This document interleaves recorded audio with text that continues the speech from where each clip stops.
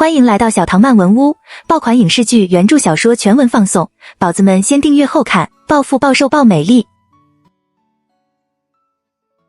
窦昭心中一跳，黎亮的表妹最少也有27、8，10年前她不过10来岁，不可能与宋家的事扯上什么关系，可黎亮表妹的女儿却有和宋汉同年。他想到上一世宋墨提到的妹妹，那这个妹妹又是从哪里冒出来的呢？要劳烦他兴师动众，悄悄祭拜。他心里顿时像含了颗盐金杏子，酸酸的。窦昭托会陈家，一事不烦二主，还请陈大人帮我查查黎亮这表妹。陈家笑着应是。窦昭客气地说了几句您辛苦了之类的话，端了茶。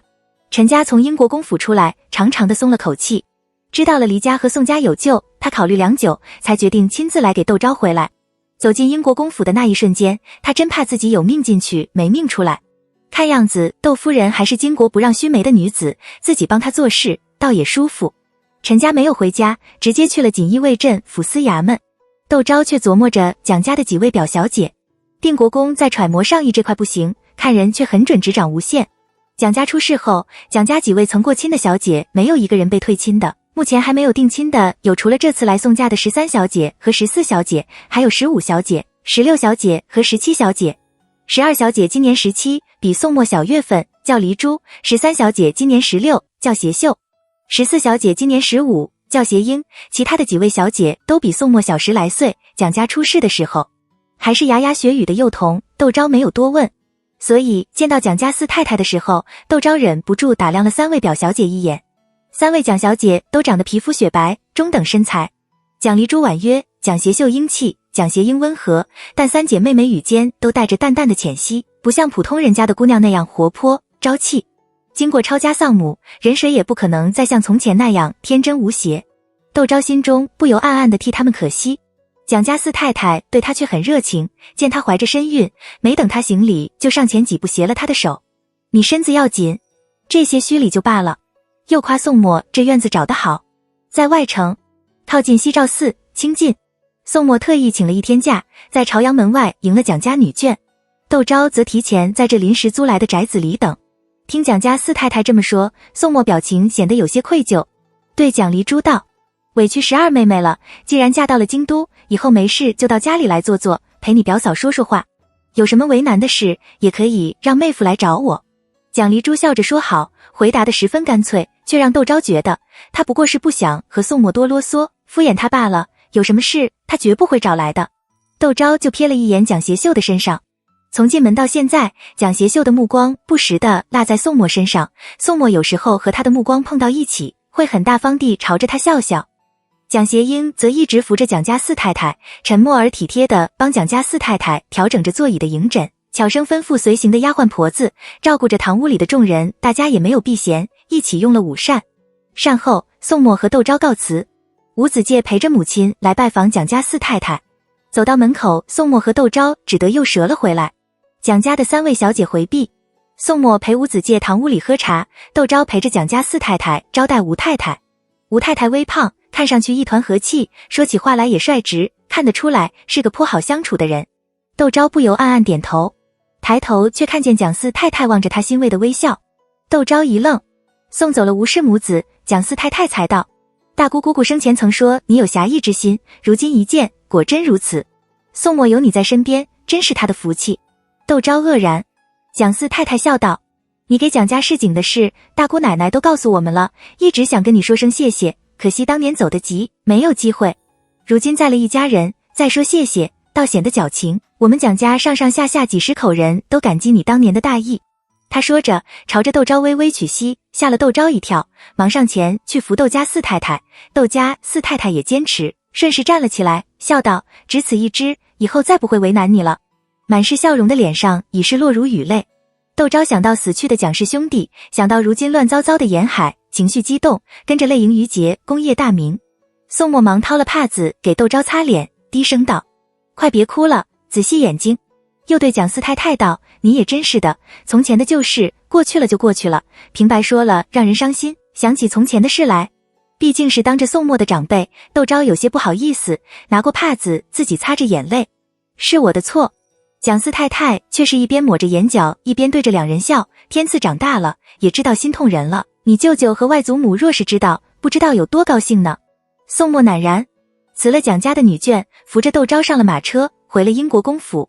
隔天，窦昭早上处理了府里的琐事，下午去了蒋四太太那里给蒋离珠添香。看见他的大手笔，蒋四太太显得有些意外，但没有多说什么，让人送到蒋离珠的屋里。出来答谢的蒋离珠欲言又止。蒋四太太笑道：自我们家出世，受到的恩惠何其多，岂是言语能表述的？我们只要记在心里，有能力的时候不要忘记了，报恩就是最好的谢答。蒋离珠几个恭敬地给蒋四太太行礼，正色地道：四婶婶，我记下了。蒋四太太点头。蒋离珠在坐下来和窦昭说话的时，已没有了刚才的拘谨，温柔大方中又带着几分亲昵。窦昭不由暗赞蒋家好家教。之后又断断续续有人给来蒋离珠添香，都是些中低品阶的武官家眷。蒋四太太就吩咐蒋协秀和蒋协英陪着窦昭去俩人居住的西厢房坐。英气的蒋协秀话不多，反倒是温和的蒋协英问窦昭孩子什么时候生平时都做些什么，很得体的应酬着他。窦昭也乐得有个人和自己说说话，两个人倒是越说越投机。想到宋墨今天要在宫里值夜，不会回来，他在蒋四太太那里用了晚膳才回府。留在家里的若彤带着小丫鬟服侍他更衣，告诉他：您刚走，陈大人就来了，一直在小花厅里等你等到现在。窦昭对敬敏发的手一顿，随即站了起来，道：去小花厅。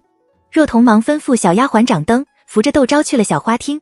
陈家正神色焦急地在花厅来回走着，听到动静，他急急地迎了上来，拱手道：夫人，您回来了。窦昭的心不由砰砰乱跳，他吩咐若彤：你们都退到小花厅的院子里，我有话和陈大人说。若彤应诺，吩咐粗使的婆子点了灯笼挂在小花厅的四周，又领了小花厅服侍的人退到了院子的中央。窦昭这才道：你查出了什么？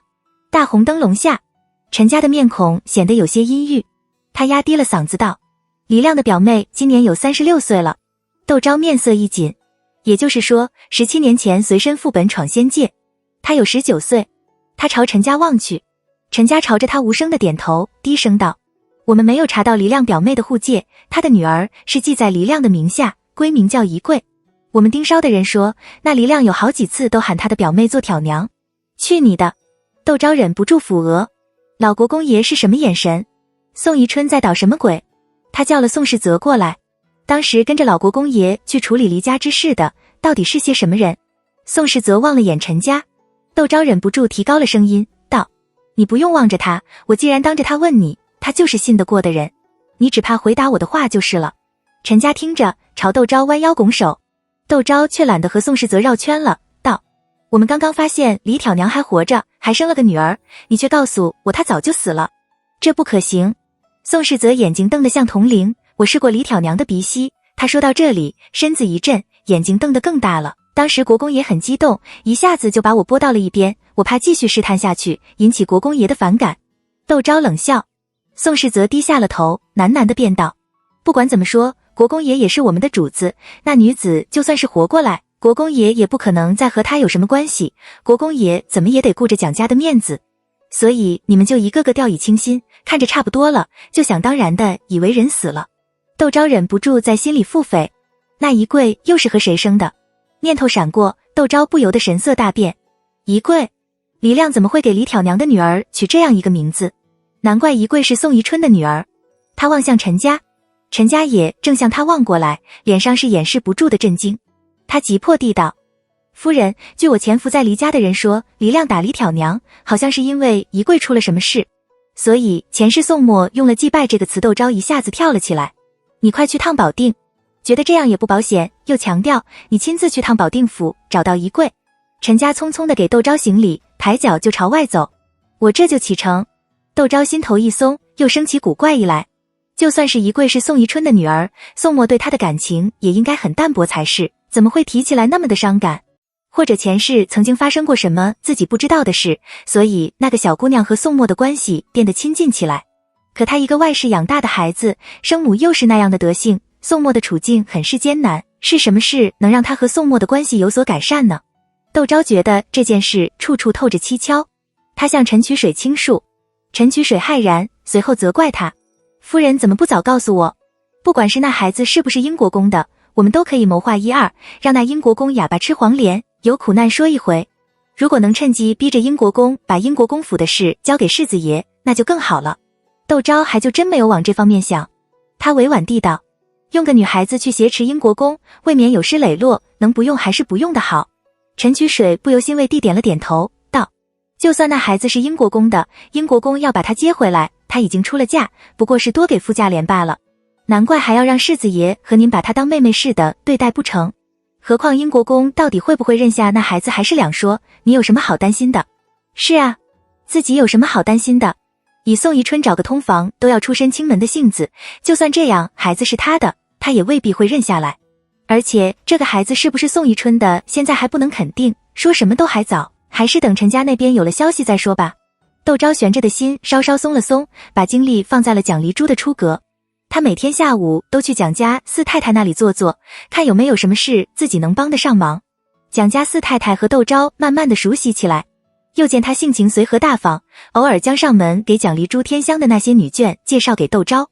那些妇人都恭谨地和窦昭打招呼，纷纷赞扬宋墨品行高洁仁义，没有嫌弃蒋家败落，依旧来给蒋家做面子。窦昭每天不知道要客气多少句本是应当，太太谬赞之类的话，可同时也让他深深地吸了口。难怪前世皇上会将蒋家满门抄斩。蒋家在中下层将士中如此得人心，定国公受冤的时候，蒋夫人让亲朋故旧给他喊冤，声势浩大，怎有不落得个家破人亡的下场？他也不由得暗呼饶幸。如果他不是两世为人，恐怕做梦也想到不皇上会因此而杀了定国公。可见这一着一饮都是有定数的。思忖中，窦昭浮至心灵，前世难道辽王就是因为这个原因，所以才收留了宋墨的？他想策反神机营金无畏的人，怎么少得了这样手掌实权的中层将领，而没有了蒋家？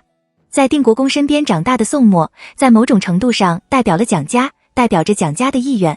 皇上病重，辽王作为成年的藩王进宫探视皇上，在随从的身份和人数上是有很多限制的，而他却冒着大不讳将因为不孝被英国公府除名，变成人人喊打的宋墨人带进宫去，不可能仅仅因为宋墨身后高超或是机智过人，毕竟宋墨的身份太敏感，宋墨又从小在进宫出入，认识他的人应该很多，被人识破的可能性性大，一不小心就有可能影响辽王的大业，宋墨在这其中的作用，现在看来也就不言而喻了。认识到了这一点，窦昭对让宋墨远离辽王的决定也就坚定了。他开始留心这些人的身份，来庆贺的都是女眷，越是身份地位高的，临走的时候都会向蒋家四太太道歉，说蒋离珠出嫁的那天有事，不能喝喜酒，请蒋家四太太原谅。而越是身份地位低的，真没有什么顾忌，有的还带了女儿和媳妇来给蒋离珠添香。蒋家四太太不免叹气，窦昭安慰他们还有自己的小日子要过，能来给12表妹添香，已是仁至义尽。等到大舅沉冤昭雪，我们再好好的为12表妹庆贺也不迟。难为你想得周到。蒋家四太太欣慰地拍了拍窦昭的手，道：我倒不是为这个叹气，蒋家现在这个样，想重回朝廷短期内已经是不可能的事了。这次离珠出嫁，他们来贺，也算是给蒋家一个交代，以后蒋家有难，是大了他们无能为力，是小了他们在京都也找不到他们的头上来。我看着人来的这么齐，想着以后恐怕再也没有这样的热闹了，心里有些感慨。他是在怜惜蒋家几个没有出嫁的小姐吧？他们不仅婚事没有着落，以后出现也不可能有蒋离珠这样的场面了。窦昭寻思着，蒋协秀和蒋协英捧着一对给蒋离珠陪嫁的媒嫔进来。闻言，那蒋协英笑道：这也是12姐的福气，您不说常说一根草一滴露水吗？说不这我们的福气不在这里呢。蒋家四太太听了不住的点头，神色舒缓了很多。窦昭也暗暗点头，没想到蒋协英倒是个爽快的。他看了蒋协秀一眼，蒋协秀正抿了嘴笑，可眉宇间的那抹浅愁却更浓郁了。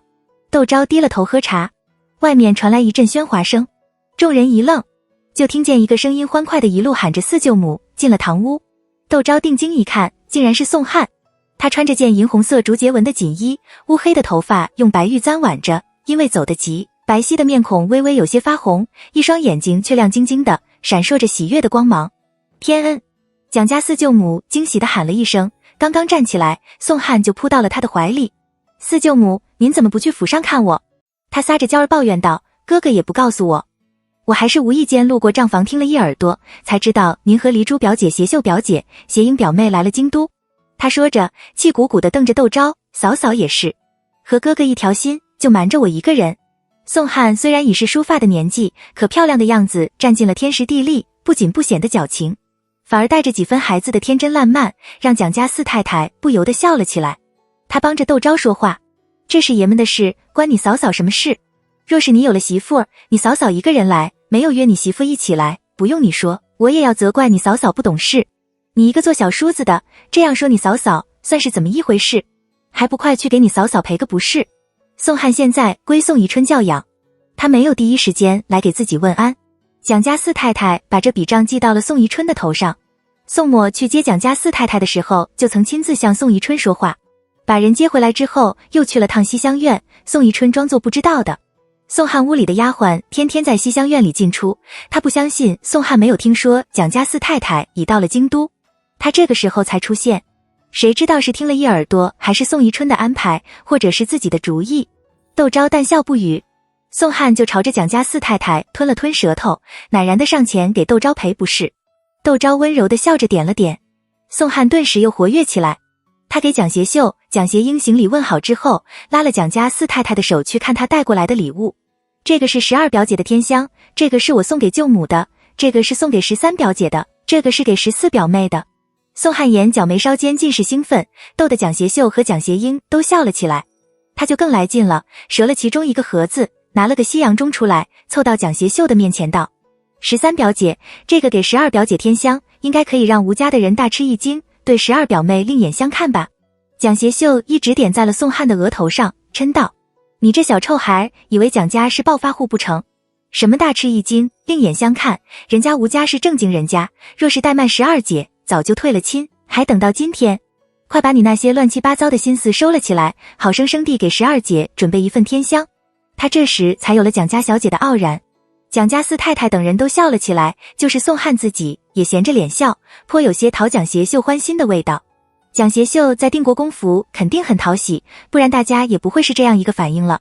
窦昭看在眼里，宋默来接他的时候，他和宋默说起来，他脾气有些急躁，待人却很好，虽然聪明，却没有太多算计。宋默笑道：我在舅舅家的时候最喜欢和他玩，难道家里的长辈就没有想过把她嫁给你？窦昭脱口而出，说罢又有几分尴尬。蒋协秀毕竟还是个没出阁的姑娘家，自己这话要是传出去了，对蒋协秀的伤害就太大了。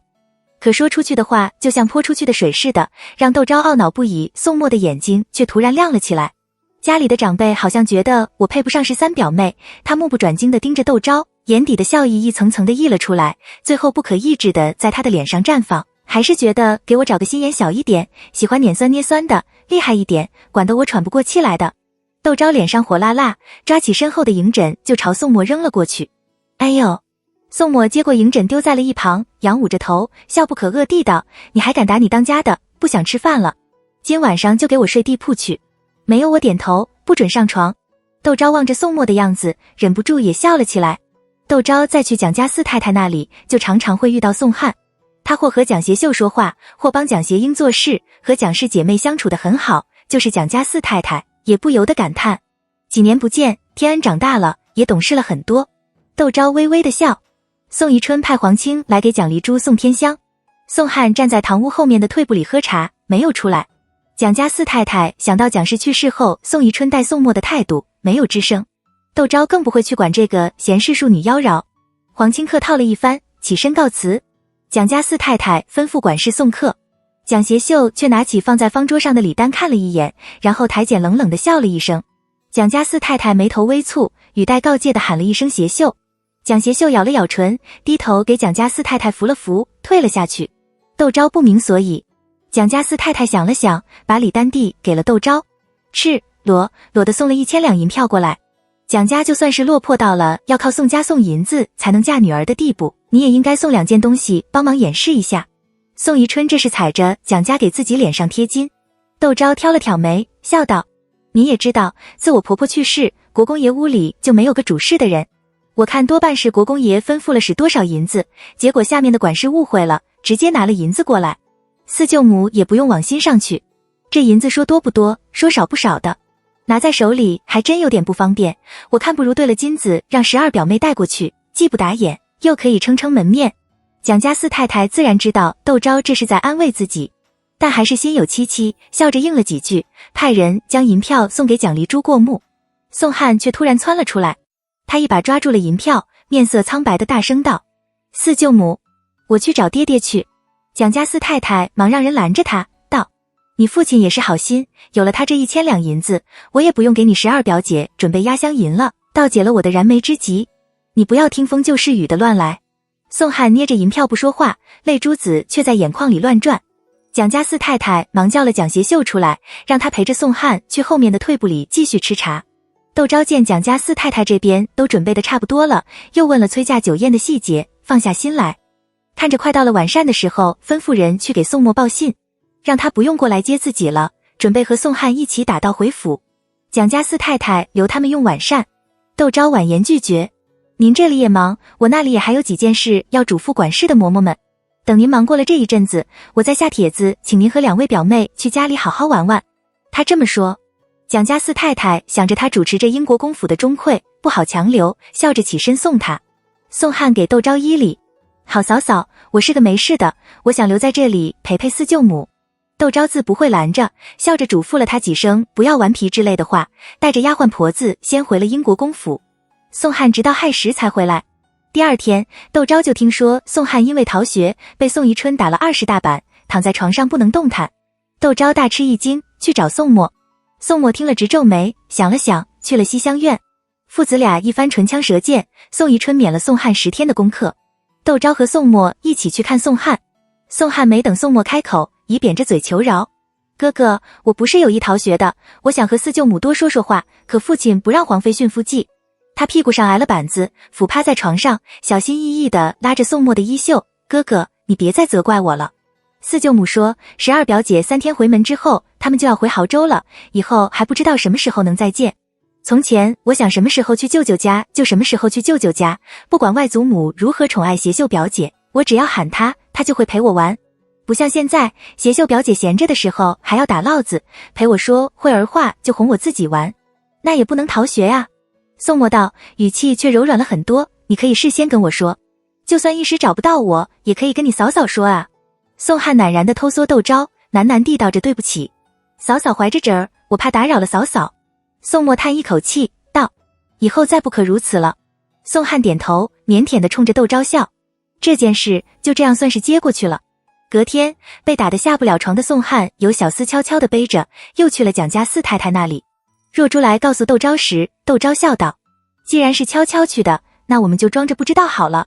高兴家的匆匆走了进来，道：夫人，静安寺胡同那边的人告诉奴婢一件事，奴婢想来想去，觉得还是告诉您一声的好。窦昭很是意外，他知道父亲常常打发人来向高兴家的打听他的情况，高兴一家也常去静安寺胡同看望高升一家，静安寺胡同那边有什么事，高兴家的准是第一个知道。他不由坐直了身子，紧张地道：是七老爷出了什么事吗？如果是官场上的事，宋墨肯定早就知道了，他也会帮父亲处理的，就怕父亲在生活上闹笑话。不是，不是。高兴家的忙摆了摆手，道：不是七老爷的事，是五姑爷的事。我听小三说，五姑爷被人告了，要吃官司，因为看在世子爷的份上，别人只要五姑爷赔了笔银子了事，可五姑爷因为这样不好意思再去衙门，便辞了官。五姑奶奶前几天跑回静安寺胡同大闹了一场，逼着七老爷帮五姑爷在世子爷面前说相，七老爷没有答应，还把五姑奶奶训斥了一通，五姑奶奶哭着去了柳叶巷胡同。我怕到时候王家的人来找您，觉得还是先跟您说一声的好。小三是高升的第3个儿子，王家素来认为自己有办法，恐怕宁愿多花银子和路子找东平伯打招呼，也不会跑来找他。窦昭笑道：我知道了。又道：父亲现在怎样？有没有在家里生闷气？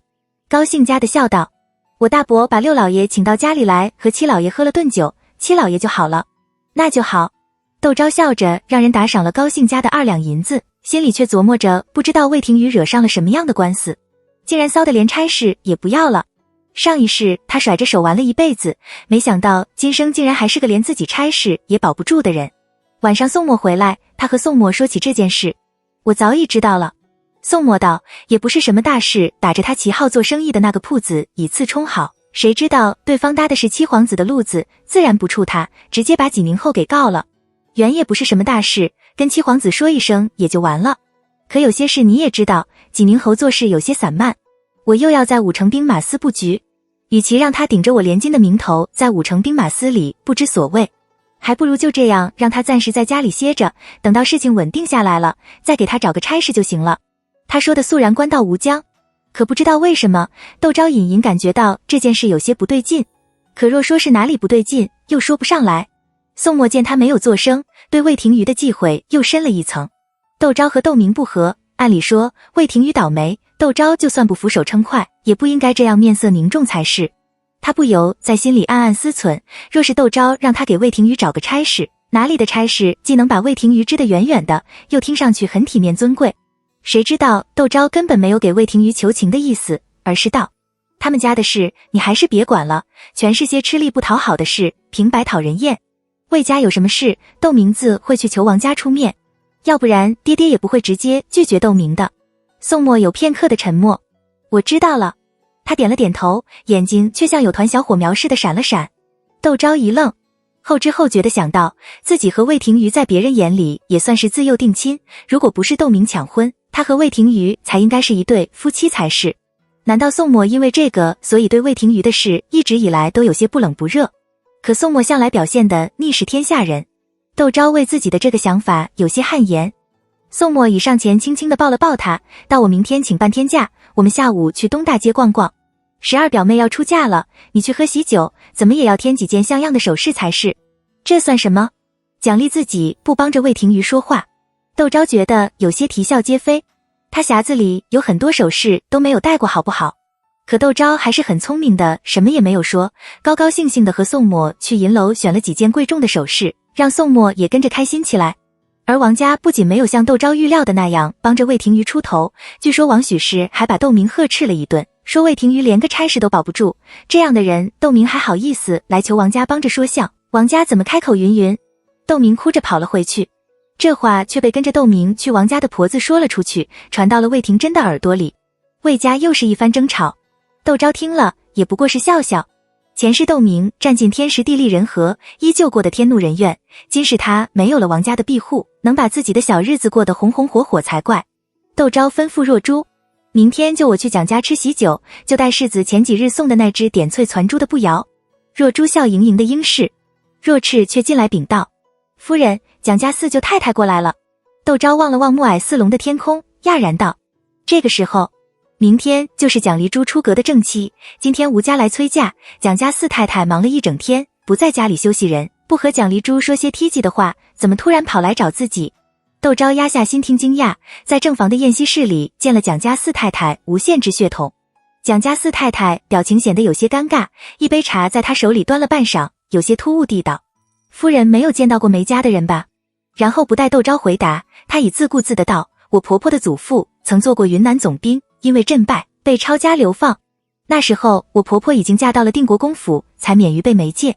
可娘家女眷的凄惨，她老人家却见过，所以大伯获罪的时候，我婆婆立刻让人准备了砒霜，并对我们说，与其活着受辱，不如清清白白的去，至少能留个好名声在世上。如今我婆婆去世了，我们这些做媳妇却她老人家更加敬佩了。如果不是定国公府有忠君爱国的名声，不是有忠贞刚烈的门风，蒋家落寞至此，又怎得到他人的庇护，守住最后的歇息之地？他说着，从衣袖里掏出一个小小的紫檀木匣子，递给了窦昭，还请夫人把这个物件还给二爷，随带着也给二爷传个话，我们蒋家的女孩子就是再不成器，也不会给人做妾的。说完，他站起身来，朝着窦昭微微俯身，起身朝外走去，那背影挺得笔直。窦昭张口结舌，半晌才意识到蒋家四太太说了些什么。四舅母，您等等。他拿着那紫檀木的匣子就追了过去，我也不知道说什么，可世子是您看着长大的，人品如何，待蒋家如何，您心里应该是很清楚的。不管是世子还是我，都断然没有辱没蒋家两位表妹之意，还请四舅母息怒，等我和世子查清楚了再登道歉，我没有责怪你们的意思。蒋家四太太听着，神色黯然地长叹了口气，道：如果我怨对你们，就不会在这个时候走这一趟了。也许二爷是好意，只是我们蒋家有我们蒋家尊严，我们蒋家有我们蒋家的活法，有所为而有所不为。还请夫人把我的意思传达给二爷，让二爷以后不要再过去了，横竖我们过几天就要回亳州了，也免得耽搁了二爷的功课，惹得国公爷不高兴。窦昭还能说什么？他只能唯唯应诺，恭恭敬敬地把蒋家四太太送出了门。可等蒋家四太太一出门，他的眉毛就挑了起来，问守二门的婆子：二爷回来了吗？那婆子满脸是笑，地上前人窦昭请安。恭谨地道：二爷是半个时辰之前回来，这会儿恐怕还刚刚开始用晚膳。窦昭冷笑，去了宋墨的书房。因明天蒋离珠出阁，他请了一天的假，早早就回了家，和陈曲水、宋世泽在书房里说话。见窦昭冷着脸闯了进来，陈曲水和宋世泽很有眼色地退了下去。窦昭就把蒋家四太太来过的事告诉了宋墨。宋墨一听，气得鬓角青筋都冒了出来。他打开紫檀木的匣子，里面装着一对莲子米大小的南珠耳当。宋墨的脸色更难看了，拿捏着紫檀木的匣子就去了宋汉那里。窦昭想了想，朝着若珠使了个眼色，回了房。宋汉正趴在床上，由贴身的大丫鬟彩云在喂饭。他面色红润，眉眼带笑，看上去心情很好的样子。宋墨进去，他高高兴兴地喊了声哥哥，道：我已经准备好了明天去喝喜酒的衣裳，你快帮我看看好不好，三国好孩子。高声叫着七侠把衣裳拿过来。宋墨被哽了一下，顿了顿才道：不用了，我找你有事，你让屋里服侍的都退了下去吧。宋汉欢欢喜喜的应是，遣了丫鬟下去，笑嘻嘻地道着：哥哥找我有什么要紧的事？宋墨把紫檀木匣子丢在了宋汉的枕头前。宋汉的笑容一点点地退了下去，眼眶一点点的湿润。是协秀表姐让你还给我的吗？他委屈地道：哥哥你也知道，我从小就很喜欢协秀表妹，从前有你在前头，这话我不敢说，可现在你已经有了嫂嫂，为什么协秀表姐有事还是找你？他抬起头来，赤红着眼睛瞪着宋墨，我就想把协秀表姐留在身边，你们谁拦着也不行，你还敢胡说八道？宋墨大怒，舅舅家的表姐妹哪个和我玩得不好？你竟然有这样龌龊的心思，我看你这书是越读越回去了，是非曲直都分不清楚了。这些话你是跟谁学的？他大声喊着七侠，把上院的丫鬟婆子小厮都给我叫到院子里，我今天倒再看看是谁在教唆你。宋汉听着就哭了起来，他一边抹着眼泪一边道：你别以为我不知道，娘在的时候就准备把协秀表姐许配给你，可舅舅出了事，所以就改成了韩珠表姐，结果韩珠表妹为了引哥哥自缢了，协秀表姐好可怜，要不是你，她肯定早就许了人，也不会沦落到现在没有要的地步。我是真心的喜欢协秀表姐，你凭什么拦着我？你要是看不顺眼，大不了我和表姐成亲之后搬出英国公府去住，我有母亲留下来的陪嫁，协秀表姐又是个会持家的，我们节省的一定可以过得很好。宋墨气得挥手就朝宋汉挥去，宋汉赌气般的闭着眼睛，把脸朝宋墨扬着。宋墨看着那张还带着几分稚气的脸，想到母亲在世时如果的疼爱他，那一巴掌却怎么也打不下去了。宋汉却趁机闹开了：我要娶协秀表姐为妻，你为什么不答应？他哭得泪如雨下。宋墨冷冷地道：因为父亲不会答应，你去跟爹爹说。宋汉拿了宋墨的手，爹爹肯定会听你的。宋墨强忍着才没有立刻甩开宋汉的手。你知道不知道你在干什么？他的声音仿佛暴风雨前空气般压抑，父亲对你期望甚深，怎么会允许你和娶蒋家的女儿？你这样乱嚷嚷，只会让人误会协秀表妹和四舅母，你这不是喜欢，你这是在害他们，你知不知道？或者是宋墨的声音太阴郁，宋汉的叫嚷声凝在了喉咙里。他呆呆地望着宋墨，好像不知道宋墨为什么这么说似的。宋墨突然间感觉到疲惫不堪，他拿这个弟弟怎么办？宋墨想到了窦昭，他面前窦明的时候是不是也有这种无力感？窦昭能不理会窦明，他又怎么已有不理会宋汉呢？在仪志堂的窦昭听到了若珠的耳语，难掩心中的惊讶。原来蒋母曾经想过把蒋协秀许配给宋墨，这就能解释蒋协秀看到宋墨的时候为什么表情复杂了，武气凌天。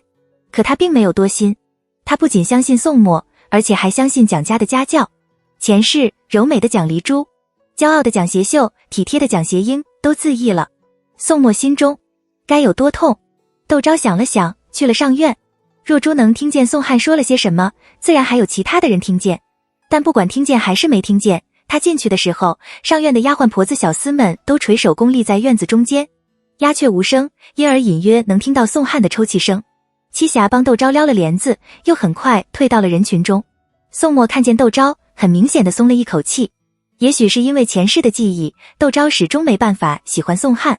他望着两眼哭得红彤彤的宋汉，低声道：这件事不是你哥哥和我不为你争取，而是因为那坛子是四舅母送过来的。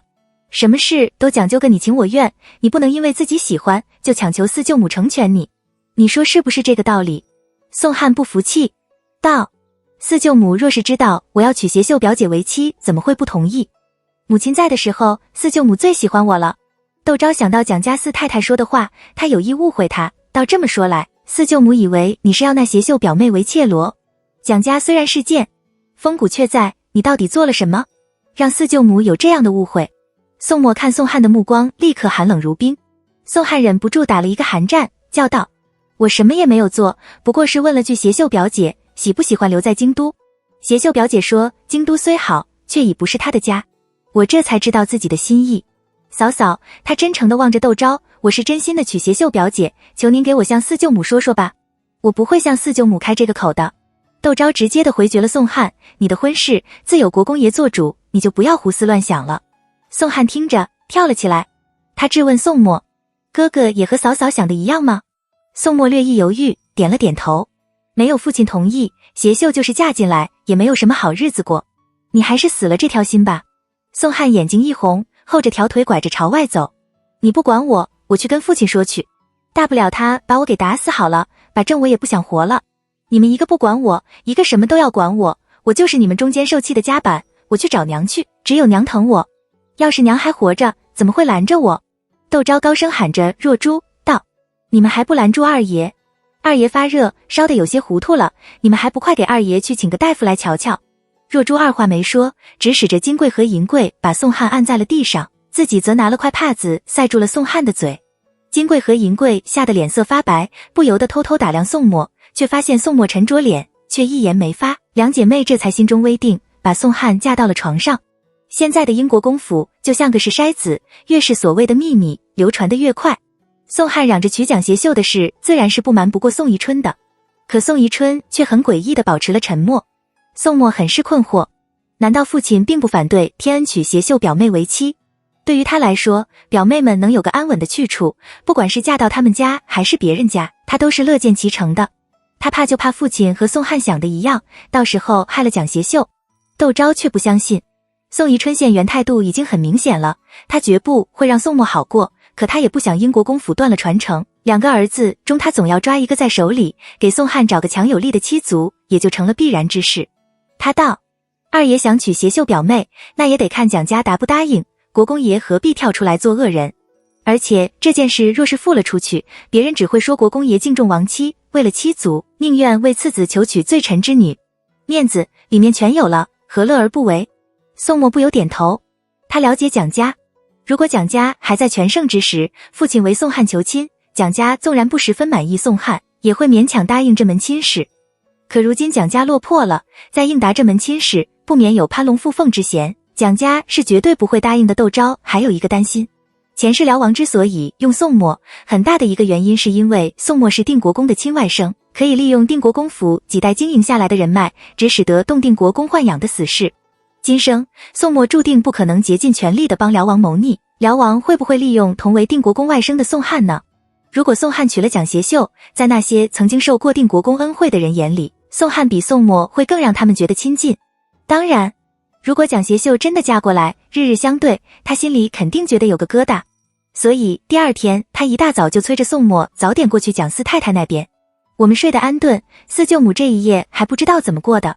今天事又多，我们早点过去，一来能帮帮忙，二来也可以给四舅母递个话，让他老人家安安心心的把黎珠的送出阁。宋墨觉得窦昭说的话有道理，虽然婚礼定在晚上的4时，但他们不到卯时就去了蒋家四太太那里。窦昭把宋宜春的态度告诉了蒋家四太太，并婉约的试探窦家四太太。宋汉年纪小，这几年跟在国公爷身边读书写字，待您又是一片赤诚，有些事想得不周全，还请您不责怪。好在是他的一片心是好的，四舅母也当欣慰才是。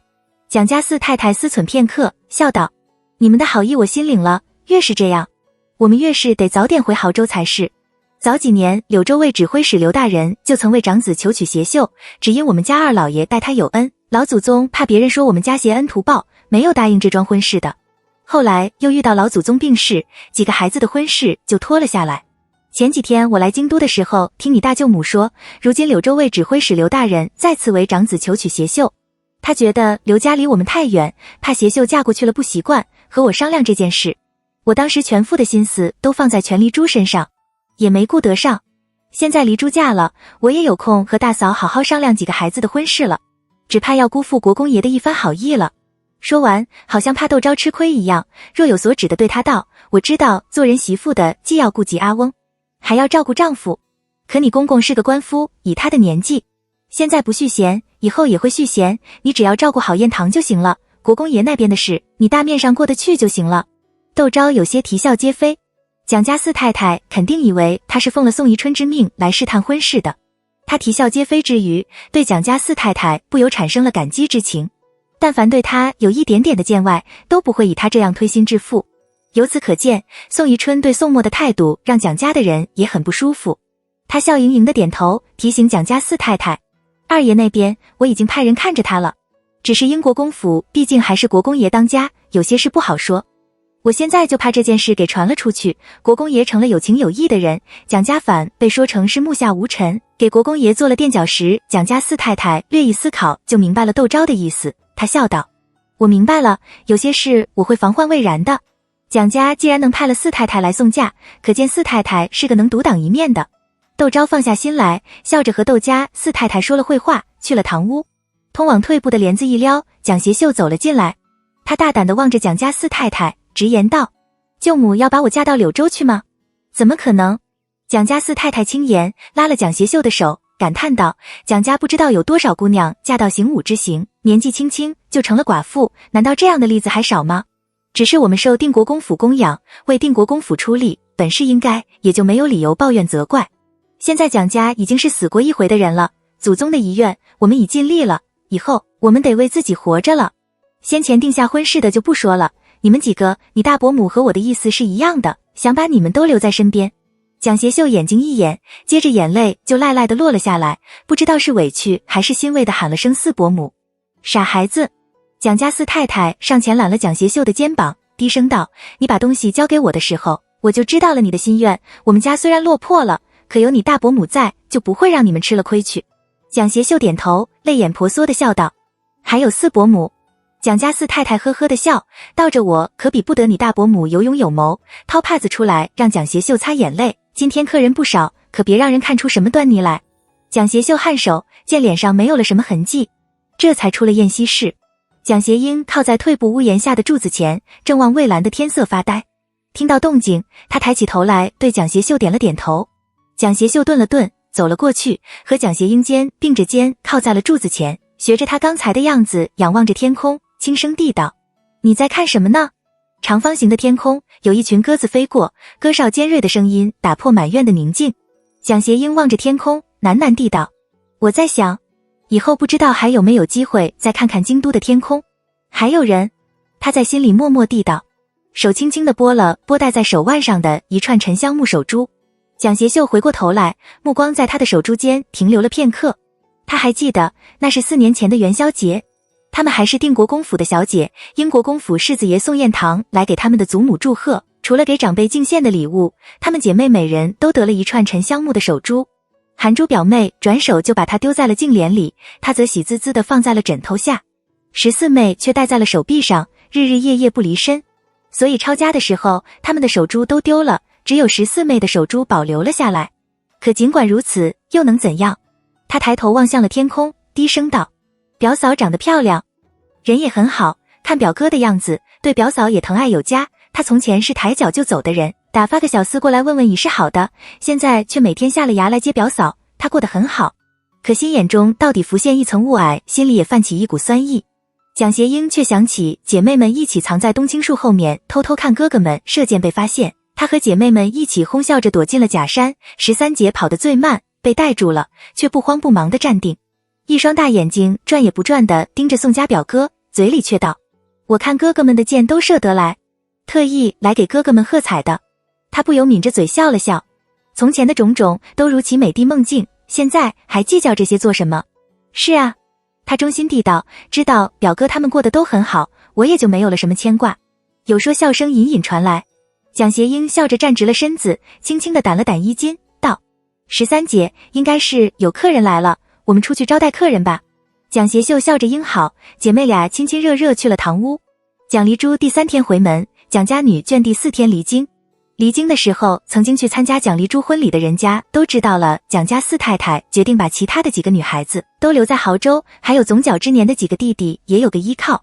尽管如此，宋汉并没有摆休，他跪在英国公府的正院里，求宋宜春做主，给他求娶蒋家的女儿。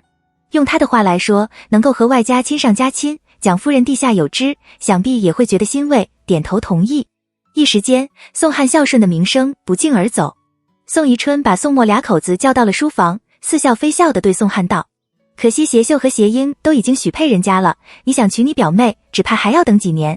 蒋家的其他几个女儿都还小。”宋汉却道：“只要父亲答应让我娶蒋家的女儿，我宁愿等几年。”他斩钉截铁的语气让窦昭不由心生疑惑。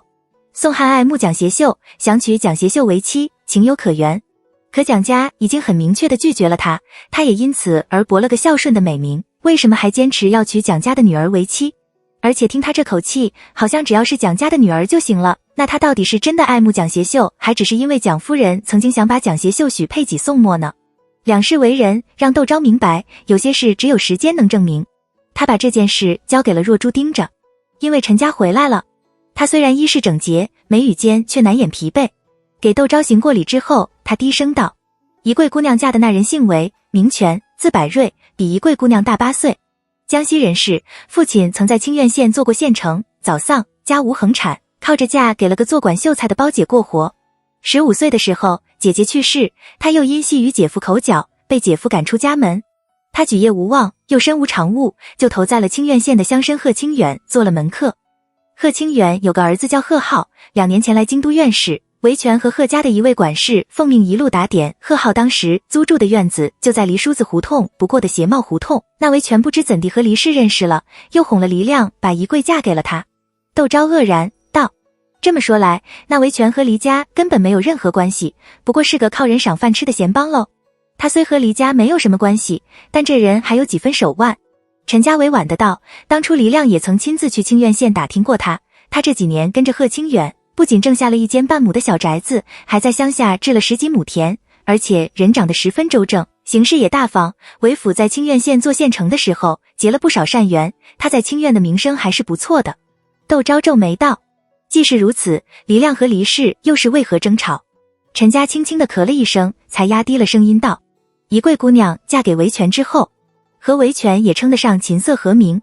只是今年正月16那天灯市，韦权带着宜贵姑娘出门赏灯，宜贵姑娘突然就走失了。”窦昭骇然道：“人怎么会走失的？韦家可报了官？官府怎么说？”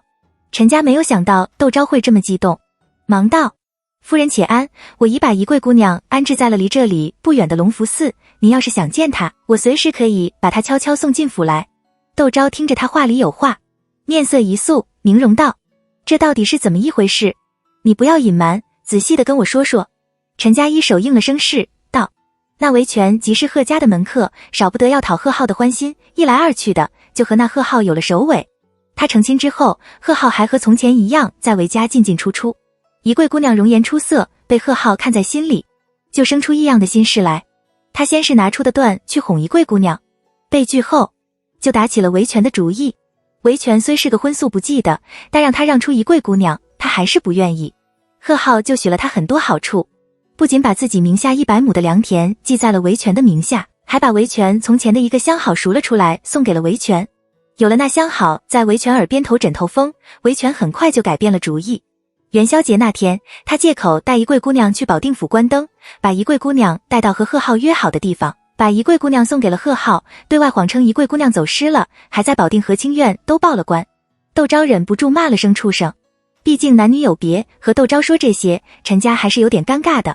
他低下头喝了口茶，这才又道：“贺浩娶的是自己姑母的女儿，姑母们家又陪送了大笔的田庄，还给贺浩生下了2个儿子。贺浩根本不敢把人带回家，就把宜贵姑娘养在贺家在保定府的宅子里。宜贵姑娘开始宁死不从，后来知道是维权把她送给贺浩的，又被贺浩用了强，就开始不吃不喝。那贺浩就住在了保定府，天天伺候着。时间一长，贺远清起了疑心。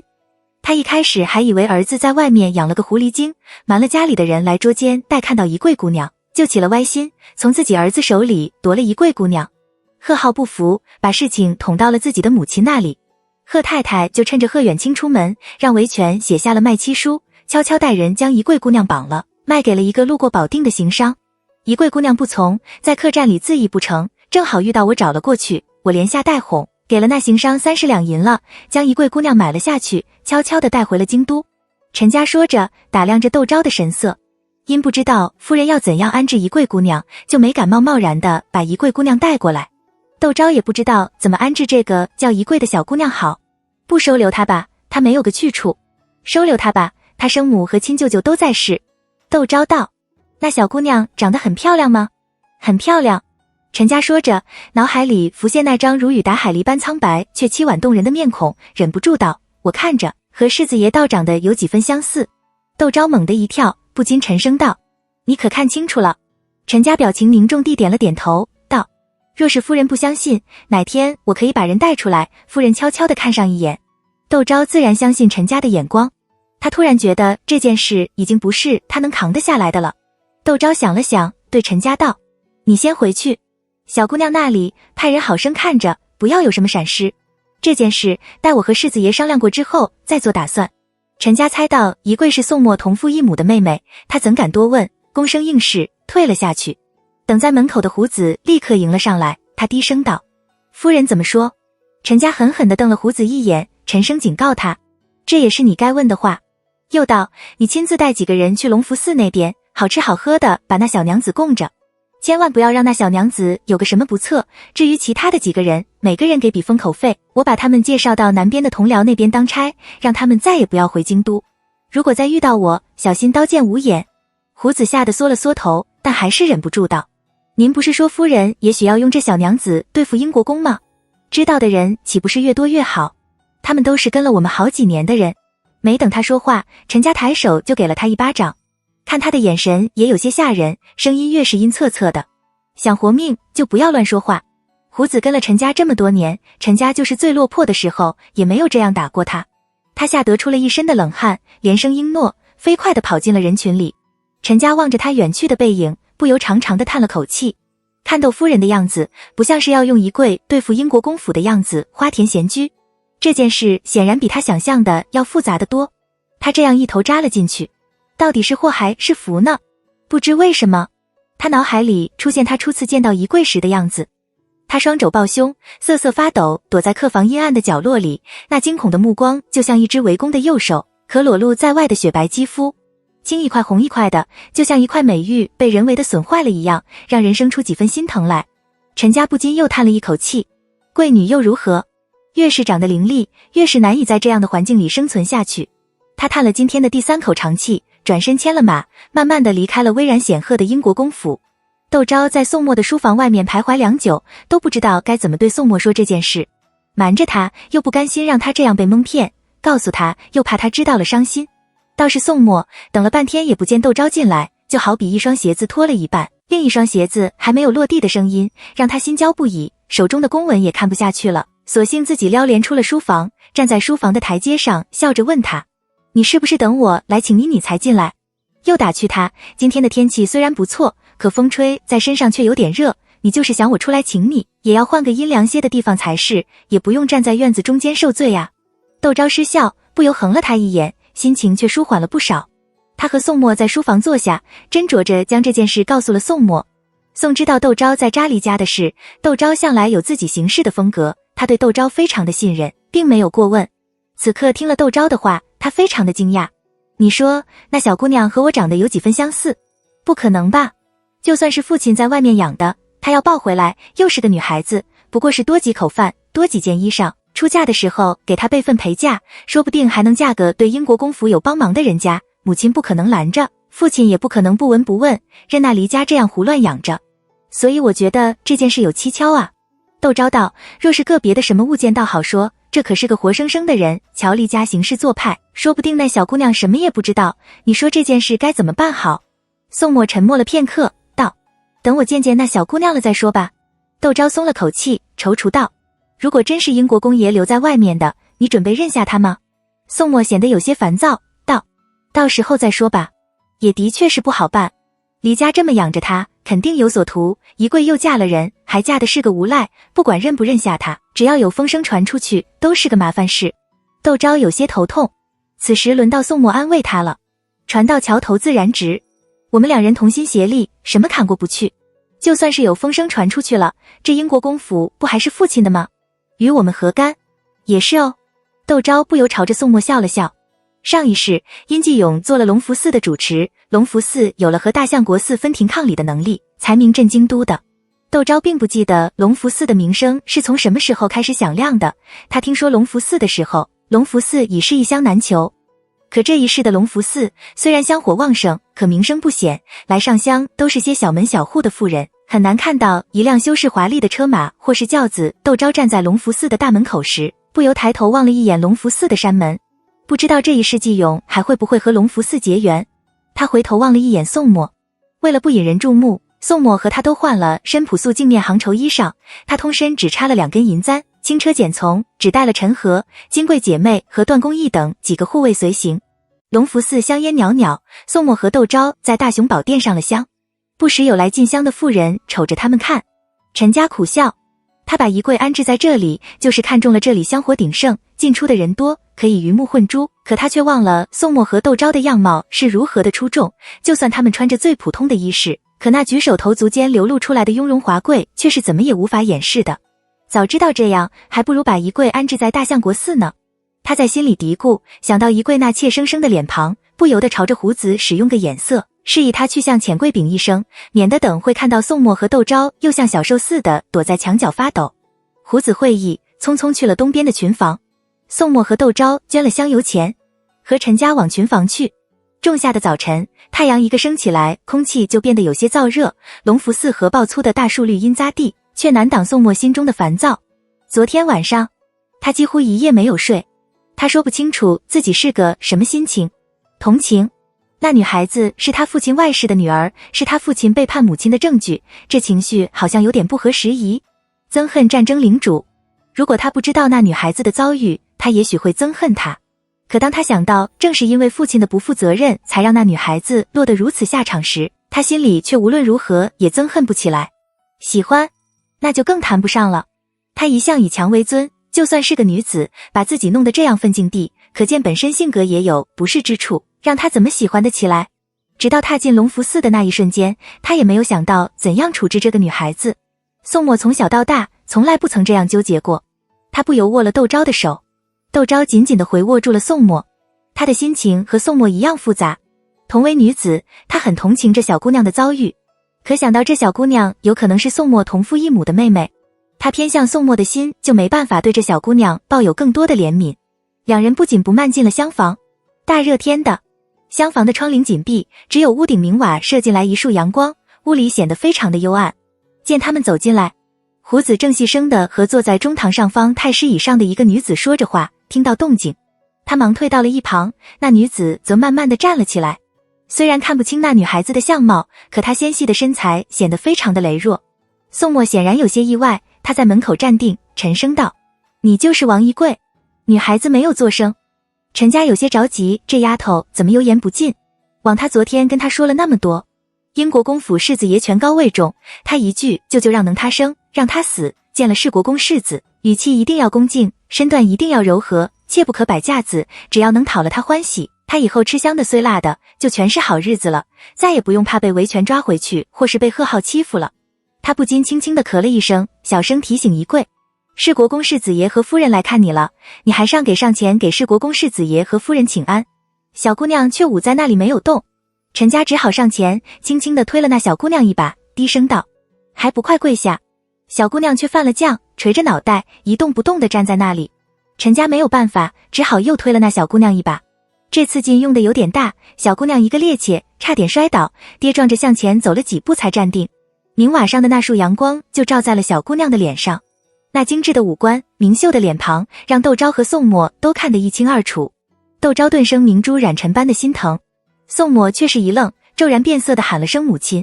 屋里没有旁人，本来就静悄悄的，这下子自然听了个清楚。窦昭惊愕朝宋墨望去，宋墨也好朝他望过来，他看见了他眼底的如浪涛般汹涌的惊骇网游之君横暴诈尸。什么了？窦昭脑子里乱糟糟，一片茫然，但他还是紧紧地抱住了宋墨的胳膊。宋墨脸上已没有了半点血色，他长得和我母亲像一个模子里印出来的，他喃喃地道，比韩珠表姐还要像。李挑娘的女儿怎么会像蒋夫人？就算是像，也应该像宋宜春才是。那府里的宋汉又是怎么一回事？窦昭指头发凉，脑子里一片空白。陈家却如击雷击，不是说是英国宫外室生的女儿吗？怎么又扯上蒋夫人？他只觉得额头汗淋淋的，不禁目光晦涩地看了一眼仪柜，拉着胡子就朝外走。世子爷，您有什么话直接问仪柜姑娘就是了，我和胡子守在门外。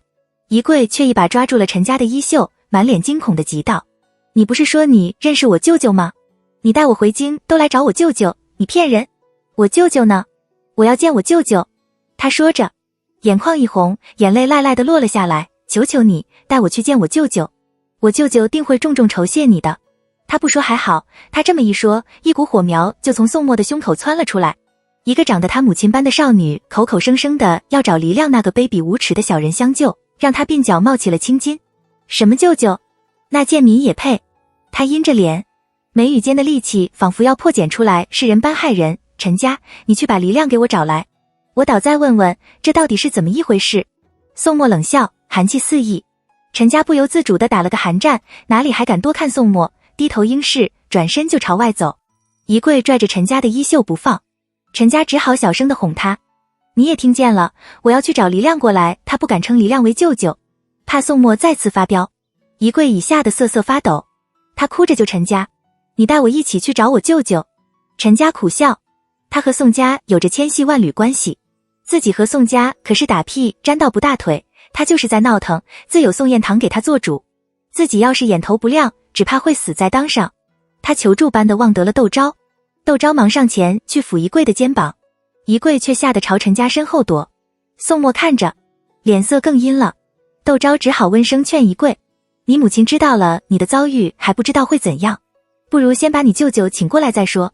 我们若是想对你不利，你孤零零的一个人，何须费劲？他依旧抓着陈家的衣袖不放。宋墨表情骇人，举步就朝他们走过来。窦昭忙朝着宋墨使了个眼色，宋墨犹豫几息，朝后退了几步，重生之小小农家女。窦昭在劝仪柜的时值上，仪柜就咬着嘴唇松开了陈家的衣袖。陈家松了口气，拔腿就大步朝外走，而胡子早已吓得两腿发软，片刻后才小跑着跑上了陈家。窦昭就示意宋墨先出去。宋墨想了想，出了厢房，窦昭就扶着仪柜坐了下来，柔声地问他：你什么时候回的京都？您住在这里，谁服侍你？又安慰他：你别害怕，既然回了京都，那维权也好，贺家也好，都别想只手遮天。仪柜就哭了起来，开始是小声的抽泣，然后声音渐渐大了起来，最后扑在桌子上嚎啕大哭起来。窦昭的眼睛也不由得跟着发起色来，他的手不由轻轻地抚着仪柜的青丝。他这才发现仪柜长得了把好头发，不仅乌黑发亮，而且粗粗的，顺滑如丝。宋墨也长了一把这样的好头发。窦昭心中顿时酸楚难忍，眼泪全涌而出。当年到底发生了什么事呢？这一世如果自己没有一时起兴让陈喜脱仪柜，他的命运又会是怎样的呢？他想到上一世宋墨曾说过他去祭拜妹妹的话，他说的妹妹应该就是仪柜了吧。上一世仪柜死了，这一世还好及时把人救了出来。门外的宋墨听着屋里的哭声，他的胸口像压了一块大石头似的。他吩咐陈和把杜维叫来。陈和战战兢兢应声而去。他在五廊里来来回回地踱着步子，段公义等人大气也不敢出，静静地守在四周。屋内的哭声渐渐小了，杜维满头大汗地赶了过来。宋墨吩咐他：我母亲生二爷的时候，屋里都是哪些人在服侍？这些人现在都在哪里？你给我查个一清二楚，立刻来回了我。杜维一手退下。陈家领着黎亮匆匆赶了过来，看见宋墨站在五廊下居高临下的望着他的宋墨和院子四周沉默却散发着杀气的护卫，他的脚步慢了下来，神色也变得凝重起来。你是谁？宜贵在哪里？他回头望向陈家，这个骗他到此的男子目光不善。陈家却微微一笑，朝着宋墨依礼，低头退到了一旁。高高升起的太阳火辣辣照在小院的青石板上，反射出刺目的白光，却不五郎下那清贵少年的目光触染。黎亮孑然一身地站在院子中间，望着有序散落在四处的护卫，心不断往下沉，脑子却前所未有的清明起来。你是宋家的人？大热天的，他脸色却雪般的白，是英国公府的世子爷，还是二爷？宋汉，他怎么想到自己是宋汉呢？宋墨的心更冷了，这有什么区别？他问黎亮，背着手，慢慢地走到了台阶，俯视着院子中间那个因为惧恐而身子发抖的男子。难道宋汉来了，又有什么不同？黎亮抬起头来，看见宋墨眼底的不屑，多年前的往事又一一浮现他的脑海里，埋在心里10几年的屈辱顿时像火山似的爆发出来。宜贵呢？是不是你们把他从灯市扶走了？他握着拳头瞪着宋墨，眼睛血红，当初是你们像甩破烂一样的把他给甩给了我们，怎么现在突然想到宋家还有个流落在外的女儿，找个教养嬷嬷告诉他几年规矩，就可以给你们宋家联姻了？我呸！他姓黎，与你们宋家没有关系，你们休想再害他。现在可不是15年前，宋宜春那个畜生当家，连宋家的太子太傅都没有保住，不过得了个五军都督府掌印都督的职位。我们黎家也不是从前的黎家了，光脚的不怕穿鞋的。你们要不把宜贵交出来，我就到长安大街去喊冤，让全天下的人都知道你们宋家当年都干了些什么。他说着就朝厢房冲了过去。宜贵，你是不是在里面？舅舅来了，你别害怕，我这就救你出去。段公义几个怎么会让他靠近宋墨？3下2下就把他给按到了地上。屋里的宜贵听了却像小牛犊似朝外跑。舅舅，我在这里。窦昭不敢拦他，还好金贵和银贵守在门外，大门吱呀一声打开，两姐妹就把宜贵架在了门口。舅舅，看见黎亮被人按在地上，宜贵哭得像泪人似的，挣扎着要去黎亮那里。黎亮也梗着脖子喊着宜贵，问他们有没有把你怎样？宜贵哭着摇头，好像宋墨他们是土匪，而他们是被土匪打劫的良民似的。这都是个什么事啊？跟过来的窦昭只摇头，不禁朝宋墨望去。宋墨的脸果然黑得像锅底似的。窦昭只好轻轻地抚着宜贵的肩膀，柔声道：你不吵不闹，乖乖的听话，我让他们放了你舅舅，可好？宜贵不住地点头，还要跪下去给窦昭磕头。我听话，你们让我做什么我就做什么，你们别伤害我舅舅。窦昭刚要点头，就听见院子里咔嚓一声响，大家不由循声望去，就看见宋墨一脚把五廊下的美人靠给踢断了。窦昭几个不由得苦笑，宜贵却吓得直哆嗦，连哭都不敢哭了。窦昭叹气，又怕宜贵突然挣扎起来伤了自己肚子里的孩子，示意金贵银贵扶着宜贵回厢房坐下，又亲自斟了杯茶给宜贵，小声地安慰他：世子爷的脾气平时挺好的，你这样哭他心里烦躁，你快别哭了，他和你舅舅说几句话就会放了你舅舅的。我不哭。宜贵连忙向窦昭保证，眼泪却比刚才落得更凶了。怎么是个泪美人？窦昭无奈，轻轻地帮他擦着眼泪。黎亮本就是色厉内荏，宋墨的那一脚把他最后的一点勇气也给踢破了。他趴在地上无声地流起眼泪来。世子爷，我求您了，从前都是我妹妹的错，不关宜贵什么事，您就大人有大量，放过宜贵吧，她什么也不知道，我们什么也没给她说，她是各姑娘家，又已嫁人，虽然说不上锦衣玉食，却也指上不足比下有余，您就高抬贵手，放她一条活路吧。黎亮不提宜贵嫁人的事还好，他这么一提，宋墨的脸都青了。他沉着脸走了过去，脚尖看似轻巧地碾在黎亮的肩膀上。黎亮只觉得肩膀钻心的痛，哎呦了一声，肩膀就没有了感觉，却听到一阵咔嚓的骨折声。他脸色煞白。宋墨踩的正是他的右肩膀，他只怕一时半会都不能提笔写字了。他是账房，要是一时避讳都不能提笔写字了，还怎么做工？世子爷，他低声求饶，眼泪不住地往下流，心里像刀剜似的。陈家手里不知道审过多少犯人，别人不知道，他一看宋墨踩的那个姿势和黎亮的伤，就知道黎亮这条肩膀算是废了，而且看看宋墨这个样子，恐怕不仅仅是把他给弄废了完事。当然，就算宋墨真的把这姓黎的怎样了，有他这个锦衣卫府镇司的人在这里，自然会给宋墨善后。可他刚才却瞧得清楚，宜贵和他这个舅舅倒是情真意重，若是黎亮就这么死了，宜贵又什么都不知道，到时候恐怕要很费一番口舌劝宜贵。他上前就抱住了宋墨的脚，低声道：世子爷，宜贵姑娘要紧，您有什么不舒服的，也等这姓黎的把话说完了再说，免得宜贵姑娘误会。宋墨狠狠地又撵了黎亮2下，这才抬了脚。陈家松了口气，黎亮这时才感觉到痛，豆大的汗珠瞬时就布置了他的额头。陈家忙塞了颗丸子到他的嘴里，并道：止痛的，你先忍忍，我这就去给你请大夫，等回了世子爷的话，我就让大夫来到给你诊脉。黎亮痛得浑身直哆嗦，不由自主地低声的呻吟着。陈家就朝段公义递了个眼色，段公义点了点头，和下脸一左一右，把黎亮架到了旁边的茶房。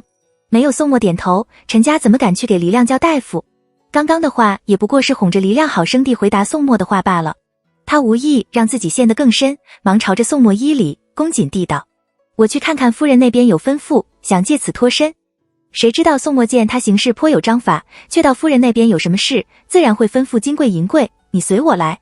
说着朝茶房走去。陈家无奈，只得上前几步，走在了宋墨的前头，帮宋墨撩了帘子。这茶房是给来上香的女眷们用来烧热水蒸点煮心的，不过半丈宽，除了个小小的炭炉子，临窗还放了张闷护柜，2把春凳，几个大男人挤在里面，转身都觉得有些困难。宋墨就吩咐段公义和夏脸：你们去外面看着。段公义和夏脸躬声退了下去，陈家不得已只好架了黎亮。宋墨就坐在了一旁的春凳上，要开始发挥效果。黎亮半边身子虽然没有知觉，还不能动弹龙女行天下，却不疼了。陈家用脚勾了炉子旁用来看火的小板，给黎亮坐下，退到门口。宋墨就问黎亮，当年发生了些什么事，语气一如从前的冷静从容。陈家不由看了宋墨一眼，黎亮却奇道：不是国公爷让您来的吗？从见到宜贵的那一刻起，事情就变得匪夷所思起来。宋墨知道自己的认知出现了偏差，他含含糊糊地道：每个人说的都不一样，我就想知道当年到底发生了什么事。黎亮闻言，立刻像被激怒的牛似的赤红了眼睛。陈家怕他又像刚才似的，不顾一切的把宋家痛骂一顿，结果是什么？对他心情舒畅了，却把宋墨给惹火了，白白丢了性命都有可能。他忙提醒他，当年的事，世子爷也不过是听长辈提起，要是世子爷全然相信，怎么会让下属去查宜贵姑娘？如果不是去查宜贵姑娘，又怎么会救了宜贵姑娘？想到宜贵的遭遇，宋墨无论如何也不会对其他人提起。可若是黎亮不知道宜贵到底遇到了些什么事，多半还会像之前那样觉得自己抚养宜贵有功，对宋墨说话肯定会居功自傲不客气。与其到时候让宋墨发火，还不如让黎亮心痛心虚。陈家语气微顿，索性巧声把宜贵的事告诉了黎亮。宋墨并没有阻止，让这个姓黎的知道他到底做了什么事也好，免得他厚颜无耻的自称是什么舅舅的恶心人。黎亮瞪大了眼睛，他忘了望面沉如水的宋墨，又忘了望神色凝重的陈家，嘶叫了一声：不可能！你们骗我的！你们定是瞧不上韦家，所以骗我让宜贵和韦百瑞和离的。嘴里这么说，他心里却明白这个是10之8九是真的，要不然以宋家的显赫，宋墨怎么会保持沉默？宜贵为什么看上去那么的消瘦羸弱？他捂着脸哭了起来。都是我的错，我当时要是坚持不把宜贵嫁给韦百瑞就好了。我明明觉得那姓韦的目光不正，心里打鼓，却被屋里的婆娘蒙眼，把宜贵就这样嫁了出去。最多1年，我要是再多留宜贵1年，你们找了来，宜贵说不定还能嫁个好人家。怎么又牵扯出黎亮的老婆来？陈家在心里嘀咕着，想着宋墨肯定也很困惑，到宜贵嫁给那姓韦的，和你老婆有什么关系？有些人总是喜欢把责任推到别人的身上去。黎亮道：当初我娶妻的时候就说清楚了的人，家里有个寡母和一个大闺的妹妹和外甥女，哪家的姑娘能容得下我这妹妹和外甥女，我就娶。可没想到时间一长，那婆娘就变了嘴脸，嫌弃我妹妹不说，还怂恿着我早点把宜贵嫁出去。宜贵年纪还小，我本来想多留她2年的，可家境日益艰难，我那婆娘就拿宜贵的陪嫁说事，说这个时候把宜贵嫁出去，还能给宜贵置办一副体面的嫁妆，再过几年宜贵只能嫁个落魄户了。正巧韦全又来求亲，我这才宜贵嫁出去的。他恨恨地道：都是这婆娘坏了宜贵的前程。陈家不知道说什么好，什么事都喜欢把过错算到别人头上，也难怪这个黎亮年过3旬却一事无成。他默默地瞥了黎亮一眼，宋墨却懒得听他说这些家长里短的，径直道：宜贵是谁的孩子？黎亮闻言猛地抬起头来，满脸不可置信地瞪着宋墨，道：当然是你们宋家的孩子。他说着，露出恍然大悟的表情，急急地道：宋宜春那个卑鄙无耻的小人，肯定跟你们家里的人说挑娘死了吧？当初老国公爷亲自带人来给挑娘灌落胎药，挑娘大出血，的确是昏死过去了。不过老天长眼，老国公爷带来的是几个大男人，见挑娘是服侍过宋宜春那畜生，没敢多看，试着没了鼻息，就退了出去鱼。我母亲不休不眠地照顾了挑娘大半个月，人餐燕窝像不要银子似的往挑娘嘴里送，把我外祖父给我娘的陪嫁用空了，这才保住了挑娘的一条性命。我们又怕你们找来，发现挑娘还活着，立刻贱买卖了祖宅，谎称我妹妹得了疾病，倒是说京都阳气太盛，恐她性命不保，搬到了院平乡下我舅舅家暂住，又将养了2年，挑娘才能下地。谁知道你父亲又找了来，可怜我妹妹对你父亲一片痴情，一心一意想服侍你父亲，被你父亲哄着又做了堆。他说着又咬牙切齿起来，你父亲却是个狼心狗肺的。第二天把我妹妹送回来就不见了踪影，偏偏我妹妹又怀了身孕，大夫说她之前亏了身子，打不得胎，只好把孩子养着。我悄悄去找你父亲，你父亲先是避而不见，后来见到我只问我要多少银子，我气得差点打了你父亲一耳光，回去就带着妹妹和母亲搬到了城外的柿子胡同，免得我妹妹生产的时候找不到稳婆。没想到孩子快7个月的时候，你父亲又找了来，说什么你祖父病了，不像从前那样刚强了，挑娘怀的是宋家的子嗣，你祖父见了必定不会像从前那样倔强了，让挑娘跟他回去，说不定你祖父看在子嗣的份上会让挑娘进门。我觉得不如等挑娘生下孩子再说，如果是男孩，你们宋家肯定会认下挑娘和孩子的，如果是女孩子，宋家要个姑娘有什么用？我母亲和挑娘却都认为这是个好机会，不过我的阻拦，挑娘跟着你父亲去了英国公会，我一气之下去了我舅舅家。没过几天，我母亲就派人送信给我，说宋家的人不仅不认挑娘和孩子，还给挑娘下了药，孩子早产，挑娘命在旦夕。我连夜从舅舅家往京都赶，半路上遇到了从京都城时逃出来的母亲和挑娘。挑娘已是奄奄一息，那孩子却健康活泼，虽然刚生出来，脐带都没落，却生得娇嫩白皙，十分的漂亮，不像别的孩子皱巴巴，像个红皮猴子似的。我一看就十分喜欢，所以母亲主张把他送人的时候，我把这孩子留了下来，还给这孩子取了个名字叫宜贵，盼着他能沾沾宋家显贵，以后能一帆风顺，嫁个好人家。挑娘身子虚，没有奶水，是我每天熬米糊给宜贵吃。挑娘恨宋宜春，不想看见这宜贵，是我用买笔墨纸砚的银子给宜贵请了个乳娘。我成亲后，宜贵就跟着我妻子，我把她当亲生女儿一样，我的儿女有什么，她就有什么，我儿女没有的，也要先紧了她。我把她如珍似宝的养到了10几岁，谁知道关键的时候却害了她。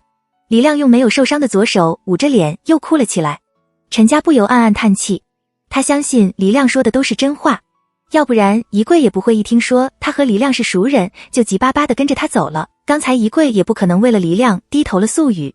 可就算是真的有什么用，如果宜贵真是蒋夫人的女儿，就算黎亮当年舍身割肉为了宜贵，宜贵如今这样以宋墨脾气，一样不会放过黎亮。黎亮还不如想办法去求宜贵帮自己在宋墨面前求情。不，宋墨现在恨死黎家的人了，说不定宜贵越是帮黎家的人求情，宋墨对黎家的仇恨就越深。他一路上眼角的余光都没有离开过宋墨，每当宋墨心里不舒服的时候，就会去拉窦夫人的手，可见窦夫人在他心目中的地位。宜贵与其求宋墨，不如去求窦夫人，而且窦夫人又是局外人，在这件事上定比宋墨冷静。但这屋里只有他、黎亮和宋墨3个人，怎么给窦夫人送信呢？陈家有些着急，就听见宋墨对他道：你去下脸说一声，让他把李挑娘带过来。陈家忙出去传话，且在说话的功夫，看着段公义朝着厢房撅了撅嘴。段公义会意地点了点头。陈家松了口气，接着就听见屋里啪嗒一声，他撩帘进了茶房。宋墨不知道什么时候走到了黎亮的面前，一脚踢翻了黎亮坐着的小板凳。黎亮摔倒在地，因半边身子动弹不得，身子像是虾虫似弯曲在地上起不来，低声的呻吟着。又是怎么惹恼了宋墨？英国公世子是出了名的不动声色，今日想来是气得很了，竟然七情上面，陈家一面在心里嘀咕着，一面俯身想去扶了黎亮起来。宋墨却一脚就踩在了黎亮的大拇指上，问陈家：我听人说，要是大拇指废了，就终身不能拿笔了，是这样的吗？陈家吓了一大跳，黎亮却害得大叫起来：你要做什么？你还有没有王法？宋墨露出浅浅的笑意，像3月的春风，明朗而温煦。声音越轻地问黎亮：你还没有告诉我，如果是宋汉来会有什么不同呢？黎亮和陈家都愣住了，宋墨的脚尖就踩了下去。黎亮一声惨叫，陈家看都不用看，知道黎亮的大拇指算是废了。宋墨却面不改色地踩着了黎亮的食指，道：如果是宋汉来，会有什么不同？黎亮疼得满头大汗。宋墨又踩了下去，陈家耳边再次响起黎亮的惨叫，他不由在心里把黎亮骂了个狗血淋头。这黎亮的眼头也太不亮了，照这样下去，非得把这条命交代在这里不可。陈家忙蹲下去劝他，事情已到了这个地步，你还有什么话不能说的？就算是你不说，世子爷一样可以问你妹妹，问二爷，甚至是去问国公爷极品空间全能女技师。可你自己却废了，你不为自己想，也要为家里的老婆孩子想想。他却忘记了宋墨为何早不踩晚不踩，偏偏等到他办完了事才开始收拾黎亮。在黎亮看来，这些人没有一个是好相与的，比较起来也就是陈家好说话些。自己几次遇险都是他从中说项，闻言表情就显得有些迟疑。陈家忙道：你刚才也听到了，世子爷手下最得力的护卫去请令妹了，你又何苦眼睁睁地看着令妹受苦呢？世子爷也没有别的意思，不过是想把宜贵姑娘的事弄清楚了。宜贵姑娘从小跟着你长大，你就不想她能认祖归宗，过上好日子？黎亮眼神暗暗下去，他疼得深，吟了2声，这才喃喃地道：我妹妹这个人从小就不安分，英国公把她给甩了，照理说她不会这么容易就认输的，可她这些年却乖乖地跟着我在一起过生活，她对宜贵的事也很不上心。宜贵小的时候稍有些不如她的意，她抓起鸡毛掸子就能把那孩子往死里打，那孩子常常是一边哭着求饶，一边喊娘亲，她却不为所动，连一向主张把这孩子送人的母亲都看不下去了，这同意才把孩子交给卓京照看的。陈家听着吓得脸都变了，忙缩了眼宋墨。宋墨面色温和地站在那里，好像在听别人的故事似的。陈家的心却砰砰乱跳，不住地骂着黎亮：你就是说也要摘话说啊，你这样不是嫌命长了吗？他恨不得上前去捂了黎亮的嘴，偏偏黎亮却一无所觉，继续低声道：卓京当时就说见过狠心的娘，可没见过像这样狠心。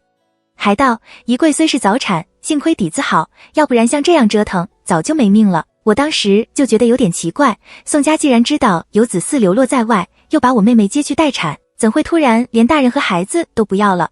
就算是嫌弃我妹妹，不要我妹妹，怎么会连孩子也不要？难道我妹妹生的孩子留在了宋家？这孩子是我妹妹因失子之痛一时起意从什么地方抱回来的不成的？我追问了他一回，他说我胡思乱想。那些日子他待宜贵好了很多，我想可能真是我多心了，他只是不待见这个孩子罢了。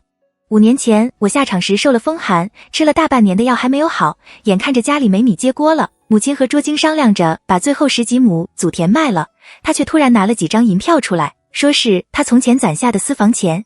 家里的东西我是有数的，早年间为了给他调养身子，母亲的梯级一分不剩了。后来他被宋家送回来的时候，除了身上的衣裳，只有宜贵的襁褓里塞最张200两的银票。这些年家里困难，我1年最多也就给个5、6两银子他买胭脂水粉，他还要用最好的，还要做衣裳，还要卖零嘴，那200两银子怎么可能不动？我问他银子从哪里来的，他紧咬着说是宋家给的不松口。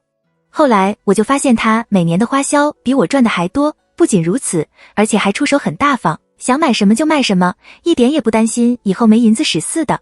我就怀疑他还和宋宜春没有断。可我常年不在家，突然回来了几趟，也没有发现一点蛛丝马迹，我就想，是不是当初他曾经收了宋家一大笔钱藏了起来？宋宜春把他害成了这样，拿些银子补偿给他，他不愿意拿出来，也是常情，我没有追究。可我家里的那位不乐意了，常常指桑骂槐，有一次把他给说恼火了，他冲着我家那位就嚷了起来，说什么让我们狗眼看人低，小心以后后悔什么的。可卓京板了脸和他对骂的时候，他却只是冷笑。等到宜贵出嫁的时候，他却一样陪嫁的物件都没有给孩子，我说他还和我嚷嚷。卓京气愤不过，带着丫鬟在他屋里搜了一通，两人还为此打了一架。可除了他平时穿戴的，也不过搜出了10几两碎银子和300两银票。最后他拿了几件鎏金的首饰给宜贵做了陪嫁，其他的东西都是我给置办的，花了我1年的工钱。为了这件事，直到今天卓京还埋怨我事事都维护他。我自己的妹妹，我自己知道，她定是有所倚仗才会这样。黎亮说着，目光晦涩地望了宋墨一眼，垂涎道：我听说英国公府的二爷和宜贵是同年的，当时我妹妹的肚子大得吓人，我就想，难道我妹妹生的是龙凤胎？英国公府留了儿子没要女儿，可英国公府的二爷是嫡子，英国公夫人生子时身边服侍的人里3层外3层的，怎么也不可能，要不就是英国公夫人生的孩子夭折了重生之欲，使英国公府的太夫人做主，把孩子养在了英国公夫人的名下。可这念头我也不过是想不通的时候偶尔一闪而过，哪里敢往深里想，所以见到世子爷的时候才会脱口问是二爷还是世子爷。他显得很是懊恼。宋墨却深深地吸了几口气，才强压往心里的怒火，没有一脚把这个畜生给踢死。说来说去，心里还是暗暗地盘算着自己妹妹生的孩子在宋家站住了脚，还说什么对宜贵好。如果宜贵不是宋家的孩子，他会对宜贵这么好吗？想到宜贵的遭遇，他觉得锥心的疼，目光不由得沉了下来。陈家看着心中一紧，他忙将黎亮扶了起来，道：世子爷，您要不要喝杯热茶歇口气？宜贵姑娘那里还什么也不知道呢，等会儿那李挑娘来了，要不要让宜贵姑娘也听听，免得宜贵姑娘认仇为亲，让那李挑娘钻了空子。宋墨正觉得胸闷气短，闻言点了点头，高声喊断公义，道：你让刘璋去跟杜维说一声，看看当年是谁给李挑娘接的生。隐隐有种感觉，当年母亲生产时的人10之8九恐怕都不在了，反而去找出当年是谁给李挑娘接生的更靠谱一些。段公义应声而去。陈家陪着宋墨出了茶房，抬头却看见夏脸匆匆忙忙地走进了院子。李挑娘呢？宋墨的神色陡然间变得十分冷峻，让陈家心头一凛。夏脸已急促地道：世子爷，不好了，那李挑娘头还了。离家隔壁的婆子把梯子架在墙上摘茄瓜，发现离家东厢房的屋梁上吊着个人，吓得差点从梯子上摔下来，匆匆报了官。我们去的时候仵作正在验尸。陈家骇然，连声道：是顺天府的哪位捕头接的案？左邻右舍的人都是如何议论的？顺天府那边可曾发现了什么？宋墨冷笑，或者是在衙门里待久了，他本着问罪先问男子的习惯，没想到竟然有人盯着离家，钻了这个空子。这样也好，只要有动静就会留下痕迹，怕就怕死水一潭。夏脸匀了口气道：是顺天府的秦捕头接的手，正在验尸，结果还没有出来，我已派了人在那里等消息。左邻右舍的人都觉得是情杀，说那李挑娘平日里招蜂引蝶的，多半是谁出于记恨失手把李挑娘给杀了，然后把人挂在屋梁上，伪装成自缢的样子。他的话刚刚说完，就有个小厮跑了进来，他匆匆地给宋墨和夏脸行了个礼，道：顺天府那边有结果了，说离家小娘子是自杀的。夏脸听着眉头微蹙，想要说什么，宋墨已冷冷地道：这还不容易，找个人把他挂在屋梁上，看着他断气就行了。说完朝茶房去了。陈家觉得如果是自己也会这么干，自然没有什么异议，跟着宋墨去了茶房。艾青揽成向宋墨下汉微抬，倨傲地看着黎亮道：你妹妹在我们的人找到她之前就已经被人杀了，你还有什么话对我说没有？你说什么？黎亮睁大了眼睛，声音尖锐：我妹妹死了。不，这不可能，她昨天还在锦绣轩订了2件秋裳。宋墨看也懒得看他一眼，喊声了陈家，转身走了出去。陈家叹气，蹲在了黎亮的面前。屋外，夏脸问宋墨：世子爷，您看这件事该怎么办？宋墨笑道：不会连英国公也都死了吧？他说的轻描淡写，夏脸听着却觉得像有阵阴风从身边刮过似的。他低头垂目的拱手告退。宋墨去了厢房，窦昭正和宜贵低声说着话。相比刚才，宜贵显得镇定了很多，可看见宋墨，他还是很紧张地站了起来，躲到了窦昭的身后。宋墨暗暗叹气，还好有窦昭，不然这个妹妹还真是麻烦。窦昭安慰般的朝着宋墨笑了笑，自己的妹妹这样，他心里肯定既难过又无奈吧。窦昭转身拉了宜贵的手，柔声道：他是你哥哥，你别害怕，你们以后打交道的时候还多着呢。他只是看上去有些冷淡，待人却是极好的。我们坐下来说话。宜贵想了想，挨着窦昭坐了下来。宋墨见状，犹豫了片刻，才把李挑娘的死讯告诉了窦昭和宜贵。消息来得这么突然，不要说是宜贵了，就是窦昭也有片刻的茫然。可茫然过后，窦昭立刻紧张地拉了宜贵的手。宜贵却没有像窦昭预料的那样伤心的大哭，或是吵着要去找李挑娘，而是低下头，小声地抽泣起来。这里面有文章。窦昭不禁朝宋墨望去，宋墨的眉头锁成了川字，漂亮的嘴唇抿得紧紧的，暴力中带着几分阴森。窦昭忍不住上前轻抚着他的眉头，好像这样就能抹去他心间的那些阴霾似的。宋墨握了他的手，温柔地道着没事，悄声把黎亮说过的话告诉了窦昭。窦昭的眉头也跟着皱了起来，难怪宜贵的胆子这么小，可见是从小被李挑娘给打怕了。他轻声对宋墨道：你先出去，我来劝劝宜贵。宋墨捏了捏他的手，出了厢房。窦昭掏了帕子给宜贵擦眼泪，宜贵这才注意到宋墨已经不在厢房里了。他问窦昭：他说的是真的吗？窦昭点头。宜贵默默地流了一会眼泪，低声道：我是不是很狠心，他走了？我虽然伤心，可更是松了口气。窦昭温声的道：我们就是养只小猫小狗的突然死了，也会觉得伤心。你却松了口气，可见他定是做过些什么让你难过的事，这又不是你的错。宜贵眼底闪过一丝感激，垂下头又低声的抽泣起来。窦昭像哄孩子似的搂着他，他忙道：我没事，你小心肚子里的孩子。声音柔的像3月的春风，竟有7分像宋墨。窦昭的心顿软了下来，他松开宜贵，轻轻地拍着他的手道：你想不想和我说说李挑娘？宜贵没有吭声，屋子静悄悄的，一下子变得压抑起来。窦昭觉得自己有点急切，正想找个别的话题，宜贵却低着头道：他不喜欢我，也不喜欢让别人知道我是他的女儿。小的时候，每次家里来了客人，他就把我塞到衣柜里，大一些了，就把我关在耳房里，从来都不曾带我在别人面前露面。那天却突然要带我去庙里上香，还给我换了身漂亮的衣裳。可到了庙里，他让我站在大殿里等他，自己却不知道去了哪里。有人拿了糖哄我和他回家，还有人拉着我说我是他走散的侄女，要不是我骗了寺里的一个小沙弥，那天就被人强行带走了。后来他又做了点心给我吃，从小到大他从来都没给我做过吃食。我假装打碎了碟子，小黄跑过叼了一块点心就跑了，我赶出去，却看见小黄歪歪扭扭的倒在了地上，他说是卖肉的卖了坏肉给他。窦昭气得连喝了2口茶，还好李挑娘死了，不然他肯定会怂恿宋墨好好的收拾他。他要把我嫁给韦百瑞的时候，说韦百瑞如何如何的好，我嫁给他就能如何如何的享福。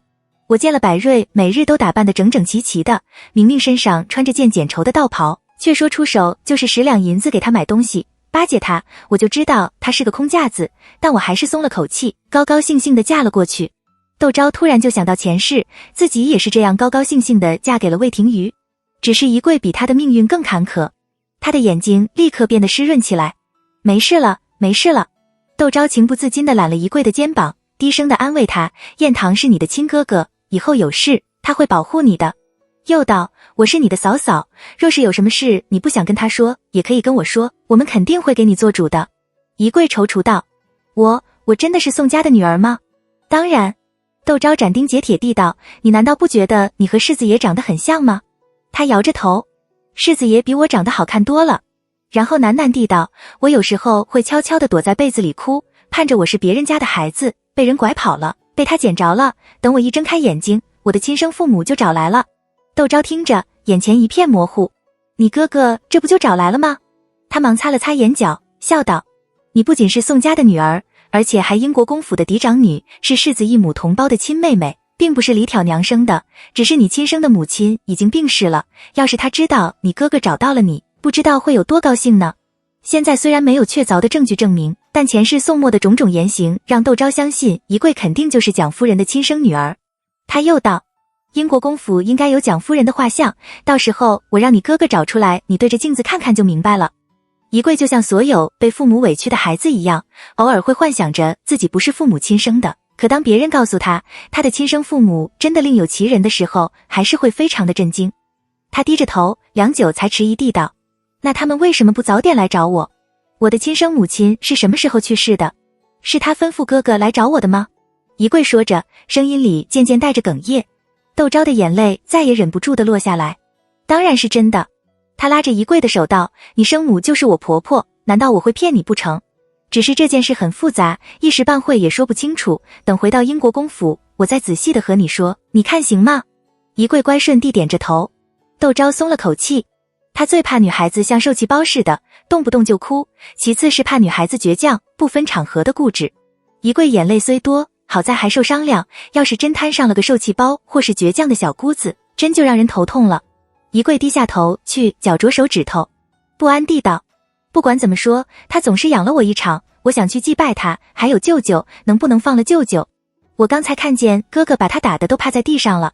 这样的一贵可以说是个烂好人，认贼作母。可如果他要是真的有棱有角，恐怕早就被李挑娘给打死了吧。有些事只能慢慢的来。窦昭轻轻地拍了拍他的手，道：你先在这里坐会儿，我去问问你哥哥，看外面的事办得怎样了。李挑娘自缢，邻居报了官，你总不能去衙门里祭拜他吧。实际上他是怕宋墨听了愤然，连黎亮一块杀了。而宋墨听到一贵的请求，果然黑了脸。窦昭忙道：他从小被黎家养大的，李挑娘又动辄就无缘无故的找由头把他打一顿，他只有顺从才能活下来，你不要对他太苛刻了。说到这里，他问宋墨：你准备怎么安置一贵？现在李挑娘死了，一贵的身份就成了问题。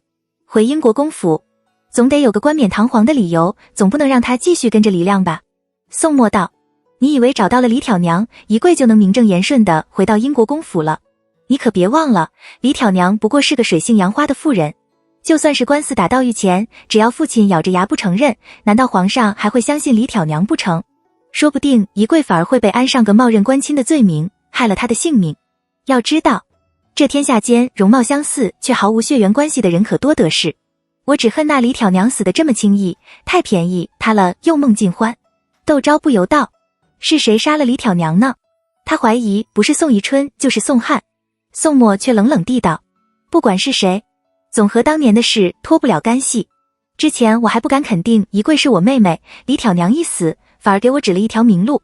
窦昭颔首道：那宋汉。宋墨闻言神情一暗，道：不管怎么说，他也做了我14年的兄弟，母亲在世的时候把他含在嘴里怕化了，捧在手里怕摔了，我不能因为长辈的过错就把账都算到他的头上。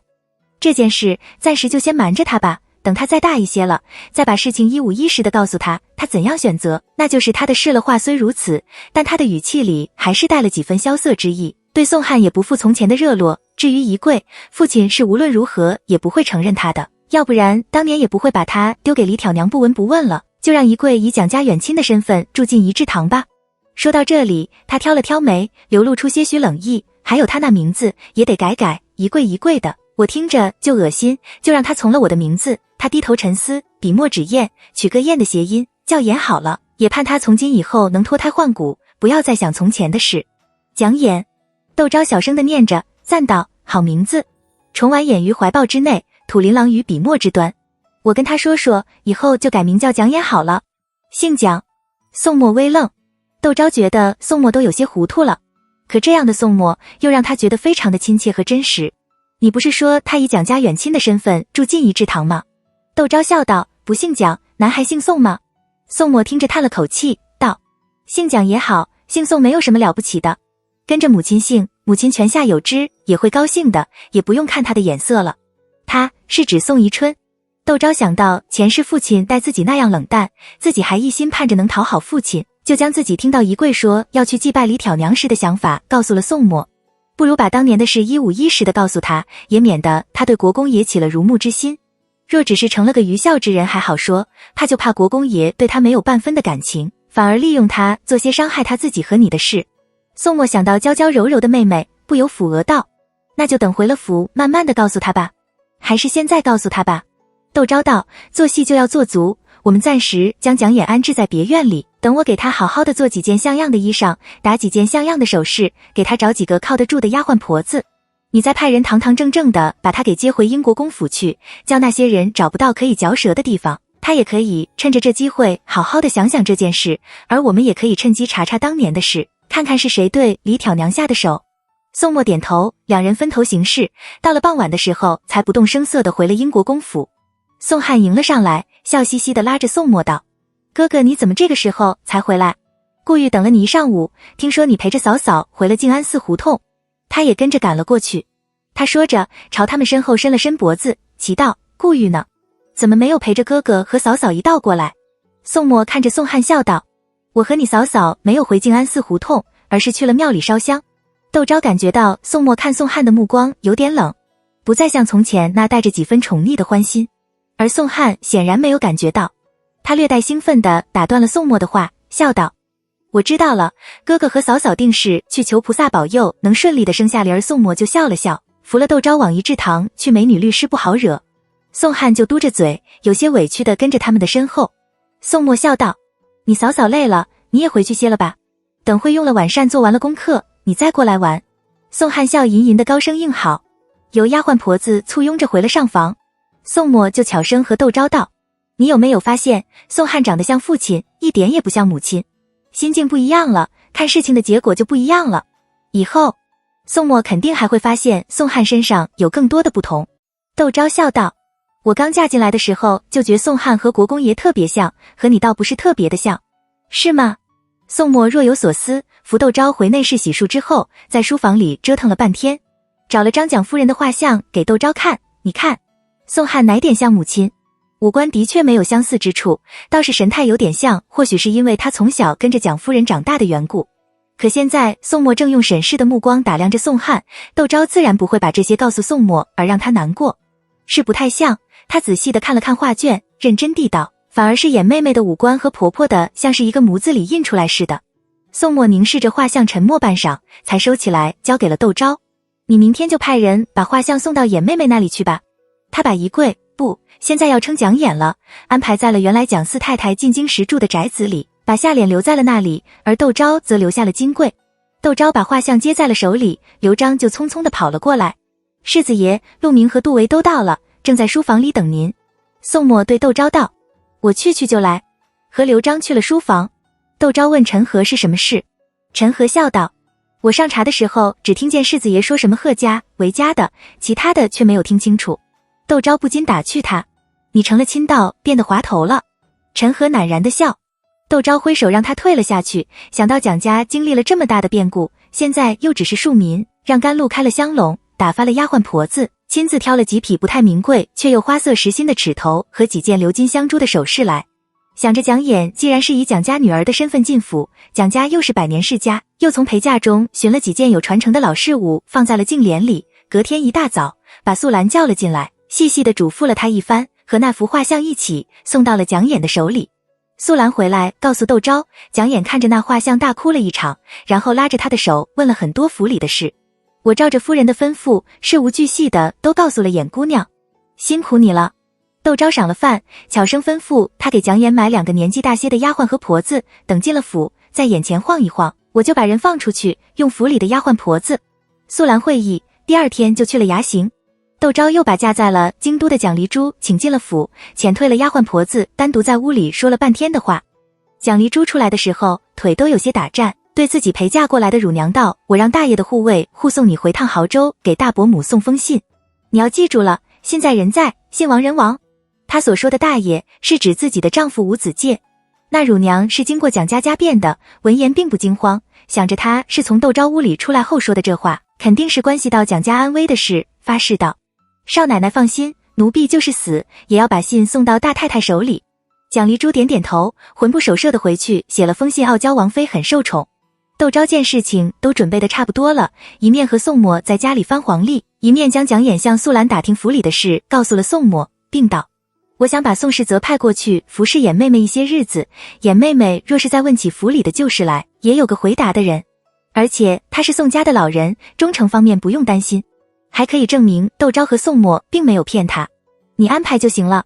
宋墨觉得这是内院的事，理应听窦昭的安排。他说着，把黄历翻到了6月初1，道：你觉得这个日子怎样？不是最好，但最近。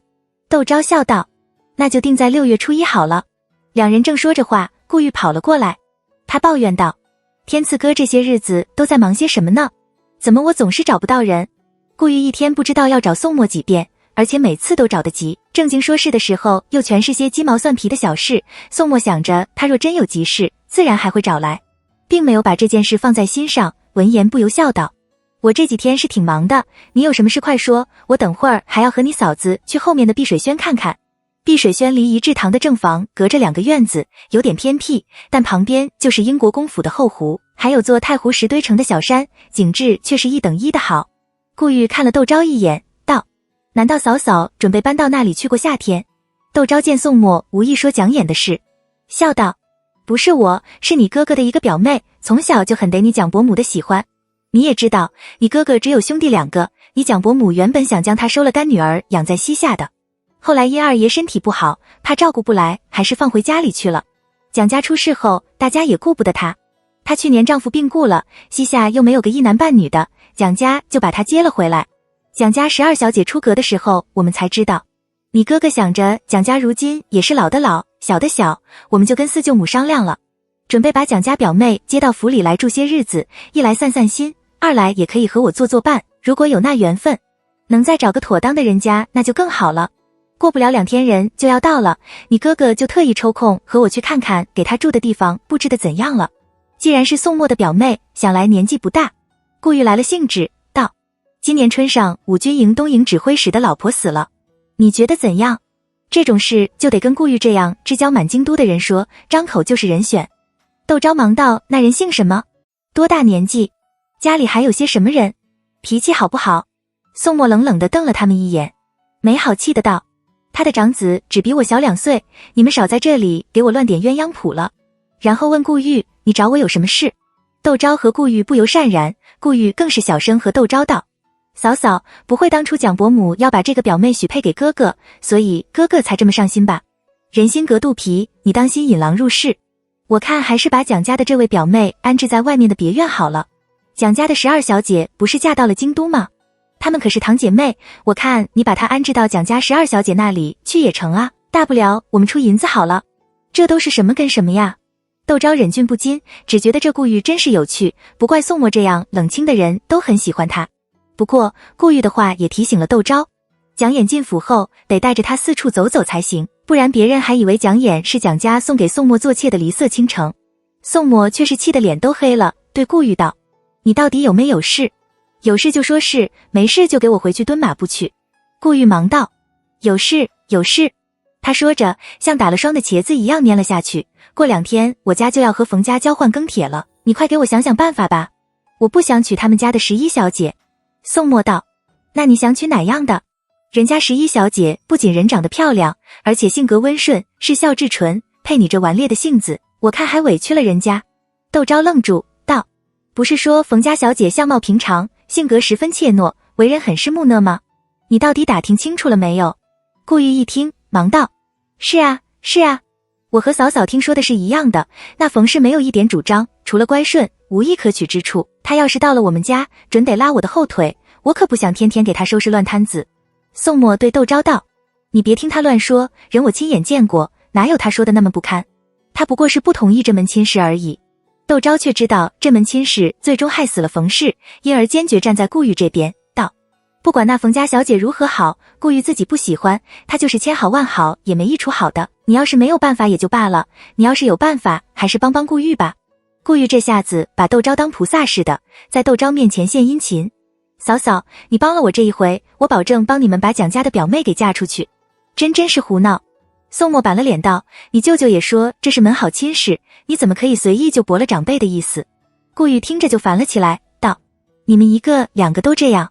我舅舅更干脆，说要是娶进门不满意，过2年休了再娶就是，让我不要吵闹，无中生有，说的冯家姑娘好像是大白菜似，不喜欢扔了就是。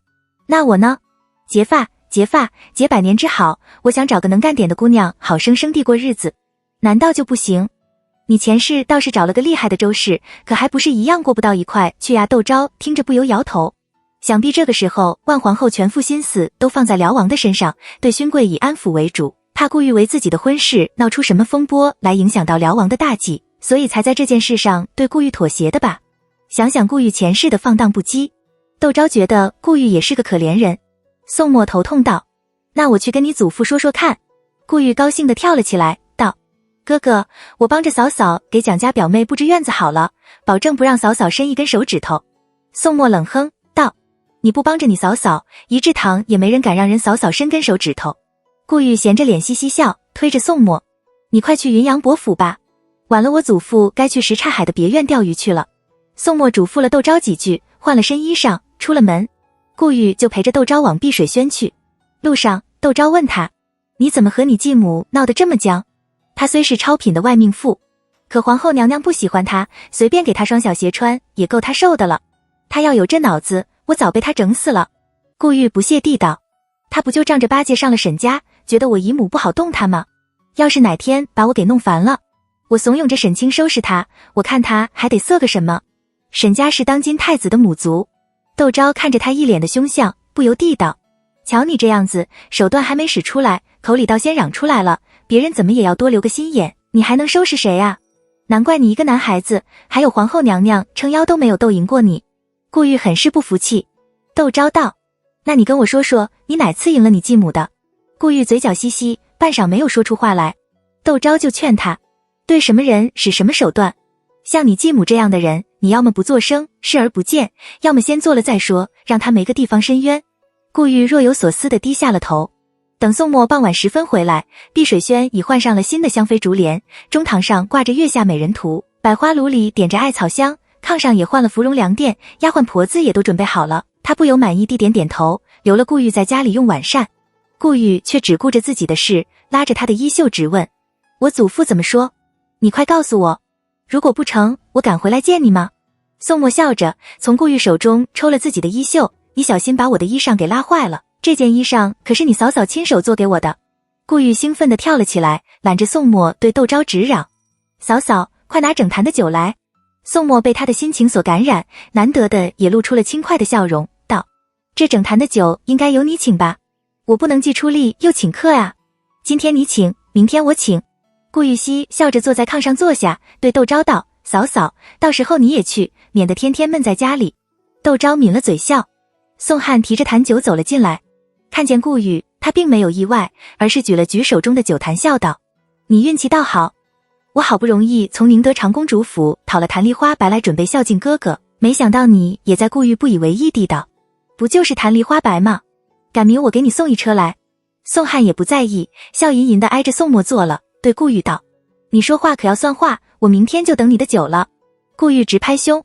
窦昭笑着去吩咐丫鬟上菜，心里却想着宋汉，他这些日子都快赶上顾玉了，天天过来。晚上送走了顾玉和宋汉，窦昭问宋末，你怎么说服云阳伯的？宋末笑道，你别以为云阳伯老糊涂了，他只是谁都不想得罪，可若是为云阳伯府着想，自然是要娶个能干的孙媳妇才是正道。说完问窦昭，你有没有发现宋汉喝酒的样子和父亲很像？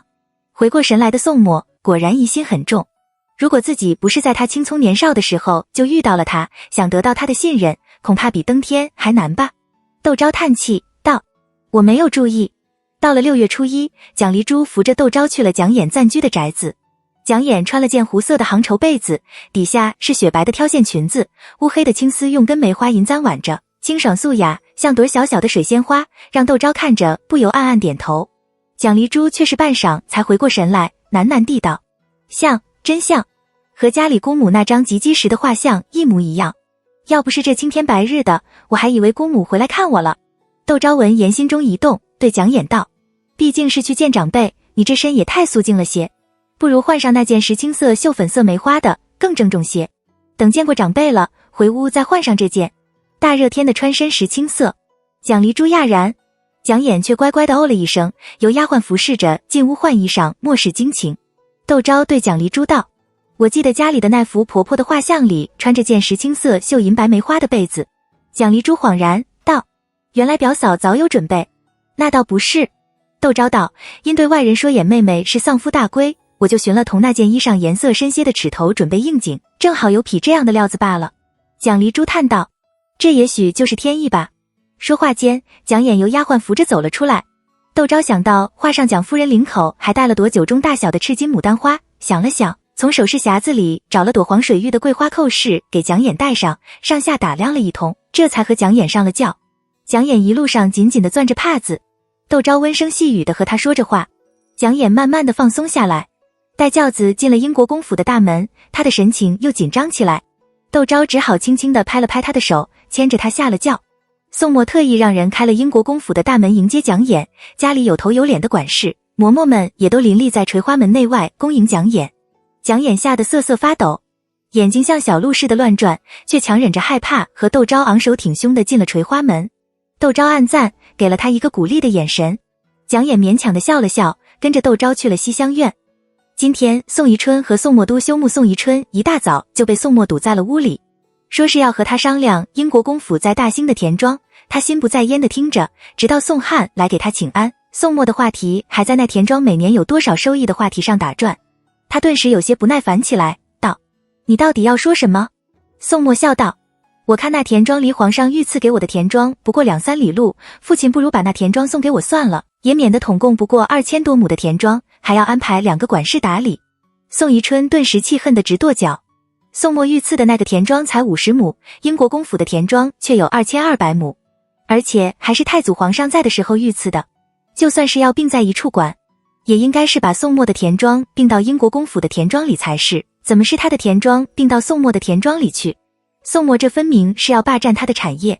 他脸一沉，喊宋汉：天恩，你哥哥要我把大兴那2200亩的田庄白白的送给他，你怎么说？宋汉一脸的茫然，道：这英国公府以后不全都是哥哥的吗？大兴的田庄给哥哥有什么不对吗？宋宜春气得差点倒仰，见过蠢的，还没有见过比这个东西还蠢的。他没好气的道：朝廷律令爵位不分，家产却是可以均分的。宋汉哦了一声，傻傻地道：那爹爹是要把大兴的田庄均分给我和哥哥吗？宋宜春捂着胸口，半天都没有说话。宋默冷眼旁观，坐在那里悠闲地喝着茶。宋汉就像小狗似的凑了过来：哥哥，这茶很好喝吗？你也给我尝尝。这是父亲屋里的茶修真强者在校园。宋默淡淡地道，吩咐屋里服侍的丫鬟给宋汉也沏了一杯，你要是觉得好喝，就向父亲讨要吧。宋汉高高兴兴的应是。宋宜春就低声的骂了一句蠢货，起身要去书房。宋默却逼着他表态：田庄的事您怎么说？要不我直接吩咐下去。宋宜春心中暗暗纳闷，自己的这个儿子虽然厉害，但钱财上却向来不太在意，今天这是怎么了？难道又在打什么鬼主意不成？他心里不踏实，重新回厅堂坐下，道：你在大兴的田庄，皇上曾有言在先，是给你的私产，英国公府的田庄却是宫中的，还是不要混为一谈的好。宋默咄咄逼人，道：我记得母亲曾经说过，祖父去世的时候，也曾将宫中的一部分产业分割给了父亲做私产，可见宫中的产业并不是动不得的。一口浊气在宋宜春胸口翻滚。我还没死呢，等我死了，你再贪墨宫中的产业也不迟。父亲这话说的我不喜欢听。宋默寡淡地道：我自己家的产业怎么就用上贪墨一词了？父亲原来喜欢给人扣大帽子啊，上次是说我不孝，这次是说我贪墨，感情在父亲眼里我就是这样一个人。他和宋宜春唇枪舌剑，宋汉也只好站在旁边干晾着。有小厮跑了进来，道：国公爷、世子爷、二爷、夫人和蒋家12姑奶奶带着蒋家的表小姐过来给你们磕头了。宋宜春一惊，道：蒋家的哪位表小姐来了京都？宋默也不多说，只道：你见了就知道了。宋宜春直皱眉，宋汉的脸色却有些发白。宋默淡笑不语，站到门口迎接。宋宜春总不能推开宋默扬长而去吧，他只好坐在太师椅上等。很快，窦昭和蒋离珠就陪着蒋琰到了门口。宋默见蒋琰一副虚弱的快要倒下去的样子，虚扶着他进了厅堂。正要喝茶的宋宜春一见，立刻傻了，手里的茶盅哐当一声掉在了地上。惠孙，他目光直直地盯着蒋琰，额头上冒出豆大的汗珠。你怎么来了？你不是死了吗？他喃喃地道，突然跳了起来，身子朝后直退，阴阳相隔。你是鬼，我是人，你可别乱来，小心魂飞魄散。他身后是中堂的香案，退无可退，却撞得香案上陈设的茶具鼎器哗啦啦地摔了一地。窦昭和宋默不由对视了一眼。宋宜春和蒋夫人是夫妻，就算是阴阳相隔，他用得着这样害怕吗？蒋琰却嘴唇发白。嫂嫂虽然没有明说，话里话外的意思却透露出他之所以有今天，全是父亲的错。他之前还有些不敢相信，可现在父亲却避他如鬼，嫂嫂并没有骗他。虽然明白，但他还是伤心的眼角微红，垂下了头。一直注意着他的蒋离珠忙上前握了蒋琰的手，在心里悄悄地叹了口气，离色倾城。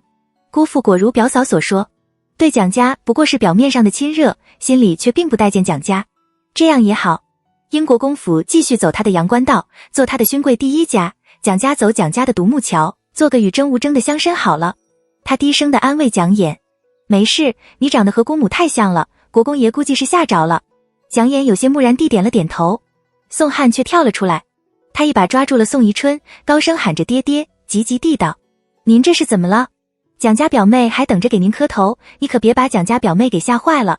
宋宜春一愣，回过神来，他的目光扫过面无表情的宋墨，慢慢地落在了蒋衍的脸上。蒋氏从来都是自信高傲的，何曾像眼前这样的畏畏缩缩，而且年纪也不对。他画那幅像的时候是在生下宋墨不久，而眼前的这个小姑娘顶多也就是刚刚及笄。宋宜春长长的松了口气，他擦了擦额头的汗，在太师椅上坐定，摆出一副倨傲的表情，俨然一个威风凛凛的国公爷，呵斥着宋墨：既然是女眷，交给窦氏接待就是了，带到我面前来，成何体统？还不快点退下去！宋墨就朝着陈和使了个眼色，陈和忙带着蒋丽珠和蒋衍退了下去。屋里服侍的见状，一个个忙不迭地跟着他们退了下去。偌大一个厅堂，只剩下宋宜春、宋墨、窦昭和宋翰。宋墨就笑道：好叫父亲知道，这位姑娘并不姓蒋，原来是姓黎，闺名叫宜贵，是李挑娘的女儿。他的话音还没有落，宋宜春已是满脸的惊骇。前些日子黎亮来找我，说宜贵是我妹妹，让我把她接回家来。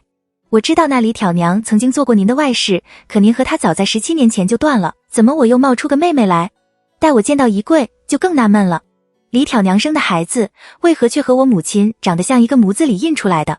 那黎亮是个什么东西？宋宜春暴跳如雷地打断了宋墨的话，他随便找个和你母亲长得有几分相像的人，你就认作妹妹，你还有没有一点脑子？还把那姑娘给带回来家来，你不怕被人笑话？我还怕被人笑话呢。你还不快把那姑娘给送走？又道：黎亮呢？你把他交给我，冒认官亲这条罪名他是跑不了的。当年他敲诈我，我看在李挑娘的面子上放过他一马，没想到他贼心不死，竟然找到了你面前。你不用理他，只管乱棍打死，官府那里自有我去说相。明知道会这样，当窦昭听到宋宜春的话时，还是忍不生出几分伤感来。还好他事先嘱咐蒋丽珠把蒋衍带了下去，不然让蒋衍听到宋宜春的这番话，恐怕宁愿跟着黎亮，也不愿意踏进宋家的大门一步。宋墨嘴角一勾，流露出几分冷峻来。他淡淡地道：可我看那黎亮说话条理清楚，有根有据，不像是说谎的样子。问从前的世仆，也都说有这回事，所以给这姑娘取得个名字叫蒋衍，带了回来。不好像父亲说的那样，把人交给官衙。事情弄大了，就只能翻当年的事了。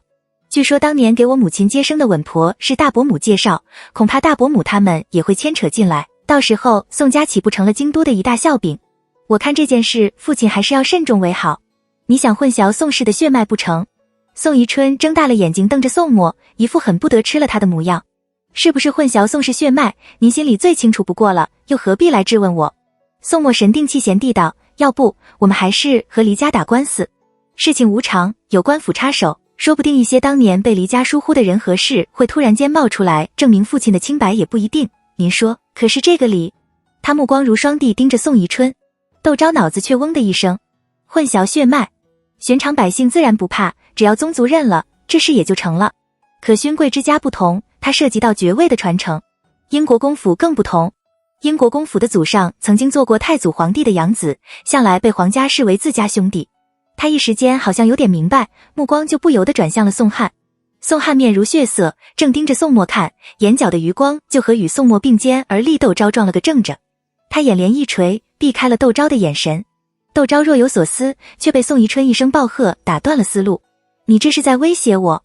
他面色铁青地指着宋墨斩。你这孽子！宋墨并不把宋宜春的话放在心上，依旧是一副从容淡定的样子，温声道：子不言父过，我怎么会威胁父亲呢？父亲误会了，我只是觉得人既然我已经带了回来，就断然没有送回出去的道理，何况还被黎家称为宋氏女，想请父亲答应我将这姑娘认下而已。父亲不必如此震怒，显得你好像心虚似的。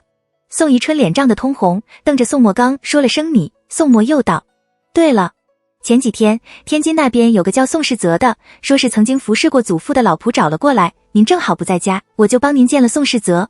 您要不要也见见这个人？据他说，当年英国公府遭了贼，很多人都逃了出去，想回来，家里的管事仆妇都换了，没有门路，就纷纷找上了他们这些老人。父亲见了宋世泽，正可以向宋世泽解释一下这到底是怎么一回事。虽说英国公府不怕事，可家里那么多事仆失踪，闹到皇上那里也不好看。说完，他端起茶盅，低头轻轻地吹了吹水面上的浮叶，呷了一口。宋宜春又惊又恐地望着宋墨。宋世泽，要不是自己当时已经处置了很多人，没有正当的理由，怕再动其他人会引起其他世仆的惊慌，又怎么会放过这老货？没想到这老货竟然自己找上门来，还投靠了宋墨。他难道不知道自己才是英国公吗？他们这些老东西想干什么？还想反了天不成？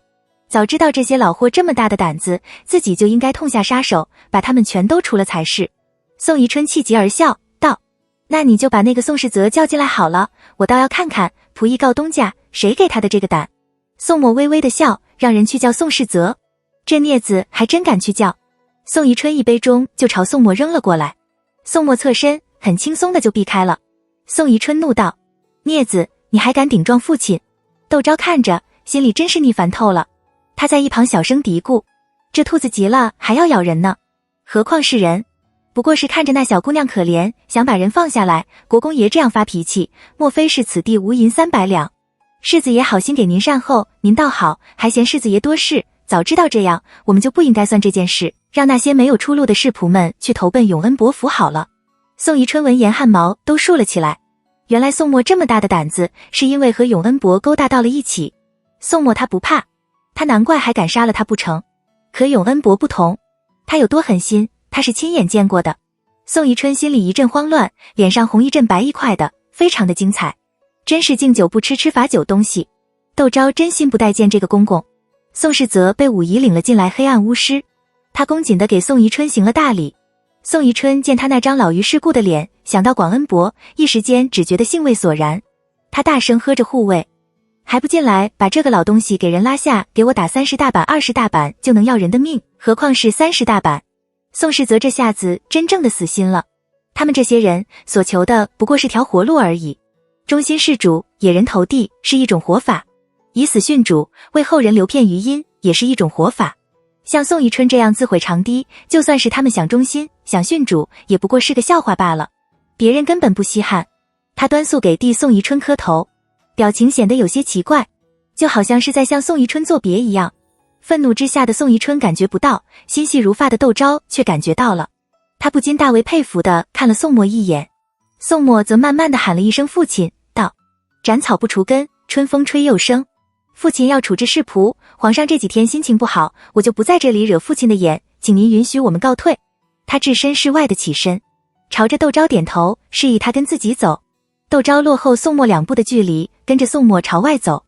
宋宜春和宋汉都有些傻眼，他们都以为宋墨会护着这个宋世泽，涌进来的护卫忙纷纷避让，站到了一旁。宋世泽却明白过来，这是世子爷在警告他，让他交投名状呢。他想活命，就得照着世子爷指的路走，而且这到底是条什么样的路，还得他自己琢磨出来，否则没有这个机敏性，世子爷也不会用他。他苦地抱住了宋墨的大腿，哀求道：世子爷，求您救救老奴的性命，老奴什么都愿意说。宋墨轻蔑地瞥了宋世泽一眼，这才寡淡地对宋宜春道：你也看见了，我不救他都不行。下联几个冲了进来，和宋宜春的护卫对峙而立。宋宜春气得嘴角直哆嗦。宋墨看了下联一眼，带着窦昭退出了厅堂，急急地走到了院子中间。厅堂里传来噼里啪啦的声响，还有宋宜春暴怒的呵斥，可没有谁把这当一回事。西厢院的仆妇早就不知道躲到了那里，宋墨刚才还美玉般的面孔顿时蒙上一层灰色，显得暗淡无光。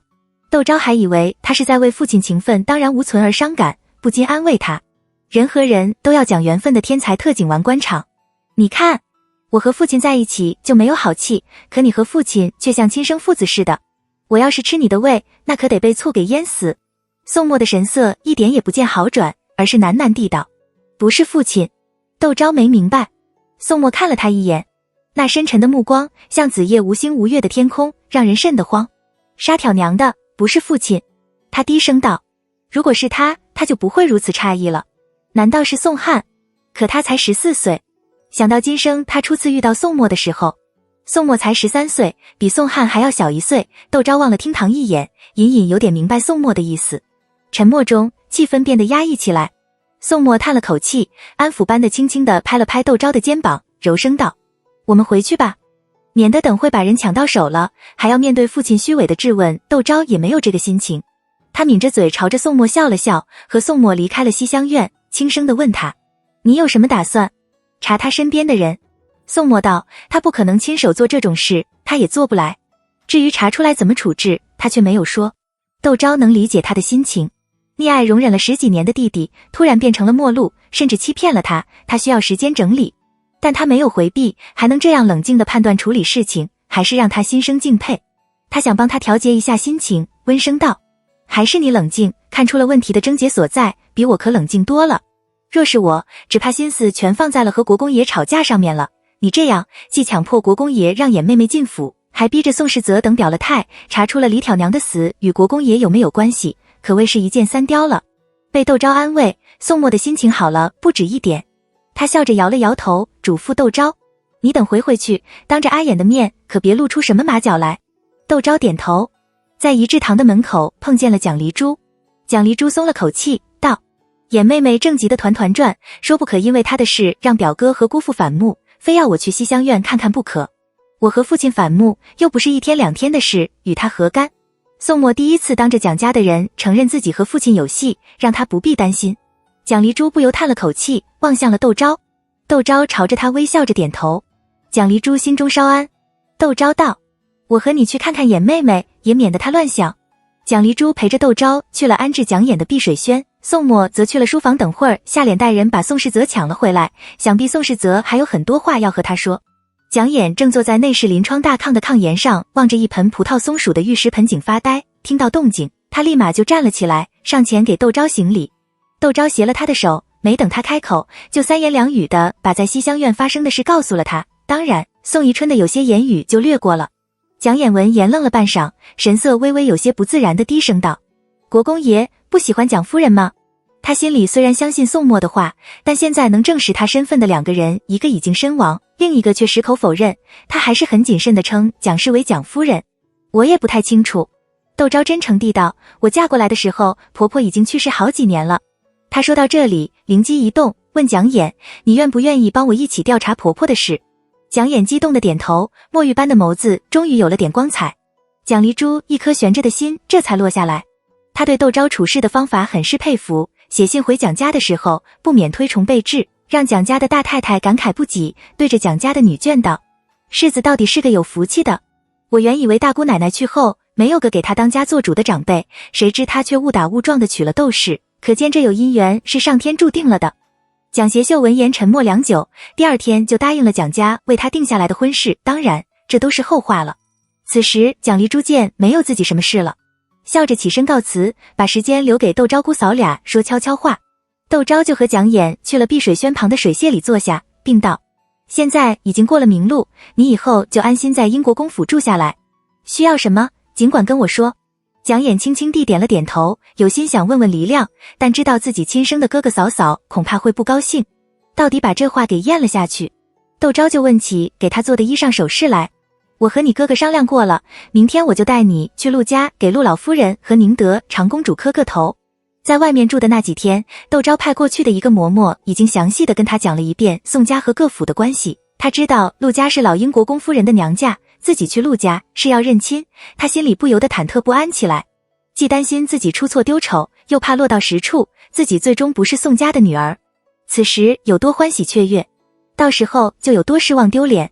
但想到窦昭挺着个大肚子还为了他的事奔波，他就满心的愧疚，不去的话无论如何也说不出口，只好低声的应是。第2天梳妆打扮一番，跟着窦昭去了陆家。陆老夫人和宁德长公主正在奇怪，蒋家的小姐虽多，可让蒋氏心疼的要收为干女儿的好像还没有。燕堂这是搞什么鬼呢？难道是被下面的仆妇给糊弄了？蒋氏走得突然，有人假传蒋氏的遗嘱也有可能。宁德长公主这几年的养气功夫越发的好了，笑着劝自己的这个嫂子，人马上就要到了，见到面了不就知道了。2人正说着，窦昭和蒋衍过来了。陆家大奶奶亲自到垂花门口迎接，见到蒋衍之后就一直没有回过神来，直到进了陆老夫人的内院，她还频频地抬头打量蒋衍。蒋衍十分的不自在，陆老夫人和宁德长公主却惊呆了，特别是宁德长公主，宫里的阿扎事见多了，想的也就远了。蒋衍给他们磕了头之后，宁德长公主立刻找了个借口，让陆大奶奶带着蒋衍去了后花园，自己则打发了身边服侍的，只留了窦昭一个人说话。窦昭来这里，一来是陆家对他们俩口子一直充满了善意，蒋琰需要陆家的承认和支持；二来也是为了把蒋琰的身份挑明之后，看陆家对当年的事有没有一点印象，能不能找到一点线索。宁德长公主问起，他就如同倒豆子似的，把前因后果都告诉了两位老夫人。陆老夫人气得说不出话来，宁德长公主则不停叹气，道：我当年就觉得不对劲，明明是足月生的孩子，怎么虚弱成那个样子？可你婆婆一时被迷了心窍，全然没有发现，我们这些做叔拜婶娘还能说什么？宋汉从小到大不知道用了多少珍贵的药材调理身子，银子像水似的往外泼，可底子还是没有燕堂牢靠，可见这孩子当年不是早产就是被药催下来的诱导，如果是早产的还好说，怕就怕是被药催生下来的。可见英国公铁了心要把这儿子接进府，当年的蛛丝马迹十之八九早已被收拾得干干净净了，你们也不用查了。如果能肯定，就让这孩子以蒋家表小姐的身份认下来，如果不能肯定，也没有什么了不起的，不过是多双筷子，多陪送副驾帘，总比万一错过要好。我们世子爷在这上面倒和你想到一块儿去了。窦昭笑道，就算这姑娘和世子没有血脉关系，可和我婆婆长得这么像，就是缘分，就当多了个妹妹的，好生照顾就是。心里却早就认定了蒋琰和宋墨是亲兄妹。陆老夫人和宁德长公主颔首，问起韦家和贺家来。燕堂有什么打算？窦昭笑道，世子爷说，今年春上起，河南就不太平，有人流窜到清苑县做了流寇，和本地的乡绅勾结，打家劫舍，要让官衙仔细的查查才好，不可让这些人扰乱了地方的清静。听世子爷的意思，这几天就会有结果了。陆老夫人和宁德长公主不住的点头，道：如此甚好。又道：不必和那样的人家一般见识。想当初金贵银贵家不过是给了昔日的师兄弟10两银子，就落得个家破人亡妻离子散，如今韦权和贺清远勾结流寇，还能有个什么好？陆老夫人和宁德长公主就让人请了蒋琰过来，从身上退了2件事物，做了见面礼，细细地问了蒋琰一番。蒋琰虽答得滴水不漏，可也难掩神色间的局促。陆老夫人和宁德长公主不无可惜地摇头，觉得这么漂亮的一个小姑娘，却从小跟着黎家在街区小巷里长大，畏畏缩缩的，到底难脱小家子气。窦昭也知道，如果时间允许，能把蒋琰再养些日子再带出来最好，可他过些日子就要生了，等他能脱开身带着蒋琰露面，时间太长，就怕蒋琰被传出是蒋家送过来服侍宋墨的，坏了蒋琰的名声。他不停地给蒋琰打气，带着蒋琰回了趟窦家。宋墨心疼得不得了，不让他再出去。对付父亲，我有的是办法，你不能不顾着自己到处乱跑。如果窦昭有个3长2短的，他觉得现在做的这些事都没有了意义。窦昭笑道，稳婆本就要我多走动，我正好没事，带着琰妹妹出去透透气也好。宋墨的脸色却不见好转。窦昭只好道，如果我觉得不舒服，我就立刻待在家里。宋墨这才神色微松，蒋琰也跟着松了口气。他知道窦昭和宋墨这是为他好，可他实在是不喜欢这种交际应酬，特别是大家的眼睛盯在他的身上，像要把他看穿似的。他就担心那些人会知道他曾除丈夫之外，还和别人不清白，觉得自己好像随了养母李挑娘似的，自以为自己的那点丑事别人都不知道，实际上满街坊没有一个不对他指指点点的，就是自己，也因此受到了不少的非议。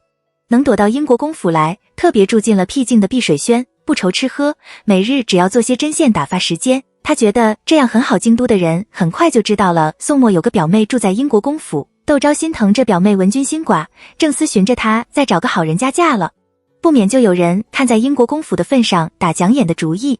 蒋琰吓得面色如雪，去求窦昭，我不想再嫁人，您把我送到庙里去吧。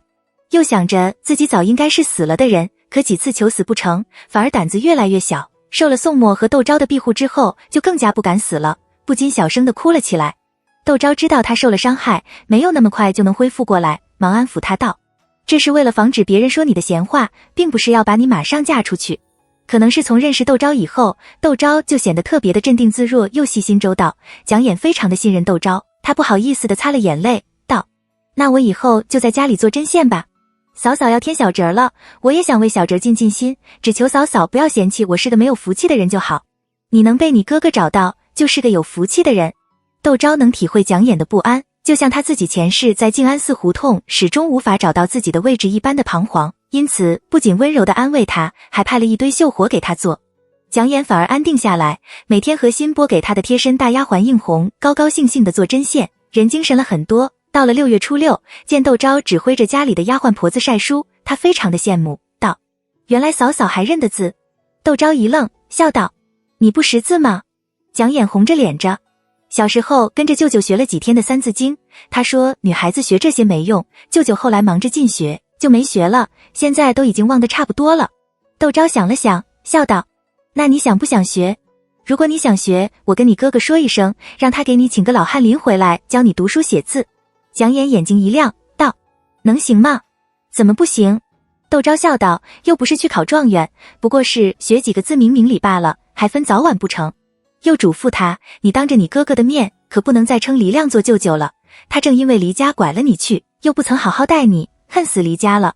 蒋琰想到那天宋墨打黎亮时的表情，知道窦昭所言不虚，害得脸色发白，不要说当着宋墨，就是当着窦昭也再不敢提黎亮一句。窦昭不免有些后悔，他和蒋琰相处了这几日，知道这孩子是个温顺敏感的，蒋琰不提黎亮，并不代表蒋琰就真的把黎亮给抛到了脑后，反而越是这样藏着掖着，就越容易想差了窦昭和宋墨商量。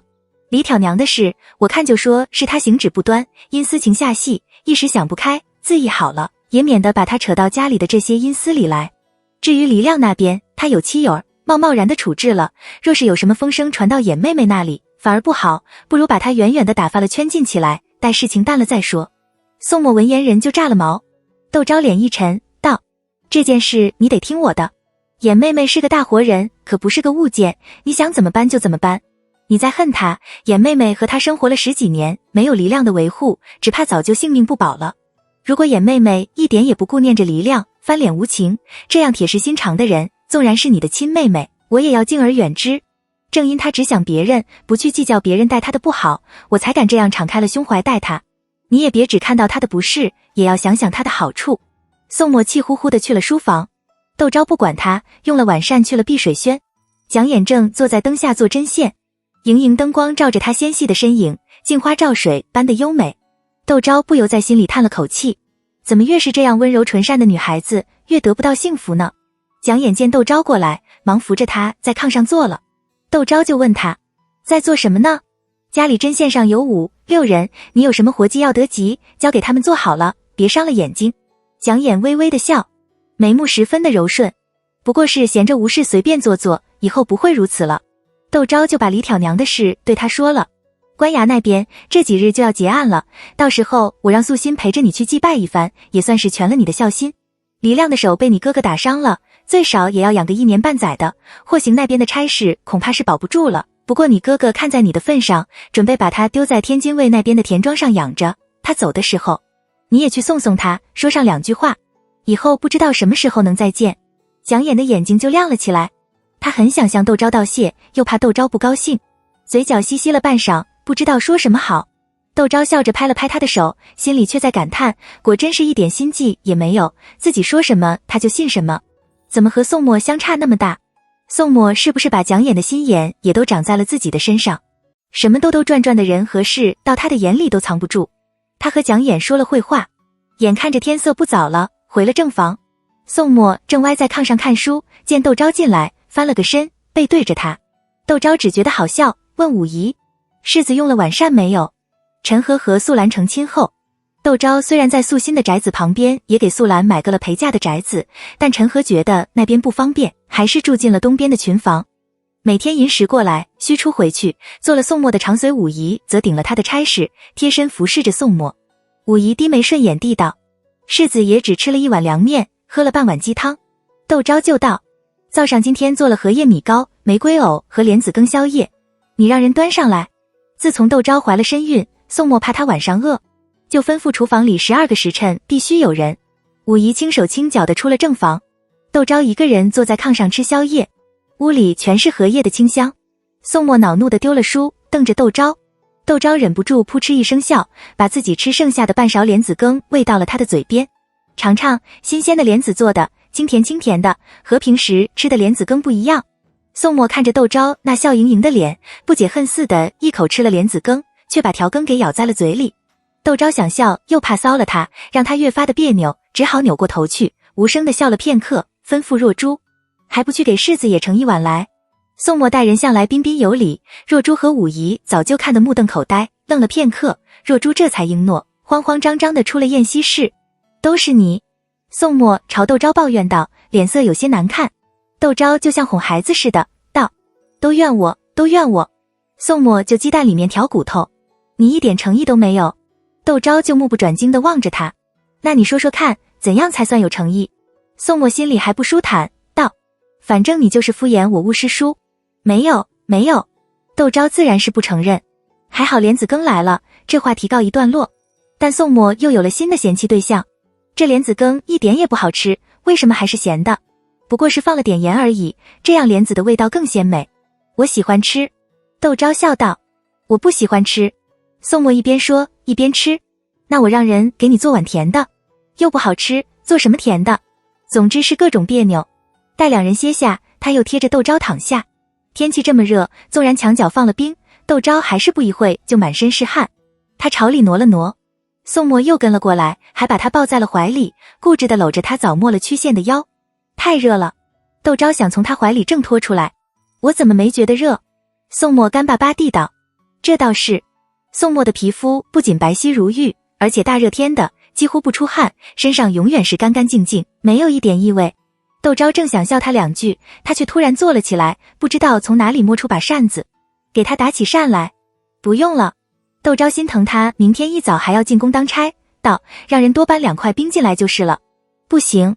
宋墨道，你怀着孩子，屋里太冷，小心着凉，非要给他打扇不可。窦昭实在是没力气和他折腾了，想着他累了，自然会歇了，微风习习中，很快就睡着了。第二天早上醒来，宋墨已经去了宫里，那把扇子就丢他的枕边。他问当值的若彤，世子什么时候歇的？到快天亮的时候才歇下。宋墨不歇下，当值的是不敢歇的。若彤说这话的时候，眼睛都有点睁不开。窦昭不禁拿起那把团扇，轻轻地摇了2下。用早膳的时候，武姨进来禀道，世子爷留了话下来，说明天就送黎亮去天津卫的田庄。宋世泽投靠宋墨之后，向宋墨举荐了几个曾经服侍过老国公爷，后因蒋夫人长家而跟着儿子去了田庄上荣养的老仆，这些人多半都在天津卫，黎亮送过去很安全。窦昭点头道，宋世泽推荐的人什么时候到？曾经服侍过老国公爷的人年纪都大了，不适合再到仪制堂当差，可他们都是曾经见过世面的，子弟中很有几个出挑的，宋墨决定从中挑选几个为己所用。武姨笑道，也就这2天会到了，夫人要不要瞧瞧，挑几个顺眼用用，这些事他就不要插手了。蒋夫人当初就是手伸得太长，让宋家的这些侍仆感觉到了不安，这才会发生英国公府的继承人被孤立的事，骗本事道。等他生下孩子，他自然也就融入了宋家。窦昭觉得今天早上厨房里做的青菜包子不错，吩咐武姨给眼姑娘送些去，然后喝了口熬得糯糯的白粥。如果说京都英国公府仪制堂的早晨是美好的，那远在临清的贺府则是鸡飞狗跳，一片混乱。贺清远回到家里，美人不见了踪影，自然有小厮告诉了发生了什么事。他顿时傻了眼，急急地追到了客栈。那行商一见讲眼，就是知道是好人家的姑娘，听陈家说是被人拐了，不疑有他，想着拐卖良家子可是要被流放300里的，顿时吓得全身是汗，只想快点把这烫手的山芋丢出去，哪里还会留下行踪。贺清远什么也查不到，只好回家去哄那母老虎。好话说了一箩筐，小心赔一整天，那母老虎硬是不开口说把人卖给了谁。贺清远顿时横眉竖目变了脸。贺太太娘家兄弟5个，其中1个还在县里做点使，哪里怕贺清远。2人先是口角，后来就抓头发挠脸的打了起来。家里的丫鬟婆子纷纷避走。贺大奶奶怎么能看着和自己一边的婆婆吃亏，吵着要贺浩去劝架。贺浩不过是弃父侵占了他的美人，想着母亲把父亲给救回家，美人岂不又是他的了。听说母亲把人卖了，后悔不已，一心一意的支招耳朵，想听个子丑寅卯来，怎么敢去劝架。贺大奶奶气得胸口抽疼，忙叫人去给贺太太娘家报信。不就是在外面养个女人吗？他的几个大舅兄谁没有几个相好，怎么到他这里就不行了？贺清远哪里服这个搓，撸着袖子就和贺太太娘家的人理论起来。贺浩瞧着这阵势，要是父亲都输了，以后就是找着那美人，自己也只能干看着了，忙叫了贴身的小厮去找维权，让他过来帮忙。维权和那粉头厮混了2天就后悔了。他娶妻原是为了回家有口热汤热水，那粉头从小在勾栏院里长大的，哪里是会过日子的主？他就想着能不能把妻子要回来，对那粉头就有些淡了。听说贺家出了事，他摊了鞋就往外跑。那粉头学的就是怎么伺候男人，维权的心思他怎么看不出来？可错过了维权，他却难再找到这样好家世的男人了，正使了浑身解数缠着维权。见维权往贺家跑，他哪能让他一个人去，也急巴巴地跟着维权去了贺家。维权踏进贺家的大门，就看见贺太太的三兄弟正挥着拳头追着呼哧哧围着葡萄架跑的贺清源打。贺浩的不知躲到哪里去了，贺少奶奶由贴身妈妈扶着，着急地站在西厢房的台阶上，高声地喊着别打了，别打了。贺太太却由自己娘家的大嫂陪坐在正房五廊下的美人靠上，一面呜呜地哭着，一面骂着贺清源老不休老不死的。贺太太那个做点屎的兄弟倒没来，除了其中的一个侄儿不紧不慢地追着贺远清等人喊着叔叔有话好好说，可别伤着姑父之外，其他几个兄弟侄儿像没有看见院子里的情景似的，纷纷在旁边安慰着贺太太。维权耸着肩膀就想开溜，贺远清的目光却利，一下子就看见了维权，忙高声呼着百瑞还不过来帮忙。贺太太娘家他不敢得罪，贺远清他同样不敢得罪。他上前就朝着贺太太的三兄弟拱手一礼，恭敬地称了声三舅老爷。贺太太又不是要和贺清远和离，贺太太娘家的人怎么能真下手打自家的姑爷？要不是这个维权，贺远清一把年纪了，怎么还会学着别人养外室？贺太太的三兄弟看见他就满肚子气，一声不吭，朝着维权的脸就是一拳。维权猝不及防，哎呦一声捂着脸，剧烈着摔在了地上。好好一个家业，就是被你们这乱家的种子引诱着给败了的。贺太太的三兄弟看见他就怒形于色，气呼呼地骑在了维权的身上，对着他劈头盖脸就是一顿痛揍。贺清源好不容易摆脱了这莽夫，自己还惊魂不定，哪里还管得着维权？远远地躲在壁影旁喊着护院，你都是死了！一个个只吃饭不做事的家伙。几个护卫满脸谄媚地跑了出来，身后还跟着一直没有出来的贺浩。要不是小兔崽子告密，他怎么会美人没有得到，还被自己的舅兄找上门来？贺清远口里骂着小崽子，看见你爹挨打，你高兴了，扬手就给了贺浩一耳光。贺少奶奶一声尖叫，贺浩杀猪般的叫了起来。贺太太也顾不得哭骂了，大喝着贺清远，你敢打我的儿子，我和你拼了！提着裙子就冲出了正房五廊。贺清远吓得一哆嗦，正寻思是不是先跑出去避一避，就看见一个妇人妖妖娆娆从壁影后面走了进来。他认出那是维权的相好，不由得一愣，沉声道：你是怎么进来的？那妇人原是院里的人，跟着维权也不过2-3个月，维权又没有想娶她家去，他行事做派还保留着院里的习惯。闻言先冲着贺远清抛了个媚眼，这才道奴家是来找我们家汉子的，府上的小哥认识我，就放了我进来。又讨好地道，爷这是怎么了？闹得街坊邻居都围在大门口。要不是贺家是本地的最大的乡绅，有人守着大门，那些人早就把他们家的大门给围住了。贺清远气得脸色发紫，心里嗔怪起贺太太一点夫妻情面都不讲，让自己成了清苑县的笑柄，朝着大门口就嚷上了：你们都是怎么守的门？不管香的臭的都往里放，你们是不是嫌日子过得太清闲了，想被卖盐厂去晒盐啊？他说着，外面就传来一阵喧哗，10几个衙役突然凶气腾腾地跑了进来，将个院子团团围住。院子里的人都愣住，贺太太张口结舌地站在了院子中央。贺太太的兄弟的拳头停在了半空中，追着在贺太太身后的一众人更是茫然不知所措。偌大一个院子，只听见维权的呻吟声。就在这诡异的气氛中，清苑县捕快陪着小新和清苑县的主簿的走了进来。来的都是熟人，让院子里的人俱松了口气。贺太太的4兄弟更是笑着迎了上去。大人，您还记得我不？我是典史家的老三，出了什么是什么，还要劳您亲治。这是我们姑爷家。他说话间，贺清远已塞了一张50两银票过去。昨天还一起喝花酒的主簿却翻脸就不认人了，将贺清远塞的银票扔在了贺清远的脸上不说，还一副大义凛然的样子，沉着脸喝道：天子犯法，与庶民同罪。贺家勾结土匪，危害乡里，不要说你们是典史家的亲戚，就算是县尊的亲戚，也断然没有放过的道理。说完，朝那些衙役喝道：还不把这些同党给我绑起来！院子里的人傻了眼，那些衙役却如狼似虎的蜂拥而上，不管是贺家的人还是贺太太娘家的人，见人就逮。院子里顿时响起女眷们惊慌的尖叫声。贺太太的四兄弟急了，忙道：这到底是怎么一回事？我们怎么可能勾结土匪？就算是他们犯了事，也断然没有把家里的女眷也一起抓起来的道理。主簿冷笑，典史管着监盗狱囚，是捕快的顶头上司，平日里这捕快没有少的贺家的孝敬，见状就指了指天，示意他与其和主薄在这里浪费口舌，不如找父母官大人说话。贺清远和贺太太的四兄弟虽然都感激地朝着那捕快点了点头，心里却焦急如焚，隐隐觉得这件事不简单。院子里就响起了维权粉头的惊慌的叫声：你们抓我做什么？我不过是看热闹的。维权也道：我们不过是来劝架，你们抓错了人。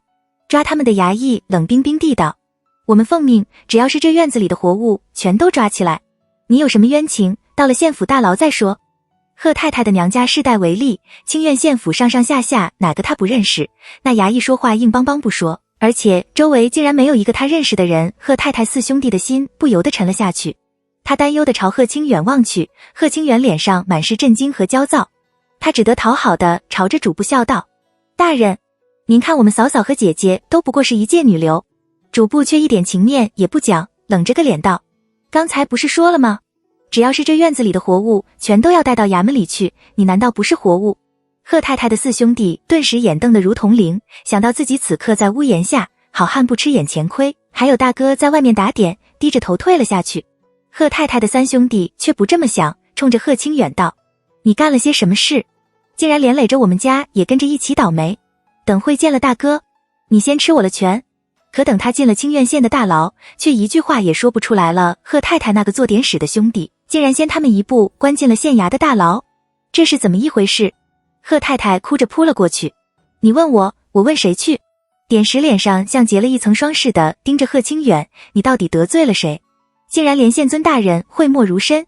我们做生意的讲究和气生财，我怎么会得罪人？贺清远说着，灵光一闪，道：是不是你得罪了谁？能指使得动县尊大人，我自认可没这本事得罪这样的人。两人你一言我一语的吵了起来，脸被打得青一块紫一块，肿得像猪头的维权则悄悄地拉着个平时相熟的劳役色最快碎银了过去，低声道：哥哥行个好，把我放了吧。你也知道我和这两家不过是认识而已，他们进来就被关了起来，还没有过堂。那劳役把银子塞到腰间，看了眼正吵得凶的贺清远郎就，低声道：你还有什么人可托的？我帮你传个话吧，其他的我却是无能为力。这案子由府里派人来协理，连衙役都是从府里派下来的，县尊大人也要靠边站，在家里好好的，来劝个什么架？现在好了，把自己也给折腾进去了。这要真是被扣上一顶勾结土匪、危害乡邻的大帽子，他不被斩首，也要被流放，维权场子都要毁清了。就听见大牢的门框当一声，几个面生的衙役押着贺太太的嫂子者侄女走了进来。爹爹，老爷，嫂嫂，牢房里你哭我叫的，一时间乱糟糟的如菜市。维权忍不住发起抖来，这是要干什么？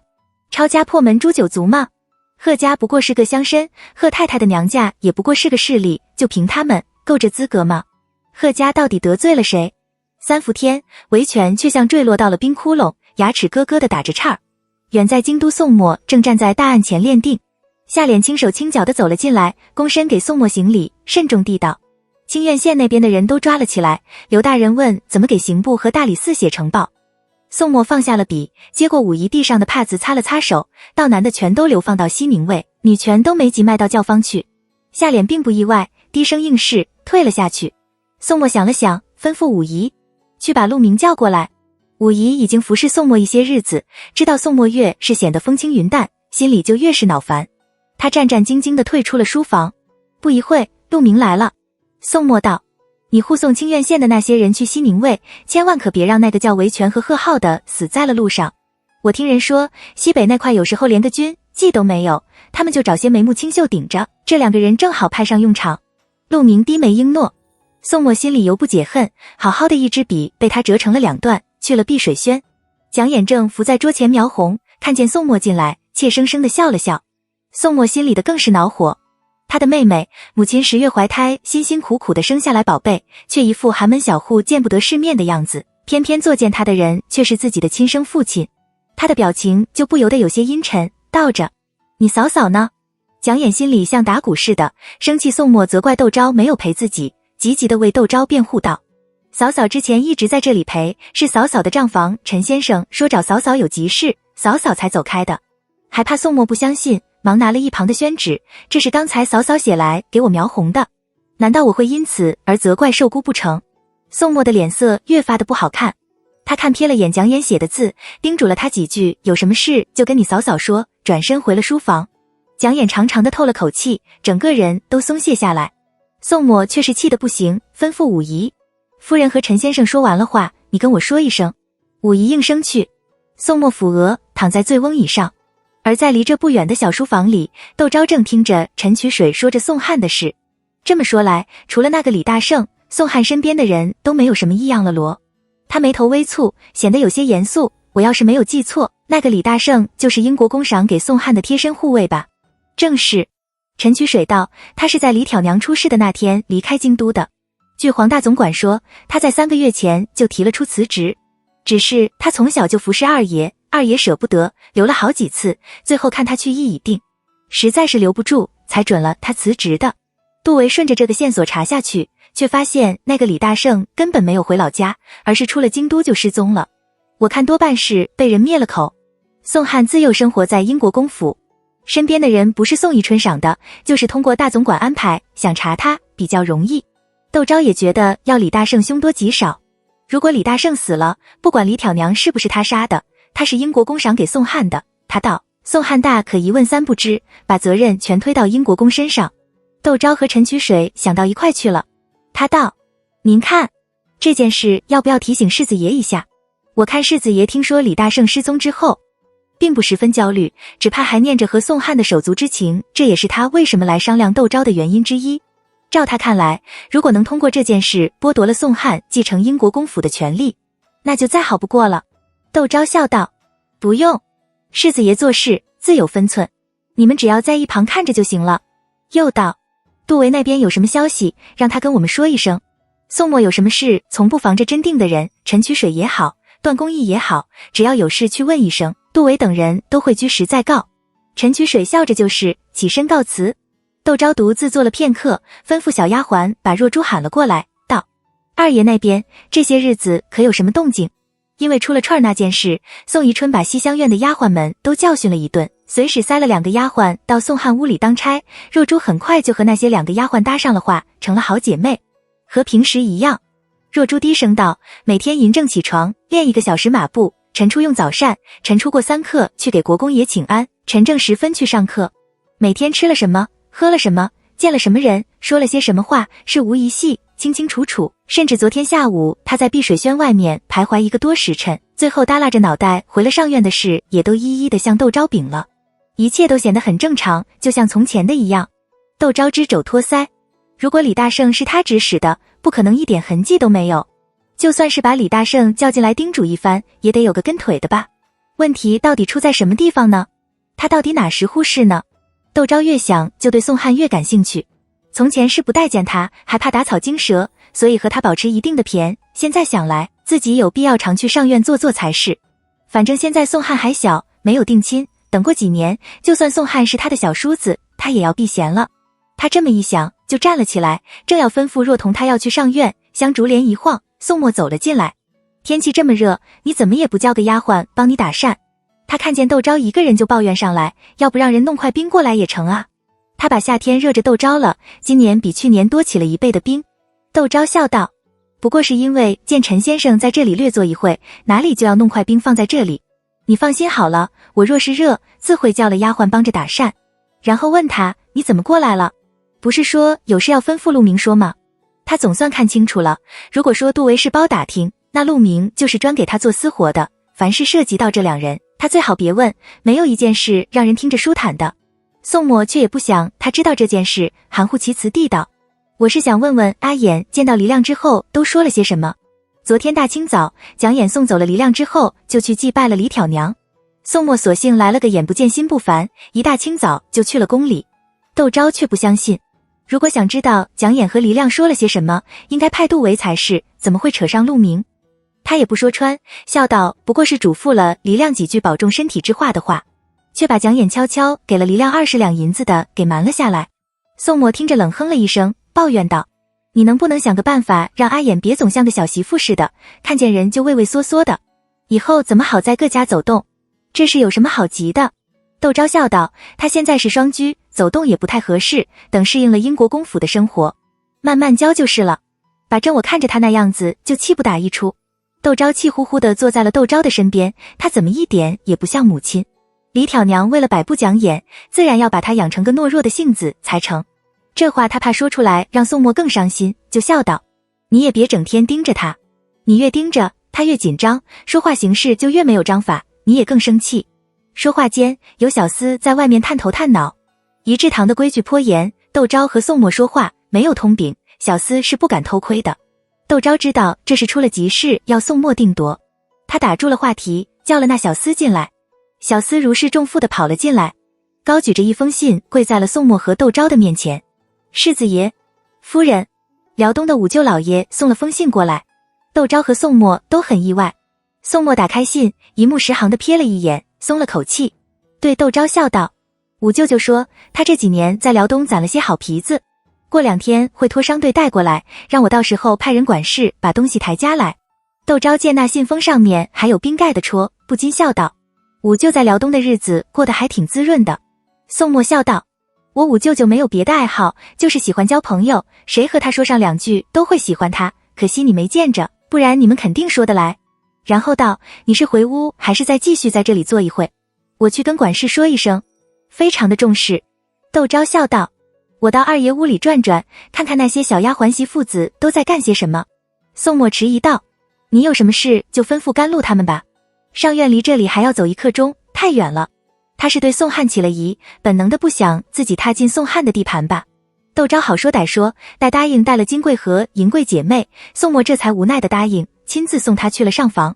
宋汉下午要学音律，只留了七霞带着几个小丫鬟守着屋。见窦昭过来，七霞又惊又喜，忙和丫鬟端茶倒水摆弄点心水果。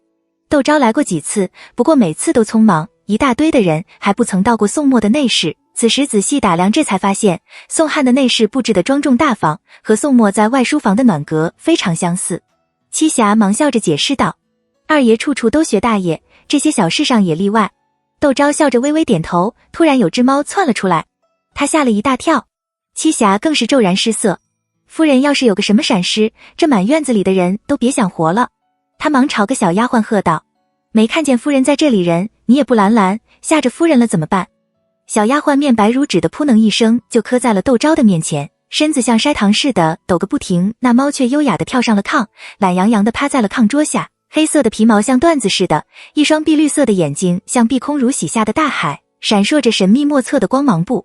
窦昭这才发现这猫竟然是只名贵的波斯猫，可惜他不喜欢这种猫，觉得长相诡异，就不由得退后了几步。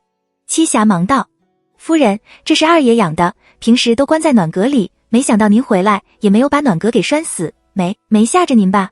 窦昭觉得就算是宋汉也没有这个胆了，拿只猫来吓唬已经快要临盆了的自己，看了那猫几眼，说了声还好，和七霞他们退出了宋汉的内室，刚在厅堂里坐定，宋汉满头大汗地赶了过来：“你们是怎么看的家？连这点小事也做不好，是不是都不想待了？”宋汉朝着七霞等人就是一通呵斥，吓得七霞几个跪在地上瑟瑟发抖。那猫却喵喵叫着跳到了宋汉的脚背上，还蹭着宋汉的腿，显得非常的亲昵。窦昭不想让宋汉拿了自己做法子，笑道：“好了，你也别发脾气了。我没想到你在内室养了只猫，平时也没听人说起，这才吓了一大跳。”说着指了那猫道：“怎么挑了个这样的颜色？看着让人瘆得慌。你要是喜欢养猫，我明日让人给你挑几只白色的或是麻灰色的，漂亮些，也免得像今天似的突然窜出来把人吓着了。”宋汉呵呵的笑，显得有些善然，却弯腰将猫抱在了怀里，道：“嫂嫂找我有什么事？我每天下午会跟着先生学琴，嫂嫂有什么事差人去跟我说一声，耽搁一会儿也不打紧。”他很自然地转移了话题，对猫的事一字不提，颇有些委婉拒绝的味道。窦昭就多看了那只猫2眼，笑道：“稳婆让我多走动走动，我每天在仪志堂里打转，再好的景致也平常了，就来看看你屋里的丫鬟都在做什么。”然后和他说起学琴的事来，听说这位先生曾经师从翰林院的杜嘉年，想必也是个读书人吧。是壬子年的举人，和杜大人是同乡。宋汉把猫交给了栖霞，和窦昭在临窗的大炕上坐下，笑道：杜大人无暇收徒，就推荐了这位先生，脾气很好，不仅善音律，还善书画，我受益良多。那就好。窦昭和他寒暄着，看见栖霞小心翼翼地将猫交给了之前那个跪在他面前像筛糠的小丫鬟，那小丫鬟像抱着个罕视奇珍似的，轻手轻脚地退了下去。有意思。他瞥了若珠一眼，低头喝了口茶，嘴角微翘的和宋汉说了会话，就起身告辞。稳婆让我每天最少走1个时辰，可不敢在你这里多坐了，下次有空再来看你吧。宋汉起身，恭敬地送窦昭出了上院。窦昭站在台阶上看小丫鬟们喂鸟，若珠急匆匆地走了过来。夫人，他低声道，你走后，二爷让人把那个看猫的小丫鬟拖下去打了20大板，栖霞等人也被扣了1个月的月例。那小丫鬟不过12、13岁，20大板打下去，人就废了。窦昭的脸色有些不好看，若珠低眉顺眼，垂手而立。窦昭好半天才道，你去留意一下那小丫鬟，看能不能留她一条命放到田庄里去。若珠恭谨的应是。窦昭就道，二爷很喜欢养猫吗？我怎么不知道？除了养猫，二爷还有些什么爱好？若珠不由得诚惶诚恐道，二爷屋里除了那只猫，还养了4只黄鹂，1对鹦鹉，1对鹩哥和2只乌龟。平日里并没看出特别喜欢哪些，讨厌哪些。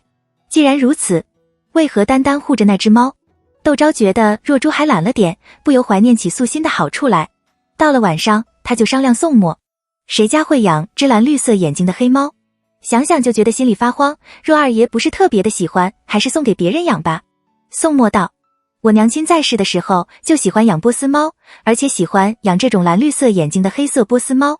他说着，表情微暗，叹道，可惜家里出事的时候，那些猫都不知道跑到哪里去了，我命人找了好几回也没有找到，后来家里的事多，也就顾不上这些了。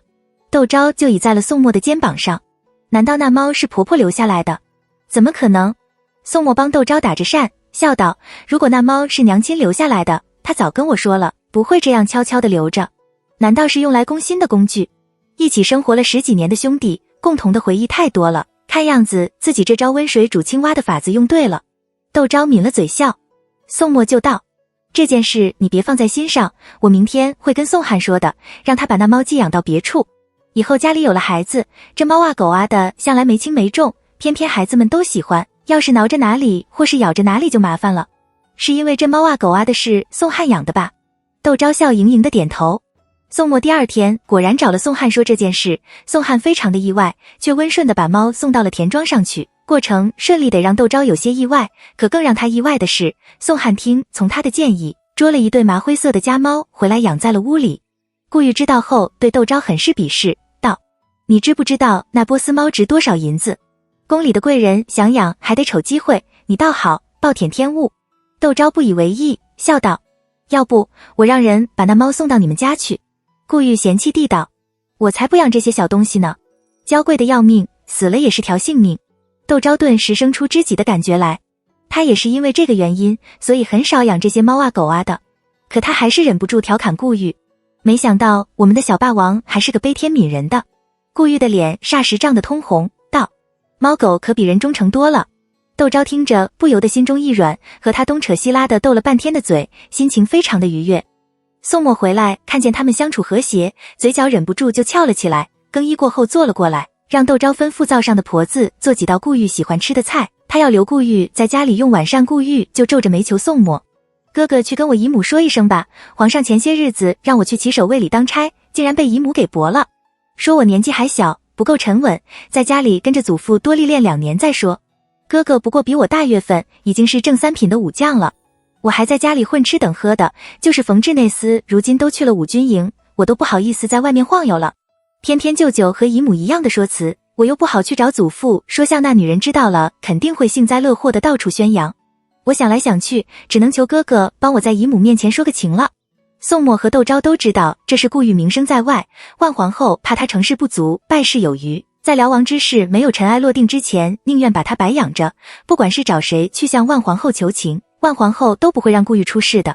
实际上不管是万皇后还是辽王，都还是很照顾顾玉的。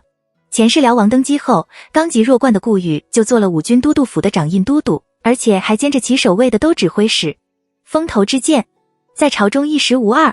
这些宋墨当然不知道，他自有办法对付顾玉。说来说去，还不是你被那个京都小霸王的名声给拖累了。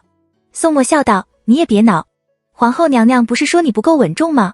你做几件稳重的事给她看看，她自然也就不会拦着你了。顾玉一听来了兴趣，忙道，那我该怎么办？宋墨道，我在天津那边盘了一家船务，正愁没有理事的人，要不你去帮我管一管，回来之后大家自然会对你刮目相看了。不是吧？顾玉大失所望，你让我去给你做管事，难怪皇后娘娘不放心你。宋墨道，眼高手低的能做成什么事？你别看我现在光鲜，我12岁的时候就和广东13行的大掌柜们对仗，要不是有这点本事，你以为那些个个都能独当一面的大掌柜会服我？顾玉扭扭捏捏的坐在那里不说话了，让他一下子去做管事做的事，这落差是有点大。窦昭就道，男子汉大丈夫，能伸能屈，你要是连这么点委屈都受不了，怎么能成大事？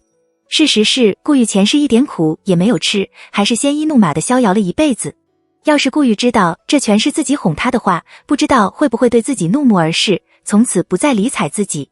窦昭在心里思忖着，顾玉却腾地一下站了起来，在屋里打了几个转之后，面露异色的站定，咬牙切齿地道，好，我去天津。我就不信了，这点小事还能难倒我。窦昭忙把顾玉赞了一通。顾玉翻着白眼道，你别以为我不知道你们是哄了我去给你们买苦力，不过是经理也无聊，我正好去散散心。窦昭和宋墨哈哈的笑，顾玉转头就忘了宋墨算计他的事，笑嘻嘻和宋墨道，听说海外有奇珍，我们不如造个大船，到时候出海去逛一圈。宋墨啼笑皆非道，那种出海的大船建造工艺都由工部掌握着，等闲人看都看不到，更别说私造是为例的了。顾玉勉强点头应诺，眉宇间却难掩跃跃欲试。宋墨望着窦昭叹气，把这个没心没肺的支到天津去，也不知道是对还是错。宋墨原想去和云阳伯说说，不曾想隔天辽东的商队就进了京。蒋孙伯除了给宋墨送来了2大箱子皮毛，还送来了一封问候信。宋墨客气地接待了商队的大掌柜，由廖碧峰陪着，在英国公府用了一顿饭。他自己却待到掌灯时候，拿着信回了书房，让武仪等人守在书房外面，独自待在书房半晌都没有出来。窦昭有些担心，去了书房。书房里灯火通明，宋墨端坐在书案前，正望着书案上的8角宫灯发着呆。书案上除了一封摊开的书信，还有一本千言诗。这是个什么情况？窦昭有片刻的愣怔。宋墨已将手边的书信递给了他。窦昭接过信，匆匆看了几句，已是满脸的惊愕，道：五舅舅竟然说自己如今在辽东生计艰难，让你看在从前大舅就对你照顾有加的份上，给他捎几千两银子过去。皇上并没有将蒋家置于死地，蒋家的产业虽然大部分都充了公，但濠州的祭田和祖宅却没受损。在蒋丽珠出嫁的时候，宋墨怕蒋家在钱财上捉襟见肘，曾让窦昭私下贴补给蒋家5000两银子。蒋家四太太不仅谢绝了，还曾委婉地告诉他，蒋家虽然不比从前，但梅夫人去世的时候，把一些事情都已经安排好了，其中就包括蒋家的姑娘出嫁时每人都是1000两银子的陪嫁，蒋家的儿子娶媳妇每人都有2000两银子，比一般的富户人家嫁女儿娶媳妇还要富裕。蒋孙伯怎么会缺银子？还开口找宋墨要，他很是不解。宋墨低声道，我小的时候大舅曾经告诉我用千家诗写家书，字面上是一个意思，字面下又是一个意思。他细细地告诉窦昭怎样看这封信。窦昭学了半晌才明白一个大概，待看明白一行字已是头昏眼花。他不由地道，还是你直接告诉我五舅舅都在信上写了些什么吧，等我有空的时候再仔细地琢磨琢磨也不迟。宋墨道，五舅舅说辽王有野心，让我们小心。看来自己推测的不错，无上仙魔。辽王已经渐露獠牙。窦昭神色凝重，五舅舅这几年在卫所表现出色，辽王想到时候让五舅舅领兵，答应事成之后为蒋家沉冤昭雪。五舅舅想了又想，决定投靠辽王，但又怕事情万一败落连累到我，所以写了这封信给我，还说过些日子他还会派人来向我要银子，并会放出话去，如果当初没有母亲的苦心经营，英国公府哪会有今天的荣华富贵。现在蒋家的人在辽东吃苦受累，宋家却依旧锦衣玉食，哪有这么便宜的事不拿个10几万两补偿蒋家？这件事没完，还嘱咐我宁愿落得个吝啬薄情之名，也要趁机和他划清界限，万一太子登基，好歹能和他撇清关系。窦昭听着很不高兴，道：若是辽王失败了，亳州的那些妇孺怎么办？难道还让他们再经历一次抄家灭门的凄惨不成？宋默苦笑道：人在矮檐下，不得不低头。五舅舅在辽王的治下，恐怕由不得五舅舅拒绝，能不能想想其他的办法？窦昭道：蒋家到了如此的境地，却依旧能得到昔日同僚和故旧的尊敬，不过是因为忠君报国的忠勇之名而已，投靠了辽王。就算日后辽王登基，那也是乱臣贼子、窃国之君，蒋家跟着他行事，名声可就全完了。以后蒋家再有什么事，恐怕再难有人庇护了。上一世辽王利用的是宋默，这一世他利用的是蒋百孙。他不由为蒋家叹气：我何尝不知道？宋默道：只是辽王的条件太诱人了，大舅舅他们死得那么惨，五舅舅怎么可能心平气和，没有一丝的怨恨？而且就算是五舅舅想办法拒绝了辽王，太子会相信五舅舅没有和辽王沆瀣一气吗？不能。窦昭无奈地摇头。难道就这样看着蒋百孙涉险不成？窦昭觉得心里有点难过。宋默却在屋子里打着转，窦昭不知道他在想什么，不敢打扰，静静地坐在一旁。好一会，宋默才停下了脚步，在窦昭身边坐下。窦昭忙给他重新上了中温茶。宋默喝着茶道：看来只好试探试探太子了。窦昭瞪大了眼睛。宋默低声地道：太子素来一副无欲无求的模样，我有些摸不清他的想法。如果他知道了辽王的野心，是会慌慌张张地对付辽王，还是不动声色地暗中布局？事到如今，辽王把主意打到了蒋家的头上，他也肯定觊觎大舅舅留下来的那些东西，我们就算是想撇清也困难了，不如趁早看清楚太子和辽王到底谁强谁弱，到时候再见机行事也不迟。这就是要提前站队了。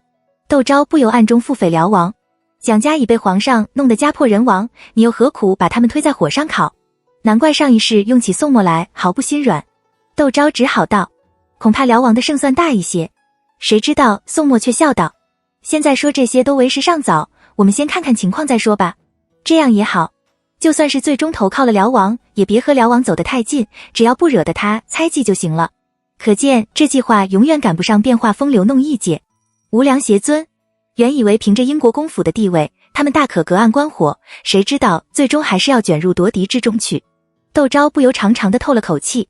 宋默就安慰他：你放心，这件事我有分寸，不管五舅舅投靠不投靠辽王，只要辽王有反意，我和五舅舅表面上都要反目，毕竟现在鹿死谁手还不知道，我也不会因为愚忠而让你和孩子受苦的，你知道就好。窦昭只好这样牵绊着宋默。自古以来参与了夺嫡之中的人，不管成功还是失败，都没有什么好下场。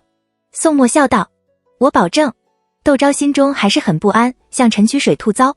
陈曲水笑道：太子殿下身边那么多的人，世子爷又是向来不往太子殿下身边凑，就算是想投靠太子殿下，也要太子殿下能信任世子爷才行啊。我倒赞成世子爷的做法，先观望观望再说，实在不行，也只能丢族保帅了。这个族是指蒋百孙吧？窦昭心中微安。到了中午，若珠来回禀他，还好夫人吩咐了我一声，若不是我送了些创伤药给二爷屋里养猫的那个小丫鬟，只怕他早就一命呜呼了。知道我是夫人屋里的人，他哭得稀里哗啦的，说夫人的大恩只能来世再报了，还说二爷每天吃饭的时候就喂那猫，二爷吃什么就给那猫吃什么，弄得那猫总喜欢蹲在炕桌下了。七侠还曾经嘱咐过他，让他小心，别让那猫总往炕上跑，小心打翻了茶盅烫着二爷了，都怪自己没有把七侠的话放在心上，这才闯了祸。窦昭心里有事，哪里耐烦听这个，道：那小丫鬟送到田庄里去了。若珠道：一条腿是保不住了，但好歹保住了一条性命。窦昭很快把这件事抛在了脑后。晚上宋默回来，他吩咐甘露用炖了半日的鸡汤下一碗面条给宋默宵夜。宋默尝了口鸡汤，觉得非常的鲜美，用调羹舀了一勺给窦昭，很好喝，你也尝尝。窦昭现在是少食多餐，宋默回来之前他刚刚喝了一碗，但他不想败了宋默的心，就着那调羹喝了一口。宋默就道：好喝吧？窦昭笑盈盈的点头。宋默又舀了一勺，在嘴边吹了吹，递给窦昭，再喝一口。窦昭望着冒着热气的鸡汤，脑海里突然冒出宋汉坐在炕桌上，把自己喜欢吃的菜肴拨到小碟子里喂给猫吃的场景。他的脑子里嗡的一声，脸色大变。宋默吓了一大惊，忙道：怎么了？寿姑，你怎么了？是不是哪里不舒服？表情惊慌。窦昭却长长的吁了口气，回过神来，却再也吃不下任何东西。他白着脸问宋墨：我好像曾听你说过，婆婆去世之前卧病在床，你那时候去了辽东，是宋汉氏的疾。窦昭直呼弟弟的名字。宋墨本能的觉得出了事，表情不由变得严肃起来，点头应了声是。我还记得你曾经说过，婆婆在世的时候喜欢养猫，但你回来的时候，那些猫都不见了踪影。宋墨点头昏宠，又沏成饮。窦昭轻声道：宋汉养猫，而且他吃饭的时候会把自己喜欢吃的食物先喂给猫吃，然后自己再吃。宋墨的眼睛微眯，目光锐利得如刀锋般清寒，表情也变得僵硬起来。你想说什么？窦昭抚上了宋墨的手。宋墨的手在发抖。他不是又养了2只猫吗？窦昭道：不知道他现在还有没有这样的习惯。若是猫不见了，他会不会再找条狗来喂？宋墨闭上了眼睛，半晌才睁开。可当他睁开的时候，眼里已没有了一丝的波动，清冷的如一泓井水。他吩咐武仪，叫陆明立刻来见我。武仪战战兢兢地退了下去。宋墨却再也没有胃口。甘露看见剩了半碗鸡汤，正想问宋墨要不要再吃点别的，抬头就看见窦昭朝着他使眼色。他赶紧轻手轻脚地退了下去。陆明走后，宋墨才回屋歇息，但一直辗转反侧睡不着。窦昭抱住了宋墨的胳膊。宋墨安静下来，在黑暗中轻声地道：吵着你了，要不我去炕上睡吧？没有。窦昭把宋墨的胳膊抱得更紧了，我也睡不着。两人都没有说话，内室静谧一片。宋墨突然扑哧一声笑，手温柔地放在了他高挺着的肚子上，道：你说孩子还在你肚子里就遇到过这么多的事，生下来会不会是个多思多虑的？有可能。窦昭笑道：还好是第一个孩子，不管是长女还是长子，这样的性格都挺好的。宋墨叹息，侧身抱住了窦昭。太热了。可想到宋墨低落的情绪，窦昭忍了。不仅如此，这些日子他早睡早起，已经不习惯熬夜，竟然迷迷糊糊的睡着了。半梦半醒间，他好像听到宋墨说了句：你能嫁给我，真好。窦昭不由得心花怒放，想问他一句：真的吗？但眼皮像灌了铅似的，怎么也睁不开。他不知所谓的嘟挠了几句，睡着了。宋墨睁着眼睛望着黑漆漆的帐顶，脑子里全是宋汉小时候围着他打转的情景。他的眼眶渐渐有些湿润起来。如果时光能够永远停留在这一刻，该有多好啊！他纵然怀疑，可没有证据，也就不用去选择。可时光从来不以人的意志为转移。屋里的光线渐渐的明亮起来。宋墨轻轻地坐了起来，望着面色红润、睡颜安详的窦昭，不由轻轻抚了抚他的额头。窦昭嘟挠着偏了偏头。宋墨哑然失笑。他还有这个宁心儿在怀，又何必伤春悲秋？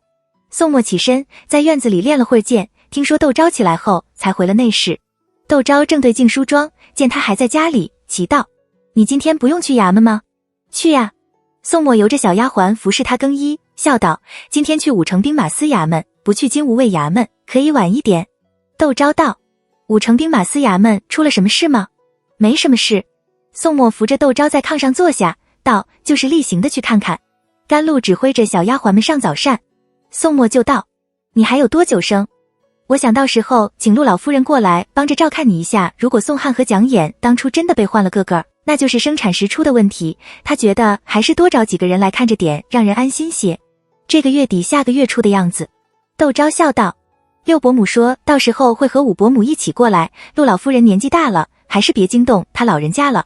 宋墨点头，低下头开始用早膳。窦昭见他胃口很好，不禁有些担心。宋墨那么聪明的人，对宋汉的事却从不多想，可见宋墨对宋汉有多信任和疼爱，而现在宋汉却彻底摧毁了他的这种信任和疼爱，宋墨的情绪不可能不受影响，他表现得越是淡定从容，心里的恨意可能就越大。窦昭亲自帮他换了朝服，送他到了垂花门，才回一至堂。到有时宋墨下衙回来，陆明求见。宋墨遣了屋里的丫鬟婆子，就在正房的宴席试见了陆明。陆明低着头，喃喃地道：奉世子爷之命，我从昨天晚上就潜伏在了二爷的屋顶上。二爷无论吃什么东西，总是先给那猫尝，待那猫吃过了，二爷才吃。中午的时候，我把2只猫给藏了起来。二爷不见了猫，脸色发白，让屋里的丫鬟婆子找了一个中午，眼见着要去先生那里学琴了，这才让灶上的婆子下了碗清水面。但吃面的时候，二爷说胃口不太好，拨了1小半给七侠吃。待七侠吃了，他才开始吃面。走的时候还吩咐栖霞他们，他下学之前必须把2只猫给找到。宋墨面无表情地垂着眼睑，淡淡地道：给那2只猫喂点砒霜，1只多喂点，1只少喂点，丢在他们能找到的角落里。陆明躬声应是，退了下去。窦昭欲言又止。晚上上院好一阵喧哗，闹得一制堂都听见了。来给窦昭请安的蒋琰有些惶恐，拉了窦昭的衣袖，问出了什么事。府里虽然没有人对他明说，但他心里却明白，如果他和宋抹是一母同胞的，那宋汉不是李挑娘的儿子，就是宋家从哪里抱来的。不管是前者还是后者，宋墨认了他，宋汉的身份地位都会变得很尴尬。不管怎么说，宋汉也做了宋家10几年的儿子，他不想因为自己的缘故，让宋汉的处境变得很艰难。这也是为什么他好几次都听丫鬟说宋汉在碧水轩外徘徊，他却装着不知道的缘故。窦昭牵了他的手，道：我也不知道，我让甘露去看看。蒋琰点了点头，他有点怕见宋汉，怕宋汉因为他的出现而变得愤世嫉俗。甘露很快就折了回来，低声道：二爷屋里的2只猫都被人下了毒，1只已经死了，另1只虽然还活着，却不会走路了。二爷被吓着了，又是哭又是闹的，叫嚷着有人要害他，拉着常护卫非要他把英国公府彻查一遍。常护卫哪有这个资格，就报到了国公爷那里。国公爷看着那2只猫也傻了眼，半晌才回过神来，急急地吩咐常护卫彻查英国公府。世子爷知道了，也赶了过去，说国公爷和二爷小题大做，为了个玩物就要彻查英国公府。知道的说国公爷这是在心疼儿子，不知道的还道是二爷玩物丧志，然后叫了顺天府的仵作过来查那猫的死因。顺天府的仵作说那猫是吃了耗子药死的。世子爷就把二爷给狠狠地教训了一番，说二爷大惊小怪，行事浮躁，胆小懦弱，把二爷说的都哭了。国公爷也板着脸走了。蒋琰不由双手合十，念了声阿弥陀佛，道：这是谁？明知道二爷养了2只猫，还下耗子药。我看这院子里得好好打扫打扫了，要是还有谁养的猫狗吃了这被耗子药毒死的耗子，岂不是又要遭殃了？窦昭笑着吩咐甘露：那你就去跟院子里那些扫地的嬷嬷们说一声。甘露笑着出了上房，宋抹却背着手冷着脸进了宋汉的内室。宋汉哭得稀里哗啦，眼睛肿得像核桃，见宋墨进了内室，抹着眼泪跟着走了进去。宋墨上了炕，打发了栖霞等人，问耷拉着脑袋站在他身前的宋汉：父亲和母亲吵架的时候都说了些什么？你真的没有听到？宋汉抬起头来，表情非常的诧异，但以心寒如冰的宋墨还是从他表情中捕捉到了一闪而逝的不安。我让人给你屋里的2只猫下点砒霜，1只下的重点，1只下的轻点。你看顺天府的仵作来了，却说你养的2只猫是吃了被耗子药要死的耗子才死的。他望着宋汉浅浅的笑，笑容温和而亲切。宋汉，我再问你一遍，父亲和母亲吵架的时候都说了些什么？哥哥，你怎么会？宋汉的额头冒出细细的汗来，眼底有了真正的恐慌。宋墨只是笑望着他，一如往昔那个关心他的哥哥。我没有。宋汉跳了起来，我真的没有听见。宋墨站了起来，抚了抚有些褶皱的衣襟，淡淡的喊了声陆明，道：你来告诉二爷应该怎么和我说话。又道：不要留下什么伤痕，免得把人弄死了，还要找诸多的借口。说完，身姿如松地朝外走去。陆明躬身给宋汉行礼，摇曳不定的灯光照着宋汉瘦小的身影，像个扭曲的怪兽。不！宋汉惨叫一声，朝宋墨扑过去。陆明伸出手臂挡住了宋汉。二爷，你也别让我们这些做下人的为难。他目不转睛地盯着宋汉，眼中流露着毫不掩饰的杀气。宋汉想到宋墨的手段，想到父亲对宋墨的忌惮，还有自蒋琰出现后宋墨对自己的冷淡，他一下子像掉到了冰窟窿里，寒彻入骨。哥哥，哥哥！他冲着宋墨的背影哭喊。宋墨头也没回。陆明锁住了宋汉的胳膊，宋汉的肩头传来刺骨的疼痛，他使劲地挣扎着，却如蚂蚁撼树般。外面走进来4个人，其中一个有些犹豫，道：毕竟是英国公府的二爷。宋汉顿时升起股希望，谁知道那人却接着道：我看不如呛水天气热，若是失了手，可以说是求水逆了。陆明想了想，道：那就打盆水来。宋汉汗毛都竖了起来，他不由恶狠狠地朝着陆明吐了口水，道：你敢动我，小心我哥哥事后后悔拿你开刀。陆明咧了嘴笑，笑容里满是讥讽。你还以为你是原来的英国公府的二爷不成？那蒋小姐是从哪里来的？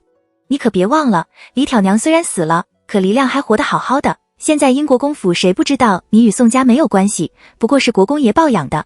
我们等会用棉絮裹着你打，里面的五脏六腑都坏了，外面却看不出丝毫的伤痕，最多不过2、3天就会一命呜呼。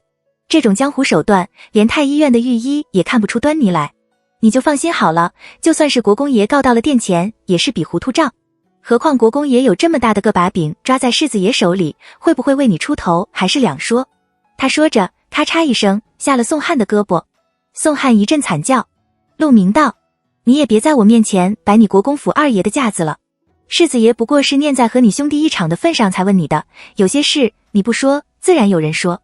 你既然给脸不要脸，就休怪我们世子爷心狠手辣了。宋汉的头被按在了水盆里，水盆里咕噜咕噜地冒着水泡。宋汉拼命地摇着头，水还是从他的鼻子和嘴里灌了进去。他感受到了窒息的痛苦，人被提了起来，他大口地喘着气。陆明问他：世子爷问你话的时候，你还说不知道吗？宋汉没有来得及说话，头又被按进了水盆里。他渐渐无力，死亡阴影第一次离他这么近，但他依旧紧闭着嘴巴。有人迟疑道：万一真的出了事，国公爷那边怎么交代？陆明冷笑：人已经死了，难道国公爷还能让自己断了后不成？宋汉的头再次被按在了水里，这一次比任何一次的时间都长。按着他的手如铁钳，没有丝毫的犹豫和松动。而且他被按在水里的时间一次比一次长，拎出来的时间一次比一次短，显得有些急切，仿佛他是个拖累似的，快点解决了好，早点交差。宋汉突然明白过来，这些人不过是宋墨手中的傀儡，所以他们不会像宋墨那样，看见他悲惨的样子会心软。如果他不求饶，他真的会死在这里。就像他们说的，他如果死了，宋墨成了宋家唯一的继承人，父亲除了打骂宋墨一顿，还能干什么？所以当宋汉再次被拖出来时，他吃力地抓住了按他头的人。我说，他喃喃地道，人瘫在了地上。宋汉被扶到了一旁，换了件衣裳，带去隔壁他的书房。书房里静悄悄的，武姨正服侍宋墨写大字。宋汉抬头，眼角的余光瞥过落地穿衣镜，镜中的他衣饰整洁，除了脸色略有些苍白，神色中带着几分萎靡之外，和平时没有什么两样。他这才深刻地体会到了什么是不要留下痕迹的意思。如果他刚才死了，他看上去是不是会和失足溺水一般的模样？宋汉全身发冷，牙齿咯咯地打颤，但他还是朝宋墨扑了过去。哥哥，哥哥，这不是你的主意，对吗？你只是想吓唬吓唬我，对吗？他哭了起来，我不是不想告诉你，可我害怕，我怕你知道之后会更加怨恨父亲，我夹在中间，左右为难，我不是有意的，要不然我也不会跟你说父亲和母亲曾经吵过架了，有好几次我都想告诉你，可你不是和顾玉一起就是去了宫里，我根本没有机会跟你说，只好求你能早日发现，没想到哥哥真的发现了，我又不知道该怎么跟你说了。宋墨好像没有听见似的，头都没抬地任他哭诉着，认真地写完了最后一笔，打量了半晌，才放下笔，接过武姨递上来的帕子擦了擦手，抬头笑着对宋汉道：你过来了，坐下来说话。好像刚才的拷打都是一场梦似的。宋汉止不住地发起抖来，他见过这样的宋墨，客气疏离的和那些他根本不放在心上的人寒暄，可他没有想到，有一天自己也会成为那些宋墨根本不放在心上的人中的一员。或者他曾经想到过，蒋衍刚被接回来之时，他曾经想到过，可当他看到宋墨并没有追究这件事的时候，自欺自人的没有继续朝这方面想而已。宋汉呆在了书案前，陆明恭敬地把他扶在离宋墨不远的太师椅上坐定，脸上全然没有刚才拷问他时的冷漠和暴力，如同一个卑微的仆人。虚伪，真虚假，全都是帮虚伪的东西。宋汉看着他的脸，胸口仿佛有团火在烧，就要冲了出来，可他不敢。窒息的痛苦还清晰地留在他的感觉里。眼前的这个人表面上彬彬有礼，温煦谦和，骨子里却冷酷无情，手段狠辣，早已不是那个对他疼爱有加的哥哥了。他两腿绵软地坐在那里，武姨奉了杯热茶给他，他喃喃地说着谢谢，却换来了宋墨撇着嘴角冷漠不屑的笑容。想从前英国公府的二爷是何等尊贵的人物，不要说给个下人道谢了，只要他对服侍他的人露出个满意的笑容来，那些仆妇就会受宠若惊，觉得是无上的荣耀。而宋汉从小就很明白这一点，骄傲的像只孔雀，轻易不会对人道谢。可现在没有了英国公府二爷的身份，他也不过是个卑微的普通人罢了。宋墨看他，更是觉得恶心，自己当初怎么就被油脂蒙了心，看错了父亲，还看错了他的。宋墨冷笑道，没想到我们的宋二爷也有低头的这一天，早知今日又何必当初。就算你是李挑娘的儿子，你那时也不过是个襁褓里的孩子罢了，大人犯下的错又与你何干？不要说你身上同样流着宋家的血，就算你是父亲为了恶心母亲而从外面抱回来了，既然做了我10几年的弟弟，我依旧会把你当成亲弟弟看待。谁知道你却不珍惜这样的缘分，非要等到被打落到尘埃里，才知道从前的日子是何等的逍遥自在，尊贵体面。他的声音像山涧的泉水，清脆却也透着几分冰冷。宋汉低着头，脸上红一阵白一阵的。自己若是当初实话实说，宋墨真的会依旧把自己当亲兄弟一样吗？他根本不相信，可坚如城墙的心房却不由自主地有了一丝松动。宋墨却再也不想说起这件事，这只会让他再次看到自己有多愚蠢。他把从前的种种都抛到了脑后，再一次问宋汉，父亲和母亲吵架的时候都说了些什么？宋汉抬起头来，认真地望着宋墨，真诚地道，我真的不知道。我知道你不相信，可我是真的不知道，我总不能瞎编些话糊弄你吧。那些日子母亲身体不好，总是蔫蔫的，你又在辽东，我心里很着急，除了每天服侍母亲用药，就在菩萨面前读一遍法华经为母亲祈福。母亲很高兴，还当着父亲的面夸奖我孝顺懂事。我心里很得意，就想在父亲面前表现一番，非要亲自给母亲煎药不可。母亲不同意，怕我被烫着。父亲却说我长大了，知道心疼人了，是件好事，让竹君陪着我去煎药。可有一天，母亲养的小宝围着我喵喵直叫，害得我打翻了药碗。竹君他们笑着安慰我说不要紧，急急的又拿了副药在炉子上煎。我气得要死，就把剩下的药罐给小宝喝了。小宝喝了之后就再也爬不起来了，我吓了个半死。杏芳说是我给小宝乱灌药，我怕母亲怪我，想着这些日子母亲一直卧病在床，也没时间哄小宝大们，就求杏芳帮我把小宝藏起来。我准备去找五舅舅，让他想办法给我弄只和小宝一模一样的猫咪。杏芳答应了，我心里却很忐忑，生怕母亲发现小宝不见了，就去找杏芳，却看见杏芳悄悄地在买母亲喝过的药渣。我当时就奇怪了，就算是买药渣，也应该是清理和竹君他们去买才是，怎么是杏芳在买？我就每天悄悄地抓一把母亲喝过的药渣，撒在母亲屋里那株墨菊的花盆里。没多久，那株墨菊就死了。我跑去告诉父亲，父亲却陪着娘在五廊下赏菊。我怕母亲伤心，不敢告诉母亲，想等会儿悄悄地告诉父亲。可母亲一直拉着我的手问我冷不冷，我又怕自己忍不住说漏了嘴，就跑去帮谢嬷嬷做桂花糕去了。后来的事你也知道了。等我回来的时候，父亲和母亲板着脸，互相不理睬。母亲让李柏带着我下去换了件衣裳，等我折回去的时候，母亲和父亲正在吵架，我被谢嬷嬷抱到了葡萄架下，根本没来得及听清楚母亲和父亲为什么争执。再后来，我就被李柏拖回了屋，等经理来叫我的时候，母亲已经不行了，正伏在床边大口大口的吐血。父亲上前去，却被母亲一把给推开了。宋墨面色平静，握着茶杯发白的指尖却泄露了他的情绪。他淡淡的看了宋汉一眼，轻轻地道，宋汉，你还扯谎，你是不是认为我很蠢，认为我不敢把你怎样，所以这么肆无忌惮？那轻柔却不带一点情感的声音让宋汉的汗毛都竖了起来。我就知道你不会相信我的。他沮丧地望着宋墨，干巴巴的声音让他显得很紧张。宋墨冲着他微微一笑，站起身来，手如电掣般的一下子掐住了他的脖子。你可能还不知道，他慢慢地道，手如铁钳，一点点地缩紧，我一点也不介意亲自动手。宋汉的面孔立刻开始泛红，他紧紧地掰着宋墨的手，可他怎么是宋墨的对手？宋汉再次尝到了窒息的痛苦，他睁大了眼睛瞪着宋墨。宋墨嘲讽地笑。门外响起一阵喧哗声，宋汉呀呀地叫着，宋墨不紧不慢地收着虎口。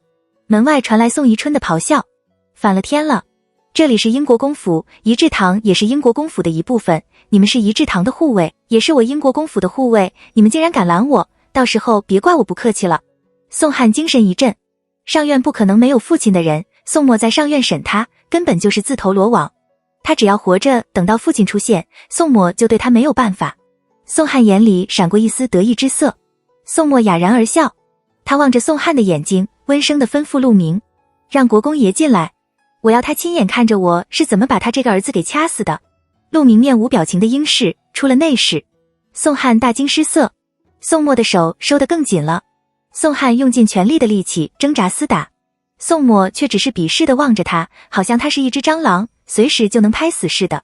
宋宜春由常护卫几个护着闯了进来，屋里的场面让他骇然愣住，常护卫几个更是傻了眼。宋墨贴着宋汉低声道：我问你最后一遍，父亲和母亲吵架的时候都说了些什么？宋汉眼睛通红，脑袋已经不能动弹，可怜兮兮地斜睨着宋宜春，无声地向宋宜春求救。宋宜春回过神来，大步朝宋墨走去。你要干什么？你想谋杀你弟弟不成？是啊。宋墨回过头来，冲着宋宜春挑衅的一笑，道：父亲说的不对，你应该问我是不是想谋杀胞弟才是。宋宜春脚步一滞，宋墨的手骤然一紧，宋墨没办法呼吸，吐出了舌头。宋宜春大怒：住手！你这逆子，这次就是官司打到殿前，我也要夺了你的世子之位，是吗？宋墨朝着宋宜春挑眉，松开了手。宋汉捂着脖子，他软在了地上，宋墨的脚就踩在了宋汉的脑袋上。父亲，我觉得您还是别插手我们两兄弟的事比较好。随着他的说话声，屋里响起一阵金属的鸣响，屋里屋外影影绰绰的出现了很多的人，把宋宜春等人团团围住。宋宜春惊怒：你要干什么？常护卫和陆明等人都拔出了腰间的刀剑，对峙而立。屋子弥漫着山雨欲来风满楼的紧张与压抑。也没什么。宋墨慢条斯理地道：我在想，如果我杀了宋汉，能不能对外宣称离家的事曝了光？宋汉心虚，欲将我除之，父亲闻讯赶来阻止，却被宋汉误伤，我一怒之下杀了丧儿病狂的宋汉，您说这个理由行不行得通？宋宜春龇牙裂目：你敢？我有什么不敢的？宋墨笑道：难道您还准备过继宋亲或是宋铎不成？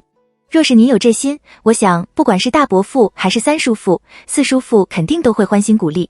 不过也许您另有打算，毕竟您还在执年，续个弦就又有了嫡子，未必要过继宋亲或是宋铎。可惜我是个睚眦必报的，就算是死也要拉个垫背的，少不得要把当年离家的事给捅出来，到时候会怎么样那就不好说了。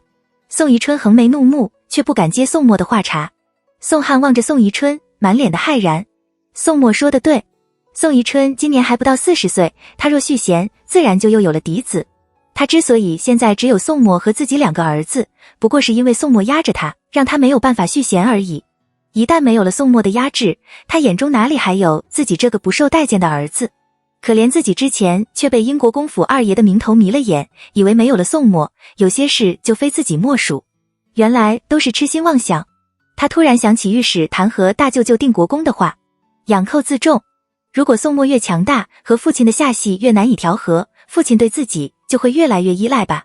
宋汉的眼睛闪闪发亮，仿佛在满天的阴霾中看到了一线光亮。宋墨却撇了撇嘴，眼底闪过一丝讥讽。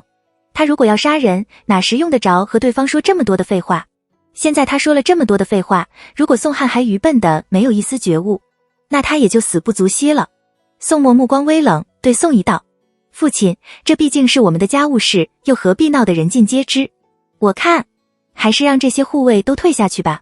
毕竟英国公府短短3年时间里已经闹了2次贼了，再进次贼，京都的顺天府和武城兵马司可就成了摆设了，皇上脸上也不好看。您说是吧？宋宜春气的嘴角一抽一抽的。英国公府2次进贼是因谁而起？他还有脸说这个？而且还用这件事威胁自己。可宋宜春却不能不点头，他不可能像3年前那样再来一次大清洗，有事此可以一，不可再，过了头就会引起别人的注意。而且今天宋墨是心算计自己无心，自己再坚持下去也讨不了好去。他朝着常护卫微微颔首，常护卫等人和陆明等人一前一后的收了刀剑。宋墨就笑道：还请父亲和众护卫在外面稍等片刻，我有些话要单独和宋汉说。宋宜春一愣，随后大怒道：你又想干什么？有话直接问我好了，不必为难你弟弟。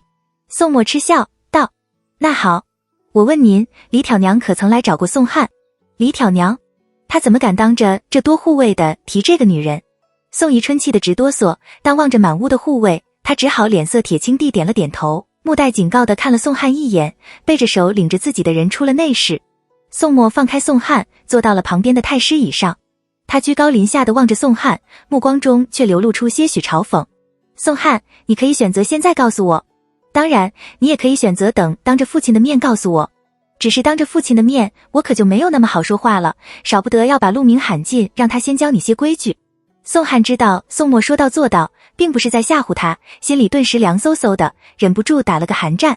他慢慢坐了起来，眼眶满是泪水的低下了头，喃喃地道：我听到母亲对父亲说，没想到你会真心实意的帮蒋家，从前是我误会你了。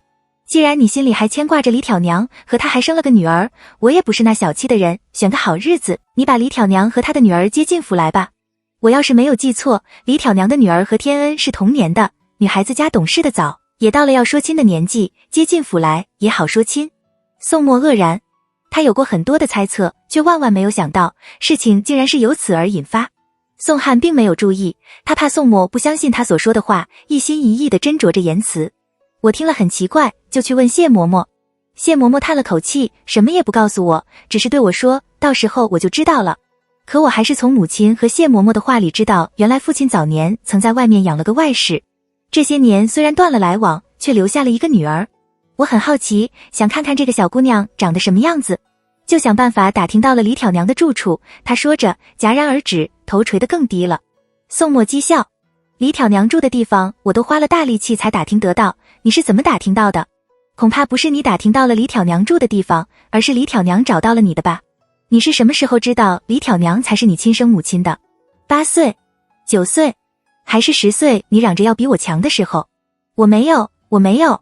宋汉神色慌乱地摇着头，我之前根本不知道，地址是我无意间听到谢嬷嬷和母亲提起的时候记在了心里。我看见衣柜的时候，脑子里一片空白，整个人都傻了。跑出来的时候被李挑娘发现，她去找我说是我的亲生母亲，说生计艰难，让我给点银子她使。我根本不愿意有这样一个母亲，水性杨花，朝三暮四，可我不敢不给她。她说我要是不给她银子，她就去见母亲。因此你杀了她。宋墨轻描淡写地挑了挑眉，不是我天价缠绵，绑架总裁生宝宝。宋汉惶惶地道，是他勒索我，我没有办法，就告诉了父亲，父亲说他会处理的，让我装作什么也不知道就行了。是不是你，对于我来说没有什么差别。宋墨笑道，不过我想李挑娘如果知道他是被自己的亲生儿子杀死的，我想他的表情一定很精彩，内心一定很复杂。他说着饶有兴趣地问宋汉，他死的时候你在现场吗？不过我想以您的胆小怯懦，他死的时候你肯定不在场。还好有李大胜，他看见李大胜的时候应该就会明白到底是谁想要置他于死地了。可怜他没有逃脱，不然向亲生儿子报复也是个挺有趣的事。宋汉睁大了眼睛瞪着宋墨，好像瞪着只怪石猛兽似的，又害怕又慌张。宋墨鄙视地望着他，就这样一个人，有杀人的胆量，却没有承认胆量，还想和自己较量。要不再推卸责任了，也不要再在我面前胡言乱语了。他戳穿着宋汉的小计谋，道，谢嬷嬷是什么人，怎么会当着你的面和母亲说这些事？定是那李挑娘在事发之前就找到了你，你开始不相信，但李挑娘让你看到了和母亲长得一模一样的阿眼，你害怕了，不仅时常接济她些银子，还在母亲面前装真正可爱，生怕母亲发现你不是她亲生子，厌恶你，因而你才会嚷着要娶蒋氏女，特别是要娶协秀表妹。你不过怕东窗事发，到时候你虽然不是蒋家的外孙，却是蒋家的女婿，不管是蒋家还是我，总不能精争争的看着协秀表妹守寡吧？你也不用和我争辩，过去的事我也不想多说了，你只需要告诉我，母亲死前，父亲都和母亲说了些什么。我真的不知道。宋汉诅咒发誓，如果知道不告诉哥哥，让我天打五雷轰，不得好死。宋墨却没有像宋汉预料的那样继续追问他，而是突然道，那你把汤药奉给母亲的时候，知不知道汤药里有毒呢？宋汉有几息语凝，我开始是不知道。他急急地道，等我知道想去告诉母亲的时候，父亲和母亲已经吵了起来，母亲也开始吐血。宋墨哈的一声笑道，不是一母同胞的果然心很难住一处使，你何需要告诉母亲？谢嬷嬷那么精明能干的人，你只要提醒她一声母亲养的墨菊死了，她自然会去查，可你却告诉我你没有机会告诉母亲，真是龙生龙，凤生凤，老鼠生的儿子会打洞。母亲在世的时候把你如珍似宝，你却给心安理得的把有毒的汤药奉给母亲，难怪你要在屋里养猫的，还要让猫给你试食，自己做了孽，却怕这孽报应到自己的头上，你可和你那母亲一样，自私的很。宋汉向来以李挑娘为耻，他做梦都想自己是蒋氏生的，做梦都想自己英国公府的嫡次子，与那个一门卖笑的贱货没有任何关系。宋墨的话正好戳到了他的伤口上，他疼得脸色发白。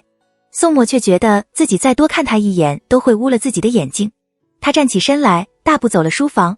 外面，宋宜春正焦急地在院子里打着转，而陆明和常护卫等则泾渭分明站在院子的东西两侧。宋墨在五廊下站定，他打量着枝叶繁茂、结满色果的葡萄树，目光深邃。五廊下的大红灯笼在夜风中摇晃的，忽明忽暗地打宋墨的脸上，让他的表情显得晦涩难明。宋宜春看着，心里直打鼓，朝宋墨喊道：“你把天恩怎样了？”宋墨没有说话。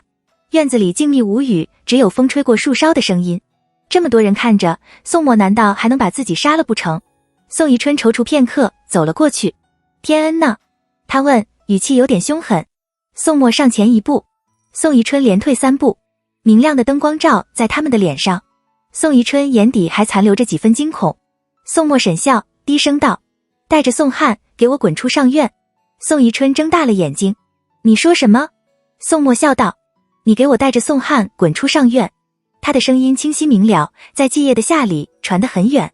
所有的护卫都低下了头，不管是宋宜春的还是宋墨的。你竟然敢这么对我说话！宋宜春顿时恼羞成怒，上院是英国公府的上院，我想让谁住谁就可以谁，你别以为你在皇上面前直得起腰，就能在家里指手画脚的。宋墨笑，打断了宋宜春的话：“如果你不怕鬼，就尽管和宋汉一起住进上院好了，我没意见。”宋宜春的话噎在了喉咙里。我给你们半个时辰。宋墨笑容冷峭，目光阴鸷，周身仿佛笼罩着乌云。半个时辰之后，你们要是还没有从上院给我滚出去，我会告诉你，我在皇上面前的腰杆到底有多直。说完，他扬长而去。宋宜春对着他的背影跳脚：“孽障，逆子，我怎么会养出个这样的东西来？”常护卫垂着眼睛，悄声地劝着宋宜春：“国公爷，我们还是快进去看看二爷吧。”宋宜春这才回过神来，急匆匆进了内室。宋汉瘫坐在地上，靠着太师椅的椅腿，喘着粗气，脖子上的红印子分外的醒目。常护卫忙小心翼翼地将宋汉扶起来，坐在了太师椅上，向宋宜春禀了声：“我去给二爷请个大夫来。”退了下去。爹爹，宋汉委屈地对宋宜春道：“哥哥要杀我，我真的不是母亲的儿子吗？”宋宜春神色一滞，然后声色俱厉地呵斥着宋汉：“你怎么是个软耳朵，听风就是雨？你哥哥自己做出了大逆不道的事，怕我废了他的世子之位，处处和我作对。他的话，你怎么能信？你是不是我的儿子？难道我还不清楚？”宋汉听着垂下了脑袋，喃喃地道：“哥哥说我身边的李大胜没有回乡，是我杀了李挑娘，我根本不认识李挑娘，可我怎么申辩，哥哥也不相信，还让他的护卫拷打我，我只好承认是我杀了李挑娘，哥哥又说我撒谎。”他抬头望着宋宜春，满脸的泪水：“我不承认也不是，我承认也不是，我都不知道该怎么办好了。”宋宜春错愕道：“李大胜不见了。”宋汉扁着嘴巴点头道：“哥哥说李大胜不见了。”然后他好奇地道：“父亲，李挑娘是不是就是蒋琰的生母？我和蒋琰是不是双胞胎？蒋琰和母亲长得一模一样，又怎么会是李挑娘的女儿？难道那李挑娘和母亲长得也很像吗？”宋宜春被宋汉的话问得心浮气躁，他不耐烦地道：“你哥哥上了当，你也跟着起哄，我怎么就生了2个这么蠢的儿子？”哦，宋汉羞愧地耷下了脑袋。宋宜春就问他：“刚才你哥哥都问了你些什么？”宋汉呐呐地道：“问我认不认识李挑娘，认不认识黎亮，李大胜哪里去了，是不是我指使李大胜杀的李挑娘？”他说着拉了拉宋宜春的衣袜：“爹爹，哥哥好吓人，我想跟着你住在西厢院，好不好？”自己在家，宋墨都敢对宋汉下毒手，如果自己不在家，他还不得把宋汉往死里整啊？宋宜春望着屋里一如蒋氏在世时的陈设，心里觉得压抑得很，脑海不由回荡起刚才宋墨的话，就点了点头道：“那你就和我搬去住也好，至少有常护卫护着你，他不敢乱来。常护卫要是真的能护着你，宋墨怎么敢对你视若无睹？”宋汉腹诽着，却如释重负般的松了口气，露出南越的笑容：“太好了，这样我就不怕哥哥欺负我了。”宋宜春听着就在心里骂了句蠢货。宋墨像他这个年纪已经能独当一面了，他却还什么也不懂，宋墨都要杀他了，他还以为宋墨只是要欺负他，这出身不同，智商就不同，教也教不好。宋宜春不屑地撇了撇嘴，喊了护卫进来帮宋汉搬东西。宋墨站在仪制堂正屋的台阶上，听着上院的动静。窦昭劝他：“别生气了，进屋去喝杯茶吧。”小心蚊子。宋墨深深地吸了口气，随窦昭进了内室。内室点了艾香，若隐若现的淡香让屋里充满了温馨的味道。窦昭亲自给宋墨沏了杯碧螺春。宋墨接过茶盅叹了口气，道：你也坐下来歇会，家里的这些糟心事把你也吵得不得安生。窦昭和宋墨并肩坐了，笑道：哪家没有些不顺心的事呢？相比什么宠妾灭妻、逆庶贬嫡之类的，兄弟萧强在我眼里还就真不是个什么事了。宋墨忍不住笑了起来，道：你都不知道，我当时恨不得一巴掌将那小杂种给拍死了，后来想想这样太便宜他了，才硬生生的把那口气给咽了下去。他外人面前向来是不动声色，但这并不代表他心中就没有气。此时他愿意向窦昭抱怨，窦昭自然希望他能畅所欲言，把心里的愤懑都宣泄出来。心里的愤满都宣泄出来了，心情也就平静了。他握着他的手，静静地听着他抱怨。别人都说我心毒手辣，可那是对别人。待家里的人，我素来宽厚，只要不是大错，我都睁只睛闭只眼。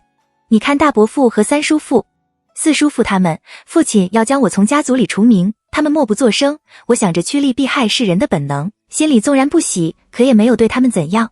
宋汉害得阿衍变成了这样，我虽然没办法像从前那样把他当成自己的亲兄弟似的疼爱，但我也没有想把他驱逐出英国公府，让他身破名裂。最多也就是不再管他的事，拿笔钱把母亲的陪嫁赎回来给阿衍，等他大些了，把他分出去当过。说到底，这件事的始作俑者是父亲，是父亲害得他们成了这样。就算是我后来知道可能是他杀了李挑娘，我也能理解他的担心和害怕，可他竟然明明知道那是碗毒药，还端给母亲喝。我只要一想到母亲喝着毒药还欣慰着他的孝顺乖巧时，我就没办法再忍他了。我有意帮他向父亲隐瞒我都问了他些什么，就是想让他尝尝疑神疑鬼、战战兢兢，每天都活在猜疑和惊恐之中是什么味道。就算是他想痛痛快快的死，那得看我答应不答应。前一世宋墨甚至杀了他。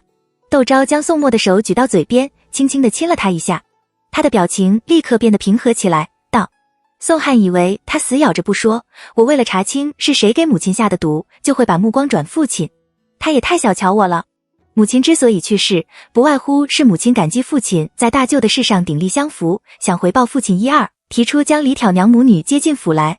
父亲怕当年李代桃僵的事被母亲发现，买通了母亲身边的杏方，给母亲喝的药里下毒，又怕母亲察觉药里有毒，就让市集的宋汉亲手端给母亲。母亲防着谁也不会防着自己的儿子，毫无戒备的将药喝了下去。后来父亲拒不让李挑娘母子进府，引起了母亲的怀疑，父亲索性一不做二不休，把事情的真相告诉了母亲。大舅的死本就让母亲伤心欲绝，自责不已。知道被自己捧在手心里养大的儿子却是外室之子，自己的亲生女儿却被人当成树孽不明不白的养在外面，母亲怎么不又气又急，怎么不吐血而亡？宋汉怕说出真相就暴露他早已知道自己不是母亲亲生子的事，却不知他这样10句话里9句是真，1句是假的骗我，让我更是愤恨。说到这时，他冷冷的一笑，现在也好，大家撕破了脸，从此我走我的阳关道，他们过他们的独木桥，我倒要看看他们能在我手下走几个回合。看样子宋墨是不准备就这样轻易的放过宋宜春和宋汉了。上一世他被宋宜春驱遣，无所顾忌，弑父杀弟也不过是换来几声唾骂，今生他却是英国公府的世子，为人子，为人兄，却不能像上一世那样肆无忌惮他。窦昭不禁有些担心，你就想收拾他们，最好还是想个万全的计策，坏了自己的名声可就失大于得了。我知道。宋墨笑道，大舅曾经说过，想打狼就要比狼更凶狠，想捉狐狸就要比狐狸更狡猾。我要是为了这2个败类把自己给陷进去了，岂不是让耻笑？他们害死我母亲，害得我妹妹有家不能归，想就这样糊弄过去，门都没有。你就看好了，我定会叫他们有苦也说不出来的。窦昭相信宋墨能做到，他不由为宋宜春和宋汉的未来默哀了片刻。有小厮进来禀道，世子爷、二爷已经搬到国公爷的西厢院去了。宋墨冷笑，让武姨请了廖碧峰过来，自己则去书房拿本册子。你带几个去上院。他将单子递给廖碧峰，照着这册子给我把上院的东西都清点齐全了，哪怕是一针一线都让宋汉给我交出来。上院的事廖碧峰已经听说了，虽然不知道宋墨和宋汉为什么会闹成这样，但他是宋墨的幕僚，当然要为宋墨打算，听宋墨的吩咐。闻言什么也没有说，躬声低头应是，带着几个护卫和20几个丫鬟婆子浩浩荡荡的去了上院。那天晚上注定是个不眠夜。廖碧峰等人清点东西到了半夜民，西厢院临时得了信，收拾房子，烧汤倒茶，人仰马翻的也忙到了半夜。蒋氏没有妯娌，宋宜春几人旁支的兄弟早就分出去担过，英国公府宫中的东西就是他的东西，他的陪嫁和英国公府的东西早就不分彼此，他想用什么就用。而蒋氏去世之后，宋汉就一直住在上院。宋某当初提出和宋汉平分蒋氏的陪嫁，并不是要和宋汉计较，而是不想将王母的遗物留在英国公府被宋宜春糟蹋，又想到万一宋宜春续弦，再生出嫡子来，宋汉在家里的位置尴尬，不如让他成亲后单独开府令过，分给宋汉的都是蒋氏的田庄铺子和家具古玩，宋末只要了蒋氏的首饰和一些惯用小物时，手稿、书画之类的。因宋汉得了大头，当时陆府里还称赞宋末宅心仁厚，有手足之情，所以上院依旧如蒋氏生前。春天的时会在中堂挂上黄泉的牡丹图，夏天的时候会用青花瓷的大缸养了莲花摆在屋里，秋天的时候鸡翅木的电罗屏风就该拿出来使了，到了冬天钧瓷用来插梅花，最雅致不过了。宋末给廖碧峰的册子正是蒋氏生前上院的物品清单，其中还包括承平4年春皇后赏给蒋氏用的一对翡翠做的平安扣。而宋汉既然要搬去西厢院，他惯用的物件自然也要搬过去，总不能让他连喝水的茶盅都没有，半夜3更的还得央了曾武去开宋宜春的库房吧。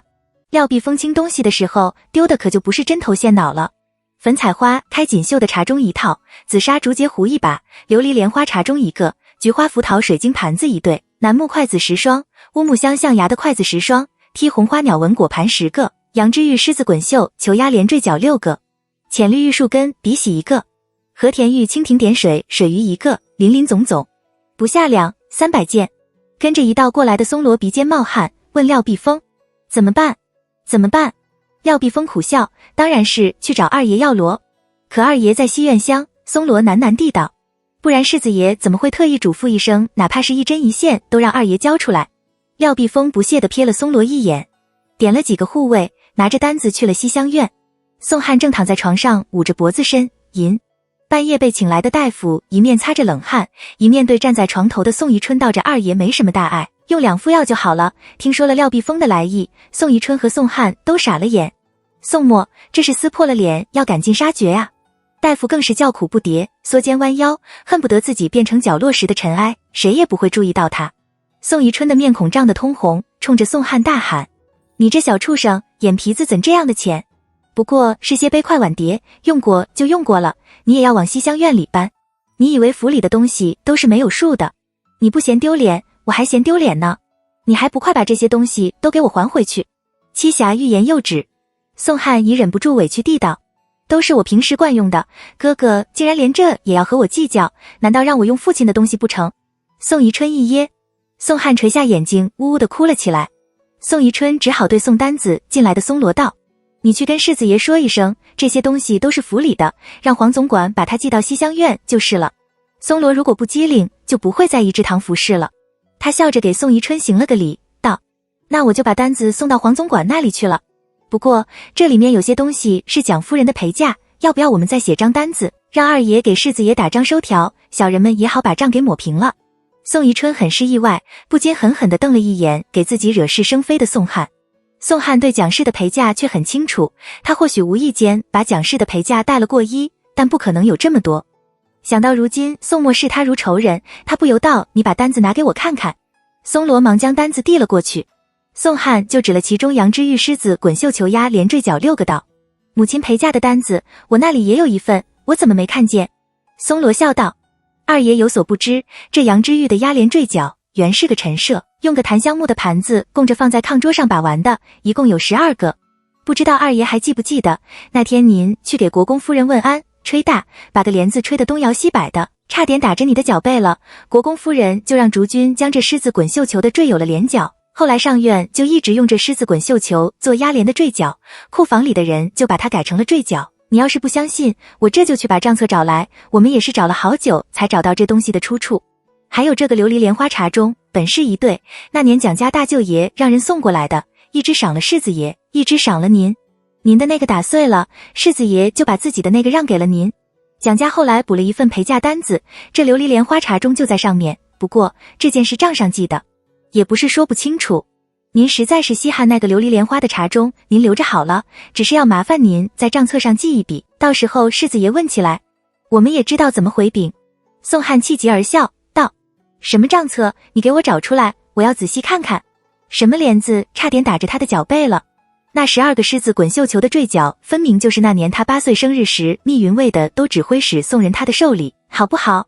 还有那个琉璃茶盅，是那年陆老夫人做寿，母亲托人从广东卖回来的，一共是10个，他看着好看，吵着闹着留下来了一个。买琉璃茶盅是宫中出的银子，怎么就变成了母亲的陪嫁？难道他已是落了平阳的老虎不成？松罗这像鞋低泥的小厮，竟然也敢在他面前一副煞有其事的样子，大放厥词。松罗却笑着应是，转身就往外走。那身影可是一点也不含糊。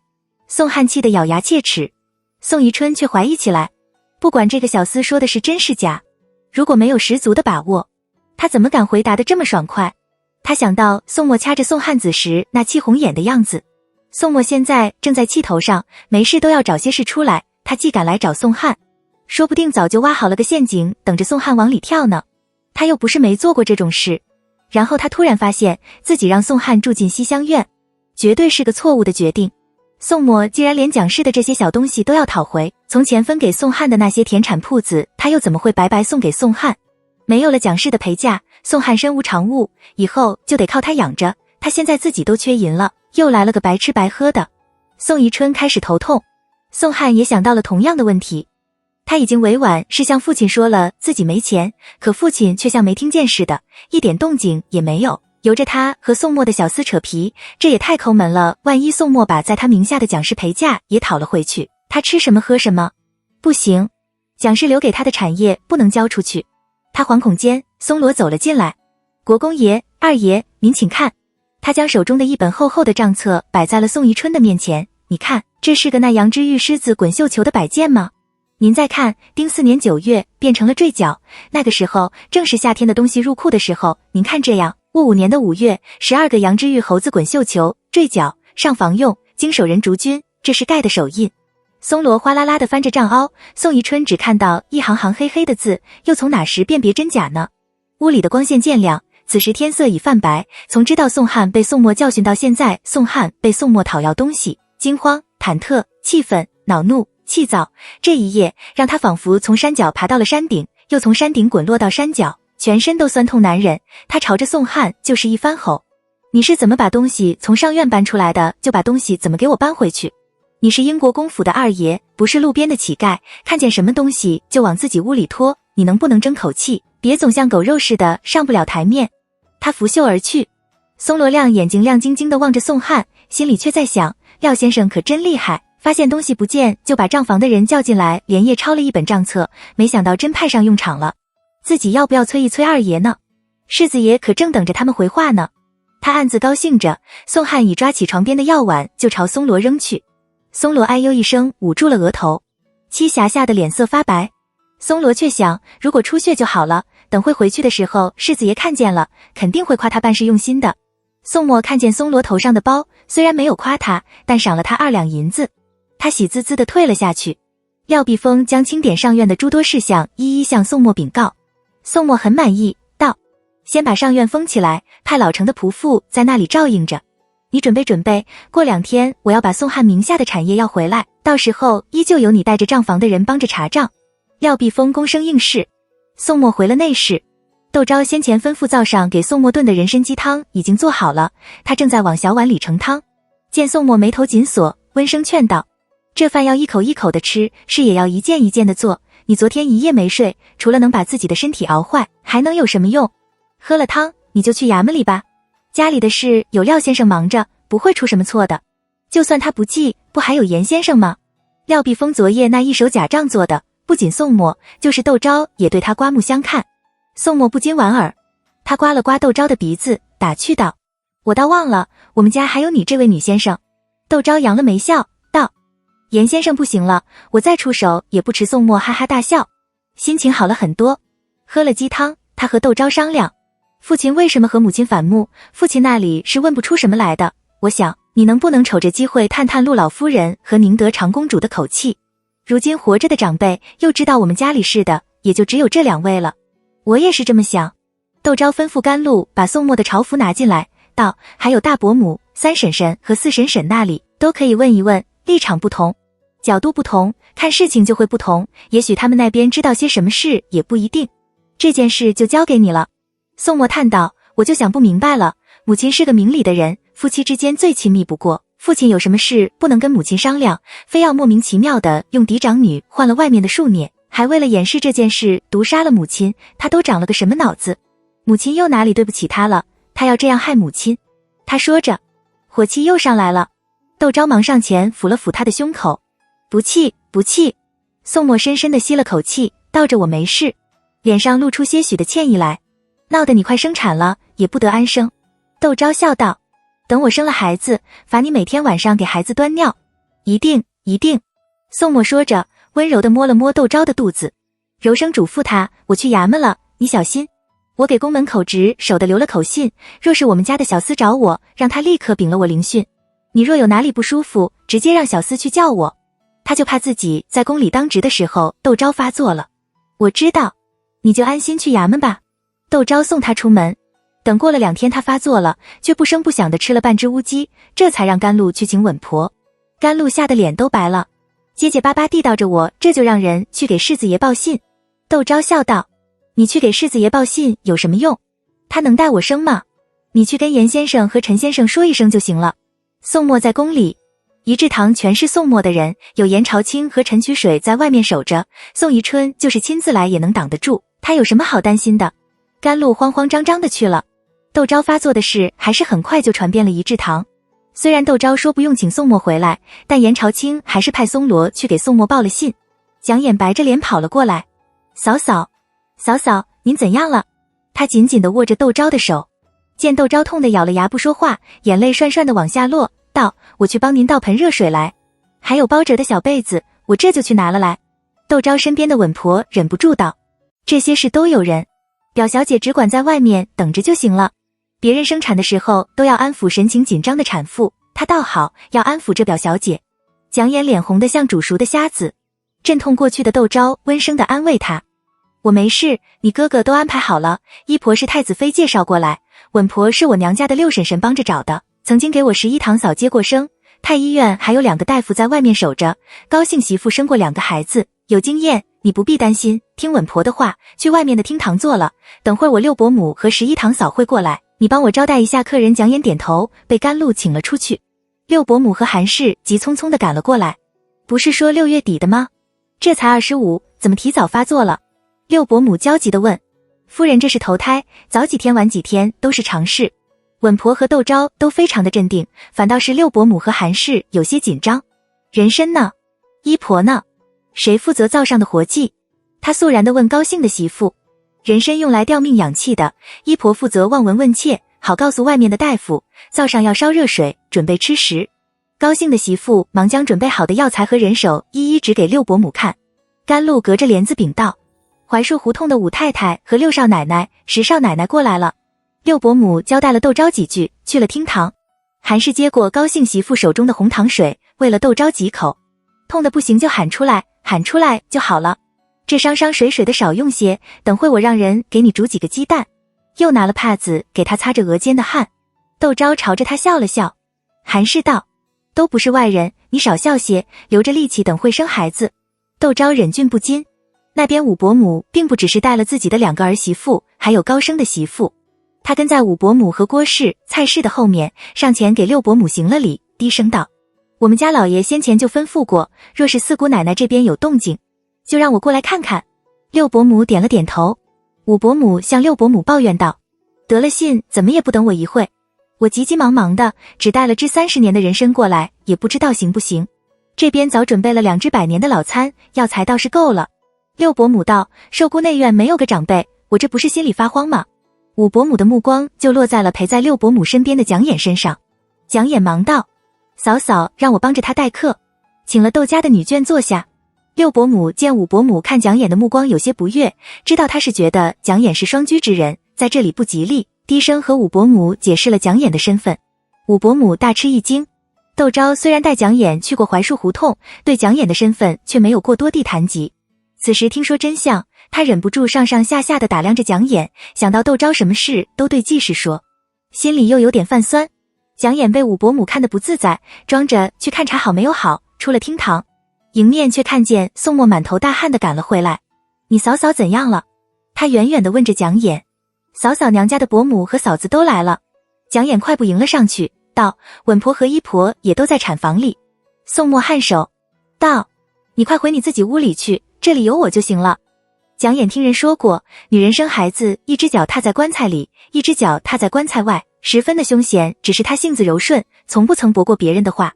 听宋墨这么说，虽然担心窦昭，但也不敢作声，抿了嘴，闷头跟着宋墨进了厅堂。宋墨心里全是窦昭，哪里还顾得上别人，进门就问寿姑怎样了，然后才给武伯母和六伯母等人见礼。六伯母把他给赶了出去，女人家的事，男人不要插手。他这是头胎，一时半会还生不下来，你去书房里好生待着，睡一觉，孩子就生下来了。听得宋墨直冒汗，道，那我就在耳房里等吧。让你去书房你就去书房。六伯母强硬地道，你别让我们一心挂两头。窦昭也在里面道，世子爷去书房看会儿书吧，我这边有伯母和嫂嫂们照顾，不会有什么事的。宋墨无奈地去了书房，只是过一会就派武姨过来问一声怎样了。武姨毕竟是个小厮，最多也就站在门口问一声，屋里的人也就马马虎虎地答一声挺好，再多的他既不合适问，屋里的人也不会告诉他。宋墨急得团团转，想到了蒋琰，把蒋琰叫了过来，你去看看你嫂嫂怎样了。蒋琰是成过亲的，武伯母和六伯母倒也没太避着他，见哥哥心浮气躁的，他不由柔声道，嫂嫂没事，稳婆说要到半夜才会生疯狂太岁，让厨房煮了糖鸡蛋喂给嫂嫂吃，总算知道具体的情况了。宋墨松了口气，奇道，你嫂嫂还能吃东西吗？能啊。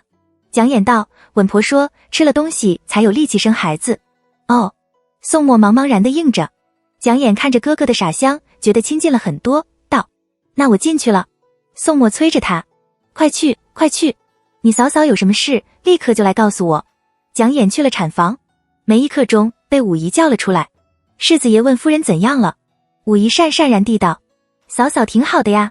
蒋琰道，武姨就朝着蒋琰作揖，表小姐，我要是这样回世子爷，只怕会被一巴掌给扇出来，还是请您去给世子爷回个话吧。夫人用了几个糖鸡蛋，气色好不好？疼得厉害不厉害？您说的越详细，世子爷就越安心。蒋琰去了书房，照着武姨的吩咐细细地告诉了宋墨。宋墨挺高兴的，让蒋琰快点回产房去，有事就来给我禀一声。可稳婆说嫂嫂很好啊，比一般的产妇都好。蒋琰在心里嘀咕着，却不敢当着宋墨说这样的话，又回了产房。不一会，武姨又来问，蒋琰这样来来回回，就连窦昭都觉察到了。他不禁问蒋琰，你这是怎么了？蒋琰红了脸，赧然的道，是哥哥啦，他非让我把产房里的情形事无巨细的都报给他听不可。窦昭很是意外，前世他生威哥的时候，魏廷瑜在外面和人喝酒，好不容易被田氏找回来，他还嫌他生得太慢。生蕊哥的时候，他索性没告诉他。生英姐的时候，他倒是挺关心的，也不过是待在书房里等着孩子生下来，他以为自己可以很坚强的独自面对这一事。可当他听到蒋琰的话时，还是忍不住泪盈于睫。嫂嫂，您这是怎么了？蒋琰看着慌了起来，是不是哪里不舒服？我没事。窦昭擦着眼角道，我怕你把我生产时狼狈的样子告诉了你哥哥。不会不会。蒋琰连连摇手保证道，我肯定不会告诉哥哥的。又道，嫂嫂面色红润，很好看啊。我就是想告诉哥哥，也没有什么好说的。这两兄妹。窦昭扑哧一声笑了起来。第二天上午4出，他生了个6斤7两重的儿子。孩子看起来并不是特别的胖，可他四肢修长，精神饱满，生出来没2个时辰就睁开眼睛，把宋墨稀罕的直嚷，快看快看，他在看我。蒋琰立刻凑了过去，望着孩子黑葡萄似的眼睛，也不禁喜道，他长得可真漂亮。靠在大营枕上吃酒糟鸡蛋的窦昭忍不住微笑，坐在床边服侍窦昭吃酒糟鸡蛋的季氏则呵呵地笑出了声，道，世子爷，产事污秽，您昨天也一宿没睡，不如先出去歇会吧。这给各家报喜，送红鸡蛋，还有一堆事等着世子爷拿主意呢。那么机灵的宋墨此时却傻呵呵地笑道，没事没事，我还不困。我昨天晚上就把要送喜讯的人家拟出来交给了廖碧峰，其他的事自然有家里的管事，我也没什么好忙的。接着他问道，你们说这孩子像谁？我瞧着像我。武太太和韩氏他们怎么好上前，倒是蒋琰没什么顾忌，打量着孩子道，我觉得像嫂嫂多些。您看他这小嘴嫣红的，还有头发乌油油的。宋墨颇为不满地道，我的头发也很黑，小时候嘴唇也很红。蒋琰还要说什么，机灵的蔡氏却早已听出音来，不待蒋琰开口，已哈哈一声笑，插言道，孩子刚生出来的时候，我瞧着也挺像世子爷的。瞧那手指又细又长，皮肤红红的，长开了以后定然十分的白皙，还有眉毛，我们家四姑奶奶长眉入鬓，世子爷的眉毛却更浓密些。宋墨高兴地笑了起来。孩子打了个哈欠，闭上了眼睛。宋墨兴奋地道，你们看，你们看，他打了个哈欠。他怎么看怎么觉得有趣。屋里的女眷都笑了起来。窦昭被折腾了一夜，虽然精神很好，可架不住宋墨这样抱着孩子大惊小怪的叫嚷道，衙门里你有没有说一声，过2天是孩子的喜3，到时候请了大伯母来帮忙打点就行了，孩子的满月酒的时候你恐怕要请1天的假。他的话提醒了宋墨，宋墨吩咐甘露，你去跟武姨说一声，让他去衙门给我请个假，这几天我就不去衙门了。这样也能行吗？窦昭目露困惑，宋墨却毫不在意，淡淡地道，我平日里敬高远华是我的上风，对他礼遇有加，如今我家里有事要请假，他若是不开窍非要挡着，可别怪我没把他放在眼里，少不得要请他换个地方去耍他那都指挥使的威风了。高远华是金吾卫的都指挥使，宋墨的顶头上司，正二品的武将。天子近臣季氏等见惯了宋墨的温和谦逊，听了这话不由得咂舌，这时才有了一点眼前的人不仅是窦家的四姑爷，还是英国公府世子爷的感觉。蔡氏更是毫不掩饰地道，四姑爷可真是威风，难怪别人都羡慕我们四姑奶奶嫁得好。这么浅薄的恭维，因为扯上了窦昭，宋墨的眉宇间竟然露出几分欢喜来，无限之最终恶魔。季氏和武太太不由交换了一个眼神，就有小厮隔着帘子高声禀道，世子爷，东宫的庞公公过来了，说是昨天晚上太子妃又诞下了一位皇孙，太子特意让他过来问问我们家夫人生了没有。窦家的女眷不由得都倒吸了口冷气，早就听说英国公府圣眷颇隆，却不曾想竟然到了这种程度，太子和宋墨一点忌讳都没有，就像自家的兄弟似的。宋墨没有注意到窦家女眷的神色，他还沉浸在初为人妇的愉悦中，得意的道，你去跟那庞公公说一声，就说夫人也生了位公子，有6斤7两，母子平安，让他不必挂心。并没有打算见一见那位庞公公。窦昭却知道这位叫庞立中的公公也是太子身边的一位大太监，比崔便宜的资历还老，据说曾在元后沈氏身边服侍过的，素来的太子敬重，如今在太子妃身边负责照顾太子妃所出的2位皇孙。他忙道，你还去看看吧，太子既遣了人来问我，太子妃又心淡下梨儿，于情于理你都应该亲自见见庞公公，问问太子妃和小皇孙的情况才是。宋墨拍了下额头道，看我只顾着自己高兴了，太子妃那边是个怎样的情况倒忘了问。他重新吩咐那小厮一声，这才将孩子小心翼翼地交给了乳娘，和季氏等打了声招呼，出了产房。众人不由得都松了口气。姨婆上前给窦昭把脉，稳婆忙着上前道贺讨赏，乳娘抱着孩子轻轻地拍哄着，灶上的婆子烧了热水，丫鬟们冲了红糖水招待窦家的女眷，整个产室都活了起来。窦昭让乳娘把孩子放在他的枕边，道，还是让他习惯睡床的好，你这样总是抱着他，可别把他给惯坏了。乳娘笑着奉承道，公子托生到您这样的人家，就算是不睡床，也有人日夜轮流抱着，有什么打紧的。一言将孩子放在了窦昭的枕边。窦昭看着红皮猴似的孩子，一颗心这才定下来。他吩咐医院，不用给我煎麦芽水了，给我开几副催奶的方子。屋里的人俱是一愣，乳娘吓得直哆嗦，立刻跪在了窦昭的床前。夫人可是嫌弃奴婢粗鄙？奴婢有什么不对的？夫人只管吩咐，奴婢立马就改。你很好。窦昭让蒋琰把乳娘扶起来，道，这是我和世子爷的第一个孩子，我们早商量好了，准备自己哺乳，你不要多心，让你到府上来，也是为了防着我没有奶水或者奶水不够，要不然我也不会事前就让人把你的孩子也接进府来，这样免得断了奶水。乳娘都是由奶子府介绍过来的，身世清白，千里挑一，怎么会不好？只是窦昭前世子女缘单薄，这一世他无论如何也不会再放任别人来教养他的孩子了。季氏劝他，你别看现在孩子睡得香甜，过几天常开了，一会要吃一会要拉的，吵得人不得安宁，就怕你身体吃不消。没事。窦昭笑道，我早有了准备。然后向季氏保证，我若是觉得累，再让他们接手也不迟，态度十分的坚决。季氏还以为窦昭是因为自己从小丧母的缘故，不由轻轻地叹了口气，不再劝他，而是嘱咐起他一些坐月子要注意的事项。宋家的人得了喜讯，大太太等人过来看望窦昭，窦家的女眷趁机告辞。窦昭让蒋琰帮着送客。宋茂春等人既然依附着英国公府过日子，英国公府有什么风吹草动，自然逃不过他们这些时时盯着英国公府的人。蒋琰的事，宋默并没有大肆宣扬，可也没有存心隐瞒。宋大太太虽然听到英国公府的仆妇们传得有鼻子有眼的，说什么宋宜春为了把外室生的儿子当成嫡子养在蒋夫人的名下，把蒋夫人生的女儿悄悄地送到了蒋家抚养，如今蒋家败落了，宋家又把女儿给接了回来，可谁会干这种事？他不免嗤之以鼻，嘲笑那些妇仆吃饱了没事干，造个谣都漏洞百出。可此刻和蒋琰一照面，他顿时就傻了眼。宋三太太见着满屋窦氏的女眷，就一肚子气。当年蒋夫人在亲近蒋家，可也没敢像窦氏这样把宋家的人完全不放在眼里。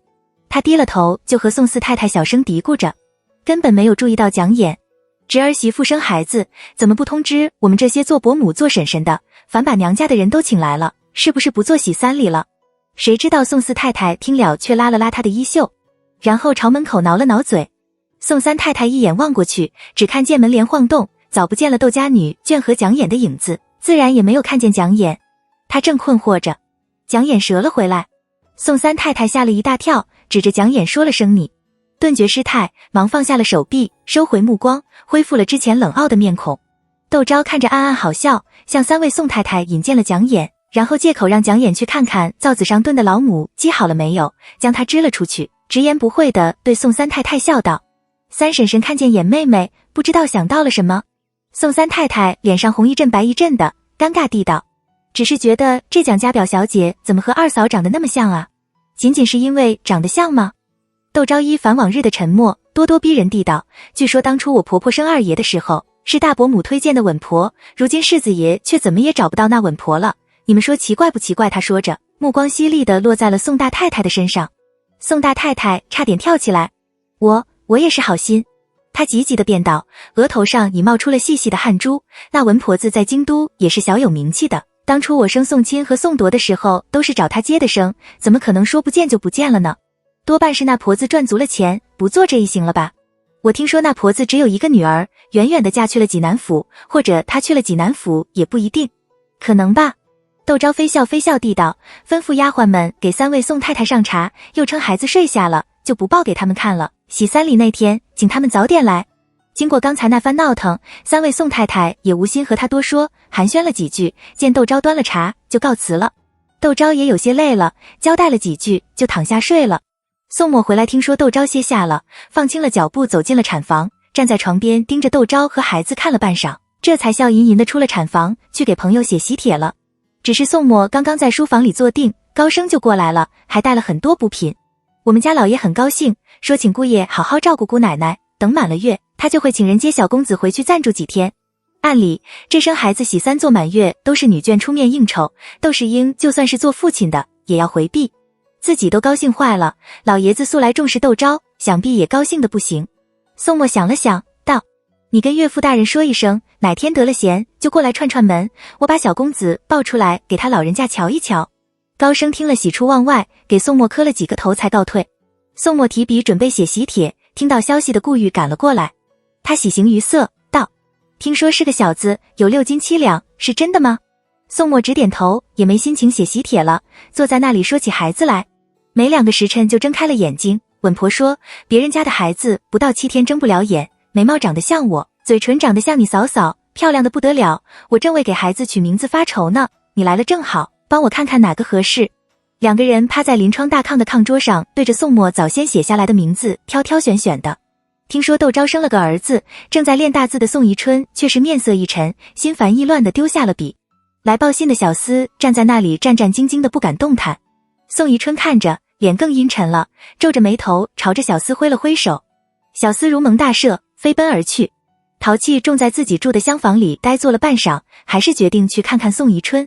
宋墨和宋汉的一番折腾，宋宜春虽然什么也没有对他说，但他隐隐也猜到了几分。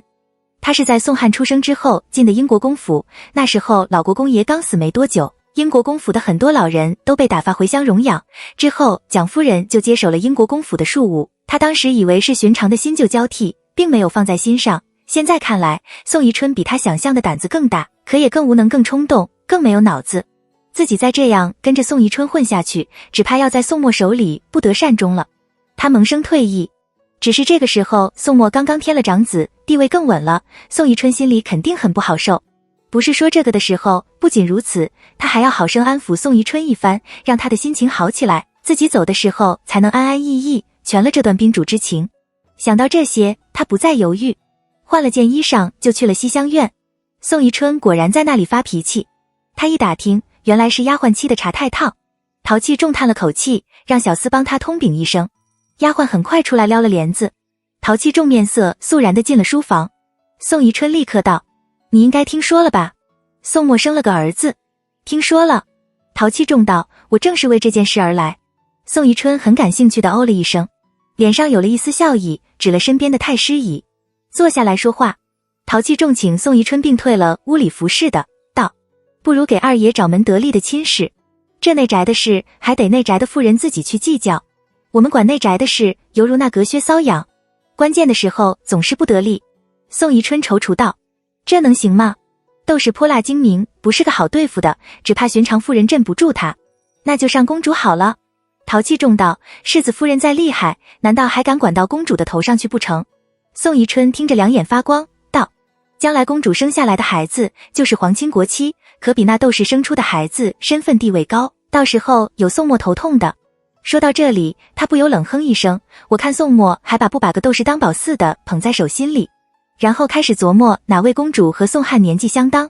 福原出了嫁，景仪和景泰、景福，一个比天恩大3岁，一个大2岁，一个大1岁。说起来景福最合适，可景仪却是万皇后亲生的。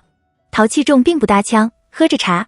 皇家的公主是那么好上的，有宋墨这个珠玉在前，宋汉又被传出是庶孽，不要说公主了，但凡有点讲究的人家都不会轻易的将女儿嫁进来。他不敢得罪宋墨，只好在这里胡诌一通，先把眼前这一关过了再说重生之绝世大小姐。可看见宋宜春这样，他还是忍不住提醒宋宜春，公主不行，郡主或是世家嫡长女也行啊，只要娘家得力，加上长房、3房和4房的，二爷未必就会输了世子爷。世子爷再厉害，总不能连族亲都不要了吧？宋宜春连连点头，心情大好，自己好生的保养着，最少也有30年好活，有他撑腰，还愁压不住个窦氏。窦家总不能为一点小事都找上门来吧？何况那窦氏还没有同胞兄弟，现在还好，像窦家这样靠科举出世的人家，哪房子孙的官做得大，哪房子孙就腰杆子硬，说得起话10几20年以后，谁知道窦家是谁当家？念头闪过，他更高兴了，对陶器重道：这有了自己的儿子，兄弟就靠边站了。也不知道那宋墨发了什么疯，竟然要把蒋氏留给天恩的陪嫁收回去代管。陆家舅爷也被他灌了迷魂汤，说天恩年纪小，什么也不懂，暂时将蒋氏的陪嫁交给宋墨代管也好。如果宋汉要说亲，我看他们还拿什么理由将蒋氏的陪嫁要回去？这可真是一箭双雕的好主意。陶器重闻言非常的意外，宋墨要收回蒋氏陪嫁的事，他还不知道。看样子宋墨是真把宋汉给恨上了，而宋宜春一心要拿宋汉恶心宋墨，自己还早早脱身为妙。陶器重回去没多久就病了，当然这都是后话了。窦世英当天晚上就来英国公府串门了，宋宜春还得装模作样的接待了窦世英一番，窦世英这才去了仪治堂。小小的婴儿被包裹在大红色的缂丝襁褓中抱到了小书房里，窦世英屏息静气地望过去，顿时眼眶就湿润了，长得可真好。他喃喃地道，瞧这头发眼睛和寿姑小时候一样漂亮。宋墨不由在心里小声嘀咕，孩子明明就像我，怎么说像寿姑？顾玉还没有走，看着小脸还没有长开，却已经和宋墨有7、8分相似的孩子，不禁嘿嘿的笑，恭维着窦世英，长得是挺像嫂嫂的，是吧？窦世英找到了知音，眉开眼笑的仔细的打量了顾玉几眼，解下了腰间的一块玉佩，道：是云阳伯家的大公子吧？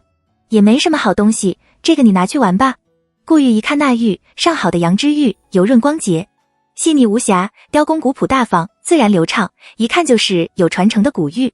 他忙笑盈盈的道谢，又趁着窦世英去看孩子的功夫，朝着宋墨挤眉弄眼，示意老爷子为人大方，他不过说了几句客套话，就得了这样一个好物件。宋墨哭笑不得。窦世英亲眼瞧见了外孙，心里的大石头落了地，怕风吹了孩子，亲手束了孩子襁褓的领子，这才让乳娘抱回去。宋墨就请了窦世英喝酒，窦世英也不客气，和宋墨唠叨了大半个时辰，全是窦昭小时候的事。顾玉这才知道窦家的事，他的心里就有些别扭起来。极品护花保镖，没想到嫂嫂也是个苦命的人，自己当初真不应该那样对待嫂嫂。还好天赐哥是真心的喜欢嫂嫂，心智坚定，若是被自己一通胡搅蛮缠给坏了姻缘，自己岂不就是那个罪人？他殷勤的给窦世英倒酒，窦世英看他越发的顺眼，让顾玉有空去家里玩，我那里还有几个看得过眼的鼻息，到时候你给自己挑一个，剩下的我留着送给外孙。顾玉什么东西没见过，难得的是窦世英的这片心意。他忙不迭的应是，见窦世英有了几分醉意，更是自告奋勇的要送窦世英回家。宋墨把他拉到一旁，你不会是看中了我岳父的什么东西吧？你可别给我丢脸丢到我岳父家去了。顾玉眼睛一翻，道，我是眼皮子这么浅的人吗？宋墨上下打量了他一遍，道，我没看见你哪里深沉的。顾玉气得直跳脚，扶着窦世英上了轿，自己骑了马跟在轿边。宋墨笑着摇头，望着两人的身影消失在了胡同口，才回了一致堂，去了窦昭那里。窦昭睡了大半天，人已经缓过劲来，孩子就睡在他的枕头边，他靠在大营枕上，正听蒋琰说着话。您睡着的时候，陆家和延安侯世子夫人都派了人过来问候，说让您好好休息，喜三里那天一早就来道贺。蒋琰已经很自然地帮窦昭接人待物了。窦昭微笑着点头，有时候人缺的只是个机会。他问蒋琰，那你怎么说的？蒋琰道，我说你已睡下了，让两家的嬷嬷代问陆老夫人、明德长公主和延安侯世子夫人好，并赏了两家的嬷嬷各2个上等的封红。窦昭赞扬他做得好。蒋琰赧然道，我跟着素心学的。窦昭生产，素心和素兰都过来帮忙。素心在窦昭屋里向来有威望，大家有事还是会请他拿主意。蒋琰就有些担心地道，我看大伯母他们走的时候很不高兴的样子，不要紧吗？窦昭笑道，亲族之间之所以比外人亲近，是因为困难的时候可以相互守望。可你哥哥落难的时候，他们却没有一个人站出来为你哥哥说句好话。这种能够同富贵不能共患难的亲戚，得罪了就得罪了，反正关键的时候他们也帮不上忙。蒋琰若有所思，宋墨却庆幸自己找了个能和自己想到一块去的妻子。他笑着大步走了进去，道，你们在说什么呢？说得这么高兴。蒋琰还是有点怕宋墨，见宋墨进来，不自在地站了起来，喃喃地喊了一声哥哥，就退到了一旁，将床头的位置让给了宋墨。宋墨坐在了床头边的锦物上，拉着窦昭的手问他，孩子有没有吵着你？你身上好点了没有？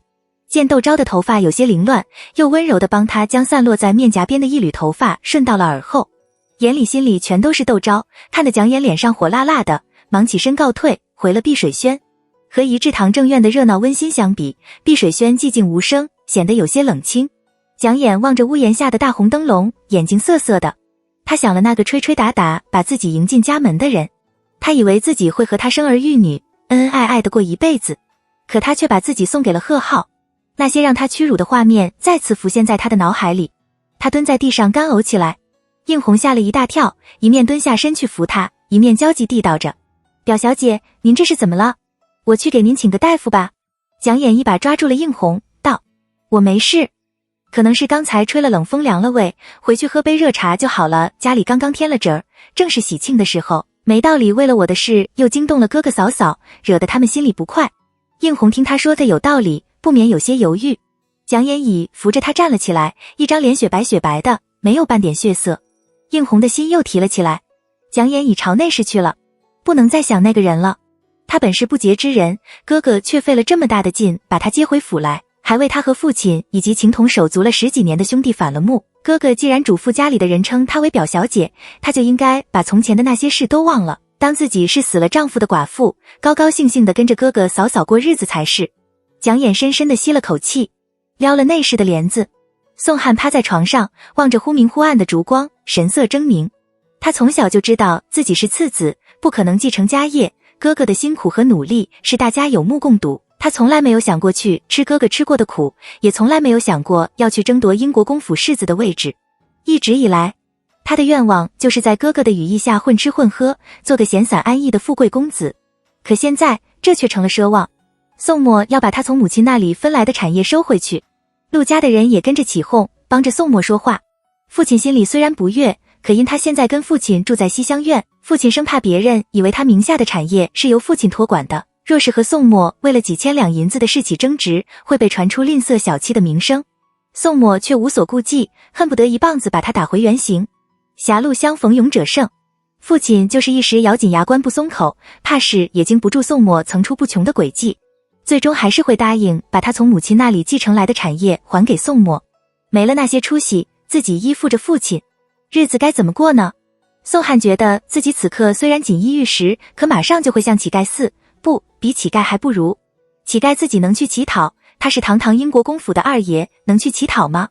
而且当那些平日来往密切的朋友发现他一文钱也没有的时候，还会捧着他抬着他吗？他狠狠地捶了捶床，窦氏竟然生了个儿子，如果是个女儿该有多好啊！至少他还能仗着自己是仅次于宋墨的继承人的身份狐假虎威一番，说不定还能弄点钱度过这个难关。自己该怎么办呢？宋墨是不会放过他的，父亲是靠不住的，他的前路又在哪里呢？宋汉觉得这夜风吹在身上刺骨的寒冷，窦明心里也很不高兴。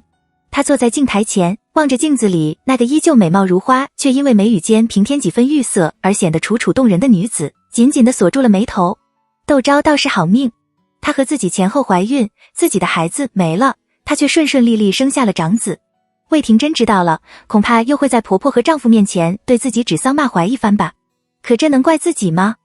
如果她的孩子好生生的，现在她也做了母亲了吧？父亲一生只有2个女儿，虽然他是两榜进士，那些亲戚朋友当着父亲的面什么也不说，可背后谁不说父亲是孤老？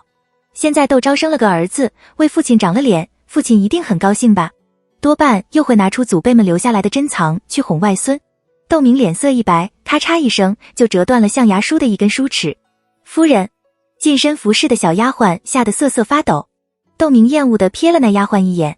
自从窦家和魏家大吵一架之后，窦家的人就不怎么上了门，有事也不过派个嬷嬷来说一声，他去不去也都不再催促了。魏廷珍暗自高兴，以为这样就拿住了他的把柄，却不知道这人向来爱紧薄，他手中有钱，魏廷瑜又赋闲在家，除了1年1000担的俸禄，什么也没有，自有人向他表忠心，为他做事。魏廷珍想借口他小产，身边的丫鬟婆子没有好生照顾他，想把他身边的人都换上济宁侯府的侍仆，他就立刻买了一部分丫鬟婆子进来，让魏廷珍的算盘落空了。可这些买进来的人到底没什么教养，用起来很是不顺手，还是得让周妈妈想办法调，教几个行事稳当些的丫鬟才好。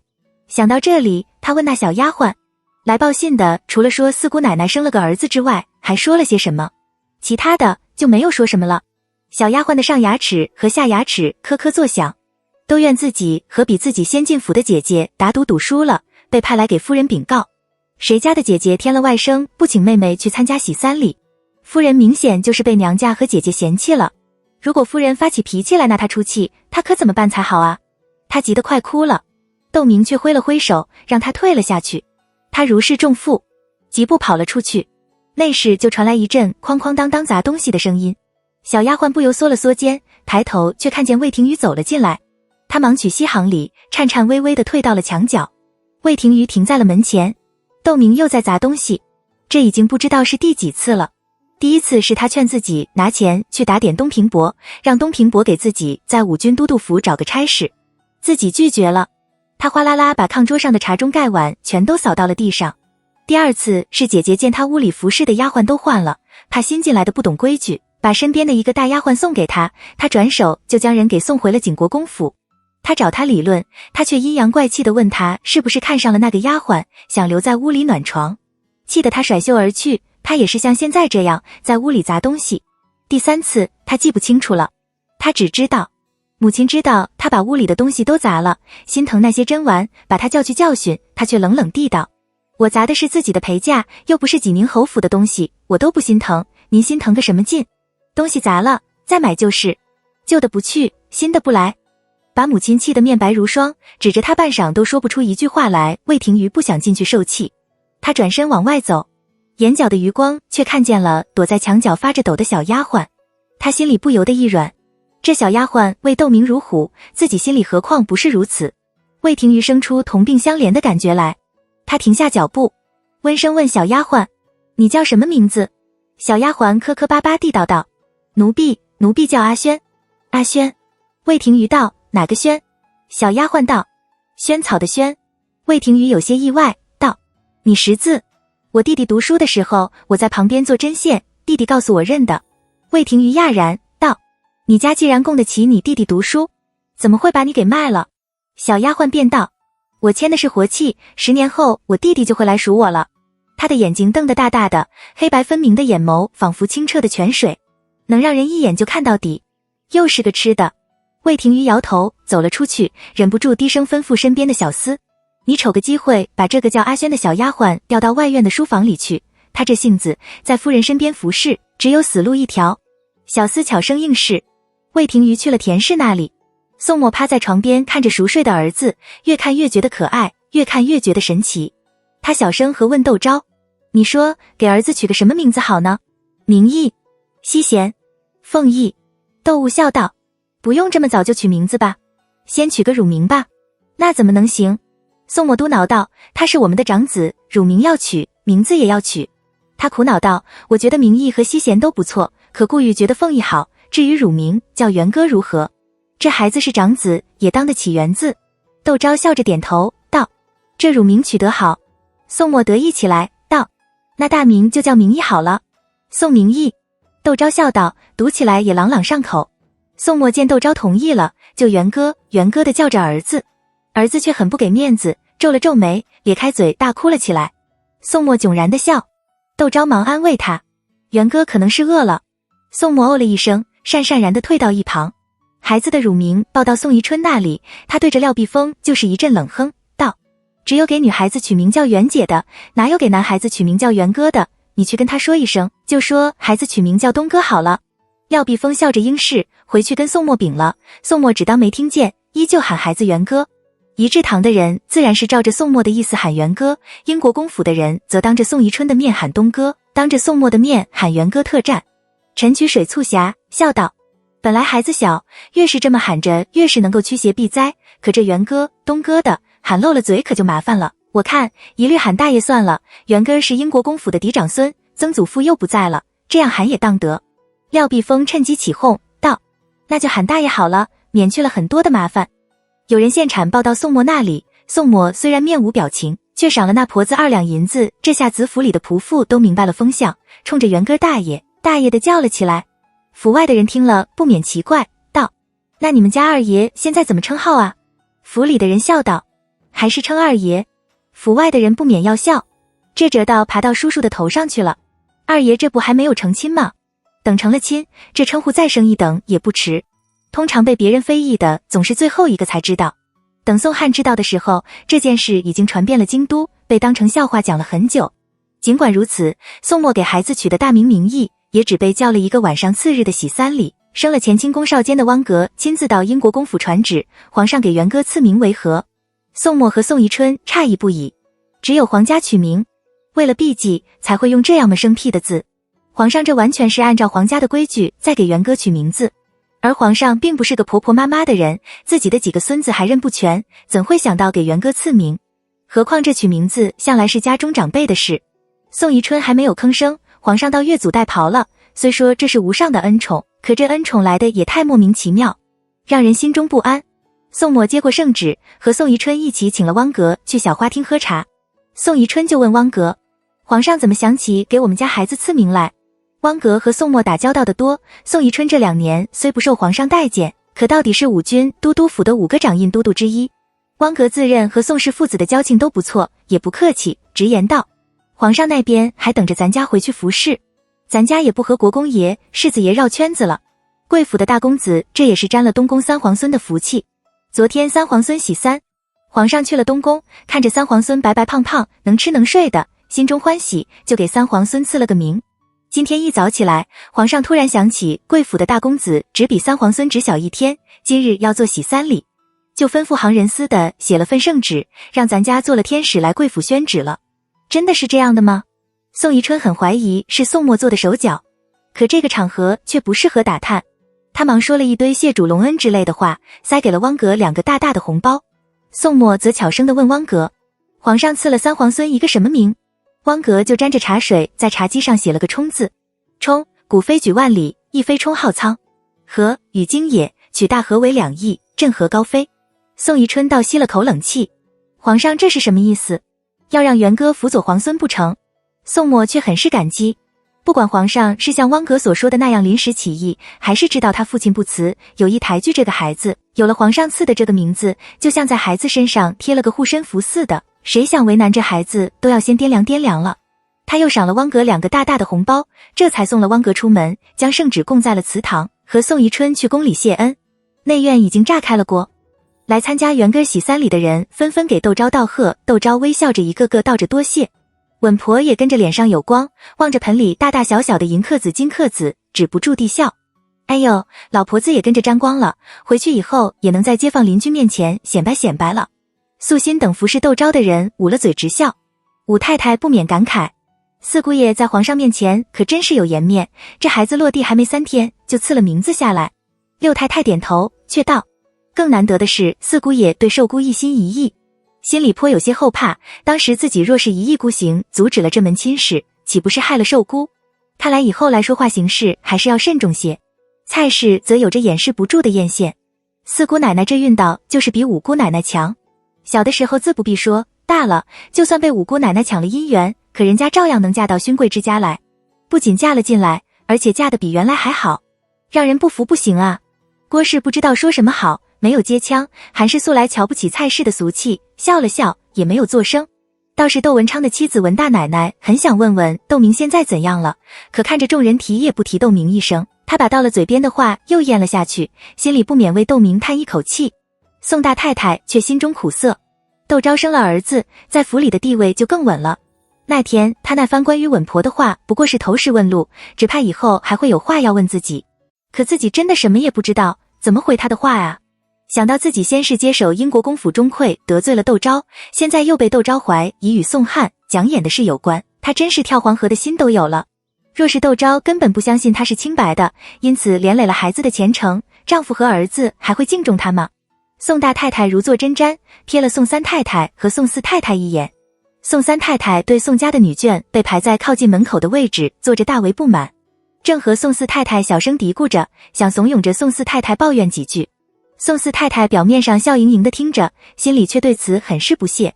喜三礼本就是娘家的事，窦家又名声显赫，出手大方，他们不坐上座，谁坐上矬？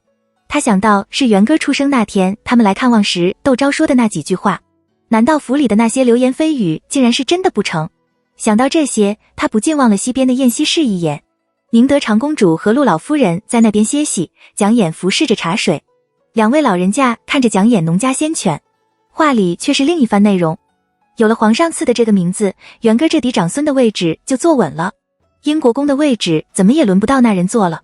宁德长公主说着，轻轻地呷了口茶。我们家这么抬举英国公府，可不是为了给个出身不明的庶孽的做嫁衣。陆老夫人挑了挑眉，神色间没有了往昔的慈蔼和善，显得冷峻而严肃，流露出当家主母的威严与气势。只可惜了严姐儿，那么漂亮的小姑娘硬生生被那件妇害了。那庶孽就是表现得再乖巧懂事，我只要一想到她身上流着那件妇的血，我就觉得恶心。自己的这个嫂嫂性子最是刚烈，眼里向来容不得一粒沙子，不过是年纪大了，有所收敛而已。蒋琰的事却把她的脾气给引发了。宁德长公主只得道，事情闹大了，毕竟是件丑闻，于燕堂也无益，只能慢慢的来了。陆老夫人颔首道，旁的不说，先把惠孙的陪嫁要回来，再帮宋汉说门亲事，让他单独开府，分出房头来，免得我看着他就吃不下饭。只怕国公爷另有想法。宁德长公主沉吟道，我看不如请太后娘娘为宋汉赐门婚事好了。宫中每年都有女官放出来，也有些嫔妃的家眷进宫去给太后娘娘请安，随便指哪个都不辱没了她。宫中的嫔妃多出身寒微，家里的姊妹多是九贫乍富，拿得出手的不多，嫁过来又没有女性的长辈指点，不行差踏错就是好的了，指望着能和窦昭打擂台，只怕有那心也没那个能力。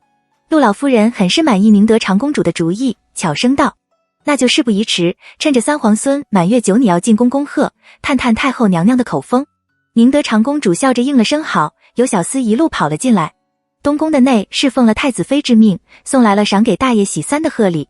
宋墨和宋宜春都去宫里谢恩了，窦昭又在坐月子，宋大太太出面去道了谢，将东西捧了回来。不过是对步步高升的金刻子，可这是太子妃赏的，意义不一样，稳婆捧在手里，人都有些飘忽了。众人少不得又是一阵贺喜。蒋丽珠过来祝贺元哥喜三，他曾帮着蒋琰打掩护，蒋琰看着他就觉得亲切，领了他去给陆老夫人和宁德长公主磕头。蒋丽珠妙语连珠，逗得两位老人家不时开怀大笑。蒋琰温顺地在一旁给众人斟茶端水。从英国公府回去的路上，陆老夫人对宁德长公主感慨：荣辱不惊，这才是世家女子的气度，怎是父兄当个官或是家里有几个钱就能做到的。蒋丽珠的公公不过是个小小的指挥使，丈夫更是白身，她站在众女眷间，却不卑不亢，淡定从容。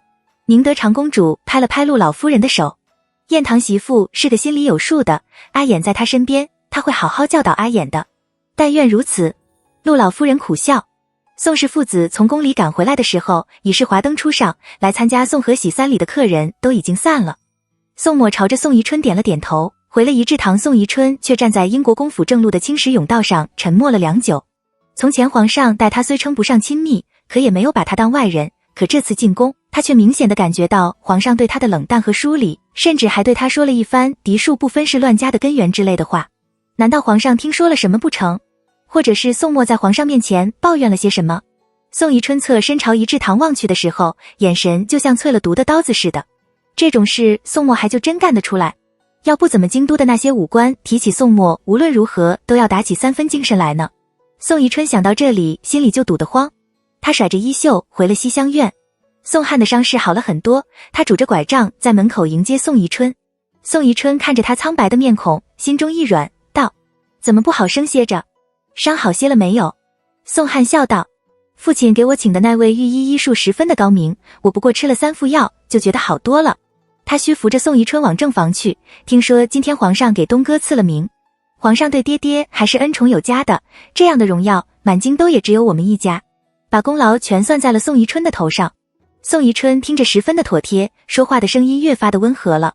这也是皇上看在我们家世代忠心的份上，所以说我们家只要看着皇上的眼色行事就行了，至于旁的与我们都不相干，只有这样才能把这份恩宠长长久久的延续下去。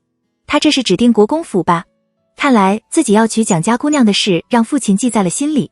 宋汉在心里冷笑着，嘴里却道：父亲教训的是，我如今年纪大了，看了不少事，也知道轻重缓急了，再也不会像从前那样不懂事了。宋宜春满意的嗯了一声，停下了脚步，道：等过几天我就进宫去给你求门亲事，你这些日子好好在家里读书，不要惹是生非，免得宫里的贵人听说了不喜，知道吗？宋汉愕然。宋宜春想的是，有这样个傻儿子也不错，至少事事都听自己的，不会自作主张的让自己下不了台。傻小子。他笑着进了厅堂，心里却琢磨着应该安排2个丫鬟告诉儿子人事了。宋汉看宋宜春进了屋，慢慢的回了自己居住的东小院。七霞和彩云忙迎了上来，他挥了挥手，把屋里服侍的都遣了下去，进了内室，悄悄地移开了内室东面供着的观世音，露出一张小小画像。画像上的人披着件绣帛，秀雅端丽，眉宇间若有若无的透着刚强和傲气。母亲，他喃喃地道着，眼泪霎时就落了下来。我不是有意的，我真的不知道那药里有毒，我不敢跟您说，您那个时候已经开始怀疑了。我知道您虽然不喜欢父亲，却从来不曾怀疑过他，我怕我说给您听了会被父亲发现，您身边的杏方已经被父亲收买了，父亲要是否认，他再一做手脚，找不到证据，我就死无葬身之地了。我趁他们不注意的时候，就会悄悄地把那药泼掉一半兑上水，我想这样您就可以挺到哥哥回来了。可没想到父亲却把我的身世告诉了您，把您给活活的气死了。他脸上一片水渍，母亲，您最疼爱我了，我做错了什么事您都不会责怪，这一次您也一定会原谅我的，是不是？他说着，抚着画像上的人，表情渐渐变得狰狞起来。您放心，儿子一定会为您报仇的。宋抹却是回到仪制堂就沐浴更衣，去了内室。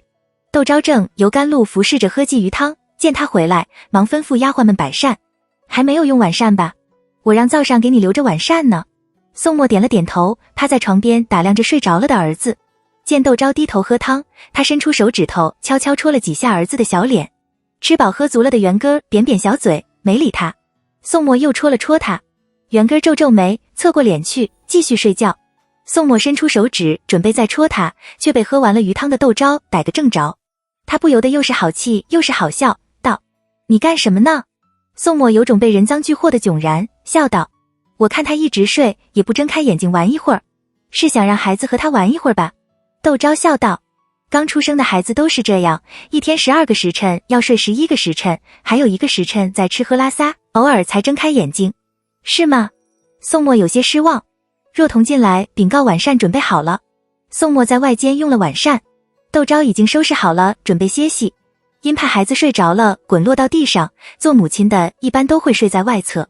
元根虽然才刚出生，还被捆在襁褓里，但出于习惯，窦昭还是睡在了外侧。宋墨这几天就歇在临窗的大炕上。见窦昭躺了下去，他挤到了床上，道：我来帮你带孩子，你睡到内侧去吧。想到刚才宋墨的举动，窦昭可不放心，道：我身上还有些不舒服，不想挪地方，等孩子大些了，你再帮我带吧。宋墨就睡在了内侧，道：你有什么事叫我好了。窦昭见他兴致勃勃的，笑着应了，让丫鬟们进来熄了灯。因是自己带孩子，明天又你来我往的应酬了一天，他闭上眼睛，很快就睡着了。半夜他被孩子的哭声惊醒，他忙坐了起来，却发现宋墨和孩子都不见了。窦昭出了一身冷汗，高声喊着燕堂。宋墨抱着孩子尴尬地走了进来。我看你睡得沉，就把孩子抱去给乳娘喂奶，谁知道他不吃，这才是我生的儿子吗？窦昭心里一暖，柔声道：我来喂就是了。宋墨赧然地把孩子交给了窦昭。窦昭侧过身去给孩子喂奶，宋墨就坐在床边看着。孩子吃饱了，又换了尿片，来了精神，张开眼睛玩起来。窦昭不由得打了个哈欠。宋墨忙道：我来带孩子，你快去睡。窦昭哪里睡得着？宋墨却十分的坚持不行，还有乳娘，你这样会把身体熬坏的。上一世他就是这样生生的熬坏了身体的。窦昭的眼睛就有些涩涩的，他依眼躺下，睁着眼睛看着宋墨有些笨拙的抱着孩子在屋里走来走去，乱七八糟的和孩子说着话，竟然睡着了。等他睁开眼睛，元根好端端地睡在他的枕头旁，再看宋墨贴着儿子的脸睡得十分香甜。窦昭看着这一大一小两张脸，心里就像被羽毛挠了一下似的，痒痒的，又有种说不出来的情绪把心口堵得满满的。他不由轻轻地抚上了宋墨的脸。此时的景国公府，3位太太都坐在厅堂里等婆婆景国公夫人梳洗妥当了，好进去给婆婆请安。张二太太就轻声地问着张三太太冯氏：昨天你怎么回来的那么晚？英国公府的喜丧礼很热闹吗？她昨天是有意那么晚回来的，就是想错过晚上的婚，定好把话留着今天早上大家都来问安的时候说。妯娌的话如同给她递了把梯子。她不禁精神一振，笑着看了一眼魏廷珍，这才道：何止是热闹，简直是声势赫异，皇上还为我那刚出生的侄儿赐了名。张二太太一愣，正要说什么，景国公夫人已由贴身的嬷嬷虚扶着走了出来，正好听了个音，不禁道：皇上为谁赐了名？英国公府的嫡长孙啊。张三太太就将皇上给三皇孙赐了个什么名，又给元哥赐了个什么名，太子妃赏了些什么给英国公府，英国公府来了多少客人，窦家送了多少喜丧礼等等，都夸大了几分，告诉了景国公夫人。景国公夫人听着也有些意外，叹道：到底是英国公府有体面。然后吩咐贴身的嬷嬷，等元哥满月的时候，我也去凑个热闹。张三太太大喜，挽了景国公夫人的胳膊，笑道：母亲今天这只点翠凤簪可真漂亮，上面镶的是南珠吧？就你眼尖。景国公夫人笑着去了隔壁的宴席室。魏廷珍神色木然地跟在婆婆和2个弟媳的后面，恨恨地想着，不过是一表3000里的亲戚，就嘚瑟得不知道东南西北，有本事让皇上给自己的儿子赐个名，心里却明白这是三太太听说了姐妹一家的事，在嘲讽自己。她想到被窦明送回来的丫鬟手里的帕子凝成了梅干菜。过了2天，魏廷珍还是忍不住回了趟娘家。等到孩子满月那天，不仅景国公夫人亲自到了，就是长兴侯世子夫人和向来不和人应酬的延安侯夫人也都到了。长兴侯世子夫人更是进门就向窦昭解释，婆婆很想来看看大公子，又怕惊扰了孩子，只得作罢。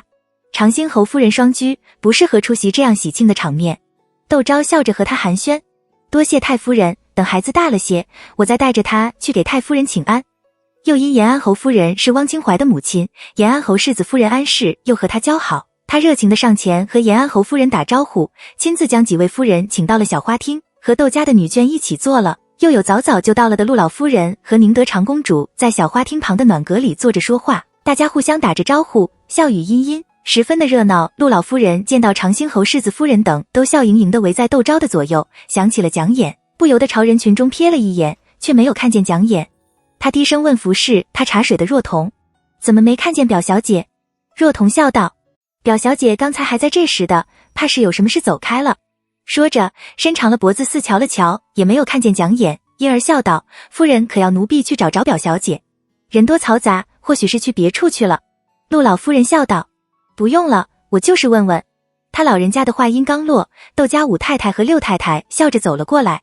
陆老夫人把这件事抛在了脑后，和窦家五太太、六太太寒暄起来。站在陆老夫人身边的蒋丽珠却留了个心，她半晌没有看见蒋琰，不免有些担心，连问了几个丫鬟，也都说没有看见。她想了想，悄悄去了碧水轩。蒋琰正和坐在临窗的大炕上做绣活，见蒋丽珠来访，不免赧然道，我瞧着嫂嫂那边都打点妥当了，没什么要人帮忙，我又是个眼皮子浅的，人一多，说话都不利索了，怕给哥哥嫂嫂丢了脸，这才躲到这里来的。蒋丽珠不由叹了口气，还好宋家子嗣单薄，旁支又早早的分了出去，不然三姑六舅的，以蒋琰的性子，只怕会把他吃的连骨头渣子都不剩。他劝道，有几个是生来就不认生的，见的人多了，自然就好了。你都不知道，陆老夫人刚才还问起你呢。蒋琰低了头，飞针走线，没有作声。交浅言深，蒋丽珠不好再劝，起身告辞。蒋琰却很喜欢蒋丽珠，见她面露些许的失望之色，心中着急，拉着蒋丽珠的衣袖道，嫂嫂抬举我不是那不识抬举的人，只是他们都喜欢盯着我瞧，我到底是见不得光的人，哥哥嫂嫂那么好的人，却被我连累了。蒋丽珠一愣，突然明白过来，蒋琰这是怕别人知道他的遭遇被人轻视，给宋墨和窦昭丢脸。他想到蒋家被抄家之后，面对别人的非议时，自己欲辩不能的屈辱与愤懑，再想到蒋琰的遭遇，他顿时心中一软，在看蒋琰的时候，就有了种因同病相怜而产生的亲切，道，你也别在意，那些人不过是好奇，等京都又出了新鲜事的时候，他们自然就会去议论别的了。蒋琰心中甚苦，蒋丽珠真诚的话语触动了他心底的苦楚，他不禁道，我的事和旁人不一样，他们能说上几十年，我又是个无用之人，苟且偷生，只想找个没人认识我的地方了此残生。说着眼角湿润起来。蒋丽珠家中逢难，比起一般的女子多了些经验，对蒋琰的话更有感触，不由得落下泪来。蒋琰看着自责不已，忙掏了帕子给蒋丽珠擦眼泪，我看好生生的乱说话，闹得姐姐也跟着不痛快起来。蒋丽珠忙握了蒋琰的手，道，快别这么说，我们可是堂兄妹，本是搪塞别的人关系，此刻提起却又有了深深的温馨。两人不由对视一笑，倒把刚才的悲伤冲淡了几分。蒋丽珠知道从前的过往在蒋琰心中成了一个结，想把维贺两家的遭遇告诉他，但想到蒋琰对害了自己的李挑娘都没有什么恨意，他把话咽了回去，换了个说法劝着蒋琰，有些事是你自己想多了，表哥既然把你接进府来，自会为您考虑周详。清苑县的韦离氏早在元宵节的时候就已失踪不见，英国公府的表小姐蒋琰却是国公夫人生前最疼爱的外甥女，你就安心的在宋家住下，别人就算是盯着你看，也是因为你长得和姑母像一个模子里印出来似的，倒不是因为别的。蒋琰却比他想象的更敏感，道，这些不过是自己哄自己的话罢了，我和蒋夫人长得一模一样，现在大家都在传说我是蒋夫人生的，宋汉是从外面抱回来的，天下没有不透风的墙，他们总有一天会知道我是谁的，到时候有人怜悯他，可更多的却是嘲讥和不屑吧。蒋丽珠叹气，蒋琰就道，今天是元歌的好日子，姐姐快去吃酒听戏去，免得为了我的事扫兴。只是旁人若问起我的，姐姐帮我打个掩护，我怕嫂嫂看不见我到处找我，给她添麻烦。蒋丽珠只得点头道，等过2天大家都得了闲，我再来看你。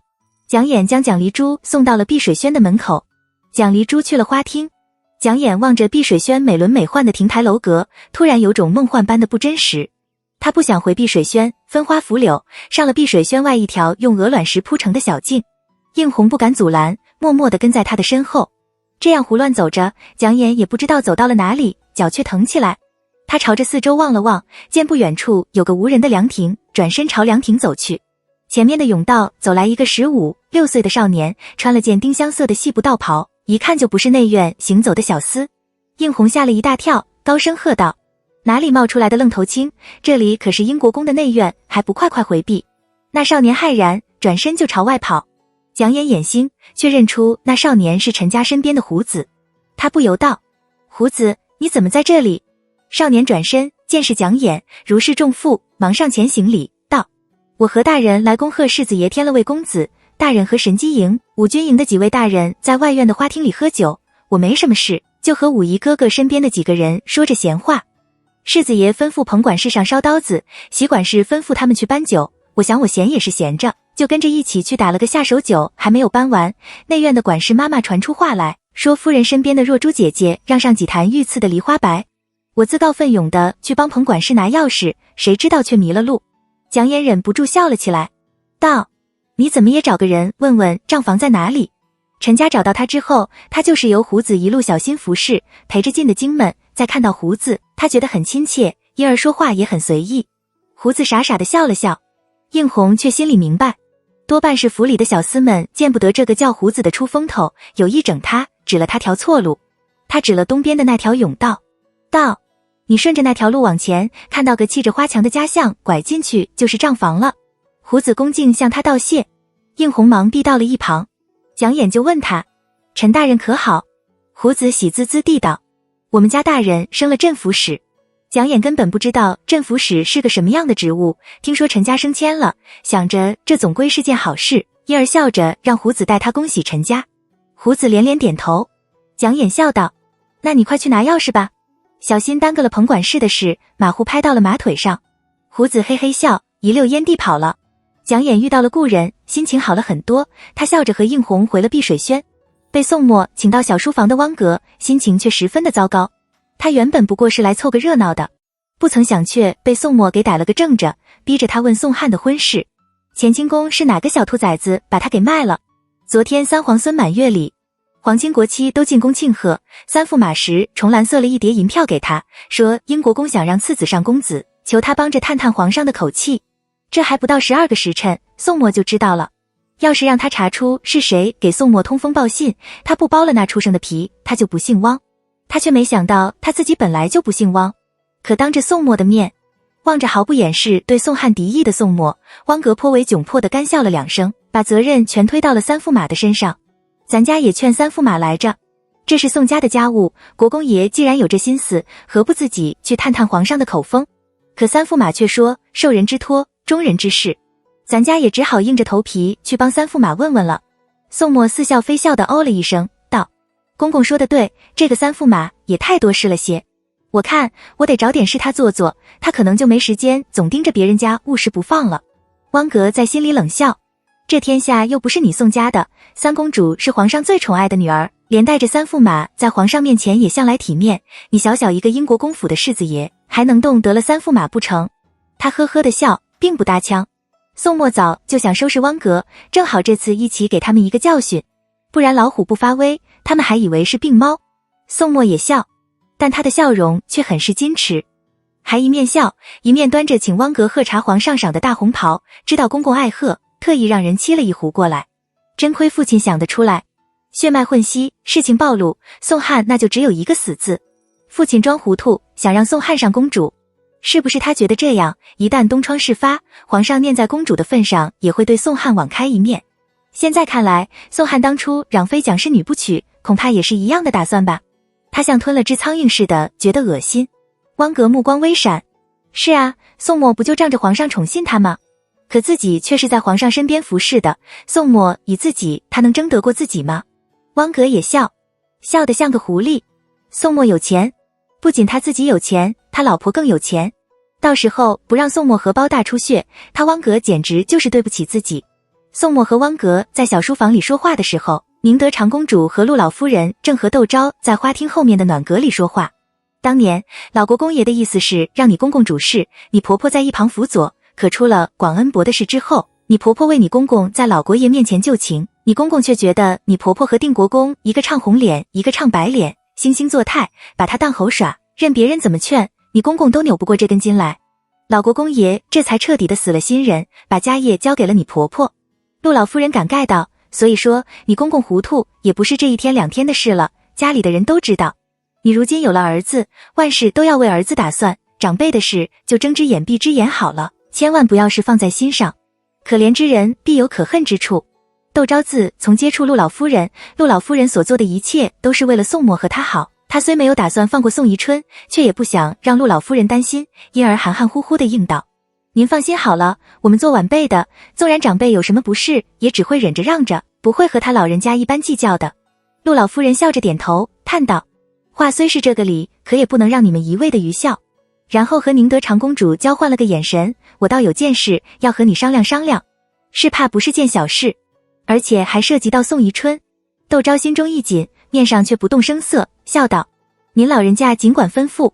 陆老夫人就道，我看宋汉年纪不小了，也到了说亲的年纪，我和长公主就想，宫里的妃嫔众多，哪家没两个待嫁的侄女外甥女的，不如请了太后娘娘做媒，给宋汉挑个能干的媳妇，她成了亲之后分出去当过，也有个主持中馈的人。你的意思如何？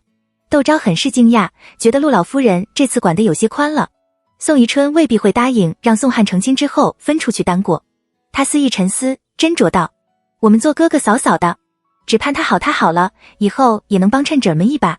只是这一则赐婚的事恐怕由不得我们，二则有让二爷成亲之后分出去当过，老儿子、大孙子、老俩口的眼珠子，怕就怕国公爷不答应，还以为是我们世子也容不下二爷撺着就老爷们出面说这样的话。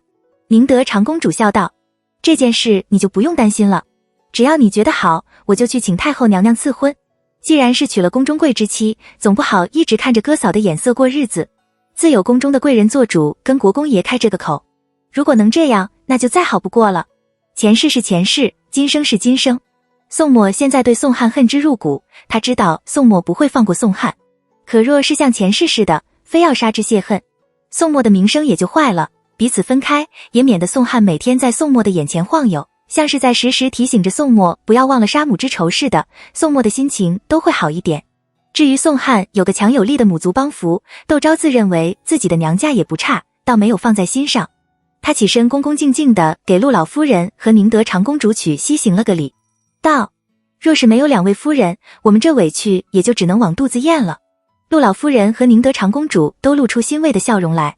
宁德长公主索性和窦昭坦诚不恭地道，你几个表弟从小被我们拘得紧，是个安生过日子的人，却不是振兴家业的料，以后少不得要宴堂多看顾些，总不能让国公爷这么胡闹着把家业给败了。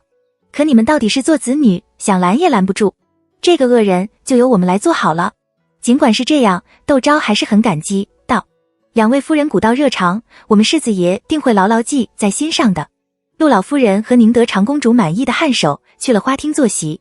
窦昭自己虽然满意这样的安排，却怕宋墨另有打算，寻思着等会散了席，就把这件事宋墨碰个头。有小厮疾步走了进来，一面给窦昭行礼，一面急匆匆的，太子殿下和太子妃娘娘派了内侍赏夏公子的满月礼，世子爷让您去前院谢恩。太子殿下的内侍过来，有宋墨接待，太子妃派来的人，窦昭就得出面了。窦昭忙换了件大红色的被子，太子妃身边的内侍已由顾玉陪着进了内院。长兴侯夫人等一律回避，在花厅里没有出来。窦昭朝着西面皇宫的方向区西行礼谢了恩，内侍将太子妃赏给元歌的金银锁、八宝项圈、衣饰鞋袜等有托盘装着，传到了窦昭的手里，窦昭再传到了身后听丫鬟手里。一时间，一至堂正院的小丫鬟们倾巢出动，来喝元歌满月酒的不由看得目瞪口呆。长兴侯夫人更是道，元歌可真是投了太子份的缘，以后长大定是个有福气的。窦昭笑着谢长兴侯道谢，塞了个大大的封红给内侍，吩咐人另整桌好酒好菜招待内侍。那内侍却连连摇手道，奴婢是跟着崔公公出来办事的，我还是跟着崔公公一道好了。崔义俊是太子殿下面前的第一红人。那太监把他抬了出来，窦昭也不好勉强，又让人塞了2个上等的封红给那太监。那太林笑的眼睛眯成了一道缝，不停地向窦昭道谢。崔义俊没有多留，把太子殿下赏的东西交给了宋墨之后，和宋墨寒暄了2句，就起身告辞了。宋墨亲自将崔义俊送到了壁影前，窦昭则依规矩将太子和太子妃赏的东西陈设在大厅里，等到满月里过了，再收回库房去。赤金打造的金麒麟，八宝打造的项圈，大红缂丝的斗篷，在夏日明亮的阳光下闪烁着刺目的光芒。在座哪家不是钟鸣鼎食？什么东西没见过？可这是太子妃赏的，又不一样。众人抬举着宋墨和窦昭，交口称赞了一番，这才重新在小花厅里坐下。丝竹声中，宴席开始了。宋宜春见汪格坐在角落里和顾玉说的热闹，不由得皱眉，悄声问石穗兰：“那边怎么说？”石重兰笑道：“你放心好了，他既然敢收我们的银子，就不怕他赖账。”宋宜春心中微定，这才感觉好了些。陆老夫人也在和宁德长公主耳语，万一太后娘娘懒得管这闲事怎么办？宁德长公主笑道：“先帝生前最宠爱苗太妃，要不是苗太妃所生的皇子夭折了，只怕这宫里还有一番折腾。三皇孙满月里的时候，我把宋家的事悄悄告诉了石太妃，以她的性子，定会告诉太后娘娘的。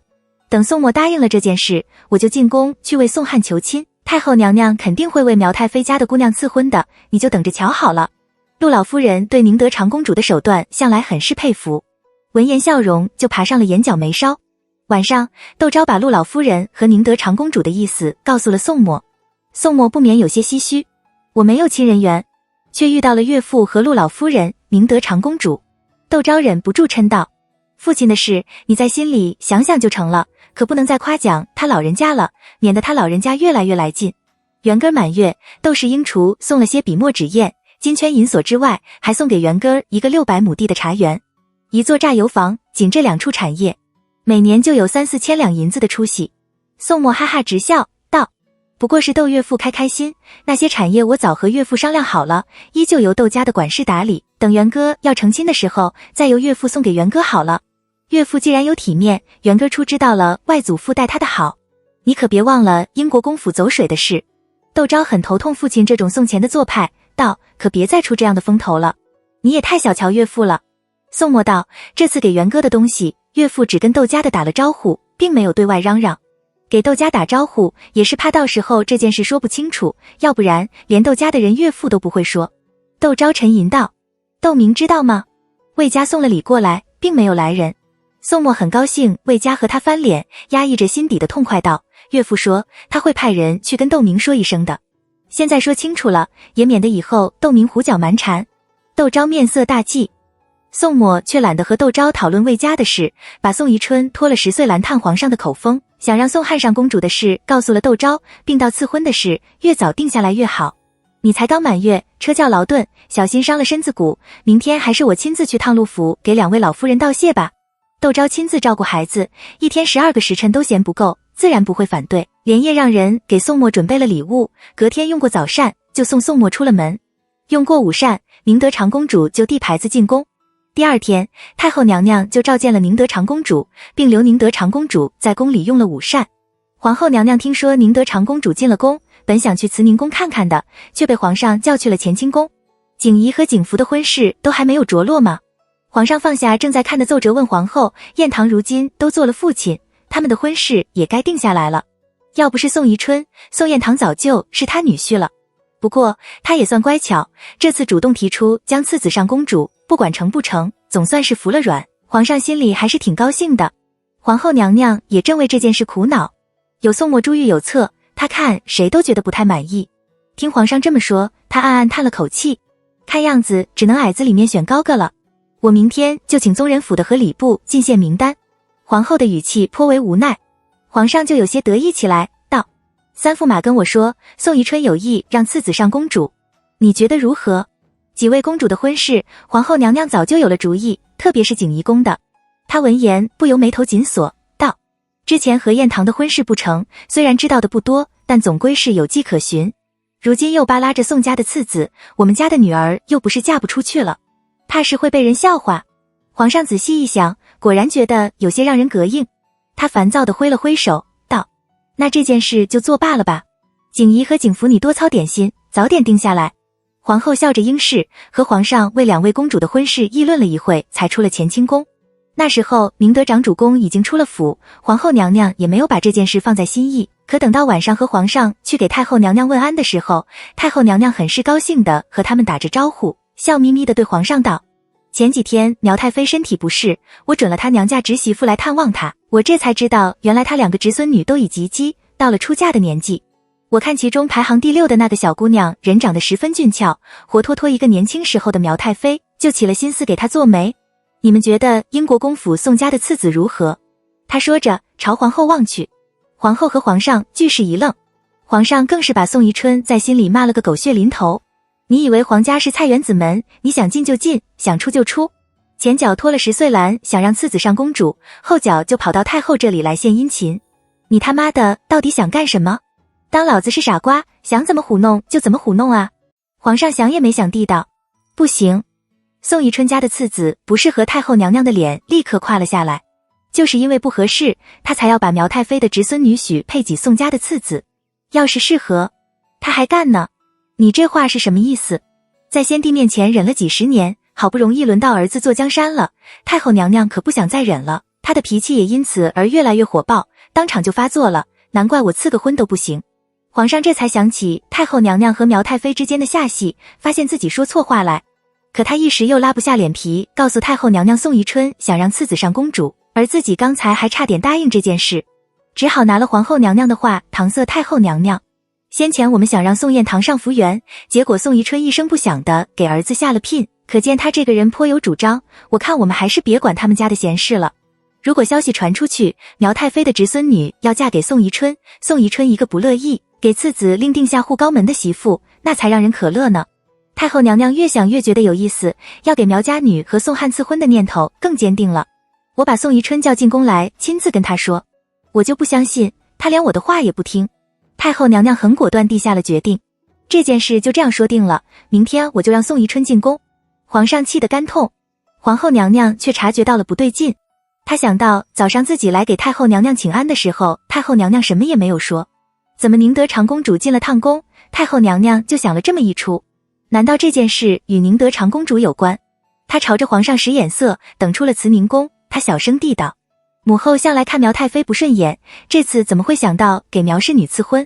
皇上先前在偏殿被气糊涂了，此时冷静下来也觉得有些蹊跷，但他懒得理会这种女人间的小伎俩，吩咐皇后娘娘道：你查查到底是怎么一回事就行了。皇后娘娘领命，回宫就让打听宁德长公主觐见太后娘娘的时候都说了些什么。很快她就知道了宁德长公主的来意，也知道了关于宋汉的事。皇后娘娘气得脸涨得通红，啪嗒一下把手里的一把团扇给折断了。宫女们吓得全都跪在了地上。大殿里悄无声息，落针可闻。皇后娘娘深深地吸了好几口气才缓过来，吩咐人去宣了宁德长公主进宫。宁德长公主既然敢在太后娘娘面前保媒，自然早有计较。听皇后娘娘问起，她心里并不紧张，面上却露出惊骇的表情，道：话怎么传成了这样？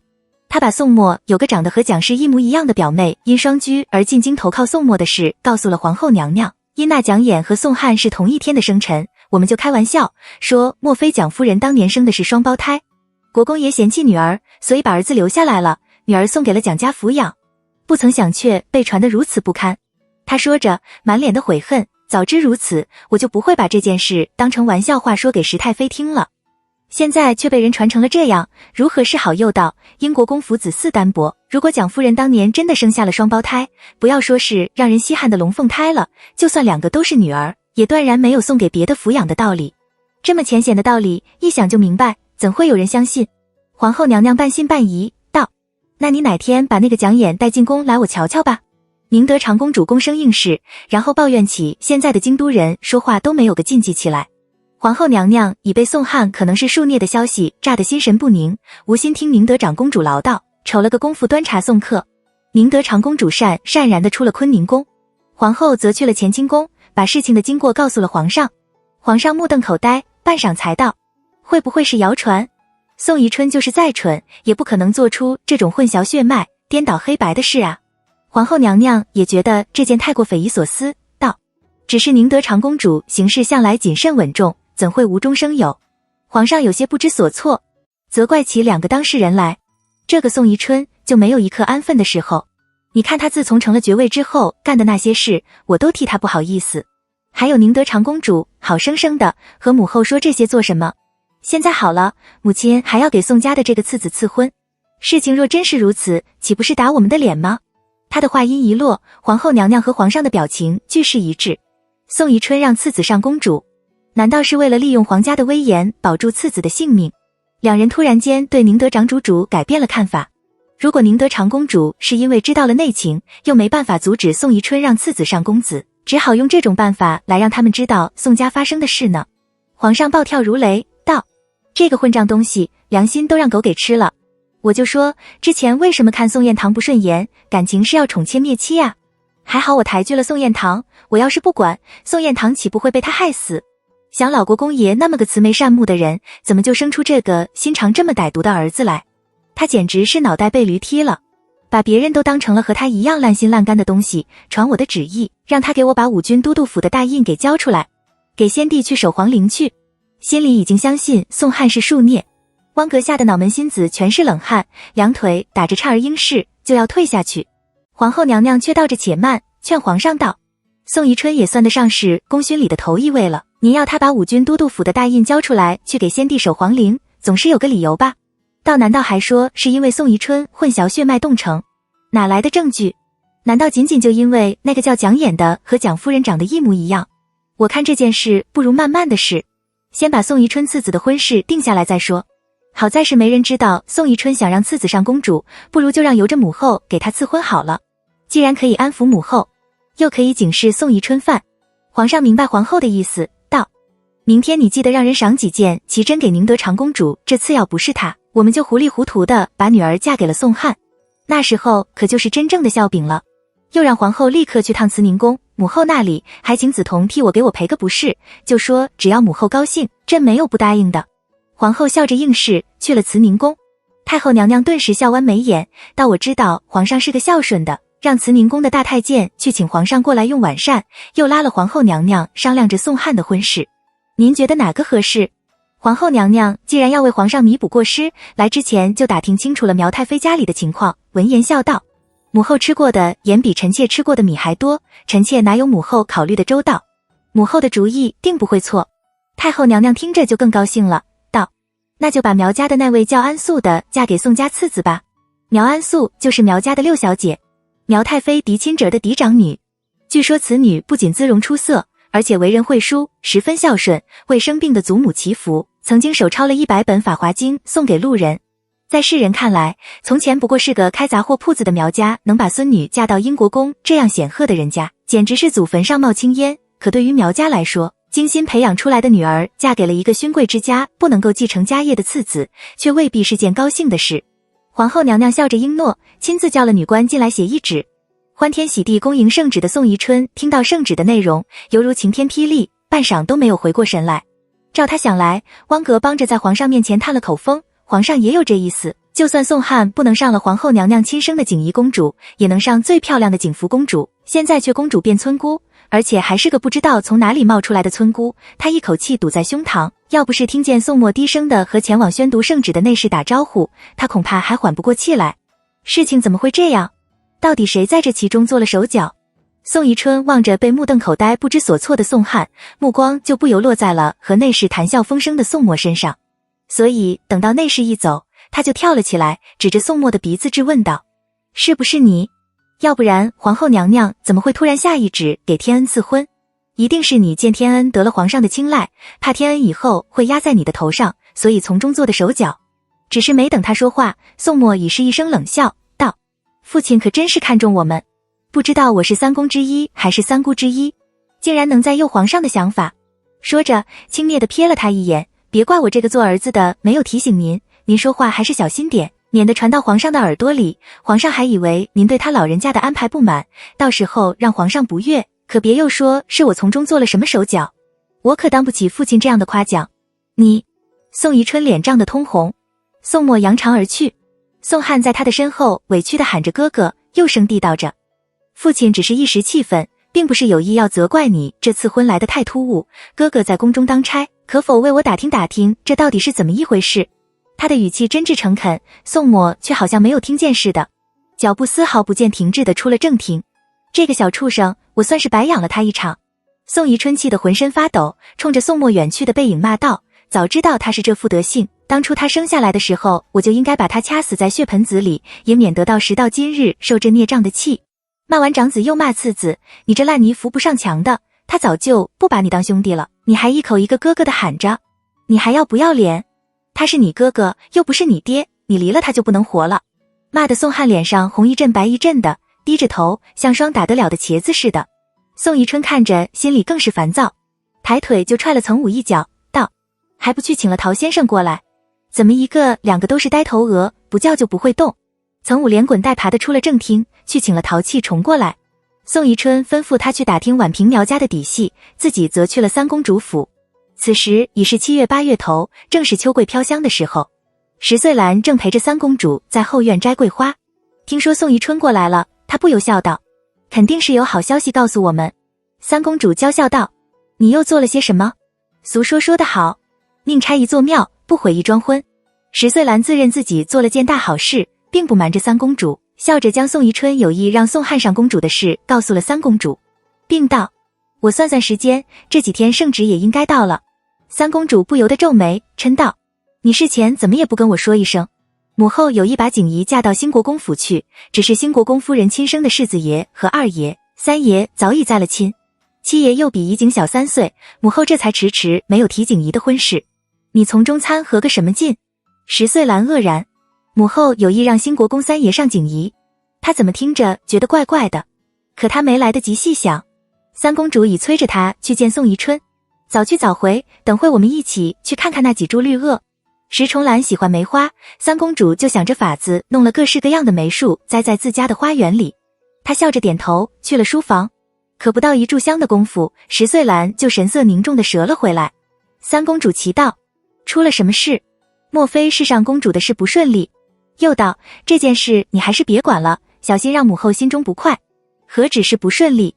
石重兰苦笑，有意请三公主帮忙，因而极其详细地将宋宜春的评议告诉了三公主。母亲竟然下懿旨将宛平一户苗姓家族的6小姐赐给了宋汉为妻。这个苑平苗家到底是哪家？是和母后有旧，还是哪家没落的功臣之后？我怎么从来没有听说过？你可有印象？苗太妃当年虽然艳冠6宫，可那毕竟是20几年前的事了，她如今不过是个被人遗忘在角落里，在太后的威严下苟延残喘的妇人而已，有几个人还记得她宛平苗氏？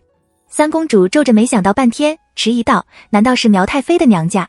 提到苗太妃，石重兰就有印象了。她转身就往外走，我去跟宋宜春说一声，让她派个人去查查。三公主望着石重兰的背景直摇头。宋宜春当场就傻了眼，苗太妃的娘家人？太后娘娘没有把苗太妃做人干就是好的了，皇后娘娘怎么会给苗家的女儿赐婚？这算是怎么一回事啊？难怪让我和个市井之人做亲家不成。他想想都觉得像脚上沾了坨屎似的恶心。石重兰却看出些端倪来了，宋宜春的运气也太差了，早不说上公主的事，晚不说上公主的，偏偏这个时候冒了出来，被不知道是心血来潮还是蓄意已久的太后娘娘当了冤大头。不过宋家身世显赫，宋汉虽是次子，配苗氏女却绰绰有余，按理太后娘娘不应该这么埋汰宋汉才是，难道这其中还有什么内情不成？10岁兰这才深深的后悔起来，自己真不应该插手这件事，若是坏了太后娘娘的事，而因此被太后娘娘记恨上，就算有皇上庇护，以太后娘娘的脾气，也够她喝一壶的了。她心生退意，委婉地道：既然是迹可循，就不愁查不出缘由来。我帮你问问，你自己也派人去探探苗家的人的底细，下聘的时候心里也有计较。一旨以下，宋宜春难道还真的敢抗胜不成？再不满意，也只能捏着鼻子认了，最多私底下和梯级的人抱怨2句罢了。事到如此，他也没有了什么好主意，讪讪的叹气，想到自己塞了汪阁3000两银子，依旧托了10岁兰帮着打听这件事的内幕。10岁兰也怕自己无意间闯下了大祸，也想找汪阁问个清楚，自然是满口答应。宋宜春回了英国公府，苗家出了个嫔妃，这几年买田置地，威风起来，在宛平县大小也算得上是个人物。淘气仲没有费多少功夫就打听清楚了苗家的事。他抚着额头，不知道该怎么跟宋宜春说好。宋墨这边却早已得了消息，苗家借着苗太妃的事，很是红火了几年。先帝并天之后，苗家的光景就一年不如一年。常言说得好，由俭入奢易，由奢入俭难。苗家又是尝到了嫁女儿的甜头。男丁不寻思着怎么支应门庭，却一门心思地想着怎样找个好女婿帮扶自家一把。这苗家六小姐是众姐妹中长得最好的一个，又聪明伶俐，原本苗家是想把她送入内廷的，因而花了大力气请了师傅在家里教这个女儿琴棋书画。后来知道苗太妃在宫里早就失了势，就改了心思，一心一意把这女儿嫁个全有钱的人家，以后也好补贴娘家。听说太后娘娘把苗安素赐给了英国公府的次子为妻，苗家立刻就差人来打听宋汉的底细，知道宋汉名下只有蒋夫人留下来的不到5000两银子的产业。宋墨性情暴虐凶残，皇上却十分的宠信。宋宜春又正壮年，苗家人的脸色立马就有些难看起来。几兄弟坐在一起商量对策，老的肯定会续弦，少年又是个惹不起的，除了个名声，什么实惠也没有。苗安素的胞兄苗安平非常的不满，没等长辈开口，他已迫不及待地道，还不如嫁给县里的郭大爷。郭大爷虽说是死了老婆的，可人家说了，聘礼是5000两银子，妹子一嫁过去就主持中馈，郭家的铺子我们也能入一股。你给我闭嘴！苗安素的父亲狠狠地瞪了儿子一眼，道，这是御赐的婚事，能反悔吗？你给我少说2句，小心祸从口出。苗安素的大伯就道，能不能多要些聘礼？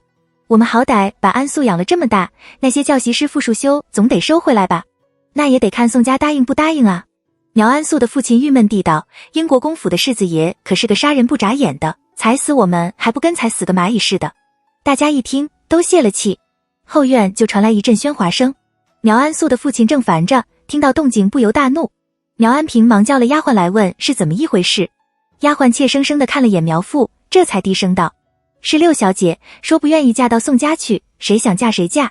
苗父顿时觉得脑门隐隐作痛，他想靠着这个女儿荣华富贵，对这个女儿自然是百般宠爱，时间长了，养成女儿颐指气使脾气不说，对他也少了一份尊敬，发起脾气来家里就没有一个镇得住的。苗素安的二伯父有些幸灾乐祸地看了苗父一眼，道，她一个未出嫁的姑娘，这要是闹得左邻右舍听到了什么风声，我们这几年辛辛苦苦地给她树立起来的名声岂不是白费了？你还是快去看看吧，现在可不是她说不嫁就能不嫁的。苗父狼狈地起身去了内院。苗安素身材苗条，乌黑的头发，大大的杏眼，宜嗔宜喜，非常的漂亮。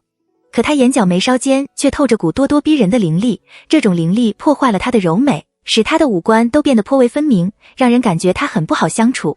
此时她柳眉高挑，杏眼圆瞪，这种感觉就更强烈了。什么狗屁公子，不过是个仗着祖上余荫混吃等死的废物罢了。苗安素被2个丫鬟架着，说话的声音却越发的大了起来，爹爹总说疼我，现在却让我嫁给个不能继承祖产的废物，难道您就忍心看着我以后只能每年靠着几百两银子的出息在大宅门里熬着？到时候我连自己都顾不上了，您和哥哥要靠谁去？苗父吓得脸色发白，上前就捂了他的嘴，低声道，我的小祖宗，你轻点声，这桩婚事是御赐的，我们只有欢喜的份，哪有不愿意的道理？你这话要是被有心人听见传了出去，我们苗家可要大祸临头了。不要说爹了，就是宫里的姑奶奶也保不住你。苗安素一使劲，扯下了父亲捂在自己嘴上的大手，道，爹爹，您跟我说实话，这门亲事是您自己去求的，还是宫里赐下来的？当然是宫里赐下来的。苗父说起这个也很郁闷，你以为我傻了，把你嫁给个次子？不对啊。苗安素奇道，太后娘娘不是一向看姑奶奶不顺眼吗？她怎么会突然想到把我嫁给英国公府的二爷？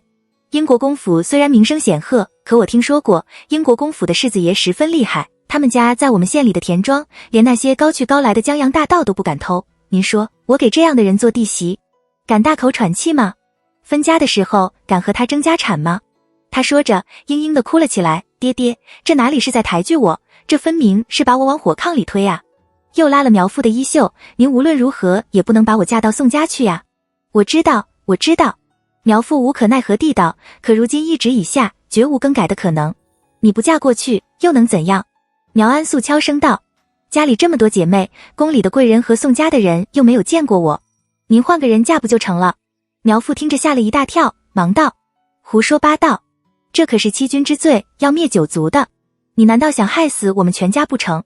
又怕女儿继续和他胡搅蛮缠，说出更加离经叛道的话来，他甩开女儿的手，板了脸道：你不要胡思乱想了，安安生生的待在家里，准备出嫁就是了。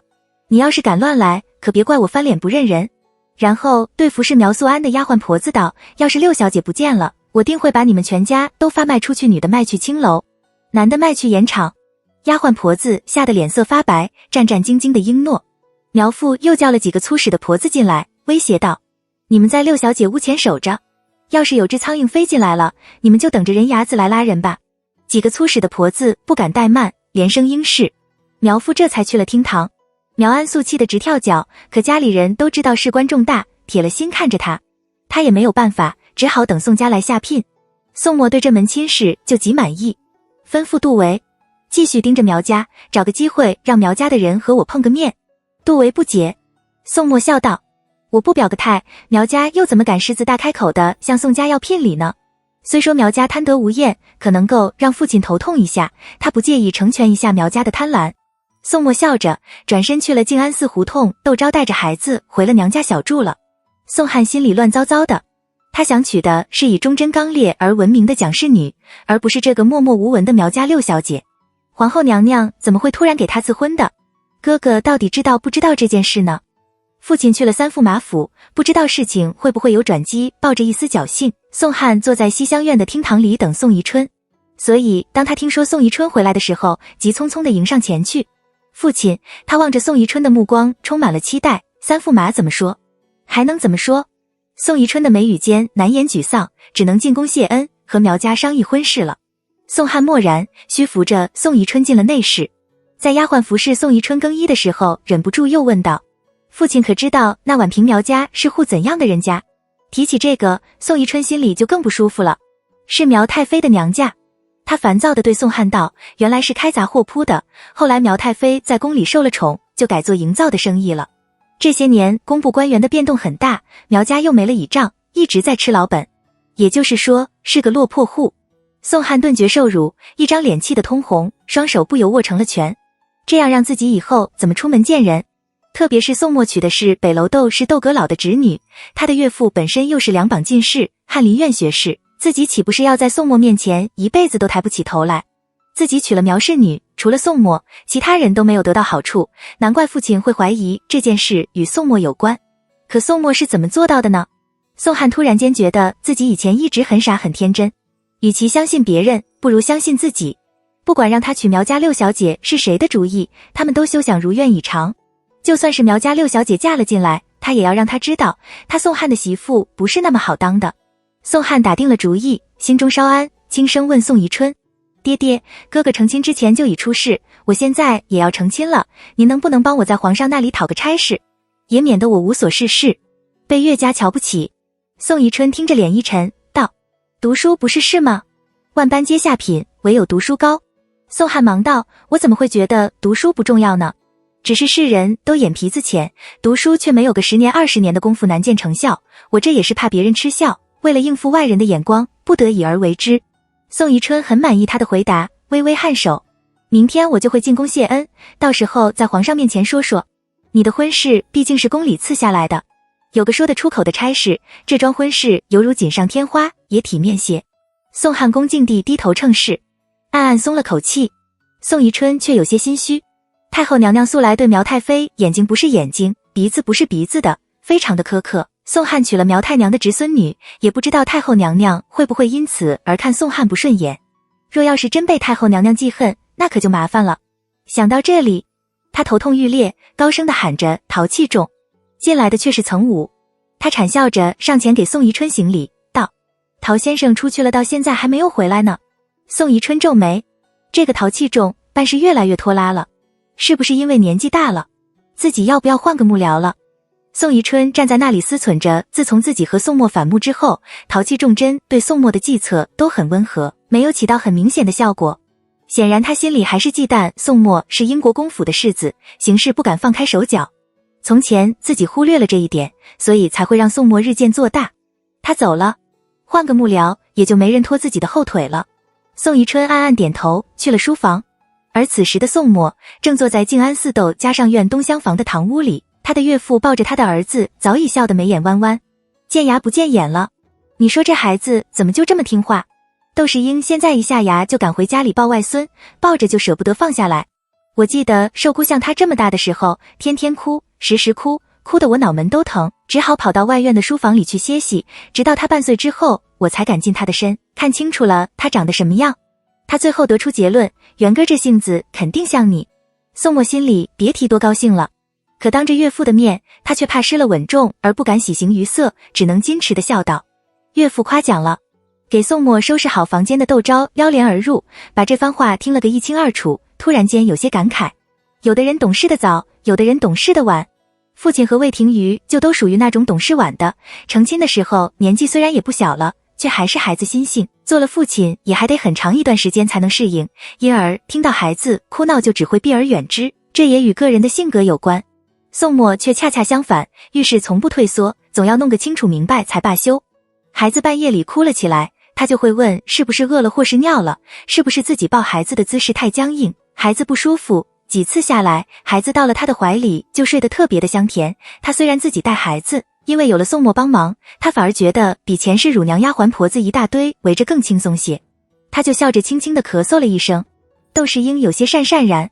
宋墨忙道：收拾完了，岳父正在讲你小时候的事，没想到你小时候那么的顽皮。他很积极地为岳父解着围，立刻换来了岳父一个感激的眼神。窦昭好笑，一面答着都收拾好了，一面去抱孩子。窦世英向旁边一闪，躲开了窦昭的手，道：孩子睡得好好的，你这一接手，把孩子吵醒了怎么办？还是我抱着吧。他老人家已经抱了快2个时辰了，也不嫌胳膊酸。窦昭无奈地朝宋墨投去求助的一瞥，宋墨却像没有看见似的，移开了目光，低头喝茶。这家伙只知道讨好岳父。窦昭瞪了宋墨一眼，宋墨不由在心里嘀咕：孩子满月，娘家会接外孙认门，女婿把人送到就得回去。他能留在静安寺胡同过夜，还不是因为讨了岳父的欢心。这个时候他也只好装糊涂了。见女婿向着自己，窦世英暗自得意，越发看女婿顺眼了，道：听说你们家二小子要成亲了，可曾定下了下聘的日子？到时候我们也去凑个热闹。窦世英虽然知道宋汉的身世有些曲折，但他总觉得这是老一辈人的恩怨，与宋汉没有关系。宋汉只要一天是宋墨的弟弟，他作为宋墨的岳父，就要给宋墨做面子。宋墨把窦世英当父亲看待，自然不愿意让他涉及这些阿杂事，忙笑道：因为赐予的婚事讲究多，下聘请期都要先请宫中侍下，麻烦得很，我到时候让廖碧峰来请您就是了。言下之意是让他别管。窦世英觉得宋墨的话很有道理，他又是个不喜欢应酬的，很满意这样的安排。窦昭回娘家小住，住在上院的东厢房，宋墨则被安排在东厢房的小书房。窦昭没事，就让丫鬟拿了针线过来，一面做针线，一面听窦世英和宋墨聊天。窦世叔突然来访，窦世英非常的惊讶，道：这个时候城里已经宵禁了。他把孩子交给了窦昭，道：我去看看。宋墨起身送窦世英，安抚他道：宫里这几天风平浪静的，武伯父也许是为旁的事找您。窦世英点头，去了外院的书房。窦世叔还穿着官服，坐在书房的太师椅上喝茶。见窦世英进来，也不客气，开门见山地道：皇上要为皇长孙启蒙，我想推荐你去讲千家诗，你可有把握？窦世英却是个不愿意沾染这些的，皱了皱眉道：我性子清冷，五哥还有其他的人选没有？六弟更不成。窦世叔道：他看似稳重，却不拘小节，让他进宫，那是害他。窦世英觉得这件事来得太突然，不像窦世叔说的那么简单，想到宋墨在自己这里，不禁道：这件事容我仔细想想。毕竟是教导皇长孙未来的储君，窦世叔也没指望窦世英立刻就能答应下来，点了点头，问了问窦世英的学问，起身告辞。窦世英送他到大门口，他看见停在了教厅的马车，恍然抚额，道：燕堂过来了。是啊。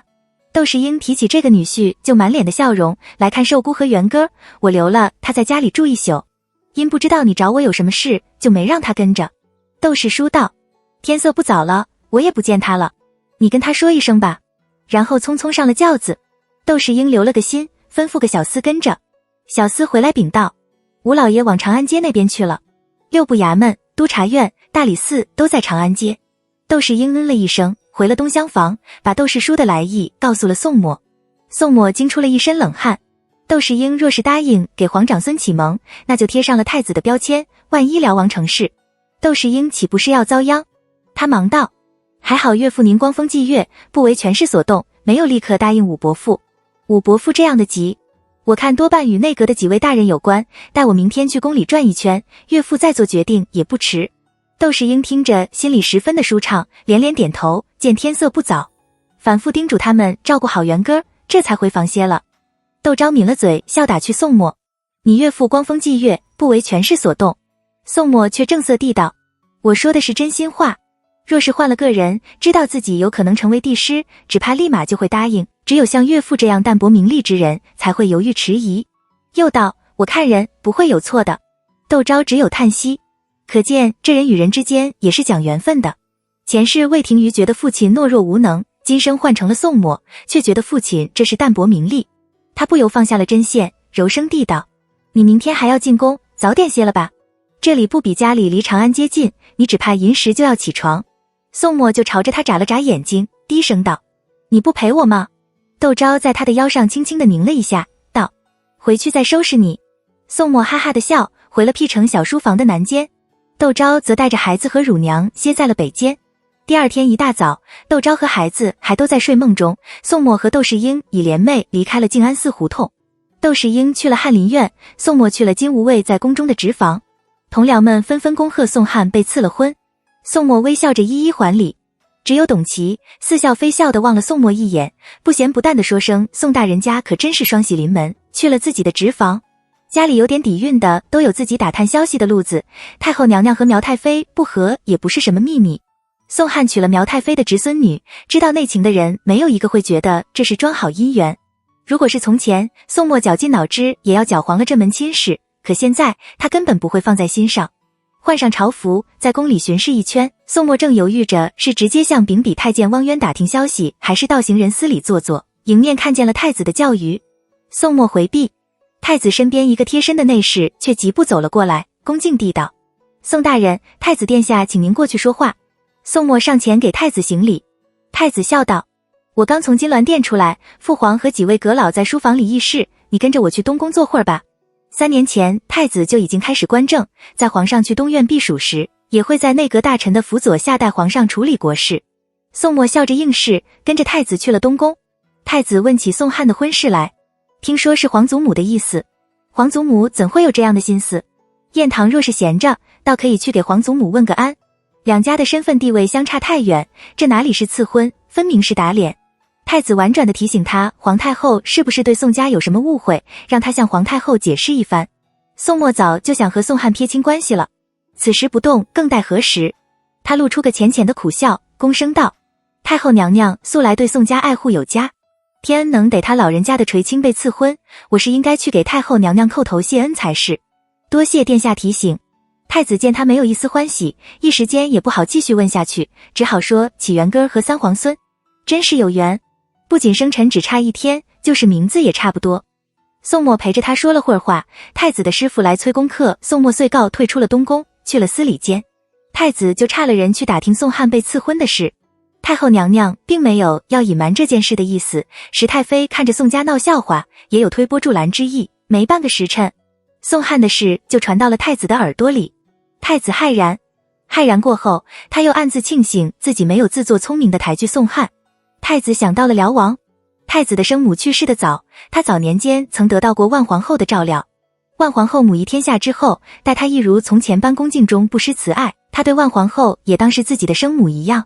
可辽王却这几年越发的咄咄逼人起来，他有时候不免会想，这其中有没有万皇后的暗中推手呢？可这念头他只敢埋在心里，谁也不能说，包括和他最亲近的太子妃，他也不敢说。太子想到宋墨那略带苦涩的笑容，突然对宋墨生出同病相怜之感来。宋墨遇到了这样的事，的确也只能苦笑。他在书房里打着转，寻思着若是有机会能再找宋墨说说话就好了。宋墨在司礼间喝了一肚子的茶水，就到了午膳的时候。宫里的饭菜本来就不如家里的可口，他哪里还吃得下？下了牙，他又去了陆府宁德长公主为宋翰保了妆，这么好的婚事，于情于理他都应该亲自登门向陆老夫人和宁德长公主道谢才是。明德长公主见到他的时候很高兴，笑道：我这也是为了自个儿，你不必放在心上，好生做你的世子，不要被别人拿捏住了把柄就是了。姑舅老表骨肉亲。宋墨笑道：我没有兄弟手足，几位表哥就是我的亲哥哥，有什么事？长公主只管让他们吩咐我。明德长公主很是满意宋墨的说辞，问起讲演的事来。你是准备把他留在家里，还是想再给他找个女婿？想到长公主成功的为宋汉说了门亲事，宋墨直言道：他还年轻，如果能再嫁个合适的人家，最好不过了。明德长公主笑着点头，把这件事记在了心上，留了宋墨晚膳。宋墨心里惦记着老婆孩子，推说吃过了才来的，方才脱身回了静安寺胡同。他先去给窦世英请安，结果窦世英在东厢房，他又去了东厢房，把在司礼监打听到的事告诉了窦世英。皇上要给皇长孙启蒙，何文道推荐了杜家伦，皇上却觉得杜家伦为人刻板，看中了行人司的陈荣。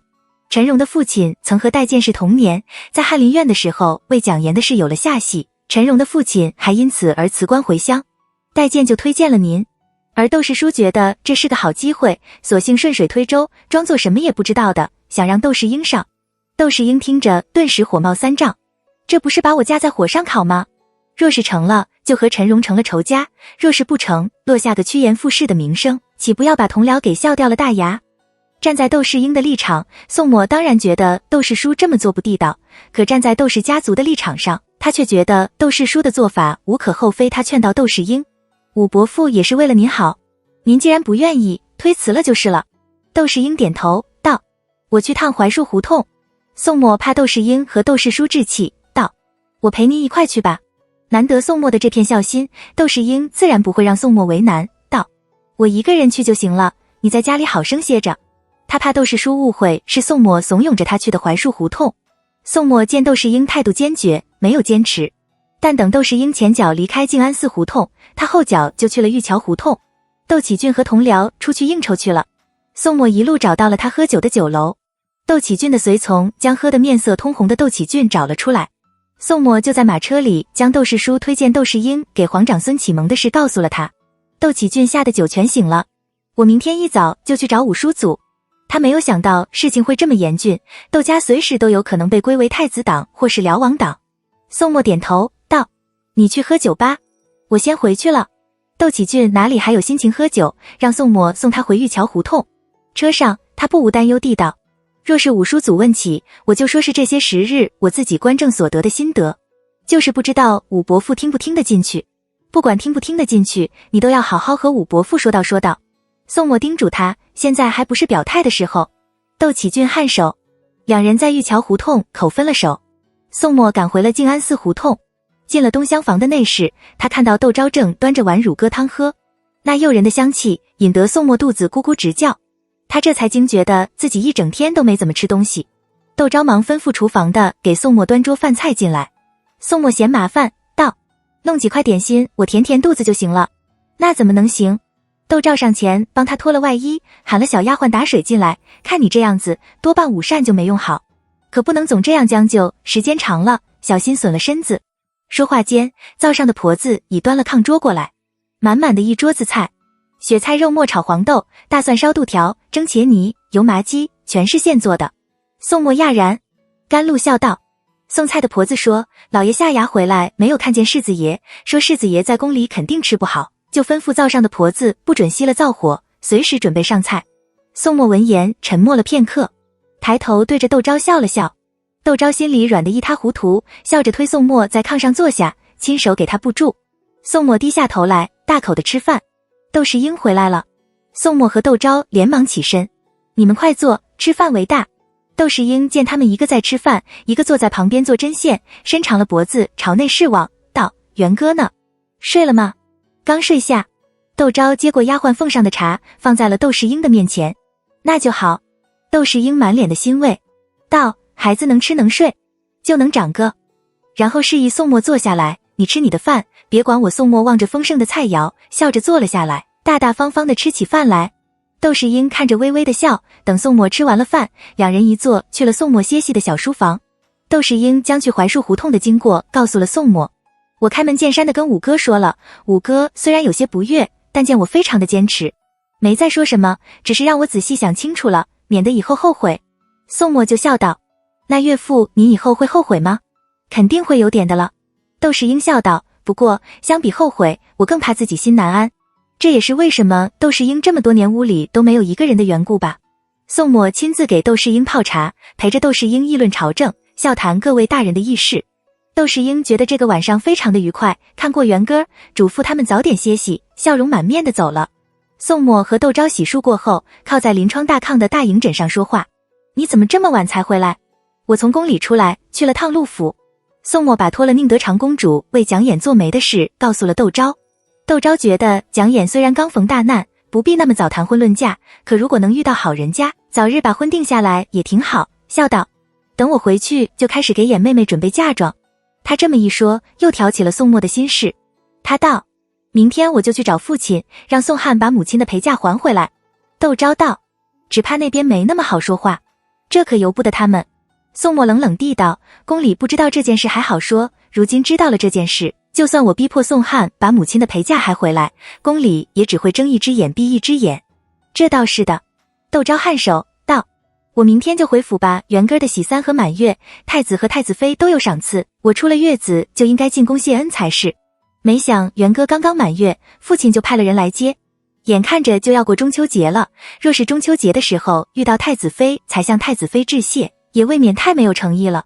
宋墨却想到窦世英刚才那满足的笑容，笑道，进宫谢恩和带着元歌回娘家认门有什么冲突的？让甘露他们回府拿了你的诰命符事，你直接从静安寺胡同进宫就是了。窦昭不禁失笑道，人一想宁了，就变得糊涂起来。那我就明天递牌子吧，若是能见到太后娘娘，正好给太后娘娘谢个恩。宋汉的婚事可是他老人家的主意，他们这些超品的外命妇进宫，按理都会去慈宁宫给太后娘娘请安。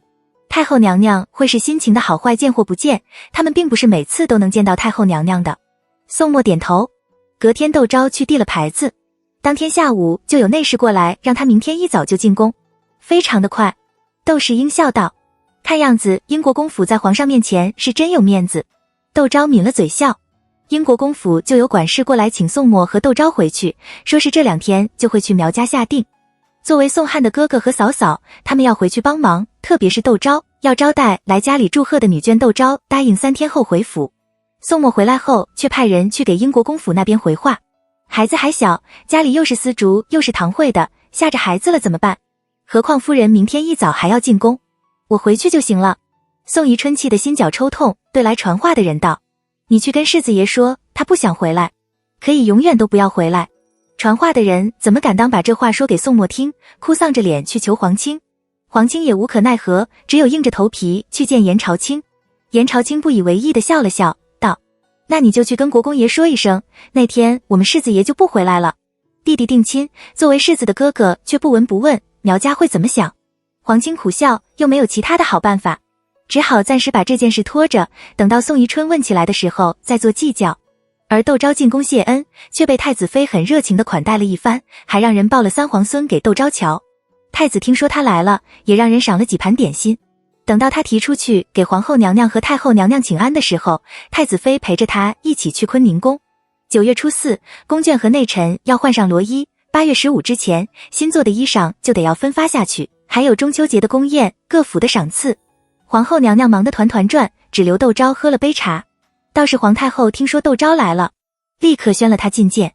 窦昭眼观鼻，鼻观心的进了偏殿。石太妃也在，正陪着太后娘娘在打叶子牌。太后娘娘没等窦昭行礼，就问他，你会打叶子牌不？窦昭谦逊道，从前在家的时候也陪家中的长辈玩过，只是不太精通，输的时候多。石太妃听了咯咯直笑，道，你打牌都不输点，让我们这些人怎么好想？是指她的嫁妆丰厚吧？或者是因为对长兴侯没有好感？窦昭见石太妃一把年纪了，还像个18年华的少女般的娇声假笑，对她没有一丝的好感。太子妃好像也不太喜欢石太妃似的，笑道，可见这家底富足了也不好，总给人当靶子打。石太妃表情微僵，太后娘娘就朝着窦昭招手，会打就行，你把慧英替下来，她的眼神比我还不好。说话间，有个女官模样的女子笑盈盈地站了起来，将手中的一把牌递给了窦昭。窦昭接也不是，不接也不是。太子妃就轻轻地推了推他，道：太后娘娘嫌弃我笨拙，你就陪着太后娘娘玩一会吧。事已至此，再推辞反而显得有些小家子气。窦昭笑着朝那女官屈膝行了个礼，道了声得罪了，接过牌，坐在了太后娘娘的对面。一圈打下来，他心里已经有些底了。太后娘娘把打牌当消遣，不太动脑筋，想到哪里打哪里，没有什么章法。石太妃的牌艺很高超，哄着太后娘娘玩，4把牌里只赢1把。另一个牌搭子是宫中的德妃，她是皇上在前底时的良人，和皇上同年，早已断红断绿，常被召唤到慈宁宫来陪伴太后娘娘，牌打得也很好，不敢和坐在她上家的太后娘娘打擂台，却对自己这个坐在她下家的人毫不手软。窦昭自认为对付这几个人还不是问题，他学着石太妃，4把牌里只赢1把，这样一来，太后娘娘就赢得最多。又因为窦昭和石太妃也不时赢上2把，看上去各有输赢，牌面十分的漂亮。太后娘娘直呼窦昭的牌打得好，兴致勃勃的，直到内侍来问5扇摆在什么地方，这牌局才暂时歇下。窦昭告退，太后娘娘却留了他5扇，并道：我们下午再玩会儿。窦昭是为了元歌才出来的，只是他做梦也没有想到太后娘娘一大早的就会和石太妃打牌，而且还留了他凑脚。此时已近正午，他的奶水又足，人不由得有些不舒服起来。听见太后娘娘留他下午继续抹牌，他看了太子妃一眼，太子妃立刻就意识到了窦昭的为难之处。他略一沉思，笑着问道：英国公世子夫人，家里的事可都安排好了？窦昭忙道：我自己在奶孩子，但家里也备了乳娘，我这就让人跟他们交代一声，让他们好生照看孩子就是了。太后娘娘闻言咦了一声，奇道：你自己奶孩子，小心败了身体。窦昭笑道：家里的事您最清楚不过了，世子爷把孩子看得重，别人都不放心。太后娘娘听着呵呵地笑了2声，抬手放了窦昭回去，好生照看孩子去吧，等他大一些了，带进宫来给我瞧瞧。我记得他只比冲哥小1天来着。窦昭躬声谢恩，见太子妃没有走的意思，独自退了下去。太子妃屈膝给太后娘娘行礼，皇祖母真是菩萨心肠。太后娘娘就虚点了太子妃一记，嗔笑道：你这张嘴就会哄我开心。又道：我这是给你恩典，关菩萨什么事？是蛮尊。太子妃笑盈盈的上前给太后娘娘捏着肩膀，孙媳妇都知道，所以才留下来给皇祖母道谢吗？太后娘娘呵呵的笑，看太子妃的目光非常的慈爱。出了宫的窦昭却是松了口气，吩咐甘露：快点回去。甘露还以为出了什么事，吓得脸色发白，急急地吩咐下去。窦昭赧然，只好让甘露继续误会下去，匆匆赶回了静安寺胡同。元歌正在哭闹，他已习惯了母亲的气味，不肯吃乳娘的奶水。窦昭忙将孩子接了过去，孩子开始狼吞虎咽的大口吃奶，窦昭心疼得直哆嗦。照这样看来，孩子没断奶之前，他最好哪里也不去。他这才觉察到乳娘的重要性。可看着孩子吃奶时那安详满足的神态，窦昭心里顿时化成了一滩水，觉得再多的不便和麻烦也让他甘之如饴。他摸着孩子乌黑亮泽的头发，想起为他解围的太子妃来。这么玲珑剔透的一个女子，最终却死于非命，这算不算是红颜薄命呢？他想到只比元歌大1天的三皇孙，突然觉得有些难受。等到宋墨过来，他不禁问他：太子是个怎样的人？宋墨笑道：怎么，在太子妃那里受了委屈？什么呀？窦昭横了他一眼，道：我在宫里受没受委屈，你会不知道？我去东宫，东宫的内侍招待我的可是一杯清水，奶孩子的人忌讳茶水。宋墨哈哈的笑，俯身亲了亲熟睡的元歌，笑道：他是大学士们教出来的，自然是遵守儒学之道，没什么好担心的。或者是应了君子妻之以方这句话，所以前世太子才会失败的。这念头在窦昭的脑海里一闪而过。他问起宋墨回府的情况来，母亲的陪嫁，国公爷怎么说？自然是不还的。宋墨冷笑道：说要和我去大理寺打官司，可我一提出用3个价值共7000两银子的田庄换宋汉名下的产业时，他又立刻改了口，要我再加3个铺面，就把母亲的陪嫁还给我。想必是宋汉要成亲了，他想让宋汉风光些，我懒得和他计较，就答应了，让廖碧峰去街上买3个铺面回来，过2天就去顺天府把契约办了。这样也好。窦昭道：横竖不过是多出几两银子，就当是你赏了人的，免得和他们置气，白白伤了身体。宋墨颔首：产业已经分给了宋汉，他担心宋汉狗急乱跳墙，把蒋氏留下来的东西零星的拆卖了，到时候想还原就更麻烦了，还不如暂时先把蒋氏的产业拿到手再说。至于给宋汉的田庄铺面有多少收成，还得看是什么人在打理，现在值1万两银子，以后就未必也值1万两银子。窦昭就说起明天下定的事来，我不参加合适吗？有什么不合适的？宋墨笑道，就不许别人有点急事。再说了，到时候我会去，他们也就没空计叫你了。窦昭不解。宋墨笑道，我先卖个关子，你到时候就知道了。想必又要出什么损招折腾宋宜春了。窦昭抿了嘴笑。宋墨心疼他今天身体不舒服，柔声道，8月15的中秋节宫宴，我帮你告病吧。窦昭有些犹豫，他们正和宋宜春斗呢，宫里的支持很重要。宋墨道，没事，这件事我来办。窦昭相信宋墨，不再多问。次日一大早，宋墨去了苑平县，进了离苗家不远处的一家茶楼。严朝清和夏莲等人早就在茶楼的大厅里等着，茶楼的老板则提着个茶壶，像店小二似的在一旁殷勤地服侍着。看见宋墨进来，严朝清等人立刻站了起来，道：爷，雅间都已经收拾好了，靠着窗，一打开就能看见街面上的行人。宋墨笑着朝他点了点头，上了2楼的雅间。茶楼的老板赶过去服侍，被武夷拦在了门外。我们也喜欢清静，若是有事，自会叫你。茶楼的老板讪讪然地退了下去。太阳渐渐升了起来，街上的行人也越来越多，透过高丽纸糊的窗扇，可以隐约地听到外面嘈杂的人声。武夷快步走了进来。爷，人到了。宋墨点头，将手中的书卷递给了武夷，道：问老板要多少钱？带回去给夫人瞧瞧。那是茶楼雅间内工人消遣的一本游记，刚才宋墨闲着无事，翻开来看了看，觉得颇有意思，就决定顺回去。武夷笑着把书卷塞进了怀里，陪着宋墨下了楼。苗家请的是宛平县令谢宛和县丞马豪做媒人，英国公府来下小定，自然少不了2位父母官陪同。马豪倒是一早就到了，结婉却自恃身份，眼看吉时将至，却还没有出现。苗父打发了苗安素的胞兄苗安平去请结婉。苗安平想到轿子里坐着的谢婉收了他们家300两银子的谢媒礼，这才同意给他妹子做媒人，他心里就高兴不起来。婚事还只是刚开始，苗家就已经花了1000两银子了。照这样下去，这场婚礼只怕没有3000两银子是打不住的。他们只准备了2000两银子，另1000两银子的窟窿找谁去补？苗安平愁得不得了，走路就不免有些心不在焉，迎面就和旁边酒楼里出来的人撞到了一起。他哎呦一声，摔倒在地上，未待做年方。对方却什么事也没有，而且看也没看他一眼，若无其事径直朝前走。这里可是宛平县，谁不知道他们苗家？何况县尊大人就在他的身边。苗安平爬起来就朝那人的衣袖抓去。你撞了人就准备这样走了，连个礼也不赔，你也太不讲道理了吧。因为今天英国公府的人要来下定，他穿了件新做的剪绸道袍，花了他快4两银子，这下子全毁了。只是没等他沾着那人的衣袖，已有人窜出来，一把就抓住了他的手，沉声道：哪里来的无赖，也不看看我们爷是谁就敢伸爪子，信不信我这就叫人把你的狗爪子给卸了，顺天府的捕头们还会说我们卸得好。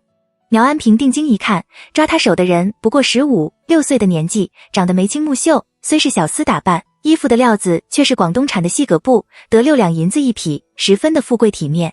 他知道遇到了豪门世家的仆从。宛平离京都很近，功勋世家多在宛平置产，常有这样的人出没。他不由精神一振，高声道：杀人偿命，欠债还钱，你们撞了我，连句道歉的话都没有，就想这样一走了之，哪有这样的道理？别的不说，先赔我身上这件衣裳，6两银子，快点掏钱，不然我们就顺天府见。我们家的亲家老爷可是英国公，到时候你们别说我欺负你们。前面的人闻言停下脚步，回头瞥了苗安平一眼。苗安平心中一悸，他从来没有看见过这样精致雍容的少年，随意地站在那里，就有种玉树临风的感觉。苗安平顿时有些示弱。那少年已到，你是宛平苗家的人？苗安平还没有来得及回答，撩着轿帘往外看的谢婉已屁颠屁颠下了叫宋大人，宋大人。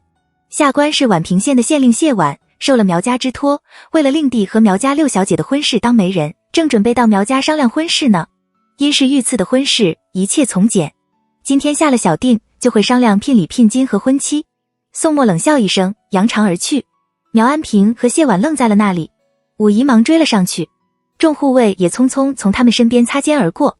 谢婉回过神来，拉着其中一个护卫，低声道：“兄弟，这到底是怎么一回事？”说话间，塞了个红包过去。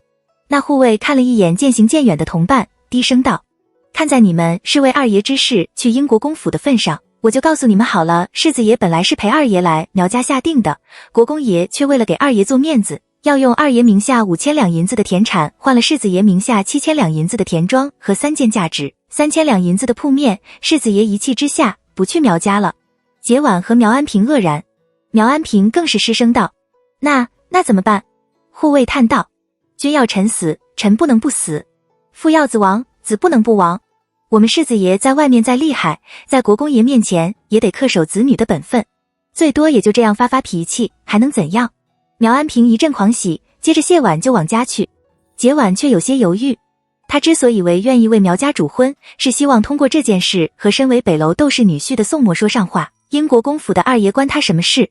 现在小定还没有开始，宋墨却被气跑了，他还有必要去苗家吗？可宛平县只有这么大，苗安平又催得急，轿夫想着苗家如今攀上了英国公府，不敢怠慢他。等节婉回过神来时，轿子已停在了苗府的大门口，他只得下轿。苗素安的伯父、父亲、叔叔一窝蜂的出来相迎，节婉趾高气扬的进了大门，苗安平却把父亲拉到了一旁的石榴树后面。爹，我告诉您，我刚才遇到了英国公府的世子爷。他忙把事情的经过告诉了苗父，可见这个宋彦堂是个窝里软的，而且他今天还不在场。您说聘礼的事，我们能不能再商量个数？苗父心里砰砰一阵乱跳，是儿子的建议非常的可行。他立刻找了苗安素的大伯来商量。苗安素的大伯沉思良久，道：“马无夜草不肥，人无横财不富，先试一试，不行再说。”苗父和苗平安不住的点头。三人去了厅堂，陪着谢婉喝了杯茶。英国公府下定的人到了。宋家的媒人是武军都督府一个叫乔禄的主簿和宋宜春考秀才时的一个同窗李文的。提起这件事，宋宜春就满腹的愤懑。他原想请三驸马来做主婚人的，谁知道三驸马却以自己从来不曾做过主婚人为由，怎么也不愿意接受。他只好退而求其次，请安陆侯出面。不曾想在安陆侯还记恨宋墨给他穿小鞋的事，不仅没把人请来，他还在安陆侯府听安陆侯一阵冷嘲热讽，他气得在家里跳脚，把宋墨狠狠地骂了一通。想到了自己的舅舅陆富礼，陆富礼却说自己年纪大了，精力不济，受不得喧嚣，让他请更年轻点的人。这一来二去的，耽搁了时间，他们好草草找了自己的一个属下和一个颇有来往的同科做婚人。节婉看着这两个人，眼角直抽。自己好歹是两榜进士出身，和个衙吏秀才同桌喝酒，他扶着额头说吹了风，把事情推给了县城马豪，自己坐上轿子一溜烟的跑了。宛平县是京县，县城也得两榜进士出身。马豪正暗暗庆幸自己今天只是陪客，没想到转眼间自己就成了主陪，他脸色一下子就变了。坐在待客的东厢房里喝茶聊天，就是不出来应酬。苗家的人也没有办法，把宋家的两位媒人请到了西厢房里坐了，由着两边全服人寒暄气阔。送上文定礼，镶多宝石赤金项圈，莲子米大小的红宝石耳环，沉甸甸的赤金纽丝纹的手镯，黄澄澄的马蹄戒指。苗母看到这些首饰，眼睛都笑成了一条缝。宋家的全服人请的是宋三太太，她将项圈、耳环、手镯、戒指给苗安素戴上。苗安素眼底就有了一丝的笑意，由丫鬟扶着，起身给宋三太太磕头行礼。宋三太太拿了2条销金帕子作为拜礼，然后随行的小厮抬上了给苗家各房的礼品。文定礼就算成了。苗大太太和宋三太太去了堂屋，商量聘金嫁妆和婚期。苗安素的贴身丫鬟就窜了进出，笑嘻嘻地道：“太太、小姐，我已经看清楚了，宋家送的是茶叶和酒。四爷说茶是上等的西湖龙井，酒是正宗的陕北稠酒。”苗安素抿了嘴笑，苗母就横了女儿一眼，嗔道：“这下满意了。”苗安素拉着母亲的衣袖撒起娇来。堂屋里，宋三太太的脸冷成了霜，她低头喝了口茶，慢慢地放下了茶盅，这才道：“常言说得好，男一挑，女一头。36台的大定礼，1万两银子的聘金，对我们英国公府来说也不算多。当年世子爷娶亲的时候，124台的聘礼，足足花了2万两银子。不过世子夫人家回了126台的聘礼，其中2台全是10两一张的银票，足足有4万两之多，总价更是超过了10万两。照这个数，贵府最少也要置办3万两银子的嫁妆才是。对方没有作声，难道是气狠了？宋三太太抬头就看见苗家的全夫人苗家大姑奶奶嘴张得能吞下一只癞蛤蟆似的望着她，她不禁在心里冷笑数声。不到3000两银子的嫁妆就想要1万两银子的聘礼，哪有这么好的事？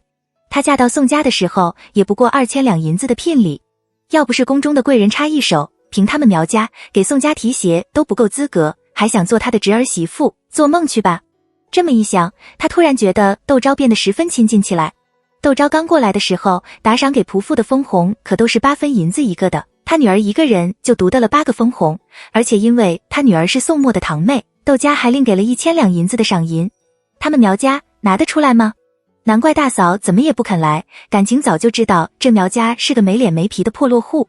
宋三太太就在心里叹了口气，英国公府家大业大，不是拿不出这1万两银子，可宋家出了1万两银子的聘礼，新娘子进门却只有3000两银子的陪嫁，宋家可丢不起这个脸。还是大嫂精明啊，根本不沾这件事，自己以后得多个心眼才是。苗家大姑奶奶真得不知道该说什么好了，事情已经完全发展到了她不知所措的地步。有人家会花10万两银子嫁女儿吗？10万两，那得买多少地呀？有这钱不留给儿子孙子，给女儿带到别人家去。宋家是在讹他吧？念关闪过，他心神大定，笑道：别人家是怎样的，我们可管不着。太太那句话说得好，男女一挑，女一头，若是宋家出1万两银子的聘金，我们就赔姑娘5000两银子的陪嫁，这都是有讲究的，不是你说了算，也不是我说了算的。那是。宋三太太就伸手抚了抚自己的鬓角，道：贵府意思我已经明白了，回去后就会转告国公爷的。那婚期？苗家大姑奶奶笑道：这聘礼都没有说定，怎么好定婚期？宋三太太在心里冷哼了一声，看样子这婚事今天是谈不拢了，自己以后恐怕还有得搓磨他也不是个息事宁人的。想着这婚事是御赐的，苗家难道还敢悔婚不成？他们既然拿巧，就让他们端着好了，到时候皇上问起来，难道皇上还会帮着苗家不成？退1万步，若是没有谁问起，宋汉是男孩子，就算拖个3-5年，照样有暖被窝的人，说不定连庶长子庶长女都有了，要急也是苗家的人急，说不还会求着宋家快点把人娶进门，到时候看谁的眼色。宋三太太干脆起身告辞，既然如此，那我就先回府了，等贵府做了决定，我再来探望亲家太太。言下之意，宋家只出5000两银子的聘礼，随便你们同意不同意。苗家大姑奶奶愣在那里，宋家这是什么意思？难道还想抗旨不成？他们就不怕皇上责怪吗？他不禁道：这门婚事可是宫中的贵人定下来的。宋三太太轻笑，眉眼间有着毫不掩饰的讥讽。我们家国公爷昨天还进宫去见了皇上的，婚事没谈成，跟皇上解释一番就是了。苗家大姑奶奶不用担心。说着转身就往外走，躲在门后听壁角的苗大太太急了。宋家随时可以进宫，随时可以面圣，苗家不要说皇上，就是太子长什么样也没见过。宋家要是在皇上面前告苗家的阴状，苗家连个申辩的机会都没有，岂不要被冤枉？他忙笑着从门后走出来，喊着宋三太太，外面的筵席都已经摆好了，就等着您入座了，好开席。说话间，他以3步并作2步上前挽了宋三太太胳膊，柔声道：我们家几位老爷已经陪着贵府的2位媒人入了席，我们也该过去了。宋家还有陪着宋三太太来下小定人，宋三太太总不能不顾及这些人，独断专行的走吧。苗大太太笑盈盈地望着宋三太太，宋三太太不置可否地挑了挑眉，由苗大太太陪着去了女眷的席口。苗母迫不及待地拉了苗家大姑奶奶，低声地道：怎样了？苗家大姑奶奶满脸的晦气道：宋家只肯出5000两银子的聘礼。然后把宋三太太关于宋墨和窦昭婚礼的话告诉了苗母，并道：你说这事是真的还有假的？如果是真的，那就麻烦，我们家里哪里拿得出那么多的嫁妆？安素嫁过去，岂不是被世子夫人死死地压在头上，动弹不得？苗母张口结舌：真的假的？他慌慌张张的要去找苗父，我得跟他爹商量商量。苗家大姑奶奶直摇头，去坐席了。苗父听了苗母的话，不由得愁肠百结。来找苗父去陪客的苗平安听了，不由扑哧一声笑道：看把你们愁的，这有何难的？苗氏夫妻素来知道自己的这个儿子主意多，闻言顿时两眼发光，齐齐地道：你有什么办法？苗安平狡黠的笑道：男一条，女一头。宋家不过是欺负我们家没钱，所以不敢开口要聘金罢了。可这聘金向来是在聘礼之前的，我们大可先把聘金骗到手了再说。苗父立刻就明白了儿子的意思，他头摇得像拨浪鼓。这可不行，这婚书上聘金多少，陪嫁多少，可都是写得一清二楚的，到时候我们拿不出来。话说到这里，他语气一顿，抚掌相击，望着儿子的目光中更是充满了欣慰与赞赏，道：我怎么没有想到，这是御赐的婚姻，到时候宋家难道还会退婚不成？苗母却吓得胆战心惊，忙道：可使不得，可使不得！要是那宋家告起御状来，我们家岂能顶得住？若是把你们父子俩关到了大牢里，我可怎么活呀？说着掩面哭了起来。大喜的日子好什么丧？苗父不耐烦地呵斥着苗母，可苗母的话还是让他眼底浮现出些许的担忧来。苗安平听着眼珠子乱转，立刻有了主意，道：就怕他们不告御状，若是告御状，是他们宋家要面子，拿着他们家世子爷做例子，非要我们家拿出这么多的嫁妆。我们家想着这是御赐婚姻，是无上的荣誉，虽说家底单薄，可还是准备想办法凑齐这笔嫁妆的。没想到亲戚朋友都借遍了，硬是没有凑出这笔银子来。若是他们宋家愿意，我们家愿意打个欠条，以后慢慢的把安素的嫁妆补齐了。您说，要是皇上听了我们这番话，会不会赏个1-2万两银子给我们家用？苗父欣然颔首，赞道：还是你的脑子灵光。等会儿我们就这样和你大伯父商量，等到你妹妹嫁过去了，以你妹妹的手段，还怕笼络不住你妹夫。英国公既然给你妹夫置办了这么大一笔家产，日后你妹妹手指缝里漏的一点都够我们嚼用的了，说不定还能把这缺的银子给补上。这真是个好主意。苗安平得意的笑，苗母却觉得很是不妥，战战兢兢的小声道：可我们家没为安素的婚事借银子啊。苗父很不得一脚把这个杀风景的婆子给踢出去，恶狠狠的道：我们家之前不是向别人借了很多银子吗？到时候把那些借据拿出来就是了。苗母很想说，那些借据有的是2-3年前的，有的是这些日子的还可以唬弄别人说是为安素借的。可2-3年前这桩婚事还不知道在哪里，怎么唬弄得过去？可看着苗父愤懑的样子，话到嘴边他又咽了下去。苗父显然也想到这些，叮嘱儿子：你这就去把那些欠条换过来，就说是要重新计算利息，免得露了马脚。苗安平应是，和父亲一前一后的离开了厢房。苗母只得跟在丈夫儿子身后出了门。陪送三太太坐在女眷席口的苗家大姑奶奶得了信，心中暗暗纳闷，去年弟弟还跑到她家里来向她借了50两银子，怎么到了她嫁女儿的时候就有钱了？难道是有意打她的秋风不成？想到这些，她心里很是不快活，但当着宋三太太的面前，还是勉强露出了个笑容，道：毕竟是御赐的姻缘，拖久了，难免有怠慢之嫌。我看依宋三太太，男一条女一头，我们苗家出2万两银子嫁女儿。至于婚期嘛，等会儿散了席，请几位媒人选几个黄道吉日，再拿去请国公爷定一个就是了。这订婚期向来是男方选日子，女方定日子，苗家完全颠倒了，也不过是为了早日把婚事定下来，早日拿到英国公府的聘金。宋三太太气极而笑，苗家若是出2万两银子的陪嫁，那宋家就得出4万两银子的聘金，照这样算来，苗家还赚了2万两银子。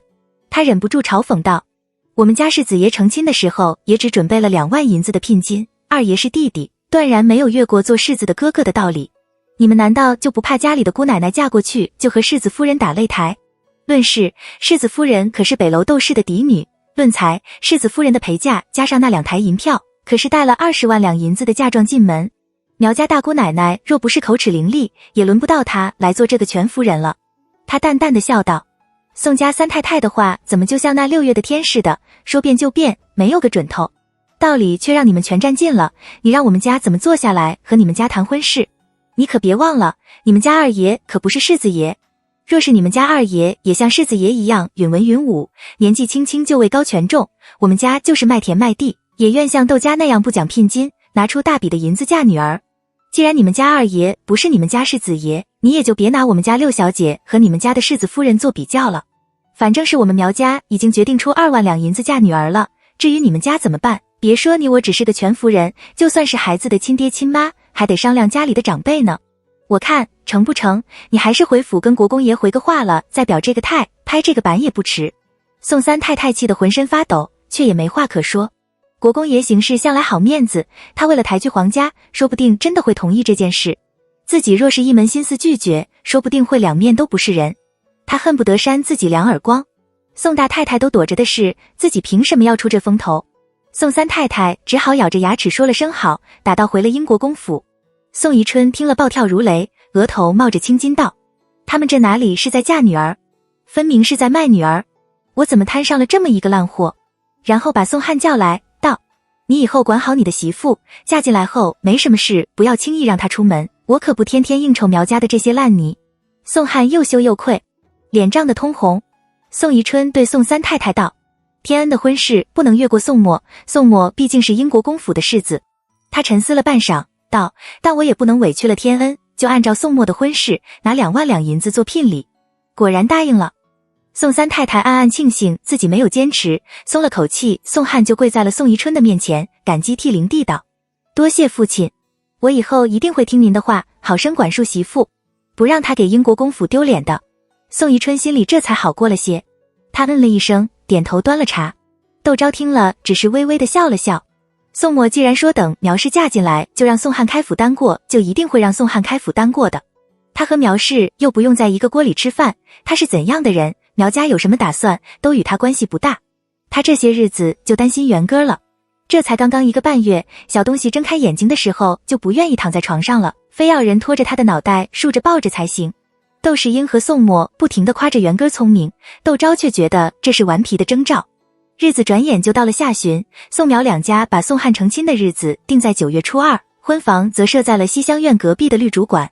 这样也好，2周里除了去给宋宜春请安，碰个面估计都很困难，也少去了很多的麻烦。窦昭决定回府。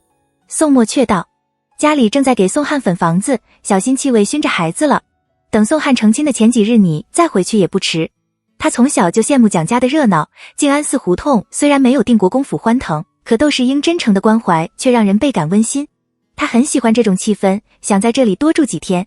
窦昭扑哧的笑，隐隐有点猜着他的心思，自然不会坚持，听从了宋墨的安排。等到宋墨去了衙门，他问甘露：怎么崔姨奶奶那边还没有消息？他怕祖母担心，只说自己怀了身孕，却没有告诉祖母月份，等孩子平安顺利的落了地，他这才差了陈晓峰去给祖母报喜，并许诺等孩子满了2周岁，身子骨硬朗了，就会带着孩子去看望他老人家。祖母很高兴，除了让陈晓峰带了根长命锁回来之外，还带了很多小孩子的衣裳鞋袜。从那些衣裳的褶皱可以看得出来，这些东西是祖母早就准备好了的。他在月子里不能做针线，就让针线房里给祖母做了几件秋衣，让陈晓峰带回了真定。算算日子，陈晓峰这个月中旬就应该回来了，可他到现在也没有个影儿，祖母那边也没个信捎过来。甘露笑着宽慰他：或者崔姨奶奶又给您做了什么好吃的，有些东西还没有到火候，所以陈护卫在家里多等了几天也不一定。这倒有可能。窦昭点头。他和宋墨刚成亲那会，写了封平安信，让陈晓峰带给崔姨奶奶。崔姨奶奶就腌了很多他喜欢吃的瓜菜，让陈晓峰带回来，因要等那些咸菜上坛子。陈晓峰在真定多待了半个月。窦昭转念把这件事给搁下了。英国公府那边却传来消息，说宋家去崔庄，苗家下聘10许的田七床换成了架子床，黄梨木的家具换成了松木家具，季红瓷的茶盅碗碟变成了青花瓷的。宋家去抬嫁妆的人和苗家大吵了一架，围观的人围得里3层外3层，苗家是死狗不怕热水烫，宁愿去御前打官司也没银子添嫁妆。跟着同去的宋汉骚得不行，捂着半边脸，拉着宋三太太就出了门，把嫁妆抬回了英国公府。窦昭暗暗啧舌，不由得庆幸自己听了宋墨的安排，没有去插手宋汉的婚事，不然他作为宋汉的嫂子，这崔家的女眷少不得有他一个。文学馆那可真是丢脸丢到大兴去了。他对指挥丫鬟婆子收拾东西的甘露：二爷的及时有证，我们明天回去以后，你们就待在仪制堂里不要出来，若是有人问起，就说要照顾元哥。明天是宋汉的婚礼，他因孩子太小而不能帮忙，这借口勉强糊弄得过去，可因此而连参加宋汉临拜堂的观礼也没时间，那就说不过去了。他和宋墨商量后，决定明天一早回府。甘露笑着应是，指使着扶风把元哥的2件小包被装进雕了5幅捧寿的香樟木箱子里。顾玉过来探望元哥。窦昭奇道：他可知道世子不这边？若彤笑道：知道。他说他是来看元哥的。这倒不好不拦着他。窦昭让若彤领了顾玉进来，顾玉给孩子带了架风车，还有拨浪鼓等小玩意，个个都做工十分的精美。特别是那架风车，足足有3尺高，雕了18个罗汉在上面，每个罗汉手里举着这个风车，吹口气，18个风车都会转起来，满里一片哗啦啦的风声，一看就不是凡品。窦昭谢了又谢，顾玉笑道：“造办处的手艺还可以吧？”窦昭总觉得顾玉像个缺爱的小孩子，特别在乎别人对他的感受，因而笑着赞扬道：“何况是可以，简直是巧夺天工，让你费心了。我这不是闲着无事吗？”顾玉不以为然地道，眉宇间却难掩得意。正巧有天无意间欲以造办处的给姨娘送册子去，临时起意给元哥做了这些东西，粗糙得很。以后我再让人好好给元哥做几件有趣的东西。窦昭笑盈盈的点头，准备回避，却被顾玉叫住。他迟疑道：“嫂嫂，是不是发生了什么我不知道的事？今天我也在英国公府，冯少他们都不愿意去给天恩催妆，还是世伯亲自点了送朵几个，才勉强凑了4个人。哥哥也借口要陪来贺的诸位世伯世叔一直待在前院的小厅，还有嫂嫂一直带着元哥住在静安寺胡同，陆老夫人和宁德长公主也没有去，哪像哥哥成亲的时候，来来去去都是穿着大红朝冠的人，女眷们更是在催妆的前一天就全到齐了，家里张灯结彩，人声鼎沸，丝竹不绝。现在丫鬟小厮就算是笑也没有喜色。60席的便宴，只来了20几桌，空了一大半。窦昭非常的意外，看样子宋汉有可能是数孽的事被传了出去，有些人自恃身份，不愿意来参加宋汉的婚礼。有些事就是这样，别人都知道了，当事人还不知道。京都的人都知道顾玉和宋墨私交甚好，也就没谁会当着顾玉的面说宋汉的事了。可纸包不住火，宋墨对这件事的态度又是如此的鲜明，这件事迟早会被传开。与其让顾玉从别人嘴里听说，觉得宋墨不相信他，还不如趁着这个机会由他据实以告。窦昭故作沉吟：“有件事，你哥哥没脸在你面前说，你听了也要装着不知道的样子才好。”宋墨还有不好意思的时候。顾玉顿时两眼发光，连声央道：“好嫂嫂，您快告诉我，我保证把话烂在肚子里，谁也不说。”然后诅咒发誓一番。窦昭看他还一团孩子气，不由得失笑，低声道讲演的事告诉了顾玉。顾玉听得倒吸了一口凉气，半晌才道：“我说我可怜，没想到还有比我更可怜的人。”这话听着让人心酸，漠视进化。窦昭长叹了口气，顾玉却突然跳了起来，横眉怒目地道：“那天次哥还让宋汉那个孽种冒充自己的胞弟，我去这就去把那小子揍一顿，先给天赐哥出口气，然后再把这件事告诉宫里，让皇上除了宋汉的急。你可千万别冲动。”窦昭被他激烈的反应吓了一大跳，急急地道：“这件事你哥哥早有安排，我们万万不可打乱了你哥哥的计划。”又道：“跟我婆婆和李挑娘生产的稳婆都早在15年前就先后病逝了，那些乳娘和身边服侍的人，要不是什么也不知道，要不就是不在了，或是失踪了，我们根本没有证据，只能徐徐图之。而且你哥哥毕竟是英国公府的世子，事情闹开了，杀敌1000，自损800，没脸的最后还是你哥哥。我们只能找了其他的借口为婆婆雪耻。”顾玉听着情绪有所收敛，恨恨地道：“可到底不够光明正大，让那小子顶了个英国公府嫡支的名声。这世上没有十全十美的事。”窦昭劝他，只能以后再找机会了。顾玉点头，很突兀的嘿嘿笑了2声，笑得窦昭心中一惊，道：“怎么了？宋汉娶亲发生了这么有趣的事？”他挑着眉，满脸的幸灾乐祸。宫里的贵人们怎么能不知道呢？我这就进宫去，把这件事告诉我姨母。如果太后娘娘也在，那就更好了，免得我还要找人给慈宁宫吹风。说完，也不待窦昭有所表示，就兴冲冲地跑了。真是来一阵风，去一阵风。窦昭摇着头，想到顾玉刚才的样子，忍不住嘴角微翘。那天晚上，宋墨很晚才过，窦昭还以为他不会过来了，早早就和孩子睡了。宋墨梳洗了一番，嚼了几片茶叶，见口中没有了酒味，这才去了内室看窦昭和元哥。两人的脸都红扑扑的，窦昭像朵盛开的木棉花，元哥的脸蛋像苹果。宋墨心里软绵绵地坐在床边，抚了抚窦昭的鬓角，亲了元哥一口。窦昭被惊醒，笑着坐了起来：“你回来了，灶上备着醒酒汤，你要不要喝一点？”宋墨点头。窦昭吩咐值夜的丫鬟去端醒酒汤。夫妻两人就这样一个坐在床边，一个靠在床头说起话来。今天顾玉还看元哥，还给元哥带了好几件精巧的玩具。窦昭把和顾玉说过什么一五一十的全告诉了宋墨。宋墨苦笑道：这件事的确应该早就告诉他，我确实有些说不出口。你趁着这个机会告诉了他也好。说完长透了口气，窦昭就转移了话题道：顾玉说家里很冷清。宋墨点头道：应该是英国公府这么年多来最冷清的一场红白喜事了。父亲不仅请不到体面的主婚人，而且崔庄的人品阶都很低，连宋铎都拉了进去凑数，其他的就更不用说了。有些事就是这样的。窦昭道：主婚人的品阶低了，那些身份尊贵的客人就会衡量再三，才决定是否参加婚礼。他正说着，丫鬟端了醒酒汤进来，元根醒了过来，小手捏成兰花指，摆放腮边是紫风流。宋墨三下两下喝了汤，拍着手逗着元根。窦昭推他：小心把他给闹清醒了，今晚大家都别想沾枕头了。那就陪着他玩呗。宋墨不以为然，家里这么多人，不就是陪着他玩的吗？他竖抱着元根和他说话：你是不是知道爹爹回来了，所以就醒了？你今天都干了些什么呀？有没有听娘的话？顾氏叔来看了你了，还给你带了个大风车来，他让人把风车拿了进来，吹着风车逗着元根，耐心十足。宋墨会是个好父亲的。窦昭望着父子俩，眼角微湿。翌日，窦昭打着哈欠上了马车，元根却一路好眠的回了英国公府。在英国公府留宿的客人不多，而且留宿多是宋宜春考秀才是的那帮同窗。英国公府的管事丫鬟小厮婆子齐齐在大门口迎接。窦昭笑着对几位大管事、管事磨磨颔首，坐着软轿回了仪制堂。快1个月不在家，屋里的空气都变得清冷起来。甘露等人敏捷而有条不紊地将窦昭和元根惯有东西拿出来摆好。蒋琰带着贴身的丫鬟应红过来，他望着窦昭，眼睛亮晶晶的：嫂嫂，您可总算回来了。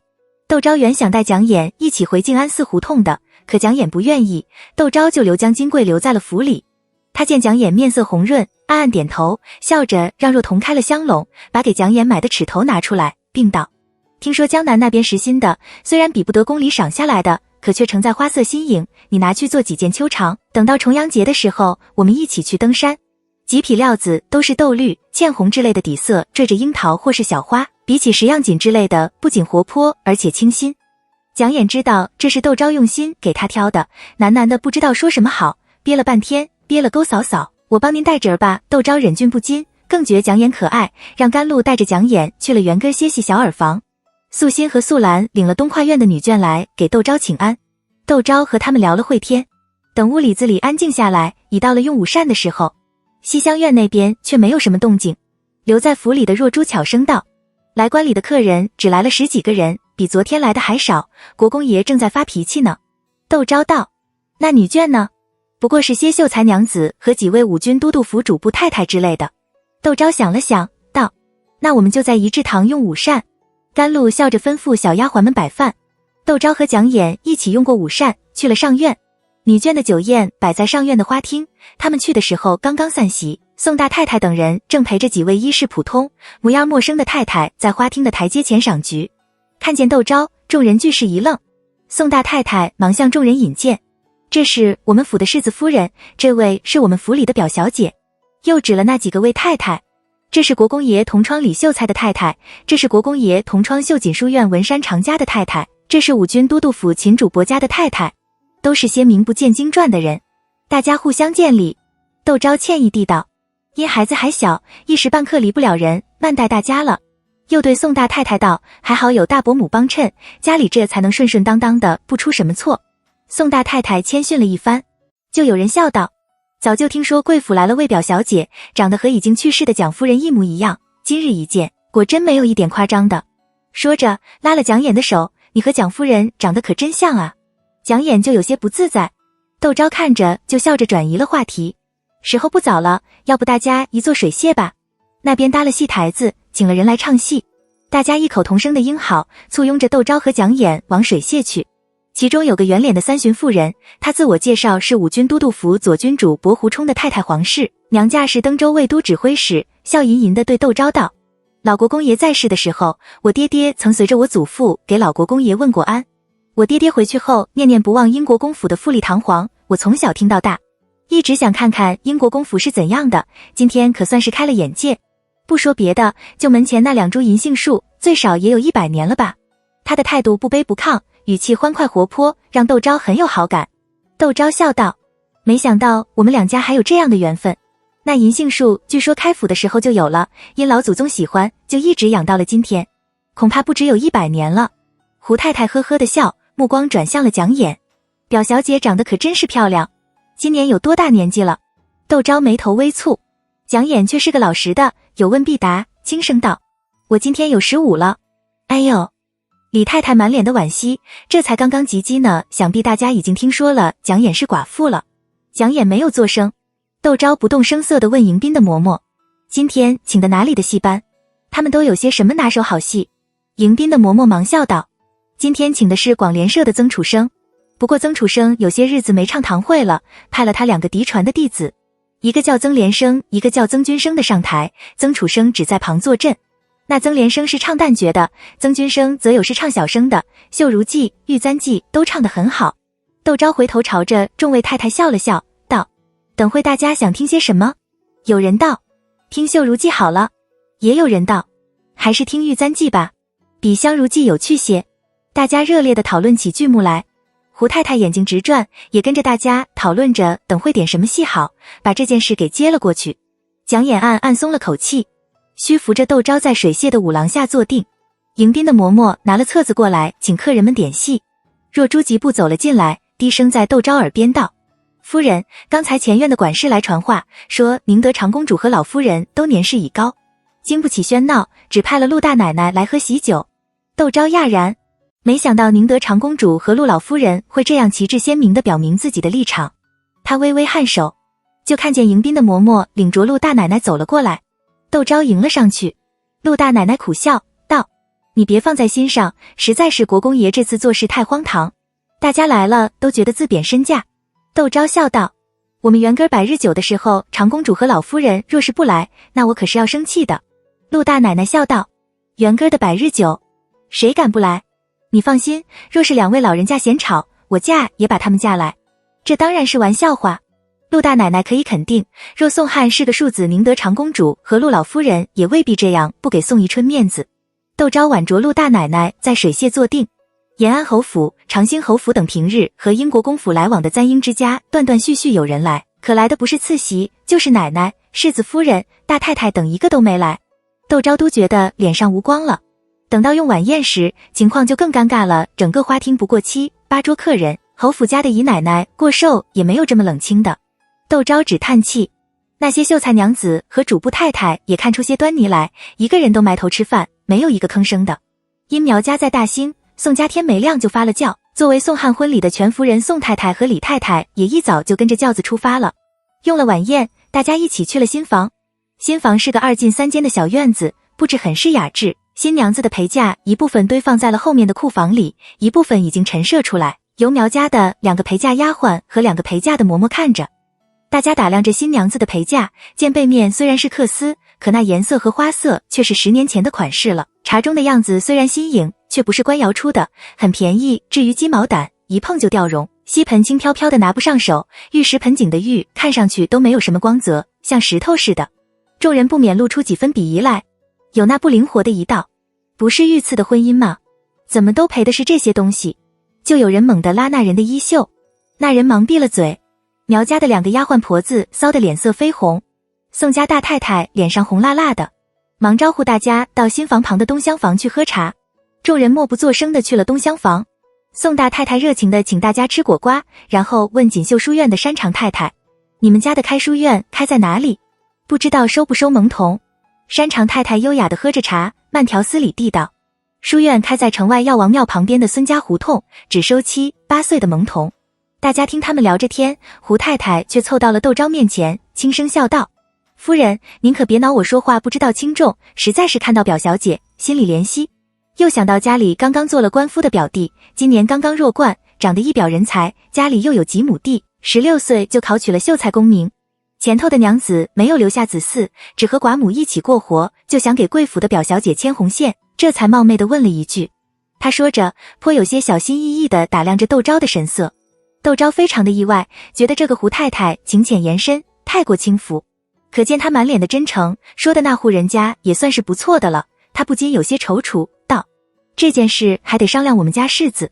若是那户人家真的有心，您不妨把那人的姓名、家中的情况等写个东西放在我这里，到时候我也好给世子看。胡太太没想到事情会这么的顺利，以她的身份地位，不是宋汉娶亲，她根本就别想踏进英国公府的大门，她这才破釜沉舟，走了这步险棋的。她欢天喜地点头，由丫鬟陪着去了对面的西厢房。如果能娶了传言中被调了包的英国公府的嫡长女，不要说她的表弟里鱼跃龙门了，就是他们也要跟着沾光。她仔细把要说的话想了一遍，这才落笔。窦昭让若彤把指尖收了，道：到时候我们再联系。胡太太看了眼正全神贯注的听戏的蒋眼，忙不迭地点了点头。有时差一刻钟，迎亲的花轿进了府，跨火盆，拜堂，入洞房，掀了盖头。新娘子的容颜让大家发出一阵赞叹。苗安素飞快地扫了宋汉一眼，发现新郎官长得还挺英俊的，而且望着他的目光中充满了惊讶，这大大的满足了他的虚荣心，让他满脸娇羞地垂下了眼帘。宋汉没想到新娘子这么漂亮，他的心顿时有片刻的动摇。全夫人端上交杯酒的时候，他的动作就变得轻柔起来。苗安素感觉到了宋汉的变化，心中很是得意，胆子也大了起来。等到宋汉一走出新房，他的目光就朝着众女卷扫了一圈，屋里除了个穿着银红色比甲的少妇看上去端庄秀丽一副大家闺秀的气派之外，其他都是些年过30的妇人。苗安素不由撇了撇嘴，不是说那窦氏有国色天香之姿吗？在他看来也很是平常，可见这窦氏也不过是个被人抬起来的。他朝着贴身的大丫鬟季红使了个眼色，示意他给帮自己倒茶的小丫鬟打赏。季红脸上红一阵白一阵的，就是站着没动。苗安素心中不悦，丫鬟却依旧恭敬地退了下去。宋三太太想到刚才去娶亲时苗家人要红包的嘴脸，想着过了今天就没有自己什么事了，巴不得立刻就交了差，哪有心情和苗安素说什么。李太太倒是有心向苗素安引荐屋里的人，可她自己都没有认权，又怎么向苗素安引荐呢？大家就一你句我一句的打趣着苗安素。苗安素牢牢记着母亲的话，不管别人说什么都当没有听见的，微笑就是了。胡太太就夸着苗安素稳沉。有小丫鬟走了进来，笑道：夫人说时候不早了，几位太太和奶奶都要回府了，她先送几位太太和奶奶回去。苗安素听了这话，暗自惊讶。夫人？哪位夫人？听口气是在陪客，那就应该是英国公府的人才是。可恨宋家的三太太，谁家的儿女亲事不为陪嫁聘金讨价还价的，天生她却把这些记在了心里，像苗家欠了她什么似的，对着自己眼睛不是眼睛，鼻子不是鼻子，自己在这里枯坐良久，她是连句介绍的话都没有的。苗安素冷笑，那宋家长房3房4房不过是英国公府的旁支，现在暂时放过他，等自己站稳了脚跟，再收拾他也不迟。想到这里，他心里终于觉得好受了些。而那边窦昭正送陆家大奶奶和景国公府三太太出门，娘亲有救，别人能走，作为宋宜春娘家人的陆大奶奶却不好意思先走，所以新娘子进门，她冷冷淡淡地坐在厅堂里喝茶，窦昭自然要陪着。张三太太本就是看在窦昭的面子上才留下来的，窦昭在厅堂里和陆大奶奶说话，她也在旁边凑去。蒋眼则寸步不离地跟着窦昭。陆大奶奶见自己礼数到了，起身告辞。窦昭和蒋眼将两人送到了垂花口门。新房那边见有人离开，也跟着散了。窦昭和蒋眼就在垂花门前送客。新房安静下来，苗安素立刻就发作了。季红，我让你给小丫鬟们打赏，你怎么不动？她面若寒霜，与屋里红红火火的气氛极不协调，你连规矩也不懂了吗？季红眼圈一红，低声道：老爷一共才能了我10几个封红，我怕宋家的小姐少爷和那些因亲家的孩子进来给您端茶，不给丫鬟打赏，好歹还说得过去，如果连宋汉的兄弟姐妹和宋家的亲戚来贺都没有封红，那可就丢脸了。偏偏宋家长房的两兄弟是做大伯的，要在前面帮着招待客人，不可能来闹房。宋家3房和4房的宋军和宋耀虽然是叔叔，却因三太太不喜苗家，拘着宋军不让他来后院。四太太无意出风头，循规蹈矩地跟着大太太和三太太的脚步，紧紧地牵着宋耀的手。而宋锦向来在家里骄纵惯了，自上次在英国公府受了教训，是英国公府如畏图，哭着闹着不愿意来参加宋汉的婚礼。宋三太太只好说她病了，那些姻亲们更是眼睛雪亮，谁也不愿意卷入宋家的家事里来参加婚宴的都是大人，没有一个孩子。结果是宋家的3姑6眷没一个来闹洞房。苗安素顿时银牙咬得滋滋响，道：他贪了宋家16000两银子的聘金，却连几2岁银子的面子也不给我做，他这是想逼死我不成？苗安素的乳娘史氏听了吓了一大跳，忙道：我的好小姐，今天可是您大喜的日子，您可千万不能说举气话。说着朝着西边连连做了几个揖，念了几句经文。苗安素忍了又忍，才没有说出更难听的话来。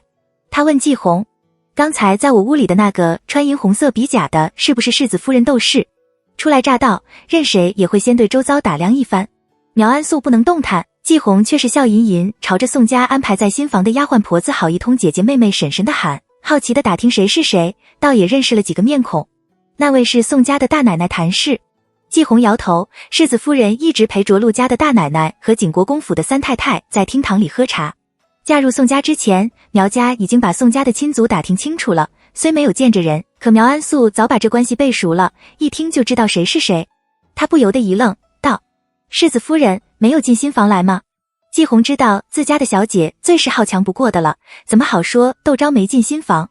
他委婉地道：新房的人太多，世子夫人在门口站了会，只好和陆家大奶奶、景国公三太太退了下去。苗安素累了一天，精神有些不济，没有认真的思索季红的话，而是道：世子夫人长得怎样？看上去好相处吗？季红想到自己见到窦昭的经验，低声道：世子夫人长得挺漂亮的，气度雍容，说话不紧不慢的，脾气应该不错，常莫相思度。然后笑道：反正明天一早就要认亲了，小姐亲眼见了就知道是不是个好相处的了。苗安素点头。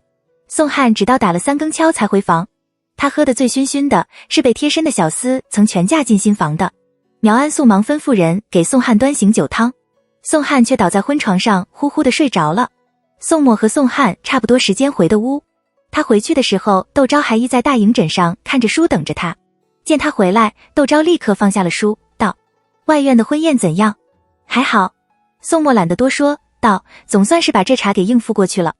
小丫鬟打了水进来服侍宋默梳洗，窦昭亲自帮他拿了换洗的衣裳，并到我照了大堂嫂进门时母亲给他的见面礼准备了苗氏的见面礼，你可还有添减的。平宋汉干的那些事，窦昭看都不愿意多看他一眼，可苗氏却是无辜的，他这么做完全是看在苗氏的面子上。宋默觉得这样的安排很好，道：等他们回娘家住了对月，我就去请陆家老舅爷做主，将宋汉2口子分出去单过。一副恨不得宋汉立刻消失的口吻。窦昭能理解他的心情，轻轻地抚了抚他的手，把胡太太给蒋琰说亲的事告诉了他，并道：你看，这不过是跟着我露了露出，就有人来给琰妹妹说亲。等过些日子我身体好些了，带着她到处走走，好姻缘很快就会到了。宋默点头道：好好给阿琰挑户人家，也不求对方大富大贵，只求他能一心一意地和阿琰过日子。窦昭笑道：所以我准备把胡太太来求亲的事宣扬出去，等到9月初9，我和阿琰爬了香山，来说亲的人就更多了。宋默呵呵的笑道：到时候我陪你们一起去爬香山，你肯定得去了。窦昭嗔道：你不去，谁帮报元哥？感情我就值5两银子。宋默打趣道：元哥的乳娘每个月5两银子的月例。窦昭咯咯的笑。宋默把窦昭抱在了怀里，热气火辣辣的打在他的脖子上。第二天一大早，宋默和窦昭就收拾好了，抱着元哥去了上院的小厅。宋宜春还没有过来，宋默和窦昭逗着孩子。宋茂春一家过来了，宋默和窦昭笑着站起来迎客。宋默2口子的强势早就让宋茂春夫妻悔不当初，每次见到宋默和窦昭的时候都心虚得很。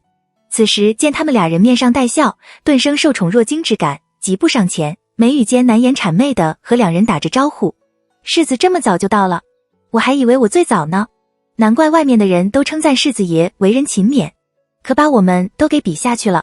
元哥的笑声让宋默心情很好，他难得的和宋茂春开玩笑：勤勉，大伯父也太抬举我了。宋茂春尴尬的笑。宋大太太打着圆场，握着元哥的小手对窦昭笑道：这也不过半个月没见，瞧元哥这嘴脸就长开了，越发的漂亮了。窦昭盈盈的笑。宋逢春和宋同春2家人簇拥着宋宜春走了进来。宋宜春的脸阴沉沉的，看见元哥，表情显得有些复杂。宋逢春和宋同春交换了一个眼神，宋军和宋耀则对大人们之间的诡谲毫无所知，争先进恐后跑过来拉元哥的手。一个道我是你五叔，一个道他的手好小，比我表妹的手还小。窦昭微笑着任两个孩子好奇地打量着元根。宋三太太则忙上前将宋军拉到了一旁，满脸迥然地向他解释：小孩子不懂事，您别放在心上。孩子太小，常常一个风吹草动就会出大事，他怕宋军靠元根太近，元根有个三长两短的算到了宋军的头上来。窦昭并不勉强宋军和宋耀和元根亲近，笑笑没有说话。宋四太太见了，略一犹豫，没有动。宋宜春只得这一幕让他刺眼，他不烦恼地道：好了好了，大家都坐下来说话吧。众人就男东女西的坐好了。陆家三兄弟都带了妻子过来，景国公府来了张旭明夫妻和冯绍。陆大奶奶笑道：长公主和我们家老太爷老太太年纪大了，就不来凑这个热闹了，让我们夫妻把见面礼带了过来。张三太太笑称：我父亲和母亲去探望长公主了，让我们兄妹过来给天恩表弟道贺。宋宜春知道长子和次子不能相比，可这些人也太过分了，一点情面也不留，难道就瞧死了宋汉是个没本事？他心里恨恨的，可又无可奈何，脚长在别人身上，别人不给他这个面子，他难道还能强压着别人来不成？宋宜春皱着眉头颔首，请了他们坐下，自己则有一言不发地喝着茶，小厅的气氛显得有些压抑。陆大奶奶就一边逗着东哥，一边和窦昭说话：一天吃几顿奶，半夜吵不吵人？再过1个月就要百日了，100日9的日子可定下来了。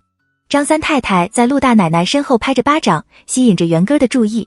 宋军和宋耀看着有趣，围着元根跑来跑去，小厅里顿时热闹起来。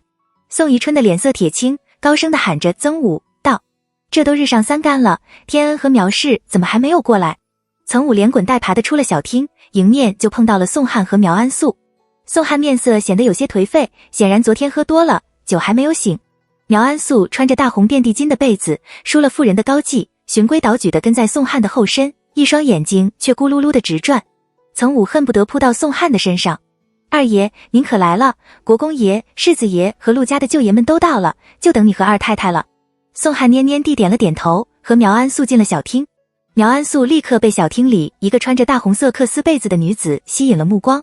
那女子不过17、8岁的模样，一双眼睛却生得极好，亮晶晶，像天上的星星似的闪耀，鼻梁高挺，长眉入鬓，就那样嘴角含笑地站在那里，却有股英气扑面而来，一看就不是普通人家出身。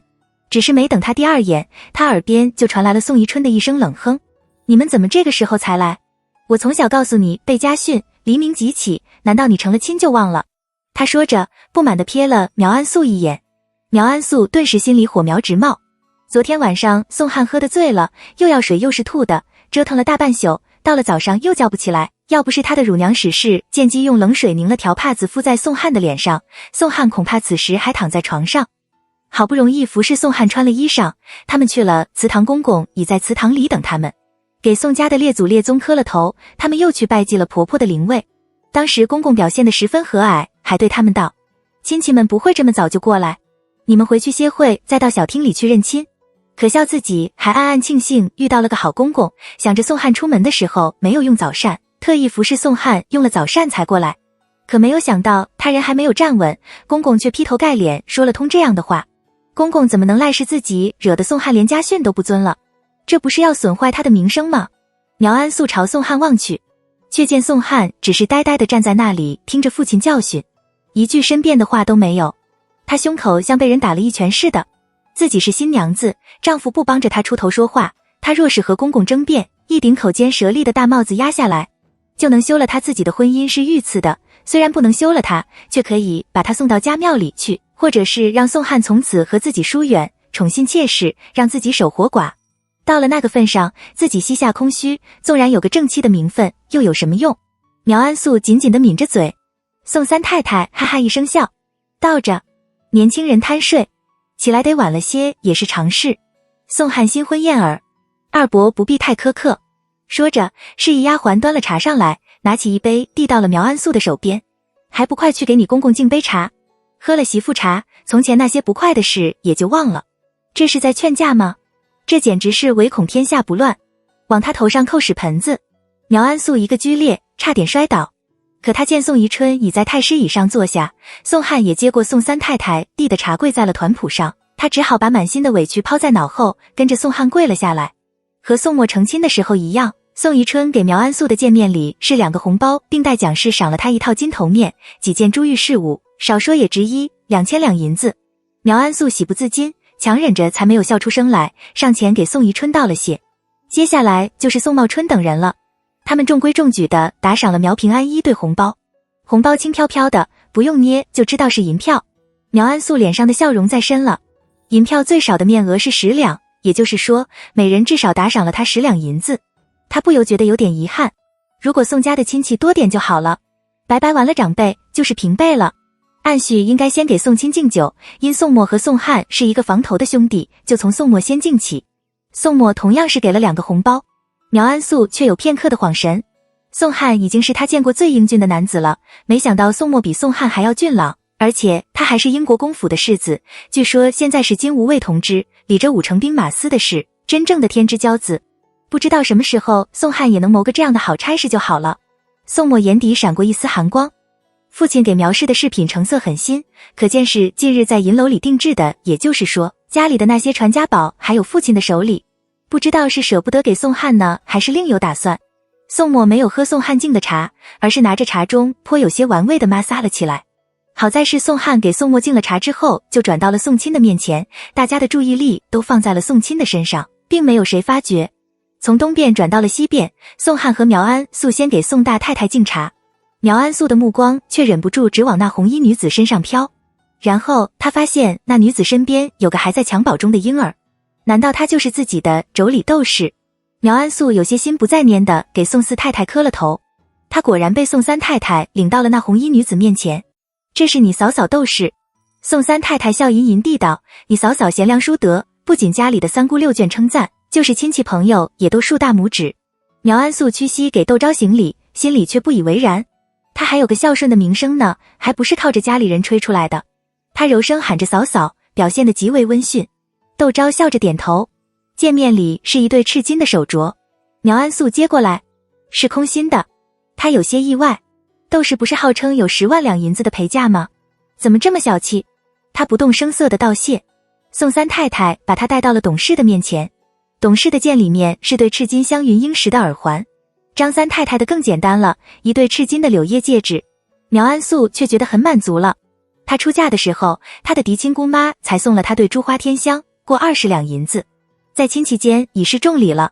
宋三太太向苗安素介绍陆家大奶奶，陆家的虽然只到了个大奶奶，但给苗安素的见面礼却一个都没有少。苗安素最想见的亲戚就是宁德长公主了，见她没有来，很是失望，道：不知道我什么时候能去给长公主和老夫人请个安，总不能让她老人家连生孙媳妇都不认识吧。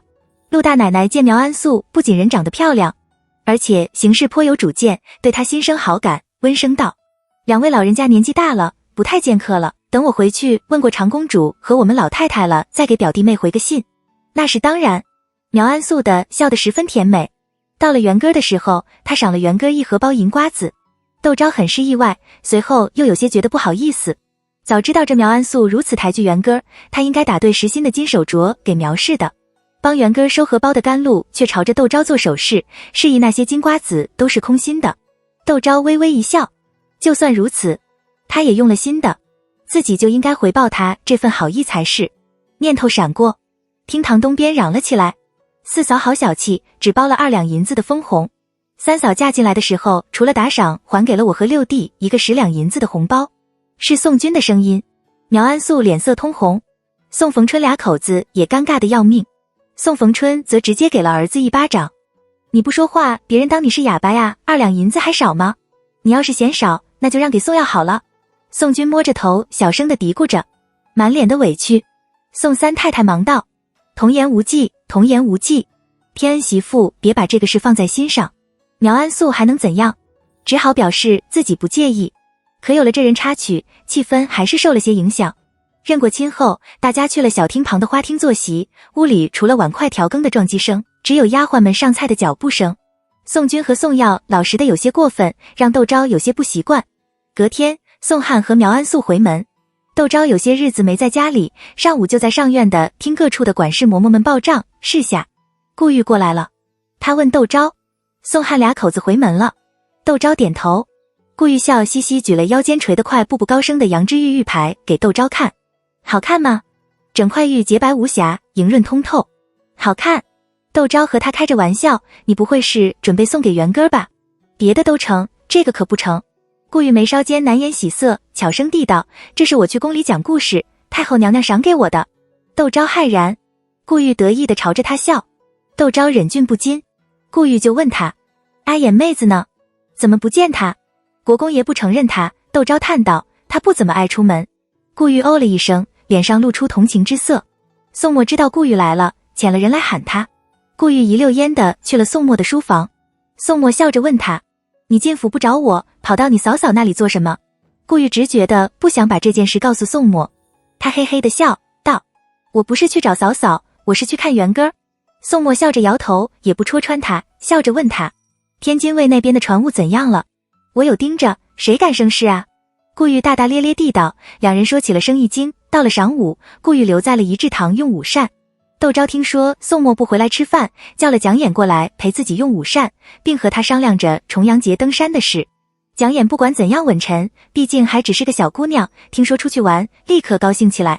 窦昭就问他，你想去哪里登山？香山这几天叶子红了，正是赏景的时候，可有点远。碾儿山和玄墨山不错，就怕到时候皇上也会去，要戒严。蒋琰都没有去过，也就谈不上想去哪里不想去哪里了。他抱了窦昭胳膊笑道，我跟着嫂嫂。那种全然信任的口吻让窦昭的心都软了。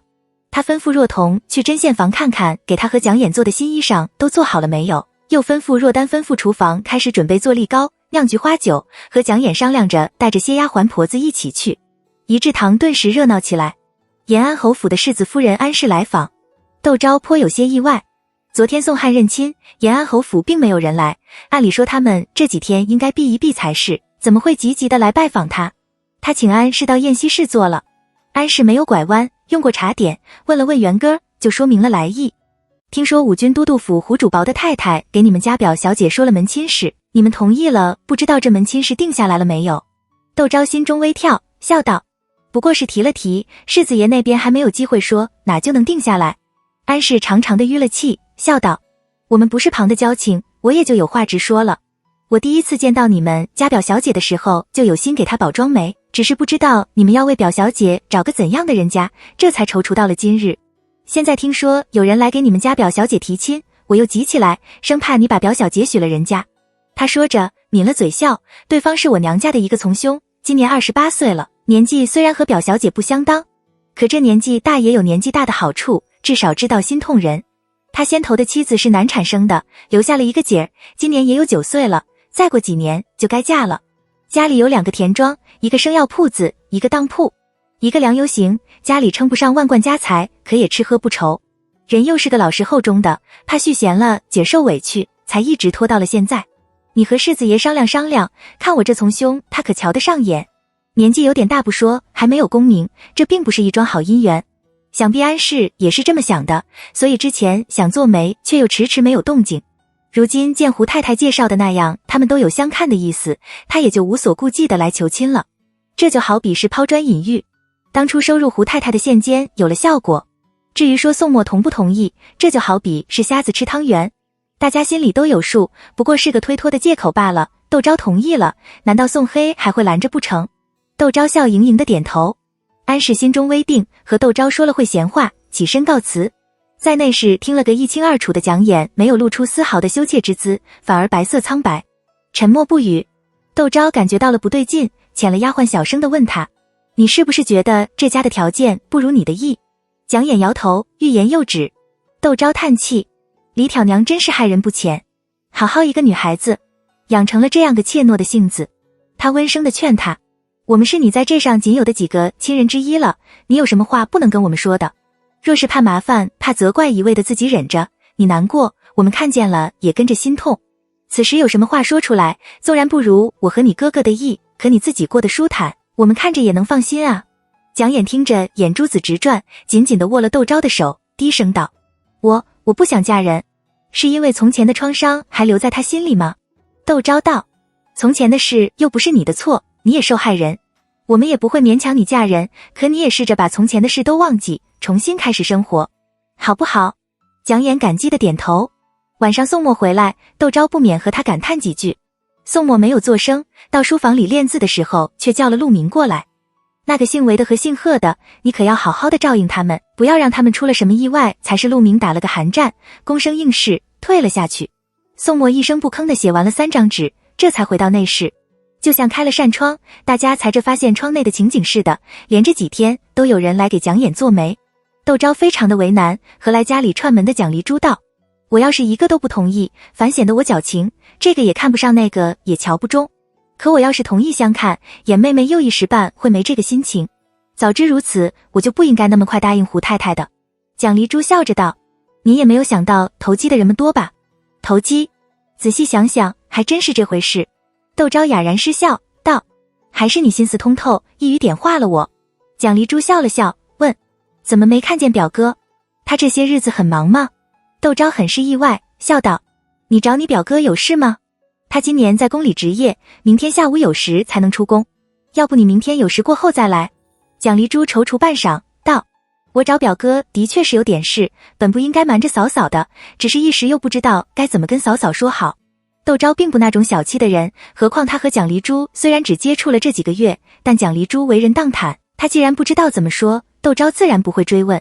我可没你想象的那么小心眼。他笑着打趣道：你不如明天一早就过来，在我这边玩一天，等和你表哥说了话，用了晚膳再回去。蒋黎珠想了想，笑着应了。次日，窦昭安排了席面款待他，蒋琰热情陪着他四处观花赏景。两人在后花园的凉亭遇到了苗安素，跟在蒋琰和蒋黎珠身边服侍的若彤忙道：这位是我们府里的二太太。又向苗安素引荐两人，这位是表小姐蒋氏，这位是蒋家的13姑奶奶吴少奶奶。双方屈膝行礼，苗安素这才反应过来蒋琰是谁，他不由多看了蒋琰几眼。蒋琰有些不自在地朝着蒋黎珠身边躲了躲，苗安素看着目光一闪，和蒋琰、蒋黎珠寒暄了几句，回了自己的新房。蒋琰长长的透了口气，蒋黎珠不由摇头道：你这英国公府正正经经的嫡小姐，她一个庶媳，你有什么好害怕的？蒋琰喃喃地道：我只是有些不习惯罢了。又央求他：好姐姐，你不要跟我嫂嫂说，我嫂嫂和哥哥知道了，又要为我操心了。蒋黎珠拍了拍他的手，道：你放心，我不是那挑事的人。蒋琰翘了嘴角笑，一张小脸如盛放的梨花，温婉而又纤弱。蒋黎珠叹气。两人回到仪制堂，管事的嬷嬷正拿了新些日子酿的菊花酒请窦昭品尝。窦昭只是闻了闻，却让小丫鬟给两人各盛了一小盅，笑道：你们也尝尝，是用上等的稠酒酿的，入口绵和香甜。蒋黎珠大赞，窦昭就让他带2坛回去，给你公公婆婆尝尝，也算是我们的一点心意。蒋黎珠知道窦昭这是在给他做面子，笑盈盈的应了，嘴上虽然什么也没有说，却把这份情记在了心里，寻思着以后若是有机会，一定要报复窦昭的提携之恩。3个人在内室吃吃喝喝，逗着刚刚睡醒的元哥。宋墨回来了，蒋黎珠和宋墨去了书房说话，窦昭就和蒋琰在内室试着99重阳节登山地穿戴的衣裳首饰。宋墨回屋时，炕上椅上到处都是东西，元哥手里更是抓了条大红色的帕子不放，谁动他就扁了嘴哭。大家被逗得哈哈大笑。宋墨揶揄道：这小子长大了不会是个纨绔子弟吧？窦昭笑道：伯彦抓周的时候还抓了何胭脂呢，他长大了还不是金榜题名进了翰林院？哦，还有这事？宋墨大感兴趣道：抓周的时候怎么会有何胭脂呢？一般的人家期待子孙有大成就是不会放这些东西的。窦昭笑道：是我爹放的，我11堂哥家的7金抓周的时候，爹爹还放了朵珠花在上面，等我六伯父发现的时候，韩家的人都到了，六伯母说六伯父只好暗暗祈祷7金千万别抓了那朵儿珠花。蒋琰几个听着笑得前俯后仰。宋墨想到冷冷清清的静安寺胡同，笑道：9月初9的时候，我们也约了岳父一起登山吧。窦昭还从来没有想到过请父亲一起出游，他沉默片刻，笑道：好啊，我这就让人去问爹爹一声，看他那天可约了别人。宋墨颔首去了书房，窦昭和蒋琰陪着蒋黎珠用一晚膳，然后把蒋黎珠送到了垂花门前，等轿子走了，他们才回房歇息。在床上，宋墨把蒋黎珠的来意告诉了窦昭。五舅为了银子和我私闹的事已经传开了，大伯母在亳州都听说了，托13表妹来问我到底是怎么一回事，让我不要跟五舅舅一般见人，说他会写信训斥五舅舅的，还让13表妹带信给我，说东西给了我就是我的了，这也是大舅的心愿。如果五舅舅不服，让五舅舅去找他理论。难怪蒋丽珠不好对自己明言。窦昭问，要不要把实情告诉大舅母？宋墨摇头，还是别告诉大舅母了，这种事少一个人知道就多一份安全。窦昭点头，不再问这件事，说起重阳节的事来。你那天有空吗？恐怕要陪着皇上去兔儿山。宋墨歉意地道，我让夏脸他们送你们。又道，你们决定好了去哪里吗？去香山。窦昭笑道，我们走远一点。窦昭自到了京都，这还是第一次出城。宋墨心里的歉意更浓了，他握了窦昭的手，道，你还想去哪里？下次木修的时候我们一起去。窦昭知道他现在和宋宜春斗，皇上那里半点不能马虎，需要多在皇上面前露脸，没有太多的时间陪自己。他选个了比较近的地方，那就去大相国寺上香吧。我想给元哥求几炷香。好。宋墨温和地道，望着窦昭的目光中充满了柔柔的暖意。等孩子大一些了，我们去远一点的地方，江南、广东，去见见那些遗番。窦昭笑吟吟地握住了宋墨的手，宋墨的手就顺着窦昭的手臂一路上向。窦昭痒得咯咯的笑，宋墨眼中点燃一束小火苗。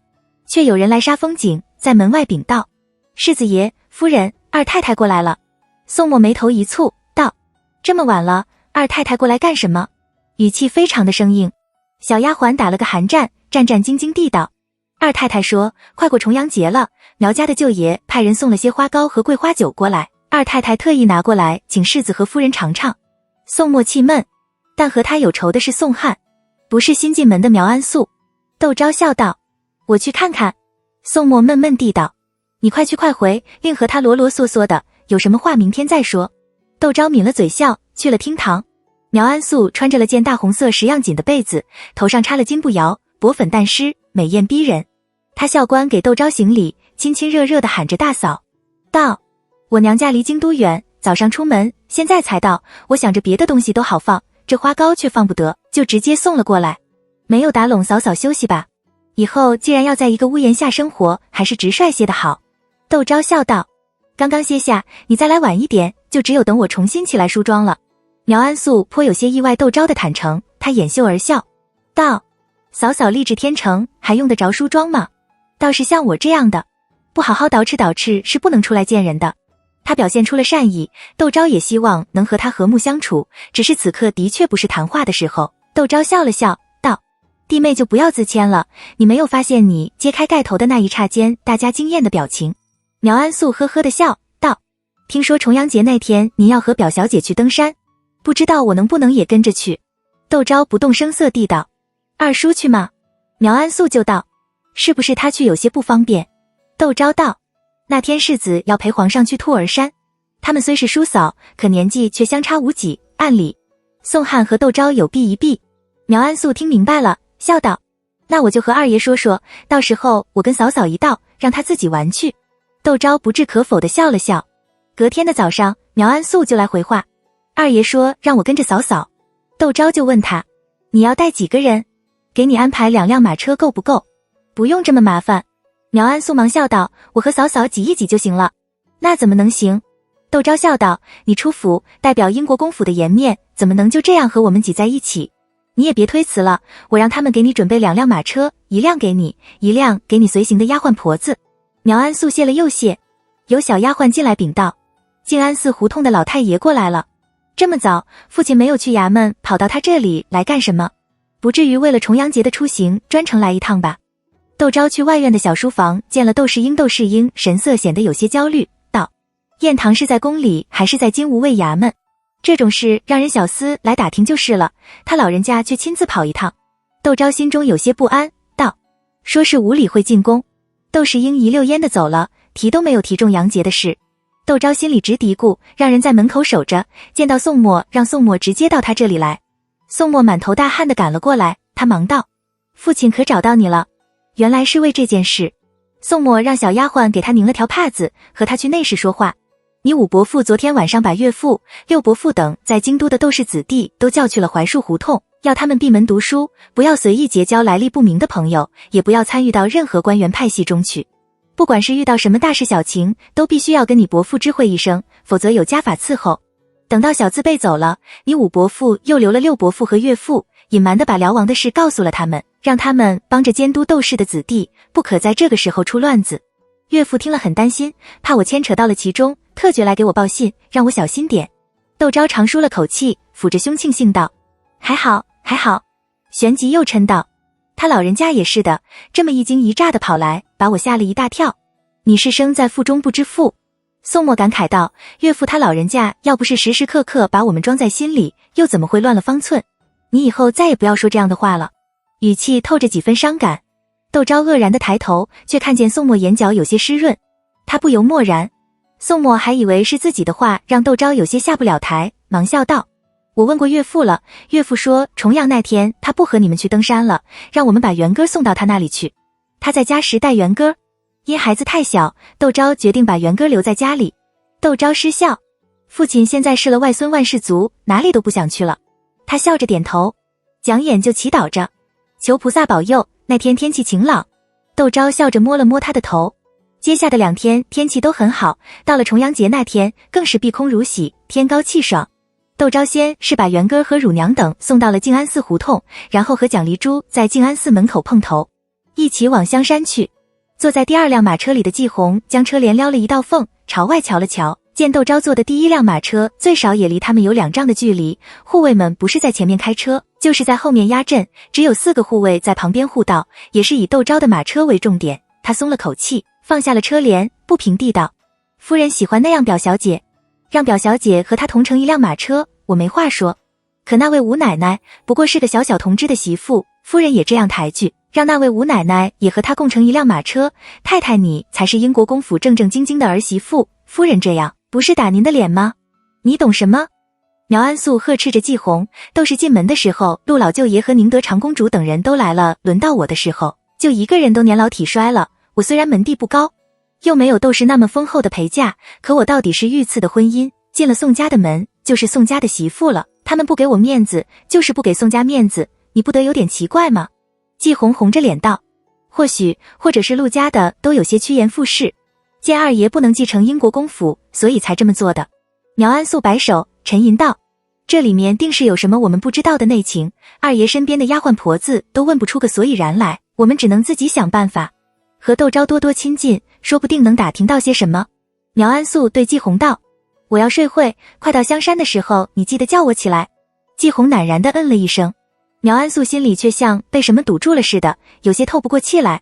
他的小日子来了，乳娘试探地问宋汉要不要安排个通房丫鬟，他竟然点了季红，自己才刚刚嫁进来，就算是他看中了季红，难道就不能等2个月？宋莫贵为世子，窦氏还怀孕生子了，他屋里也没有什么姨娘通房，同是一母的生，2人怎么相差这么大？苗安素怏然地闭上了眼睛。坐在前面马车上的蒋离珠却有些为难，道：等会我们就这样带着苗氏去登山吗？香山那么多人，有什么不行的？窦昭笑道：我们总不能因为不喜欢宋汉，就把苗氏也一棍子打死吧。话说这样说，可这女人哪有不向着丈夫向着大伯大嫂的？蒋离珠道：明明知道到时候大家一定会翻脸的，现在却装作什么也不知道的样子应付他，我总觉碜得慌。窦昭笑道：正好趁着这机会让听些流言蜚语的，想必他以后就会和我敬而远之了，这样最好。蒋离珠觉得窦昭这样的安排再好不过了，他很苦恼地说起关于宋墨和蒋伯孙之间的流言来：表嫂，您说我应该怎么办好？窦昭笑道：你虽是蒋家的女儿，可更是吴家的媳妇，若是和吴家有冲突，你就应该首先吴家；若是和吴家没有关系，你就应该首选蒋家，其他的都是旁人。我想大舅母会拿出个章程来的，其他的都是旁人。蒋离珠喃喃地重复着窦昭的话，看着窦昭的目光中第一次流露出了钦佩之色。9月的香山，绿树青翠，远远望去，甘露寺如同徜徉在一片绿波之中。窦昭等人在香山脚下换了软轿，沿着宽敞的青石板台阶往甘露寺去。蒋眼撩了轿帘，有些贪婪地呼吸着带着几分冷意的空气，觉得整个人都活了过来。他听见前面轿旁的若彤笑嘻嘻地对甘露道：姐姐，这禅寺和您是一个名字，您这名字是谁取的？真好听。甘露冲着他哼了一声，得意地道：我这名字是真定的崔姨娘娘取得。崔姨娘娘说，愿我如观世音手中净瓶的一滴水，除了心中无垢之外，还要能润泽他人。若彤就好奇地问：崔姨奶奶是谁？是，甘露语气微顿，这才道：是夫人的庶祖母死神推销员。若彤不由吐了吐舌头，忙道：那素娟姐姐呢？她是什么？和我是一样的意思。甘露笑道：让我们少惹是非，心如明镜，不要被那些荣华富贵迷了眼，忘了自己是什么了。若彤不满地叫了一声，道：怎么论到我们的时候就都变成了红色？红色不好吗？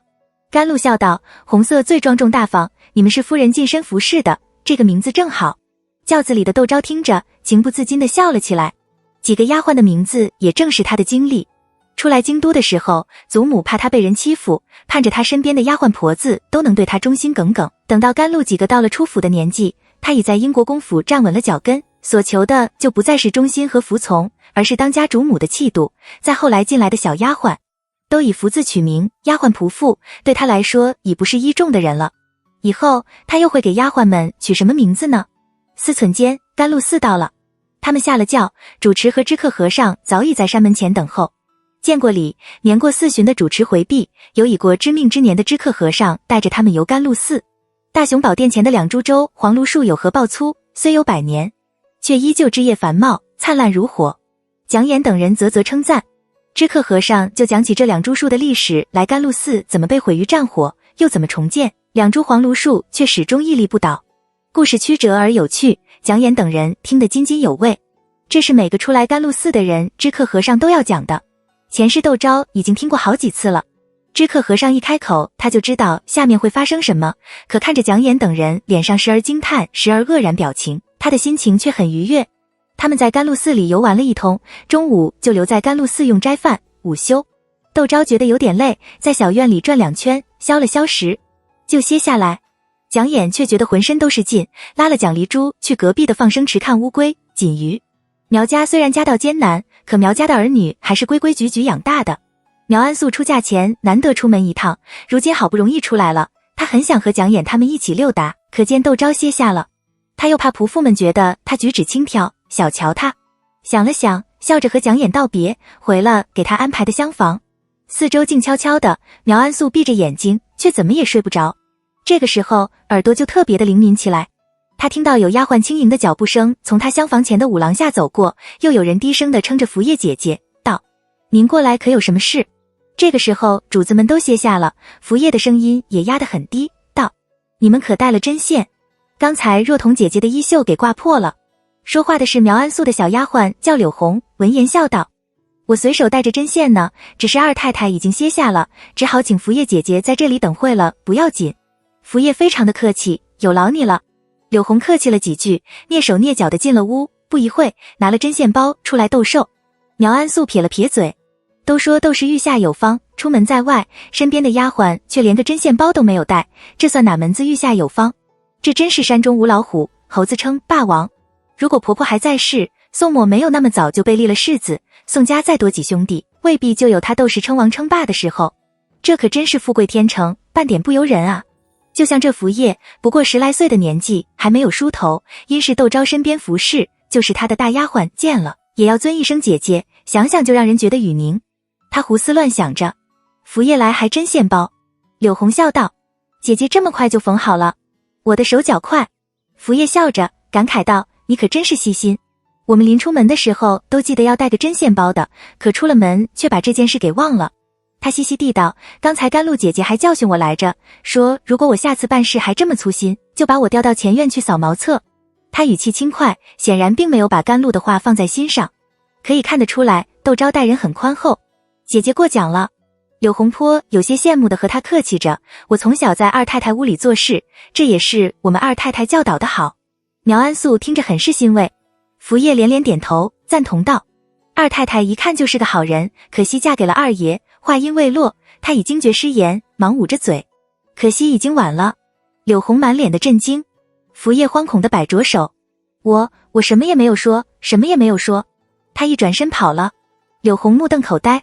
屋里的苗安素心里却像翻江倒海似的，他腾地一下就坐了起来，高声喊着柳红，想让季红拿了几两碎银子给柳红，你拿这些钱去买零嘴头花之类的，好好的套那福叶的话，看看二爷从前到底都干了些什么。柳红应诺，接了银子。可这里是甘露寺，就算有银子，托谁去山下买呢？要套服业的话，只有等回英国公府了。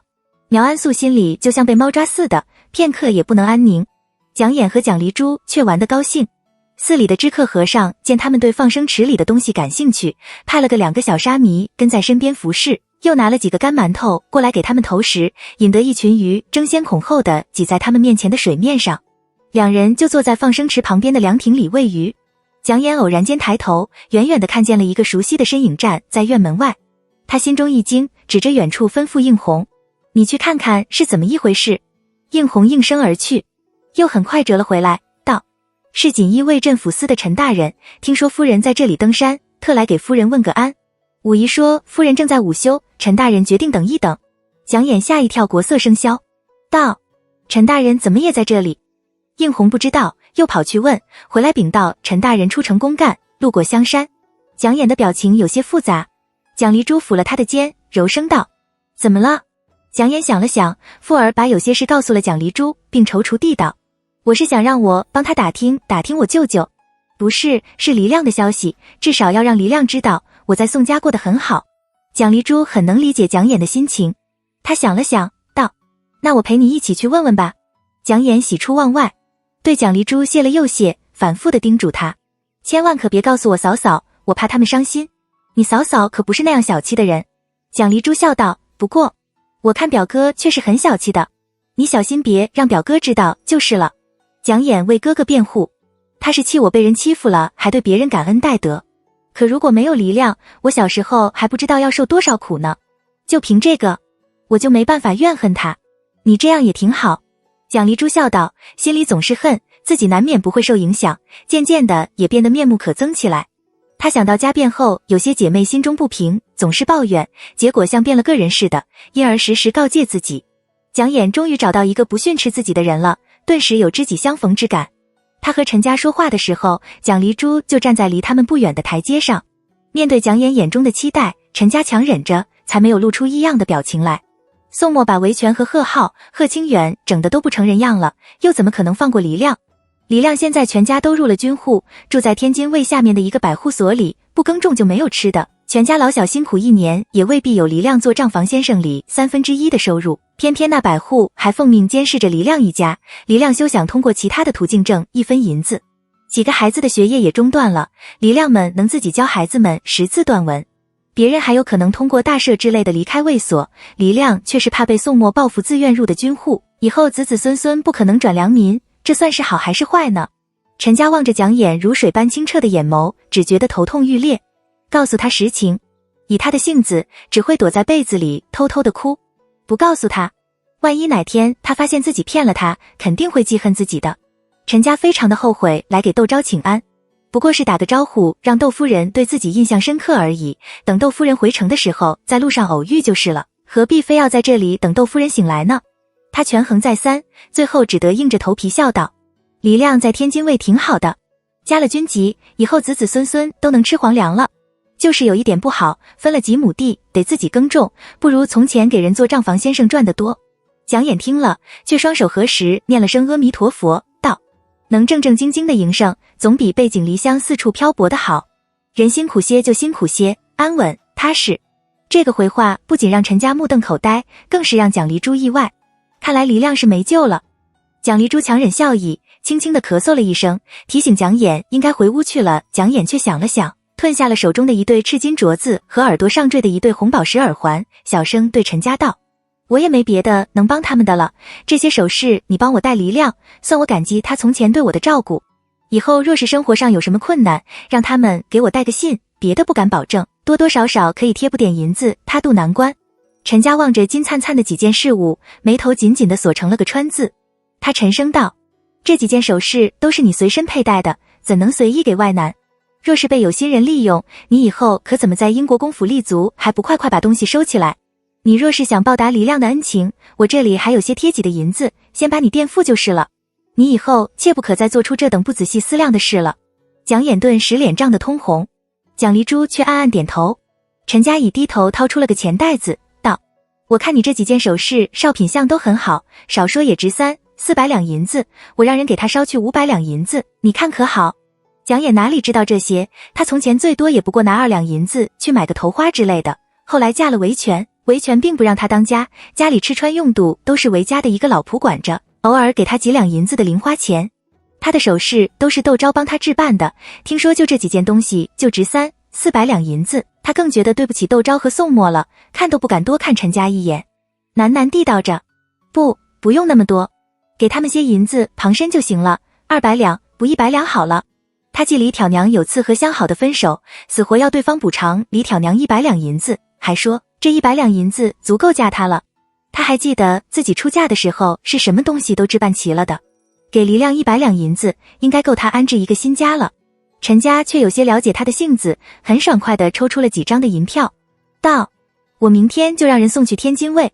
蒋琰松了口气，对陈家谢了又谢，并道：我过几天就把银子还给你。陈家今日不同往昔了，只要他想，银子就能像泼水似的灌进来。他之所以还有分寸，一是怕坏了名声，以后有碍仕途；二是怕被人记恨，遭人陷害。这100两银子早就不在他的眼里了，他无所谓地点了点头。蒋琰和蒋丽珠回家了，安排给他们的厢房。蒋丽珠洗漱了一番就躺下了，蒋琰一下子背了100两银子的债务，简直是如坐针毡，恨不得立刻飞回碧水轩去清点一下自己的东西到处值多少银子。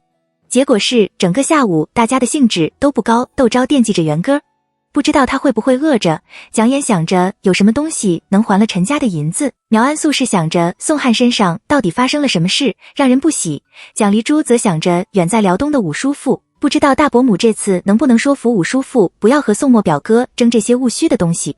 不到有理，他们就打道回府。窦昭先去了静安寺胡同，窦世英正拿着个壶铃在那时手舞足蹈，逗得元哥咯咯直笑。你这么早就回来了？看见女儿进来，他迥然地收了壶铃。玩得好好的，元哥的哇的一声大哭起来。窦昭忙把儿子抱在了怀实在，元哥就使劲地朝着他怀里拱。他知道这是孩子想自己了，到屏风后面去给孩子喂奶。窦世英就喃喃地道：他刚才吃过了。元哥却像是要反驳外祖父似的，狼吞虎咽，大口大口地吃着奶。窦昭嘴角不由得就翘了起来，他温柔地摸着孩子软软的乌发，嘴里像含着块糖似的，一直甜到了心里。苗安素却打量着窦家的小花厅，四面的隔扇上都镶着珐琅烧的琉璃，桌椅板凳全是清一水的黄花梨，多宝阁架子上摆放着各式各样的古玩，其中还有盆用整块的寿山石雕成的玉兰花开的盆景。给他们上茶的丫鬟穿着剪绸夹袄，沏的是新上市的信阳毛尖，茶中是新式的粉彩瓷器，处处透露着气派富足和实心。苗安素心情便是非常的微妙，好像乡绅进城。这些东西我不是用不起，不是买不起，可就算是把这些东西全都搬回家去，却怎么也营造不出这样的气氛来。他朝蒋琰和蒋丽珠望去，却见他们俩人满脸笑容的低声不知道说着些什么，倒表现得挺自在的。苗安素有些无聊地喝了几口茶，窦昭抱着元哥出来了。让你们久等了，他歉意地笑道，却没有解释为什么家里没有女性的长辈来招待他们。蒋琰和蒋丽珠都没有多想，而苗家则早就打听到消息说窦世英和王映雪不和，王映雪长期住在娘家。他笑笑说了声没事，道茶点都很可口，我们可饱了口福。然后朝着元哥拍了拍手，笑道：元哥，我是你婶婶，你可认识我？给我抱抱可好？元哥吃饿了，被母亲抱在怀里，幸福的直傻笑。苗安素就接过了元哥。蒋丽珠之所以跟过来，就是想逗逗元哥。他和蒋琰和元哥做着鬼脸，元哥笑声不断。很快，高升的媳妇过来禀道：四姑奶奶，马车都准备好了。窦昭朝着三人笑道：我们回去吧。随后接过元哥，和他们一起出了内院。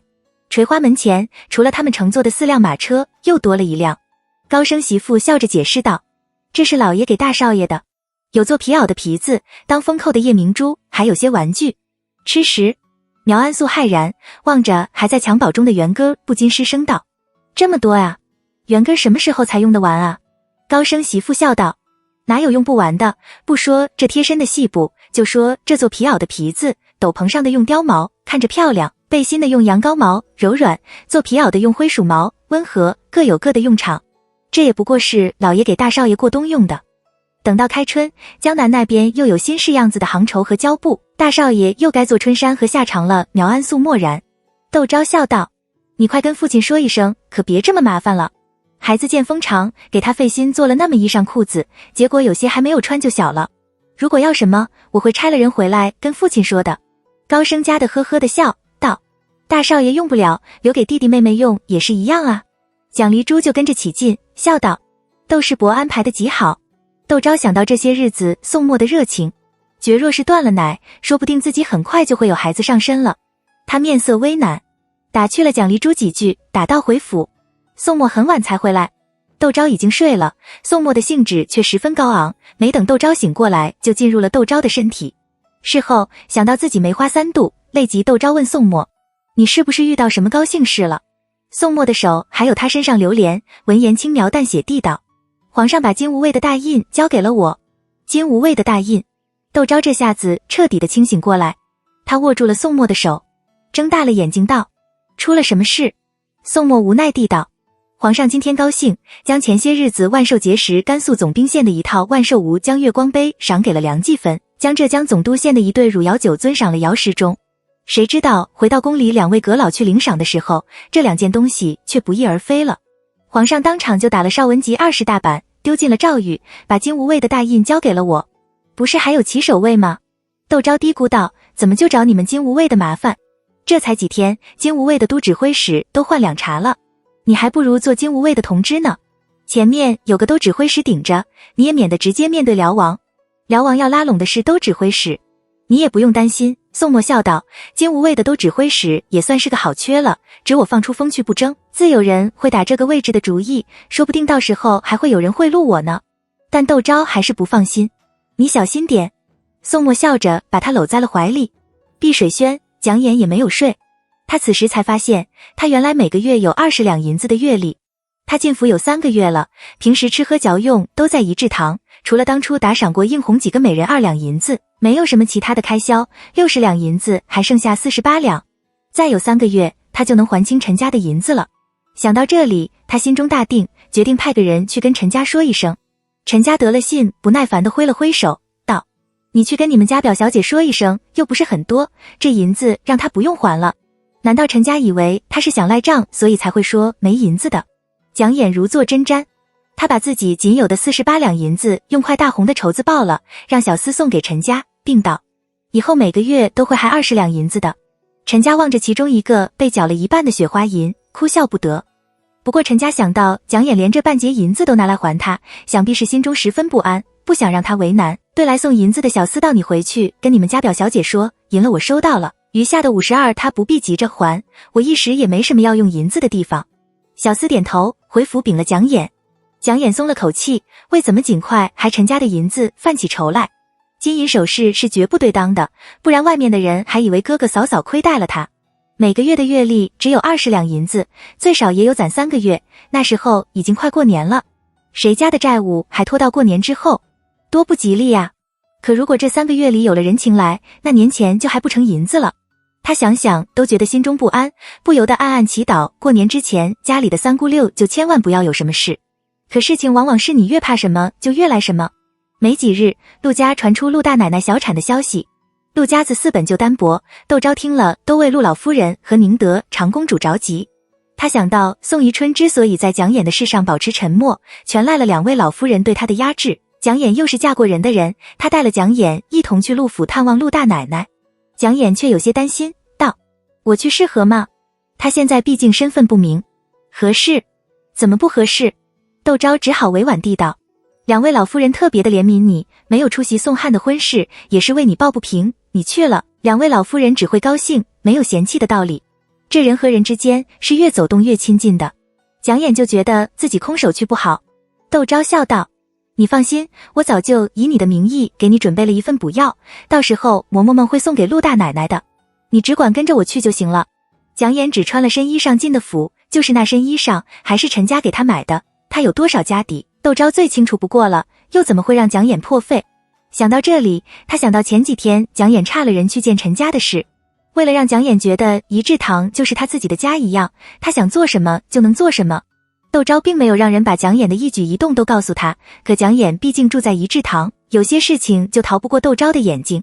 他故作轻松地问蒋琰，你找陈家做什么？是不是遇到了什么为难的事？蒋琰怎么好把自己向陈家借钱的事告诉窦昭，那岂不是让窦昭帮他还银？他道：我让他在我打听黎亮的事。窦昭在这件事上没有宋墨那么的剑拔弩张，颇能理解蒋琰的心情，因而笑道：你放心，你哥哥不是那不明是非的人，他可能会一时气恨黎亮，但黎亮毕竟维护过你，等他气消了，他就会想通了。蒋琰不住地点头，哥哥的确没有伤害黎亮。他不禁暗暗自责起来，自己真是以小人之心夺君子之腹，连嫂嫂都这么相信哥哥，自己跑去问陈家哥哥怎样处置黎亮了。还好哥哥不知道自己的所作所为，要是哥哥知道自己和陈家说了些什么，肯定会伤心的。想到这里，他越发觉得自己给黎亮送银子的事不能让哥哥嫂嫂知道。如果哥哥嫂嫂知道了，定会觉得是他不相信他们，怀疑他们虐待了黎亮。到了陆府，陆老夫人和宁德长公主都在，两位老人家像一下子老了好几岁的。陆大太太更是自责道：我既然知道他有些不舒服，就应该让他卧床消息的，谁知道他是有了身孕。陆大奶奶忙安慰自己的婆婆：这件事怎么能怪您，是我自己不小心。您这样说，我可羞得无地自容了。陆老夫人道：好了好了，你们都不要自责了，这人和人之间是要讲缘分的，这只能说明这孩子和我们家没有缘分。然后对陆大太太道：你这些日子就把家里的钟会管起来，不要让这儿媳妇插手了，让她好生休养。又对陆大奶奶道：你什么也别想，把身体养好，以后还会有孩子的。两人点着头，神色间却始终难消愧色。陆老夫人留了窦昭和蒋琰在屋里开导陆大奶奶，自己和宁德长公回了宴席室。那边苗安素知道窦昭和蒋琰出了府，动了起来。他吩咐柳红用糖哄了福业到他屋里玩，自己则有躲在隔壁的厢房里偷听柳红和福业说话。七七八八的扯了一通之后，话题就转到了宋汉的婚礼上。柳红道：窦家那么有钱，又是宋家正经的姻亲，怎么二爷成亲还那么小气，礼都不随一个，难道就不怕世子爷责怪吗？福业嚼着嘴里的窝丝糖，这糖真甜，不亏是从宫中传出来的方子做的，和夫人屋里的一模一样，可见这位二夫人下足了本钱。算她聪明，知道从夫人身边的人打听，若是问西厢院或是二爷身边的人，只怕一年半截也打听不到什么。她嘴里还含着糖，却叉着腰大声辩道：窦家才不是小心呢，你看看窦家给大少爷的表里，就知道窦家多有钱了，他们又怎么会在乎这点小钱？不过是因为前些日子家里发现了些事，大家都在传二爷是国公爷从外面抱回来了，为了让二爷成为嫡子，国公爷把二爷和蒋夫人生的大小姐给换了，世子爷为这件事都和国公爷翻脸了，如果二爷的婚事窦家的人再来凑热闹，世子爷才会不高兴呢。柳红骇然，不由朝着隔壁望了一眼。福业顿时明白过来，不是苗氏在隔壁，就是苗氏身边最得力的大丫鬟季红在隔壁。念头闪过，他就听见隔壁传一声辞岁的声音。柳红缓过气来，勉强露出个笑脸，道：你骗人吧，府里的夫人生产，不知道围着多少人，就算是瞒得过蒋夫人，也不可能瞒得过蒋夫人身边得力的嬷嬷们。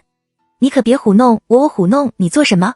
福业不悦地道：你要是不相信，随便找个人问问就知道了。要不然碧水轩的表小姐怎么会长得和蒋夫人一模一样？表小姐大闺为什么不回蒋家，要来投靠宋家？夫人为什么不抬举二太太，要抬举表小姐？陆家大奶奶小产，按道理夫人应该邀了妯娌苗氏一起去陆府探望才是，怎么会撇了苗氏却带上了表小姐？难道夫人就不怕陆家的舅老爷和舅老夫人责怪？苗安素心里乱糟糟的，福业什么时候走的都不知道。他一个人默默地坐到了掌灯时候，丫鬟们过来点灯，刺目的灯光才让他回过神来。二爷回来了吗？苗安若问季红。宋汉又没有什么差事，可成亲的第4天，他就借口国公爷功课督促地延回了书院读书，每天早去晚归，比国子监的学生还要用功。季红有些不自地道：二爷回来了，在小书房里换衣裳。宋汉成亲之前惯用的东西都搬去了小书房。苗安素听着恍然道：是不是七侠他们在服侍？季红点头。苗安素勃然大怒，他睡自己的丫鬟，却从让从前的丫鬟服侍，这是什么道理？难怪他这里是青楼楚馆不成。苗安素拔腿就要往小书房里去，却被季红死死地拉住。二太太，你才刚嫁过来，若是闹出什么动静，不是您的不是，也成了您的不是。何况二爷现在身份尴尬，您这样只会让二爷记恨。苗安素冷静下来，等到宋汉回屋，笑语盈盈地问他用过晚膳了没有，亲自给他端了洗脚水，等上了床，又温声细语地把窦昭带着蒋琰去了陆家的事告诉了他，并试探他道：“您说，你该不该也准备些东西去探望探望陆大奶奶？”宋汉的表情顿时变得晦涩难明，他沉默了半晌才道：“大嫂是宗父，这些事自有他安排。他邀你，你就去；他不邀你，你就不要随便乱走，免得失了礼数，被人笑话。何况陆大奶奶小产的事又没有专程来通知你，你去凑什么热闹？”语气显得很不耐烦，一转身躺了下去。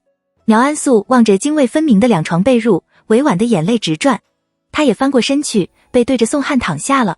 宋汉的心思全被窦昭带蒋琰去了陆府的事占据，根本就懒得理会苗安素。窦昭真是欺人太甚了。不管怎么说，他明面上也是英国公府的二爷，他却半点也没有把他放在眼里，带着蒋琰去了陆家，也没带苗氏去。他们想干什么？是不是要逼他放弃英国公府二爷的身份才甘心？他的手紧紧地攥成了拳，指甲掐入了掌心，都没有知觉。从陆府回来的蒋琰却很为难。他们和陆大奶奶聊了会天之后，就到晌午，陆家留饭，陆老夫人请自设宴款待他们。陆家的几个小字辈都到了，嫂嫂每个孩子打赏了一个分红，他当时就慌了。还好嫂嫂早有准备，早就给他准备了打赏，放在应红的手里，他才没有出丑。陆老夫人还说，等过几天，陆大奶奶做完了小月子，再请他们过去吃饭听戏。这次他不知道，没有自己准备分红，下一次难道还让嫂嫂帮他打赏不成？虽然每个孩子不过打赏了2个1两的银克子，陆家4个孩子也不过8两银子，可这样一来，他年前就不能还陈家的银子了，怎么办？蒋琰急得团团转，就少不得要想着法子赚点钱就好。可他现在住在深宅大院里，身边一群丫鬟婆子服侍，出行就是车夫护卫，他就很少有单独待着的时候。就算他想像从前那样打个烙子，或是绣个帕子到喜铺里寄卖，东西也送不出去。他渐渐的就有些样样的。应红见了，吓得一身冷汗，哪里敢有半点隐瞒，忙报了窦昭。窦昭立刻放下手头的事来看蒋琰。蒋琰没想会把窦昭惊动，喃喃地道着我没事，嗔怪地看了眼应红。窦昭笑道：“你也另别看他，他也是一片忠心，怕你受了委屈。”又搂了他柔声道：“这是怎么了？有什么话不能嫂嫂说的？”“真心没什么。”蒋琰赧然道：“就是天气渐冷，觉得有些犯困。”窦昭摸了摸他的额头，温度挺正常，又问了问贴身服侍的他的丫鬟，没有发现什么异常的事，只好暂时把担心放心，叮嘱应红好生服侍蒋琰。蒋琰温驯地笑着送窦昭出门。窦昭看他那温温柔柔的样子，心里只叹气，觉得自己好像又多养了个女儿似的。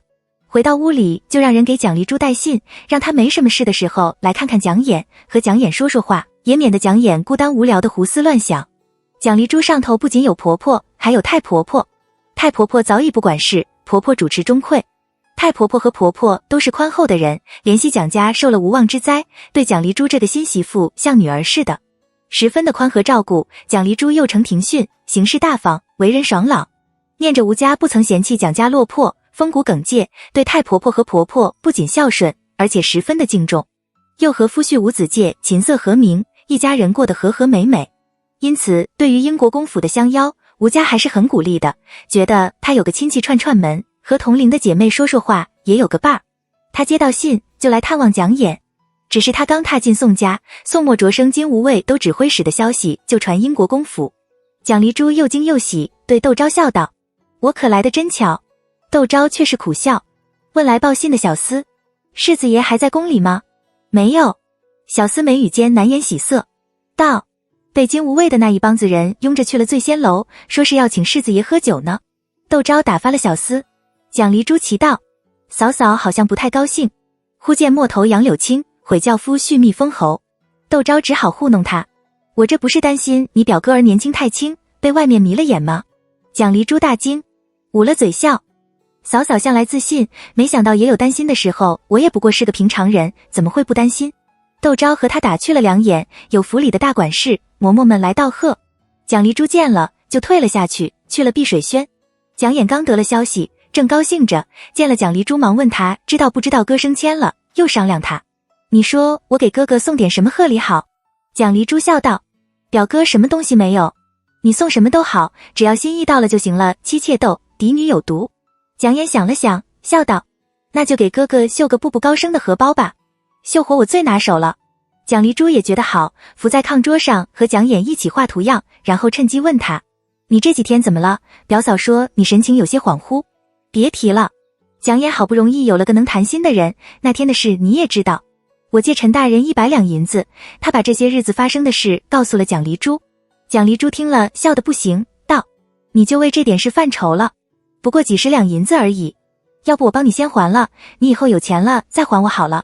蒋琰知道蒋家被抄了家，想着蒋丽珠就是有银子，也多半是她出嫁时压箱底的救命银子，她怎么能动？不用了。蒋琰不好意思地道，借了你的还给陈家，那不是拆了西墙补东墙，免得把你也给牵扯进来。他不想让蒋丽珠再为他的事操心了，就笑着转移了话题，道，哥哥升了官，肯定是要宴请亲戚和同僚的，你说哥哥的宴请会不会和元哥的百日礼同一天举行啊？应该不会吧？蒋丽珠猜测道，可以连在一起，正好可以玩2天。蒋琰点头。宋墨却决定把这件事放在1天。既然是庆贺我升了金吾卫的都指挥使，又庆贺元哥满了100日，一举两得，也免得别人有人觉得我们大肆操办，太高调了。窦昭道，那辽王那边，车到山头路自直，难道辽王1日不返，我们的日子就1日不过了？他安慰窦昭，你只管放心，我无论如何也不会让你和孩子受苦的。就是因为知道宋墨不管自己受什么苦也会护他和孩子，他才会更心痛啊。窦昭轻轻地抚着宋墨的鬓角，宋墨却轻佻地挑了挑眼角，低声在他耳朵轻语，你是不是想我了？窦昭脸顿时火辣辣，拧了宋墨一下。宋墨哈哈笑，还要调侃窦昭2句，乳娘抱着元哥进来了。见窦昭2口子正肩并着肩，手拉着手坐在炕上，他脸一红，忙垂下眼睑，急急地解释道，夜深了，我怕元哥哭起来，元哥到了晚上就要找窦昭。窦昭忙抱过了儿子，宋墨就摸了摸元哥的头，轻笑道，你来的可真是时候啊。元哥对着父亲傻笑，宋墨忍俊不禁，喊着傻儿子。蒋琰的债务还没有着落，给他说亲的人却要把英国公府的门槛踏破了，让他又添了一桩心事。宋宜春知道了冷笑，好马不配2鞍，烈女不嫁2男。他们也好意思大张旗鼓地给蒋琰找婆家，就不怕被人戳断了脊梁骨。宋墨默然，苗安素却劝他，大伯升了官，于情于理我们都应该高高兴兴地去给大伯和大嫂道个喜才是。孝顺固然重要，可你以后毕竟要靠着大伯吃饭，有些事还是别那么倔强才是。照他看来，伸手不打笑脸人，宋汉只要弯得下腰巴结宋墨，宋墨说不定心一软，也就不和宋汉计较了。就算宋汉是从外面抱回来的，那也是宋家的血脉，宋家子嗣又不多，宋墨何必非要和宋汉成死敌呢？宋汉闻言气得浑身发抖，咬着牙道，你就算死了，我不如宋墨，以后都要靠着他吃饭。苗安素怎么敢惹怒宋汉？他忙道，我不是这个意思，我是说大丈夫能伸能屈，我们暂时屈居世子爷之下，不如避避风头，等到爷建功立业了，再和世子爷分庭抗礼也不迟。宋汉冷冷地瞥了他一眼，拂袖而去。季红咬着唇道，二太太，这可怎么办？怎么办？2斗。苗安素被冷着脸道，他不去，我们去。我不过是奉承他2句而已，难道还真的指望着他建功立业不成？就算他建功立业，有世子爷压在前面，那恐怕也是20-30年以后的事了。我们是结发夫妻，又是新婚燕尔，他对我尚且不过如此，难道20-30年以后，等到我人老珠黄了，还指望着他给我正副凤冠霞帔不成？谁知道那时候睡在他身边的人是谁？可他不得志时的苦却要让我来受，我可没这么傻。季红不敢说什么，唯唯应诺，和苗安素去了一致堂。窦昭正在和来给宋墨道贺的六太太说提几话，也不知道这孩子到底要嫁个怎样的。这么多说亲的，他硬是一个也没有瞧上。我怕他是从前的事在心里成了魔障，不愿意和男人过日子了。如果真是那样，那可怎么好？他又乖巧又听话，就算是在家里住一辈子，我也不会嫌弃他，可就怕世子心里过不了这个坎。看到他独守空闺无所事事的消磨日子，就会对国公爷和宋汉的恨意更深一层，到了哪天管不住自己的时候，做出什么出格的事来。六太太也觉得窦昭的推断有一定的道理，给他出主意道，那你们就别急着给他找婆家，多带他出去走走，认识的人多了，眼界开阔了，这心境就不一样了，婚姻的事说不定就水到渠成了。世子爷若是问起来，你就说这些人家都不合适，人无完人，你要挑错，难道还挑不出一个错字来？窦昭笑着竖起大拇指，果然姜还是老的辣。六太太笑着拧他的面颊，竟然敢编排我。窦昭哈哈笑着躲过了。六太太神色一端，笑容见脸，看了眼在旁边服侍的甘露。窦昭忙遣了屋里的丫鬟婆子，低声道：六伯母，怎么了？六太太正色地道：你父亲可来商量过你？他这次正是向你五伯父提出收你12哥做嗣子。窦昭愣住，转眼一想，觉得父亲如果拿定了主意，他这个做女儿的也不应该反对才是。而且窦德昌人未磊落，又不失风趣，很对父亲的脾气，父亲后半生有他作伴也未必不是件幸事。他道：六伯母不同意吗？六太太面露踌躇。窦昭握了六太太的手，真诚地道：12哥有这么大了，六伯父和父亲又向来亲厚，说是过4，父亲难道还会阻止12哥和六伯父来往不成？我和窦明也都嫁了，家里的事自有父亲做主，您还有什么担心的？六太太欲言又止。窦昭道：您是怕东窦的人说闲话吗？六太太贤惠了一辈子，临到老了，因为儿子过继而被人视为贪婪无情之人，她心里恐怕会像刀扎似的。谁知道六太太却摇头，低声道：就算你12哥过继到了西窦，难道就不是窦家的子孙了？长辈们看得更远更深，未必不愿意。只是我总觉得你父亲还年轻，未必就不会有自己的子嗣。最好的办法还是让你父亲纳个妾室，或是收个通房。他说到这里，一时语凝。窦昭却明白了六太太的意思。自窦明和父亲闹开之后，父亲失望之余，和窦明几乎断了来往。如今能在父亲面前说得上话的，也只有自己了。窦德昌过继过来，如果父亲没有留下遗言，若是按律，能继承西窦一半的财产，余下的一半将由窦昭和窦明平分。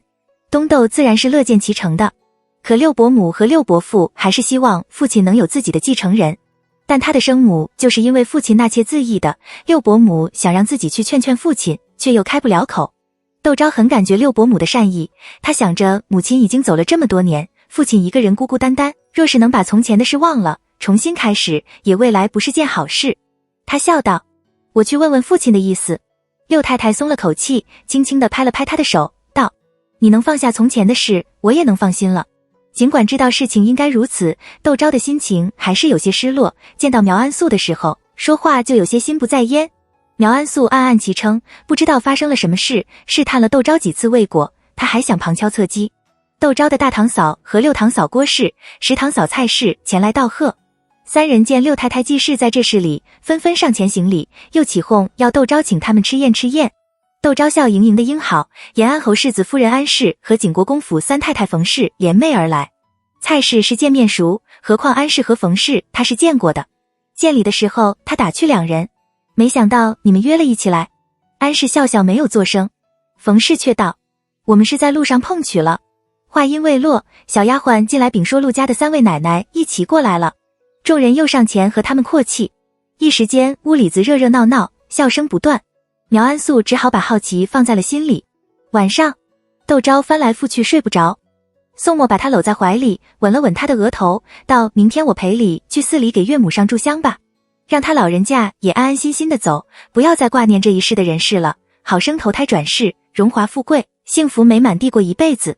温暖的怀抱冲淡窦昭心头莫名的忧伤，他失笑道：说不定母亲早就转世投胎了。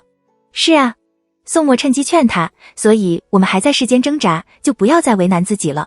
窦昭没有作声，宋墨突然一下子咬在了他的胸前，窦昭吓了一大跳，因只隔着层薄薄的单衣，他胸前一阵刺疼。你疯了！他勃怒地推搡他，我们做点事，你心情就会好起来了。宋墨不以为意，挑了着眉角，冲着他狡黠的笑，手一下子就伸进了他的衣襟里。窦昭忍不住笑了起来，道着：你的手好冷，快点拿出去。真的。宋墨咬着他的耳朵，真好，你帮我把它捂热了。屋子里就传来一阵让人面红耳赤的呻吟声。第二天窦昭起来，宋墨已经去了衙门。他伸了伸有些酸楚的身子，心情果然好了很子。他吩咐段公义明天去大相国寺里上香。窦昭嫁到英国公府之后，就为母亲在大相国寺点了盏长明灯。段公义很快就安排好了相关的事宜。宋墨让他迟2天再去，忙完这2天，我就有空了。邵文吉突然被丢到了赵狱，公事上连个交接都没有，宋墨只好请了兵部和吏部的人做见证，清点金无谓的东西，还要防着金无畏的那点小金库曝光，忙得团团转。我不过是去上炷香，又不是去游玩。窦昭笑道，你难道休息？我要把你的休息留着，和你出去走走。宋墨听着，甜到了心里。他反复的叮咐蒋琰好生照顾窦昭，让夏琏也跟着窦昭一起去大相国寺。蒋琰唯唯诺诺，紧张的不得了，一会儿问嫂嫂，你带披风了没有？一会儿问嫂嫂，带了路上吃的盐津青梅没有？一会儿又问嫂嫂，我们坐车去还是坐轿去？俨然管事的人。窦昭笑得不行，拉落他身边坐，道，这些事自有嬷嬷们安排，你到时候只要跟我去散散心就行了。你哥哥也是这个意思。蒋琰讪然的笑。两人去大相国寺上香，大相国寺的主持亲自出来迎接。窦昭蹲在大慈大悲的观世音面前，莫名的泪水滚滚而下。大相国寺的主持见多了深闺怨妇，只当没有看见。窦昭擦干了眼泪，在大殿里站了一会，等到情绪平静下来，才出了大雄宝殿。主持留窦昭在寺里用斋饭。窦昭婉拒，他决定下午去静安寺胡同。走下丹溪的时候，他遇到了季勇。季勇穿着了绢灰色的道袍，头上簪了根竹簪，仙风道骨的与个相貌俊雅的和尚并肩低声说着话。窦昭讶然，走在季勇身边的竟然是德福，他们两个人怎么搅和到一起去了？窦昭在心里嘀咕。季勇像有所感应似的，突然抬头朝他这边望过来，看见是窦昭，他眼底立刻浮现出温和的笑意。他小声和德福说了几句话，德福抬起头来，目光中带着几分探究的打量了窦昭一眼，和季勇一起走了过来。窦昭和季勇见礼，又把蒋琰介绍给他。蒋琰红着脸，低着头匆匆朝着季勇扶了扶。季勇瞥了他一眼，对窦昭道，这就是宋彦堂那个被换了的妹子。窦昭咳了一声。季勇失笑道，你也别掩耳盗铃了，京都都传遍了，还是一如往日的飞扬跋扈，肆无忌惮。窦昭打断了他的话，掩耳盗铃怎样了？至少别人知道我们不愿意说这件事。季勇很久没见窦昭了，可不想和窦昭吵架，嗯了两句，算是接过了这个话题。已给主持行过礼的德福神色间闪过一丝诧异，双手合十向窦昭行了个礼。窦昭和蒋琰忙屈膝还礼。季勇就问窦昭，宋彦堂怎么让你一个人来大相国寺上香？你儿子呢？听说娶了个乳名叫元哥，他满月的时候，我正奉旨在福建，就托姑母给元哥带了条长命锁过去，是请了普陀山得道高僧开过光的，你拿出来给他挂在床边，可在镇邪？窦昭直冒冷汗，当着大相国寺的主持和德福，他竟然说告诉他普陀山得道高僧开过光的长命锁能镇邪，这就好比在王婆的摊子前夸李婆的瓜甜。他飞快地缩了主持和德福一眼，却发现两人老神在在，好像没有听见似的。这是个什么情况？窦昭脑子有些混乱，只好道，你去福建做什么？还顺利吗？季勇道，我去做御史啊，你不知道吗？福建自定国公死后乱得很，倭寇时时上岸杀虐，说民不聊生也不为过。皇上让我看看那边的抗倭的情景，定国公还没有平反好不好？就算是这样，你也不能大众广庭之下这样评论政事啊。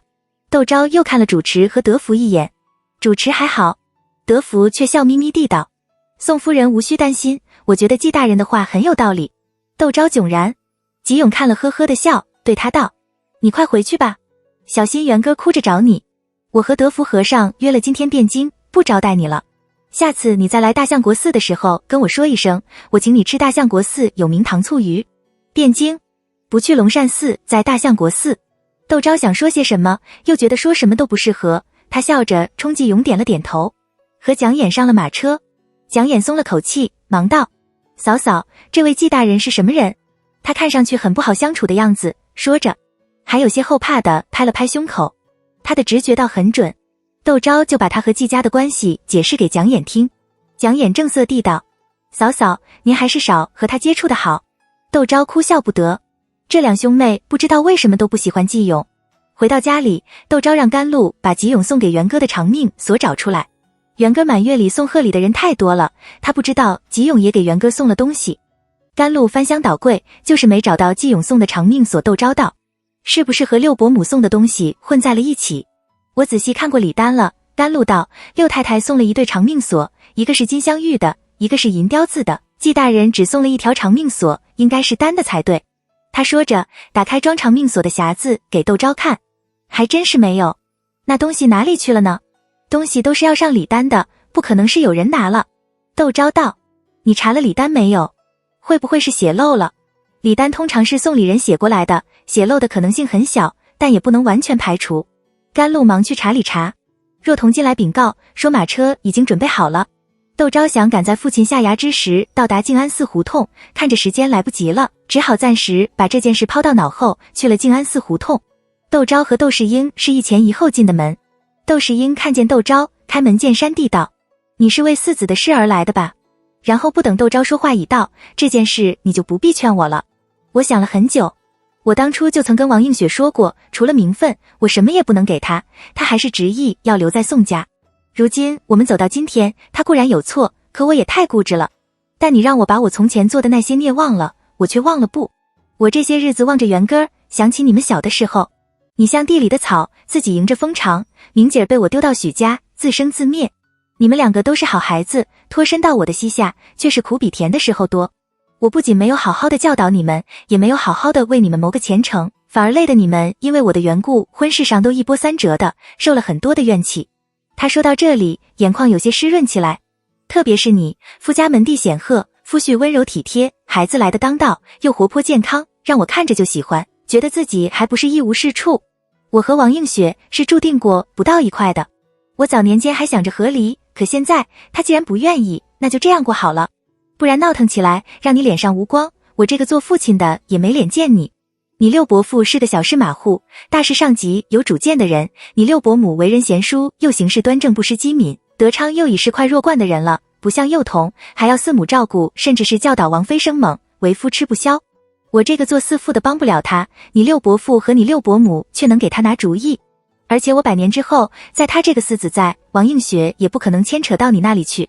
祖宗们拼命的赚钱，不就是为了让子孙后代过上好日子？我舍了西斗4之1的财产，换你一生清泰，也是值得的。你就什么也不要说了，不管你怎么说，我也不会改变主意的。态度十分的坚决。窦昭语塞，难道父亲是不让王映雪成为他的麻烦，才要把12哥过断过来的不成？他不禁道：父亲你一定会长命百岁的。走在七太太后面的黄昏路上无老少。窦世英笑道：谁知道谁会走在谁前面，还是提早安排的好。两世为人，窦世英都活得好好的。窦昭望着父亲满头的乌发，心里骤然觉得堵得慌。屋里的气氛变得有些凝重，那些他觉得自己永远都说不出口的话脱口而出。父亲这次可猜错了，我来可不是为了您过继的事。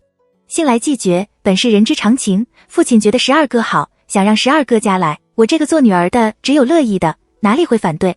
我这次来，却是为了父亲的私事。七太太在娘家常住，父亲也找个人照顾自己吧。正如您所说的，我和窦明都嫁了，您年纪渐长，却膝下空虚。如果有个人在身边嘘寒问暖的照顾您，我们做女子的也可以放心。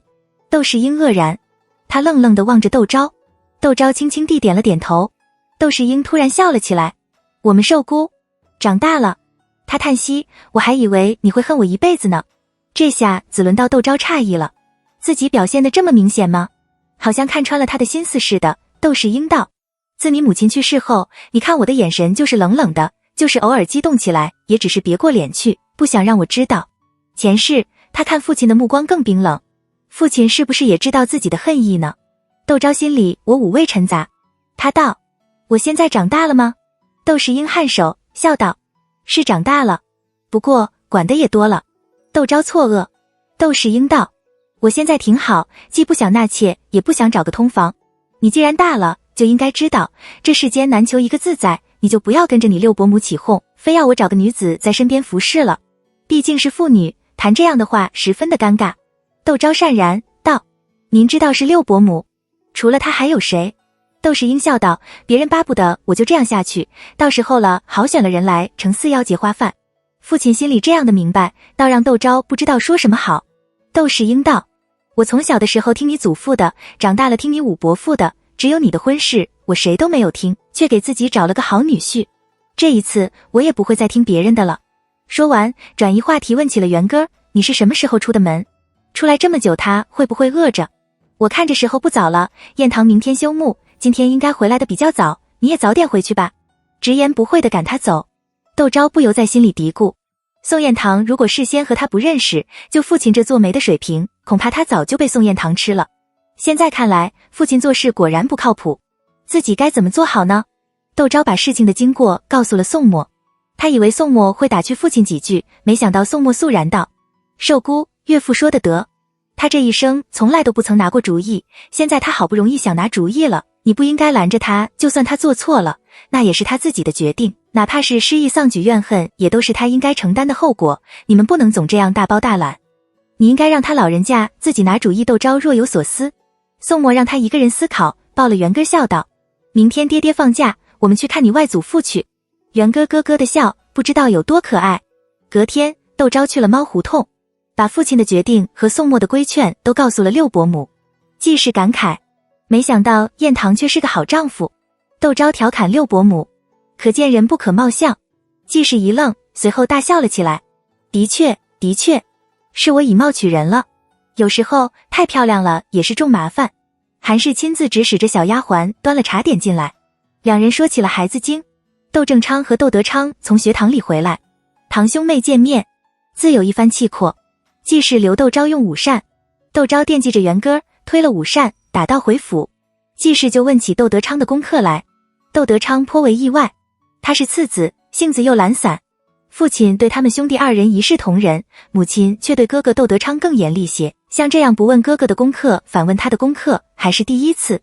他规规矩矩地应了。韩氏神色却显示有些异样，窦正昌看在眼里，私下问妻子，是不是出了什么事？你是问什么？韩氏服侍婆婆，猜到了一些，但事情没有定下来，她连窦正昌也不敢说，装着糊涂。这些日子家里好像没有发生什么事啊。窦正昌还以为自己看花了眼，不再追问，去了书房里练字。韩氏松了口气，坐在灯下给儿子儿巾做兜兜，心里却乱糟糟的风流医圣。母亲前些日子来看他，话里话外问窦德昌的事，像是要给窦德昌做媒似的。自己笑着问是谁，母亲却支支吾吾地说没有这回事，还提到了堂嫂令则，母亲这是什么意思呢？韩氏百思不得其解。窦世英却比任何时候都果断，他很快正式向窦世书提出了过继窦德昌为四子的要求。窦氏书司和窦世英不止一次讨论过这件事，此时见窦世英坚持，他分别给已致仕回家的二老爷窦世奇、窦氏宗房的窦环昌、打理家中事务的窦世样和二太夫人写了封信。真定那边虽然惊讶，但窦世英从前就提过一次，并不意外。窦环昌和窦世书、窦世样商量之后，代表宗家写了封从过来，同意让窦德昌过继到西窦。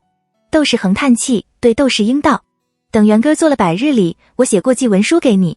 窦世英得偿所愿，高兴地直点头。窦德昌的心情却很复杂，过继之后，他和东窦六房就没有关系了，再遇到自己的父母，也只能称伯父伯母了。窦世英安慰他，不过是搬到我那边去住，就当是提前进了国子监的。窦德昌听了哭笑不得，心里的悲伤却莫名的消失殆尽。元歌的100日里车水马车，人声鼎沸，不仅功勋世家旗帜，精卫军里鲜有些头脸的人都能看见得，就是太子也来做了片刻。英国公府丝竹不绝，走在顺学大街上都能听见。顾玉像个花蝴蝶似的在席间穿梭，加上一个有纨绔的厉害的冯野，一个哪里热闹往哪里凑的沈清，硬生生把个酒宴弄笑语百出，十分的喜庆。宋汉坐在角落里冷眼旁观，没等散席就悄悄地离开了大厅。魏廷瑜则坐在那里低头喝闷酒。如果他当初选择了窦昭，今天的热闹是不是就属于他呢？他想到窦明时而温柔小意，时而横眉怒目的阴晴不定，酒喝得越发的快，越发的多了。窦昭却始终没有找到季永送的那枚长命锁。他问甘露，季大人来了没有？上次元歌满月，他记得很清楚，自己并没有给吉永送请帖，吉永还是送了东西。这次他不好意思不给吉永送了请帖，可以吉永的性子，谁知道他来了没有？甘露出去问了一圈，道：没有看见季大人。果真是他干的事。窦昭道：别管他了，你吩咐茶房的丫鬟婆子机灵点，今天来的客人多，小心热水不够。甘露应声而去。窦昭整了整衣袖，出了内室，迎面却看见了蒋离珠。蒋离珠单独一个人，正喊住了个小丫鬟，问着：看见表小姐了吗？奴婢没有看见表小姐。小丫鬟忙道：我去帮奶奶找找。窦昭听着笑道：怎么了？眼妹妹不见了。蒋离珠苦笑道：怕是又躲到哪里去了。然后叫住了那小丫鬟：你去忙你的去吧。扭过头来对窦昭道：我去碧水轩看看，说不定回了碧水轩。家里也宴过几次客了，蒋琰这怕生的性子窦昭多少看出来了。他笑道：那就有劳12表妹了，今天的客人太多，我也没时间管他了。表嫂不必担心。蒋离珠笑道：琰妹妹交给我就是了。他曲膝朝着窦昭扶了扶，去了碧水轩。碧水轩里静悄悄的，只有2个刚刚留头小丫鬟坐在屋里，一边做着针线，一边聊着天。表小姐不在吗？蒋离珠困惑地道。2个小丫鬟丢了针线就站了起来，齐齐地道：表小姐由映红姐姐服侍着去吃酒了。咦，那她去了哪里？蒋离珠暗忖，沿着湖边的小径一路寻找，眼看着就要到垂花门了，却看见几个丫鬟站在垂花门前的石榴树下，旁边有一男一女正站在那里说话。他定睛一看，男的穿着了件丁香色的杭绸袍子，系了玄色的丝绦，垂一块羊胎玉的玉佩；女的一身粉红色的妆花被子，乌黑的鬓角莲子米的大珍珠翠花莹润光滑，衬着一张脸玉兰花似的娇美。不是陈家和蒋琰还是谁？蒋离珠的心莫名的就砰砰砰的跳了几下。只见那陈家说了几句话，蒋琰就捂着嘴笑了起来，那眉眼如花般绽放开来，十分娇憨可爱。他不由得疾步上前，看见蒋离珠的蒋琰笑盈盈的和蒋离珠打着招呼：堂姐。随后解释道：我听说陈大人过来吃酒，特意过来向他道声谢，顺带问问黎亮的事。此时陈家已听到动静，转过身来，他微笑着朝蒋离珠拱了拱手，不亢不卑地称了声吴大奶奶。蒋离珠心里乱得很，草草地和陈家点了点头，拉了蒋琰的手，嗔道：你怎么跑到这里来了？表嫂正四处找你呢。蒋琰闻言，面眉眼立刻垮了下来，他对陈家道：这件事就麻烦您了。陈家语气恭谨：不客气，如果有了消息，我就让陶二媳妇来给映红姑娘说一声。蒋琰点头，和蒋离珠手挽了手，由映红等人簇拥着往内院去。蒋离珠这才道：你又托了陈大人什么事？我上次不是让陈大人帮我送些银子给黎亮吗？蒋琰道：我就想问问黎亮现在怎样了。谁知道陈大人是人托人送过去的，那人来回信的时候，陈大人忘了问黎亮的事，我就让他若是遇到那人，就帮我问问黎亮现在的情况。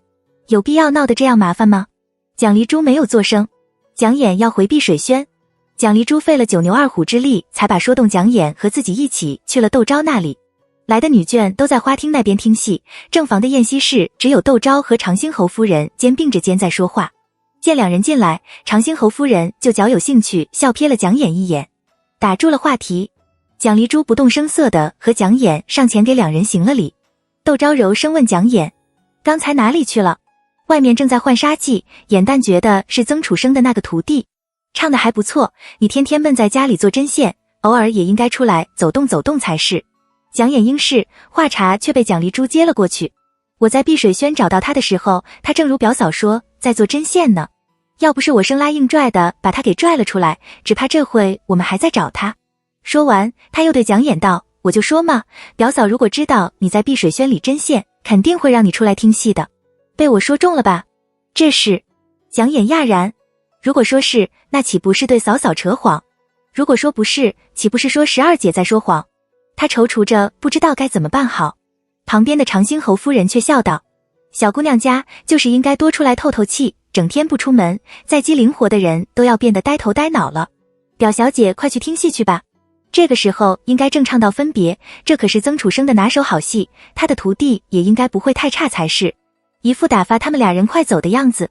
蒋离珠想到刚才进屋里的情景，猜出长兴侯夫人是有话单独和窦昭，却被自己和蒋琰打断了。他笑吟吟称是，拉着蒋琰出了西宴室。窦昭就对长兴侯夫人摇头道：你也看到了，我们这位还像个孩子的，又是在叫给您娘家的大弟弟做宗父，我就怕他担当不起呀。为什么有亮眉之说呢？长兴侯夫人不以为然地笑道：我家那大弟弟不是我夸嘴，在10里8乡那可是出了名的能干，家里家外的事没有他拿不起的。可这能干这人也有能干之人的短处，那就是性子好强。我那弟媳妇在世的时候，没少为这个和我大弟弟吵架，有一次甚至气得我大弟弟把我接了回去，劝我那弟媳妇，所以我大弟弟这次续弦就明说了，女方是姑娘家还是在教，有没有嫁妆都不选，只要人温顺懂礼。我就是看着你们家小姐性子好，才起了这心思。再说了，我那大弟弟比你们家表小姐年长10几岁，你们家表小姐又是个貌美如花的，这事若是成了，老夫少妻的，他不一手的汤一手的洗脚水服侍着，还敢发脾气不成？你就等着瞧好了，保管到时候我那大弟弟在表小姐面前服服妥妥的，不敢大声说句话。窦昭笑道，这件事还请夫人容我和我们家世子爷商量商量。那是当然。长兴侯夫人笑眯眯地点着头，和窦昭去了看戏的花厅。大家听戏听得入迷，只有少数几个人注意到长兴侯夫人和窦昭走了又来，而窦昭见蒋琰和蒋离珠两人坐在长廊的尽头，由丫鬟婆子服侍着，嗑着瓜子吃着茶，不禁微微一笑，也认真听起戏来。不一会，酒宴摆好了，管事的嬷嬷来请大家入宴。众人笑呵呵地进了花厅，分了主次尊卑坐下，冷盘热菜流水般端了上来。景国公府三太太冯氏就找了个机会低声问窦昭，长兴侯夫人可是想为他娘家的兄弟求娶柜上的表小姐？窦昭心中一动，微微点了点头。冯氏就提醒他，长兴侯夫人的大弟弟倒是个精明能干的，家中也很是富裕，不过就是太能干，如今想捐个官，长兴侯嫌他事多，这些日子把他晾着，他多半是赌了口气，想别谋条出路。你小心赔了夫人又折兵。先不要说长兴侯夫人的大弟弟比蒋琰又快20岁，就凭以后长兴侯会折在窦启俊手里这一条，窦昭就无论如何也不会答应让蒋琰嫁过去的。他笑着朝冯氏点头，表达着感激。冯氏不再作声。用过午宴，大家一到舞廊下继续听戏超级脂肪兑换系统。蒋离珠悄然移了过来，低声问窦昭，表嫂，那长兴侯夫人是不是想给琰妹妹做媒？窦昭见他十分关心的样子，笑着打趣他道，怎么，你有好人选？蒋离珠讪然地笑了笑，没有说话。在阵阵喝彩声中，他轻手轻脚地回到了他和蒋琰的位置，和蒋琰耳语，出嫁由父，再嫁由己，你可想过你想嫁个怎样的人？蒋琰神色一暗，半晌才声若蚊盈地道，我这样的女子失德失贞，谁会要？他们要娶我，不过是想烦上我哥哥这棵大树罢了。我给哥哥和嫂嫂惹的麻烦还少吗？就这样老老实实的待在家里，不给他们惹是生非不好吗？又何必要嫁人？蒋离珠要不是全神贯注，又连蒙带猜的，在高亢的唱腔中，恐怕一个字也听不清楚。他低声问蒋琰，如果给你找个像陈大人这样的，你也不嫁？蒋琰错愕，随后明了地笑了起来，你是看我常常麻烦陈大人吧？陈大人不同，我最落魄的时候他都见过，最不济也不过如此，我在他面前用不着装来装去的。蒋离珠颔首，蒋琰还想向他解释解释自己和陈家的关系，蒋离珠的目光也要转向了戏台。他抓了蒋琰的手臂笑道，快看，接下来是唱相逢了。蒋琰只好把话咽了下去，可他想起蒋离珠的话，又不禁一阵心慌，觉得自己以后再不可和陈家见面了，若是哥哥和嫂嫂也这么想，陈家可就完了。他从小在市井里长大，知道一个人没有背景想混成陈家这样，不知道付出了多少的代价，他不想因为自己的缘故坏了陈家的前程。蒋琰不由怅然地叹了口气。而窦昭把长兴侯夫人求亲的事告诉了宋墨之后，宋墨连连摆手说着不行，说年纪太大。他的反应在窦昭的意料之中，他以此为借口推了长兴侯夫人的提亲。长兴侯夫人气得胸口发闷，私下对身边的丫鬟道，他以为他们家的那个表小姐是个金人不成，再教之父还挑来摘去的，小心以后嫁不出去。又觉得自己弟弟出了个骚主意，把弟弟叫来狠狠地训斥了一通。他弟弟很是委屈，道，姐姐，您在内宅待的时候太长了，外面的事都不大灵通了。这女子可是宋彦堂的同胞妹妹，她如今在皇上面前炙手可热，过了村可就没了这个店。您要是不相信，可以写信问问我姐夫，看他怎么说。长兴侯夫人半信半疑，写了封信给丈夫。长兴侯回信把长兴侯夫人骂了一通，说她头发长见识短，这么好的机会不什么为抓住了，你就不应该自己去跟窦夫人提亲，应该求石太妃去提亲云云。这都是后话了。元根百日里的第二天，蒋离珠非常罕见主动来英国公府拜见窦昭。窦昭还惦记着蒋伯孙和宋墨的那桩公案，听说蒋离珠求见，立刻把他迎到了内室，遣了屋里服侍的问他，你可是有什么要紧的事？谁知道蒋离珠却道，琰妹妹的婚事很不顺利吗？是有点不顺利。窦昭叹道，来求亲的多是别有目的而来。又道，我也知道琰妹妹是在教，别人前来求婚肯定是想了又想的，别有目的也是人之常情，可只要不是恶意，未尝不可。可那些人要不是年纪太大，长子都快成亲了，要不就是能力不济，得依附家中兄弟长辈生活，琰妹妹的个性温驯，我实在是不放心把她嫁到那样的人家去。蒋离珠点头，年纪太大，或者就过不到头，得依附家中兄弟长辈生活，是非就多。何况蒋琰是再嫁，受委屈是在所难免，而且受了委屈丈夫还没能力给妻子也投，最糟糕不过了。他犹豫片刻，沉吟道：表嫂，我提一个人，您看可行不？窦昭有些意外，但他知道蒋丽珠不是那种不知道轻重的，他既开了口，多半是有心理思量过了的，因而正色地道：你说。蒋丽珠道：锦衣卫镇抚司的陈家陈大人，您看如何？窦昭大怒，他没有想到陈家是这样的人，自己托了陈家出面管蒋琰的事，那是自己信得过他，他现在却打起了蒋琰的主意，真是其心可诛。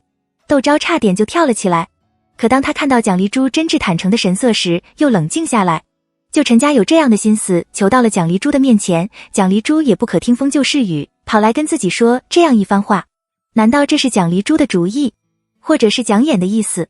窦昭心里有片刻的慌乱合纵连横，他怕陈家拿甜言蜜语哄了蒋琰，就算他揭穿了陈家的面目，可放下去的感情岂是说收回来就收回来的？蒋琰身世坎坷，他怎能忍心再让蒋琰伤心？窦昭不由深深地吸了口气，道：你怎么想到了陈大人？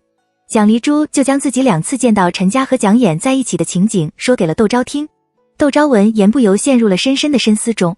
蒋丽珠就道：这件事本来我不应该插手，一来我看得出来表哥和表嫂都是真心痛爱琰妹妹，二来我和琰妹妹投缘，看着表哥和表嫂为了琰妹妹的婚事操碎了心，又想着你们一不想通过蒋琰联姻，二不是为了给自己挣个好名声，这才多了句话。我也知道表嫂担心什么，我可以保证琰妹妹和陈大人都是手里的君子，绝没有那等龌龊的心思，是我觉得这2人合适才想撮合这2人的。他又把自己试探蒋琰的话告诉了窦昭，如果窦昭和宋墨想为争个好名字，把蒋琰留在家里守节，可比想办法把她嫁出去更容易，也更能得到大家的赞扬。而窦昭则是做梦也没有想到过把蒋琰许配给陈家，在他看来，蒋琰对自己的过去讳莫如深，陈家是知情人，他就算是不躲着陈家，也应该在陈家面前有些不自在才是，怎么会反而在面对陈家的时候最为放松呢？他抚着额头喃喃地道：你让我想想。蒋离颔首，起身告辞。蒋琰和陈家，窦昭越想越觉得不好。陈家功利，有手腕，有野心，蒋琰嫁了他会真心的待蒋琰吗？而且陈家很复杂，陈家是借袭叔父之直进的锦衣卫，据说因为这件事，他的几个叔叔大闹了一场，要不是陈喜建激请了陈氏的族长出面，陈家的差事早就黄了，他的几个叔叔也因此和他断了往来。这件事还是算了吧。窦昭思忖着。蒋琰过来了，他笑盈盈地问窦昭：我听说12姐过来了，她的人呢？那笑容灿烂得像正午的阳光，没有一丝的阴霾，眉宇间哪里还有半日时常挂在脸上的拘谨。窦昭不由道：我有件事想问你。嫂嫂请说。蒋琰亲亲热热地坐在了窦昭的身边。窦昭语气有些踌躇，低声道：黎珠过来是想给你做媒。蒋琰的脸腾得红了起来，而不是像平时那样一听说有人来给他说亲就害怕的脸色煞白。窦昭暗暗留心道：他提到了陈家陈大人，嫂嫂快别听他的。蒋琰突然想起蒋丽珠试探他的话，脸色大变，紧紧地抓住了窦昭的胳膊，脸色瞬时转白。我和陈大人真的没有什么，我只是找他帮我打听了2次消息。他落下惊恐的泪水。嫂嫂，我求求您别为难陈大人，他是好人，我以后再也不会见他了。他到今天不容易，您千万不要跟哥哥说。蒋琰的情绪出乎窦昭意料的激烈，网游之鬼影盗贼。他不禁想起蒋丽珠提及蒋琰和陈家在一起时的话。窦昭忙揽了蒋琰的肩膀，温声道：你别急，我没有误会你们，我知道你是个手里的好孩子，黎珠也是诚心想给你做这个媒人。蒋琰心中微安，连连摇头：嫂嫂，我知道你们是为了我好，我不嫁，我谁也不嫁。窦昭看他神情惶恐，忙道：好，你不想嫁就不嫁，在家里帮着嫂嫂带圆根好了。又搂了他，轻轻地拍着他的后背，安抚着他的情绪。蒋琰此时真是又悔又恨，眼泪忍不住赖赖落下。早知道这样，他就应该把借银子的事告诉哥哥嫂嫂，陈家也就不会惹上这样的麻烦了。他哽咽着把借银子的事告诉了窦昭：嫂嫂，这件事都怪我，要不是我向陈大人借了100两银子，陈大人是不会见我的。窦昭愕然道：你说你还了陈大人48两银子，还欠陈大人52两银子。蒋琰生怕窦昭不相信，忙道：银子是府里的小厮帮我送去的，您要是不相信，我可以叫那小厮进来问话。胡说八道！窦昭抚着他的头轻声呵斥他：你是府里的大小姐，你说是就是，你说不是就不是，哪有叫了小厮进来问话的道理？蒋琰点头。窦昭亲自倒了杯热茶给他，道：快擦擦眼泪，喝杯热茶。蒋琰温顺地擦了眼泪，喝茶。窦昭叹气，蒋琰在离家生活的时间太长了，有些习惯已经很难改掉了，让他做宗妇的确是为难他。他帮着蒋琰把有些凌乱的头发理了理。蒋琰求窦昭：嫂嫂，您帮我还了陈大人的那52两银子吧，就算我把月例提前支了。窦昭笑着点头，想起了陈喜，陈家难道还缺这100两银子不成？他又是出于什么样的心态才会收了蒋琰那48两银子呢？窦昭心情便是有些难言微妙，他觉得他好像知道了什么，又觉有些不敢相信自己的猜想。窦昭立刻安排人去还银子。蒋琰从窦昭的屋里出来，却一路无声地哭回了碧水轩，而且他一回到碧水轩，就立刻差了应红：你快去陈家跟陶二娘说一声，就说我嫂嫂已经知道我借钱的事了，让陈大人小心些。多的他也不敢说，怕被传出去了，让陈家的处境更加困难。他相信以他的厉害，肯定能猜出自己言下之意，想出对策，让哥哥和嫂嫂相信他的。应红应是，却不敢擅作主张的去回话了。他先去禀了窦昭。窦昭正在看账册，闻言淡淡的说了声知道了，道：既然是表小姐的吩咐，你照着去做就是了。应红不知道窦昭是什么意思，战战兢兢的应诺，退了下去，转身去了玉桥胡同。窦昭长叹口气，英雄联盟之光辉岁月。他这样抬举蒋琰，蒋琰却连自己身边的丫鬟都收服不了。如果蒋琰嫁了陈家，以陈家的厉害，想必谁也不敢在蒋琰面前耍手段吧。他放下账册，让应红去给陈家报个信也好，这件事成与不成，就看陈家怎么选择了。陈家很晚才回来，他远远的就看见自家的门前有人在等自己。陈家一开始还以为是求他办事的人，待走近了些，才发现是陶二娘。他颇为惊讶，陶二娘管着内院，他内院又没有妇人，能有什么事？只是他的轿子还没有停稳，陶二娘就急急地迎了上来：老爷，府里的应红姑娘来过了。话已经说到了，陶二娘打住了话题。陈家心中一跳，下了轿就大步朝内走。陶二娘小跑着跟在他身后。陈家在院子中间站子，小胡守在我垂花门口。他看到一眼无人的院子，这才低声道了句说。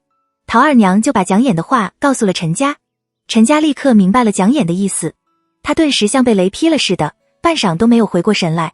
以宋彦堂为人和对蒋琰的爱护，他肯定是宁杀错不放过。自己怎么这么倒霉？不过是借了蒋琰100两银子，就被怀疑引诱蒋琰，可见烂好人做不得。这可怎么办好？向宋彦堂解释，他会听吗？像自己这样的角色，在宋彦堂眼里，恐怕还不如他养的一只狗。不解释，自己的辛辛苦苦努力奋斗所得到的一切，只怕都会像流水一样付之东流了。陈家望着夜空，觉得自己的人生就像这夜空似的，黑漆漆的，看不到一丝光亮。可莫名的，他的脑海里却浮出蒋琰的眼睛，乌黑亮泽，定定地望着他，眼中全是信任。陈家顿时觉得很为难起来。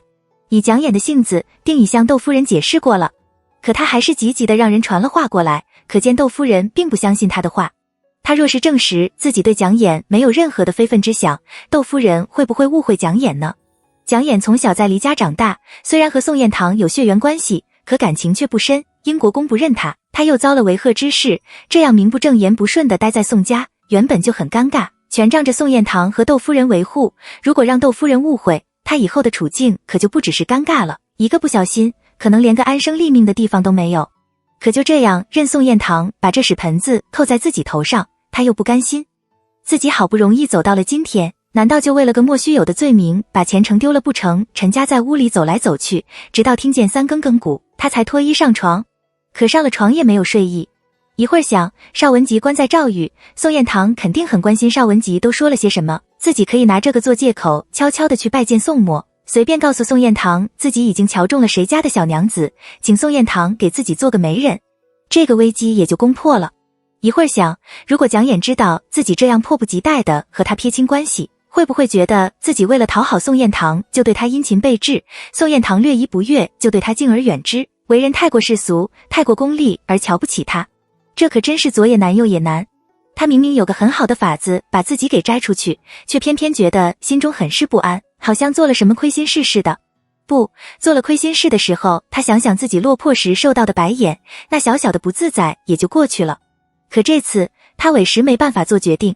陈家拉着被子盖住了脑袋，想着反正事已至此，今天他就是想破脑袋也见不到宋彦堂，事情最终还是要等天亮之后再说，那就等明天再做打算算了。何况他又没有门满意的亲事等着提亲，就算他的主意再好，也得有个对象才成。他强迫自己闭上了眼睛。可到了第二天起床，陈家在镇抚司衙门的心腹却跑来告诉他，史大人悄悄去了赵狱。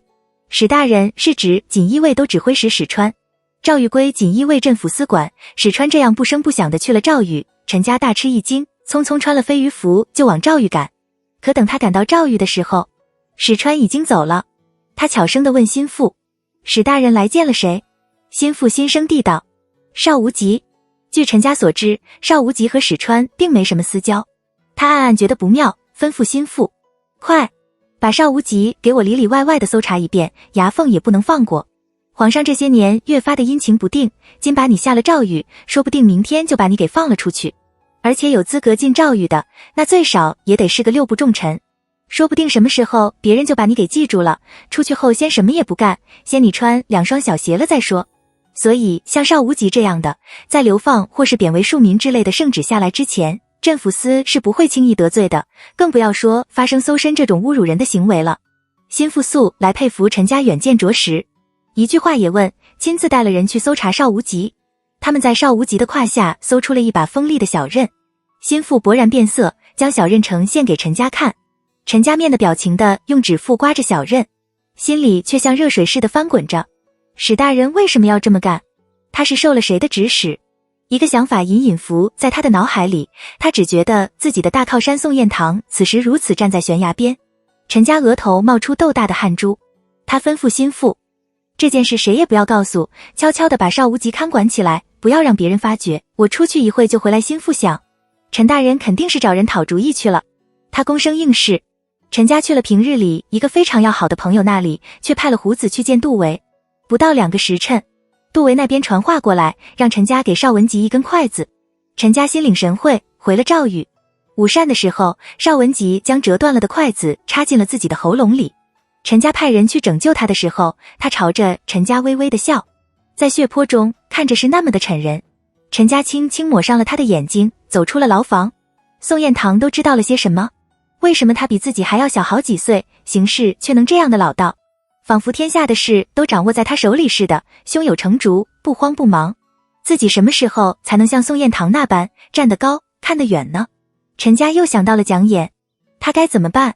自己刚刚给宋彦堂立了功，这个时候求见宋彦堂，宋彦堂怎么都会听他说2句话的，这可是个好机会。但他去了，蒋琰怎么办？男人有些风流韵事，可以浪子回头金不换，女人若是与人言辞暧昧，那是私相授予，放荡淫乱。去还是不去？因为邵无极的死，陈家在镇抚司衙门一直忙到了半夜才回家侍寝贵女。进了玉桥胡同，他听见外面一阵喧哗，他撩帘一看，原来是季家的小几大人在送客。他们衣饰光鲜，说说笑笑的互相打趣着，大红的灯笼照在他们的脸上，个个眉宇间透着踌躇满志。他不由得多看了几眼，随叫的胡子忙道，是季家的小几大人，没等庶吉士散馆，就任了督察院御史，辖江南13道史政。陈家点了点头，放下了轿帘，心里却突然有些羡慕起季勇来。像他这样脚踏实地读书，考取功名，3年2考，稳稳妥妥的升官入阁之人，肯定不用像他这样殚精竭虑的讨好上司吧。他们这些人就算是得罪了上司，也可以把官印往上司面前一扔，扬长而去，回到江南，依旧做他的名士，鲜衣怒马，恣意的活醉酒作乐，纵情山水。陈家莫名地觉得很累，他步履有些蹒跚地下了轿，慢慢地往内院去。蒋琰的事就这样吧，他懒得去解释，去争辩了。英国公世子要误会就误会吧，他已经做了自己能做的，自问问心无愧，对得起自己的良心。宋彦堂想怎样就怎样吧，了不起自己回乡种田去。又想到几个叔叔的嘴脸，一时间心里有麻木起来。窦昭知道陈家派人来求见宋默，他问宋默，陈家找你做什么？是为了邵无极的事。宋墨想到邵无极的事，心里也不由很是唏嘘，把邵无极自杀的事告诉了窦昭。窦昭脸色向白，他指了指东边。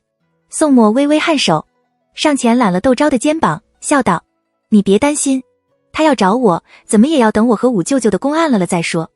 就看他是向着我，还是向着五舅舅了。如果辽王向着宋墨，就得要劝蒋伯孙让步。蒋伯孙本就是为了辽王的事才和宋墨起争执的。辽王这样待他，他怎么会不觉得和委屈？因此而和辽王生下也是很正常的。如果辽王向着蒋伯孙，宋墨又凭什么投靠辽王？窦昭立刻感受到了宋墨这招棋的精妙之处，他不由朝着宋墨翘起了大拇指，望着宋墨的目光中不由带着几分钦佩。你可真厉害，不过是因势利导罢了，华山气宗的形意宗师。宋墨淡淡地道，眼中却难掩得意。窦昭忍不住抿了嘴笑，问他：陈家找你就没其他的什么事？没有啊。宋墨奇道：是不是他犯了什么事？这件事暂时还是别让宋墨知道好了。窦昭思忖着笑道：他能犯什么事？不过是随口问问。宋墨倒没有多心，正巧乳娘抱了元根进来，把这件事给岔了过去。陈家那边久等不到英国公府的反应，心里泛起疑来，难道是自己会议错了？他有心去探探消息，把前几天下面人孝敬他的一篓福局让陶二媳妇带去了英国公府。窦昭不动声色地收下了。陈家心里一松，问陶二媳妇：窦夫人说了些什么？奴婢没有见到窦夫人。陶二媳妇恭敬地道：窦夫人的父亲要回真定，正过来和窦夫人道别，窦夫人没空见奴婢。陈家颇有些意外，这不年不节的，窦世英回真定干什么？他很快就打听到了窦世英要过继嗣子的事，而苗安素却没有陈家这么灵通的消息网。季红打听了几天，也没有打听到窦世英回真定做什么。苗安素有些气馁地道：算了，我就算是知道了也没什么用，反正这也不关我的事。心里却暗暗惊骇，一至唐经营的铁桶般，他想知道什么都不行。反观西厢院，她嫁过没多久就知道了宋宜春的通房是谁，难怪公公斗不过大伯，就凭这一点公公就输了。他为宋汉和宋墨的关系发起愁来。有小丫鬟进来禀道：两位舅爷来探望您了。苗安素一愣，道：哪两位舅爷？小丫鬟是他的陪房，对苗家的情况很熟悉，笑道：是五舅爷和六舅爷。五舅爷是他的胞兄苗安平，六舅爷是他大伯的幼子，请他们进来吧。苗安素换了件衣裳，去了会客的小花厅。苗安平穿了件时下流行的宝蓝色织深紫色五福捧寿团花的锦袍，头上戴了根步步高升的金簪子。他的六堂兄则有穿了件暗红色织四季平安纹的锦袍，头上戴了根年年有余的金簪子，两人明灿灿，耀人眼睛。苗安素想到窦家厅堂陈设的玉石盆景，不禁眉头微蹙，淡然地指了厅堂的太师椅道：两位哥哥坐下来说话吧。苗安平和堂弟嘻嘻哈哈地笑着坐下，小丫鬟端了茶点进来，他的眼睛一直随着那小丫鬟瞧的那小丫鬟手脚发颤，茶中赖赖作响。苗安素不悦地轻喝道：你看往哪里看呢？嘿嘿，黄见忙。苗安平挤眉弄眼笑了几声，道：这是妹夫屋里的小丫鬟吧？我挺着挺面生的，瞧这身打扮，穿金戴银，我要不是在你屋里碰见了，还以为是哪家大户人家的小姐呢。妹妹，你现在可是掉到福窝子里去了，不像哥哥我吃了上顿没下顿，还为生计犯愁呢。苗安素听心里就是一阵烦躁，很想把手上的茶盅砸到苗安平的脸上。他的这桩婚姻是典型的驴子拉屎表面光。先不说宋汉的身份，自他们成亲以来，宋汉从来就不曾正眼看过他，就是夫妻之间的事，也从来不曾尊重过他。他是怎样待季红的，就是怎样待他，有时候待他甚至还不如季红。他隐隐觉得宋汉这是有意在羞辱他。他每每想起这件事，都觉得十分难堪，又不知道怎么办好。只是她刚刚嫁进来，什么都只能忍着。她一心一意地盼着回娘家住对月，好和母亲商量着这件事该怎么办。谁知道她的父亲母亲哥哥叔伯见着她，先不是问她过得好不好，而是话里话外都是她如今依靠着苗家的名声享福了，是不是应该救济家里一点了。人人都盯着她的荷包。那一刻，她才清楚地看明白了自己在苗家的地位。夫妻不和邻也妻。苗家见他和宋汉恩恩爱爱的还好，若是他们知道宋汉对他不过是面子情，苗家哪里还会把他放在眼里。他把要说的话咽了下去。家已经不是为他顶风避雨的地方了。他双手抱肩，只感觉无比的孤单和寂寥，还有对求知的害怕。借口元哥要做百日礼。苗安素勉强住了2天就回了英国公府，不曾想他的好哥哥竟然追了过来。他要干什么？苗安素冷笑，嫁鸡随鸡，嫁狗随狗。我这福气也是太后娘娘和二爷给的，我一个内宅妇人，肩不能挑，手不能提的，也不过是别人赏口饭吃罢了。这就是把他拦到了门外头喽。苗安平立时就翻了脸，道：妹妹，话可不能这么说，要不是太妃娘娘，太后娘娘知道你是谁，你这样过河就拆桥，到时候可就别怪我们这些做哥哥的不能你出头了。苗安素大怒，可他到底不敢和苗安平翻脸，他本就不被宋汉待见，娘家又没有，时间一长，这府里还会把他当回事。苗安素强忍着心中的怒火，低声道：哥哥说这话是什么意思？你难得来一回，怎么见着我就刺我，好像我是那忘恩负义之人似的。这里也没有旁人，你有什么话只管说就是了，这样拐弯抹角的，难道还让我听话听音不成？苗安平有求而为，自然不会和苗安素顶针，闻言立刻找了个台阶下了坡。哥哥是个不会说话的，你还和我一般计较不成？说着看了自己的堂弟一眼，低声道：我来也不为别的，听说句容县要新增2个捕头，求你跟二爷说一声，给我们家留一个名额，以后苗家的人也算有了个前程，不用处处看人眼色了，说不定还能从胥吏转成正经的官员呢。胥吏是可以世袭的。苗安素怒极而笑，你以为二爷是吏部的大老爷呀？我们想怎样就怎样。苗安平大言不惭地道：二爷虽然没有什么本事，别跑小兽，可他爹英国公能说得上话，他哥宋彦堂可以说得上话啊。就算他二位说不上话，他二位可比我们这些平头百姓的人认识的高官权贵多，人托人，人找人，怎么就不办不成？你这是怕麻烦，不想帮忙吧？你可别犯糊涂。你嫂子走在外面，人人都要称她一声窦夫人，她娘家人有多显赫，就不用我提醒你了。你现在嫌娘家丢你的脸，袖手旁观的想讨好宋家的人，不愿意扒拉着娘家人，等过几年，苗家连给你孩子打银锁片的钱都没有了，我看你还怎么要面子？苗安素气得差点哭了起来，可也不能否定苗安平的话有道理，他只好道：我试着求求二爷。苗安平这才露出了个笑容，大大咧咧地靠在了太师椅上，道：我们今天中午就在你这里用午膳了，你去跟厨房里说一声，好好整几个下酒菜，我和妹夫喝2盅。苗安素哪里敢让宋汉来陪客，若是苗安平看出什么端倪来，苗家的人还不要吃了他。他不由道：你以为人人都像你似的不上进？二爷每天都要上学，中午的时候怎么能喝酒？要喝，你自己和六堂兄哥好了。苗安素的六堂兄听了，嬉笑怒骂的凑了过来，道：姑奶奶，听说英国公从前是皇上的养子，皇宫里有的东西他们家就有，我也不求别的，您把那御赐的酒搬几坛来我们尝尝，也不枉我们进了趟英国公府，回去后别人问起为我也有个说辞，是回去以后好和县里的那些闲帮吹牛吧。苗安素懒得揭穿他，朝季红使了个眼色，让他去厨房里安排上等的酒宴还好说，这御赐的酒，茶酒房里有的东西。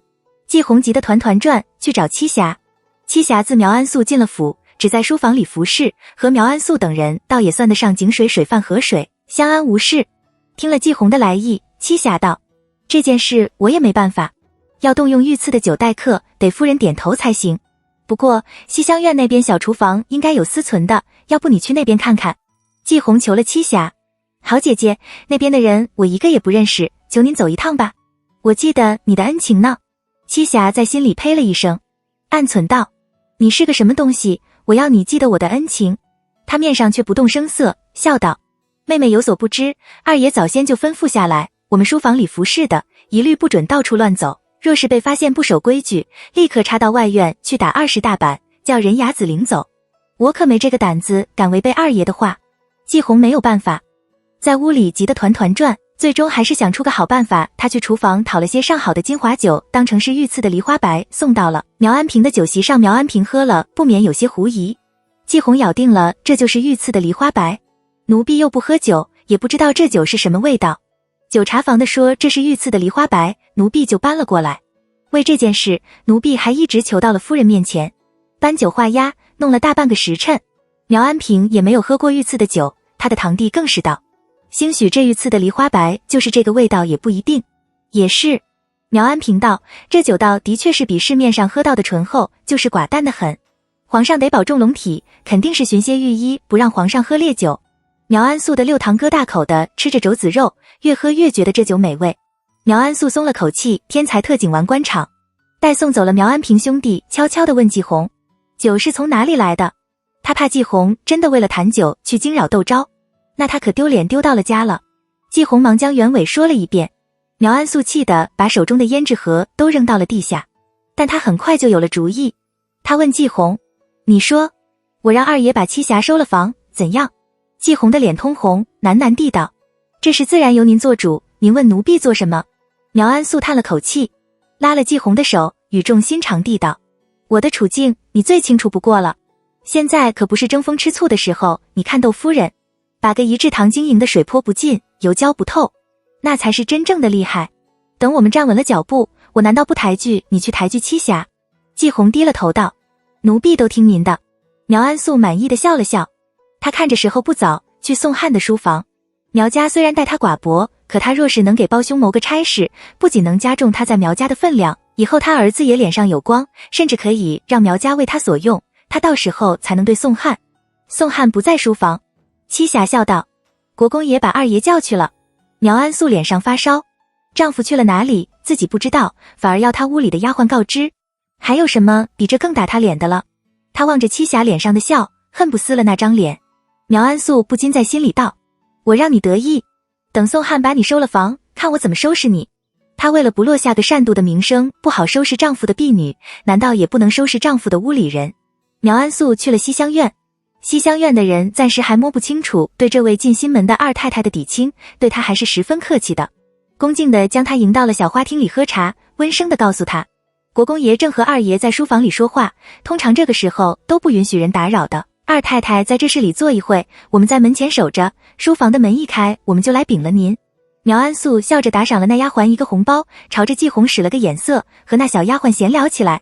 季红出了小花厅，过了大约一炷香的功夫，他脸色苍白的折了回来。苗安素立刻打发了身边服侍的，问季红出了什么事。季红道，世子爷要把二爷分出去单过，国公爷正为这事找二爷商量呢。苗安素闻言心中一喜，虽说她嫁进来的时候没人就提宋汉是次子，会分家单过，可那到底只是说说而已，谁家的新媳妇进门就分家的？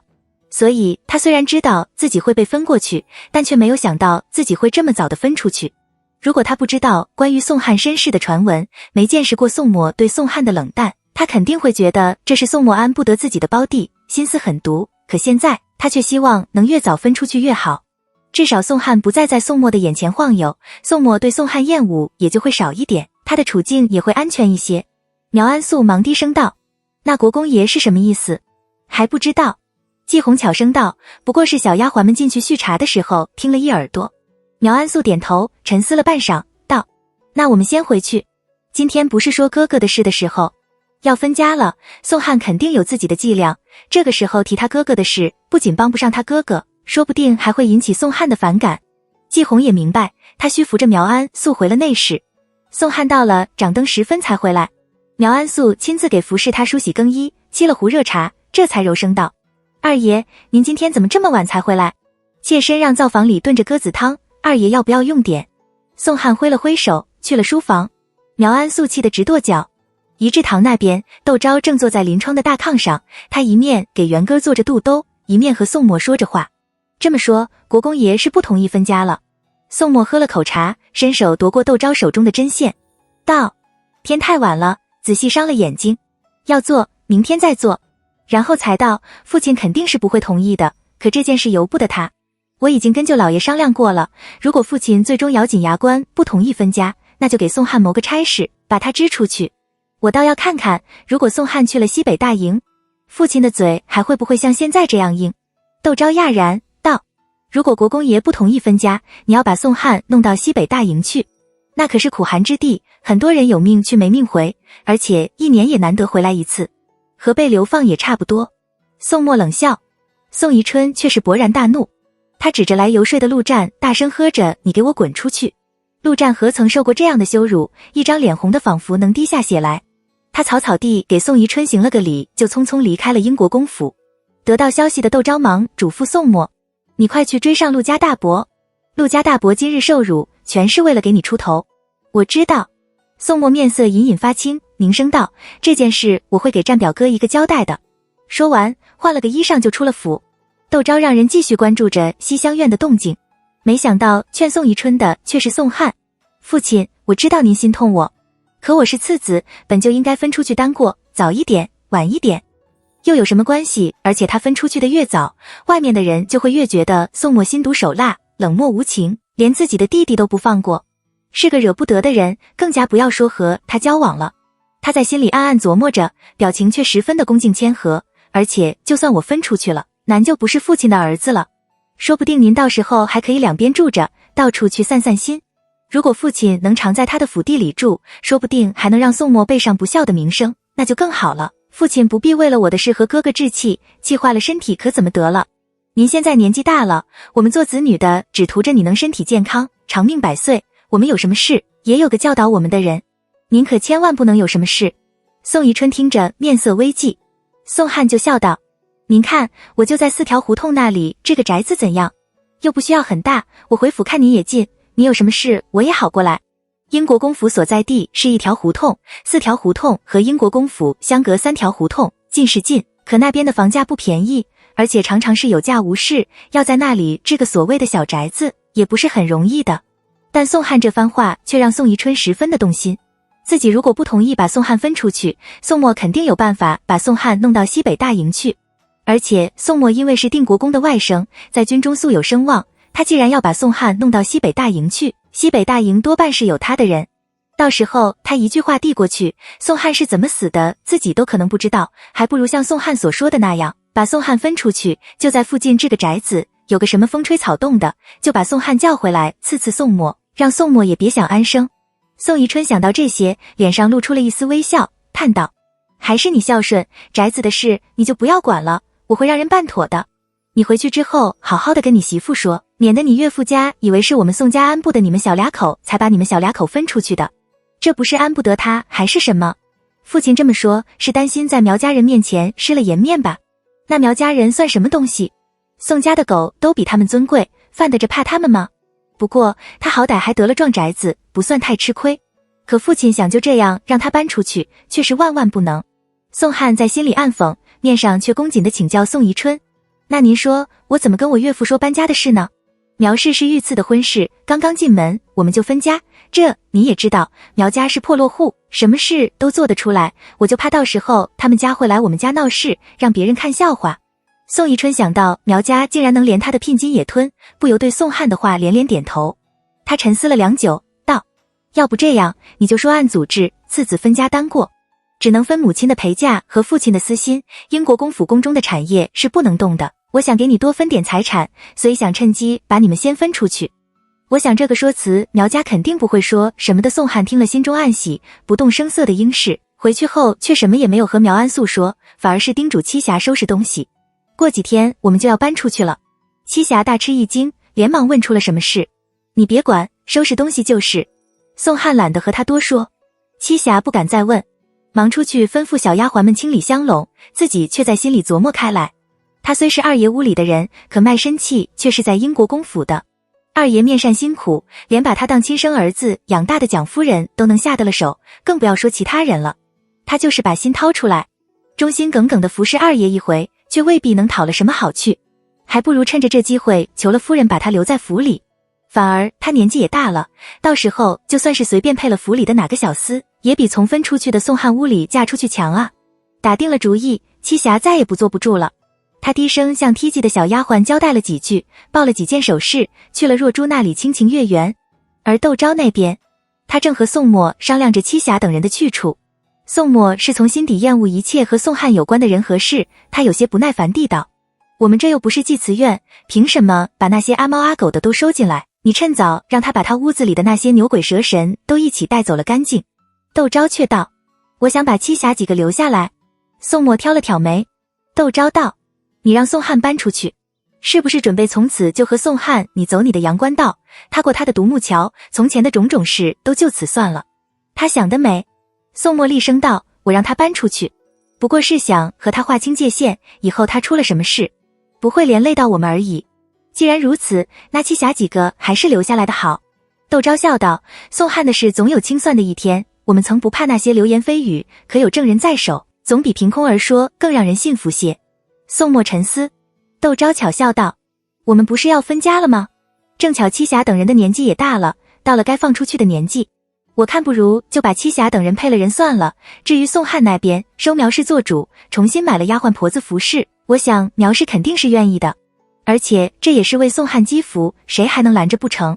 宋墨微微的笑，英国公府是窦昭主持中馈，这种丫鬟许配人的事自然是由他做主的。哪些人放出去交给父亲，哪些人寻个好人家嫁了，哪些人配给府里有头有脸的管事做媳妇，全凭窦昭做主。而像栖霞这种曾经近身服侍过宋汉的，配给府里有头有脸的管事做媳妇，可谓是门当户对，最后体面不过了。这女子嫁了人，相夫教子，也就安下心来了。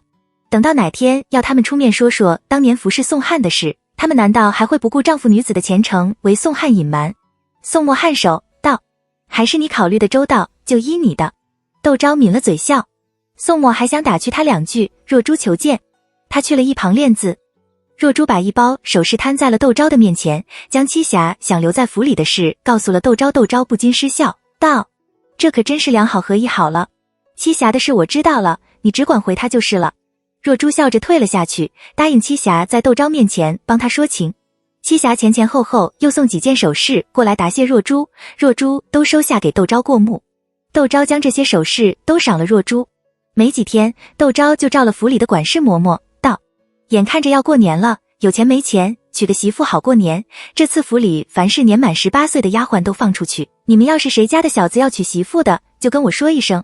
英国公府顿时炸了锅。窦昭就找了苗安素来商量。二爷屋里的栖霞几个都是原来国公爷赏给二爷，你进门之前就服侍着二爷。我想你们过几天就要出府独立门庭了，不能如趁这个机会把栖霞几个也配了人，你们另行买了小丫鬟自己重新调教，你看如何？苗安素非常的意外，他原以为窦昭是为了甘露等人的婚事才决定在年前放一批丫鬟出去的，没想到窦昭把主意打到了栖霞等人的头上。窦昭为什么要这么做呢？他的脑子飞快地转了起来，是遵从宋墨的意思寒碜宋汉呢，还是打算让宋汉净身出府呢？不管是前者还是后者，宋汉贴身大丫鬟的婚事自己不能做主，却由着窦昭指人，对宋汉来都如同在大庭广众之下被宋墨打了一记响亮的耳光。自己答应还是不答应呢？答应肯定会得罪了宋汉，不答应，窦昭目光炯炯地望着他，显然不会让他糊弄过去的。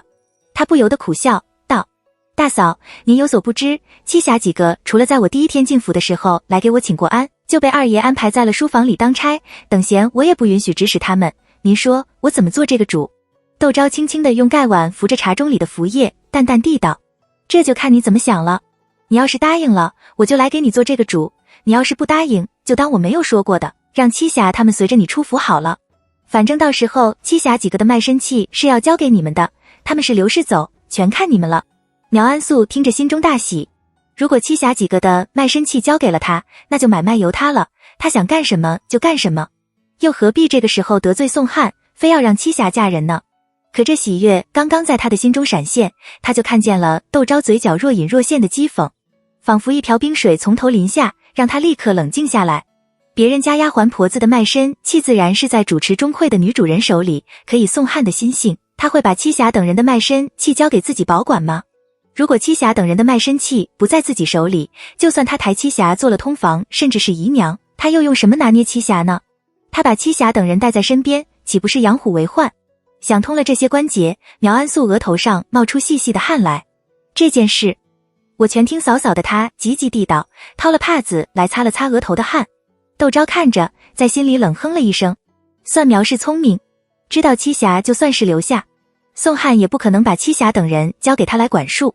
宋汉的疑心太重了，他不可能把手中的权力和任何人分享。听若珠说，宋汉至今还没有把自己屋里的月例交给苗氏掌管。既然如此，那我就把栖霞等人留下来了。窦昭说着，端了茶。苗安素起身告辞，待走出了仪制堂，季红迫不及待地喊了声二太太，道：要是二爷责怪起来。苗安素咬了咬牙，道：总比到府里全是二爷的人，我娘家来人了，我连壶好酒都不能招待他们的好吧？季红想想，不再说话。而宋汉知道了这个消息之后，气得直跳脚。他指着苗安素的鼻子骂道：你是头猪啊！也不动脑筋想一想。栖霞是我们的人，你现在就这样把栖霞交给了嫂嫂处置，我们连个身边人都护不住，以后谁还敢跟着我们一条心啊？你是不是想做个孤家寡人？你也不怕被鬼吃了？苗安素低着头任宋汉骂，心里却嘀咕道，栖霞是你的人，又不是我的人，护不住她，丢脸的是你，又不是我有什么好担心的？再说了，等开了府，我再买几个小丫鬟进府亲自教，我看谁还敢给我脸色看。好才是我的人好不好？我的人我自然会护着了，与你却是不相干的。他不由暗暗庆幸自己听了窦昭的话。宋汉见他一声不吭，像个泥塑似的，气不打一处出，嚷了句地沟里爬出来的就是地沟里爬出来的，上不了台面，然后甩门而去。苗安素气的眼泪在眼眶里直打转，原来在他的眼里自己就这样的一个人。他气得心绞一抽一抽的躺在了床上。栖霞对窦昭却是感激涕零，如果夫人不是叫了二太太去商量自己的去留，二爷肯定以为是自己想走，他说不定人还没有走就被二爷活活打死了。现在二爷却把这笔账算在了二太太的头上，觉得要二太太执意不答应，夫人就算是天大的本事也不可能动他屋里的人。二爷拿二太太没有办法，只好劝他主动留下来。他耐心的等宋汉把话说完，这才柔声地道，二爷，奴婢自生了大丫鬟之后就一直在您屋里服侍，奴婢一心一意的想学那些管事的嬷嬷，在您屋里做个体面人。可夫妻一体，二太太既然答应了夫人，奴婢就是不走，也在您屋里身份尴尬，您就让我走了吧。他说着跪在了宋汉的面前，这些年二爷待奴婢的好，奴婢时时刻刻的记在心上呢。奴婢就是嫁了人，也一样是二爷奴婢，二爷有什么事只管吩咐一声，奴婢依旧会如从前一样尽心尽力的为二爷办好的。宋汉难掩失望之色，可更多的却是对苗安素的憎恨，都怪他太大意了。他没有想到苗安素的心眼这么小，就因为他没有让栖霞等人在他面前立规矩，他就容不下栖霞等人，栖霞又不是他的通房，他凭什么要栖霞立规矩？念头一闪而过，宋汉眼睛发亮，他拉住了栖霞的手道，栖霞，要不你别嫁人了，服侍我吧。栖霞吓了一大跳，忙道，二爷万万不可如此，若是前几日没有出府的事，奴婢能服侍二爷，那是奴婢的祖坟上冒青烟，可现在夫人要奴婢出府，奴婢却跟了二爷，一个勾引爷们的罪名，奴婢是无论如何也逃不脱的。他咚咚咚的给宋汉磕着头，希望宋汉能的在他服侍了他这么多年的份上放过他。宋汉却被自己的这个念头迷住了，如果栖霞背上了这样一个名声，那就只有死路一条了吧。刀不解刃就能收拾了栖霞，从前的那些事也就会被掩埋在坟墓里了，从此连那些怀疑都没有了。他兴奋的人直哆嗦，轻轻地抚着栖霞洁白如玉的面颊，低着头在他耳边道，好栖霞，你放心，也不会让你背上这么一个罪名的。屋里顿时响起桌子倒地瓷盅摔碎的声音，在隔壁做针线的彩云听了直皱眉，这些小丫鬟知道他们这些大丫鬟都要放出去了，越来越不规矩了，现在竟然闹出动静来，要是让二爷知道了，又是一顿好打。今天应该是栖霞值夜，难道他也认为自己马上就要放出去了？对那些小丫鬟也松懈起来，他有些不耐烦地掀了帘子，还没有开口呵斥，一张脸已变得雪白。怎么会这样？栖霞和二爷。他唰地放下了帘子，一颗心跳得像肋骨，拔腿就跑了出去。栖霞怎么这么糊涂？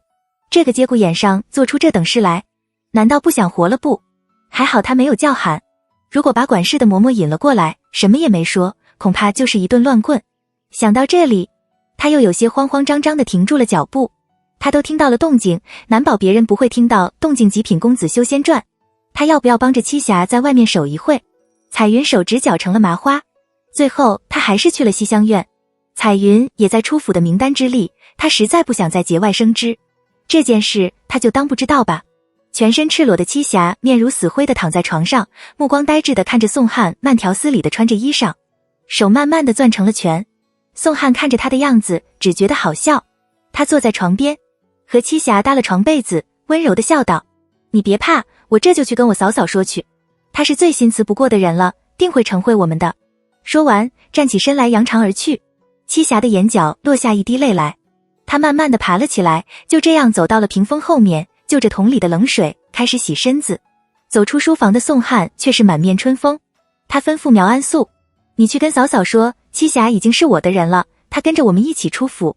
苗安素手里的茶盅筐当一声就掉在了地上，茶叶溅了他一身。你说什么？苗安素嘴角打着颤，欺吓他。就刚才宋汉毫不在乎地道，你去看看他，然后赏几匹料子给他做身新衣裳，带去跟嫂嫂请个安，免得嫂嫂误会，把他指了人，那就不好看了。说完，他神色畅快地喝了口茶，出了内室。苗安素半晌才回过神来，宋汉这是要干什么？想和宋墨对着来吗？他也不看看自己凭什么和宋墨对着来。苗安素牙齿咬得滋滋直响，吩咐季红叫上几个粗使的婆子，把栖霞嫁到夫人那里去。季红一愣，道：这不大好吧？苗安素冷笑：自作孽不可活，难道还让我跟他们兜着？他敢得罪世子爷，我可不敢。季红应声而去。正在哄着元哥睡觉的窦昭听到一阵喧闹声，他还没有起身，元哥却一咕噜地睁开了眼睛，冲着声音的方向一呀直叫。窦昭忍俊不禁，起身抱了儿子。小机灵鬼，耳朵这么尖。元哥冲着母亲咧着嘴傻笑。窦昭就问身边的丫鬟，怎么一回事？当值的小丫鬟是福叶。他稳稳妥妥地行了个福礼，沉稳地笑道：夫人，我出去看看。窦昭点头。福叶脚步轻盈出了内室，不过几息的功夫他就折了回来。夫人，他凑在窦昭的耳边，轻声地将苗安素绑了栖霞的事告诉了窦昭。窦昭听着直皱眉，这个苗安素搞什么鬼？就算栖霞犯了什么错，也用不着这样大张旗鼓的闹得人尽皆知。念头闪过，他心中一动，难道苗安素的本意就是想让大家都下不了台不成？他吩咐福叶把看热闹的都打发了，让二太太带了栖霞进来。福叶应声而去。甘露进来帮窦昭换衣服，元哥手舞足蹈要母亲抱。窦昭又是好笑又是好气，点头儿子的额头道：你爹那么沉闷的性子，你怎么就看见热闹就往上凑呢？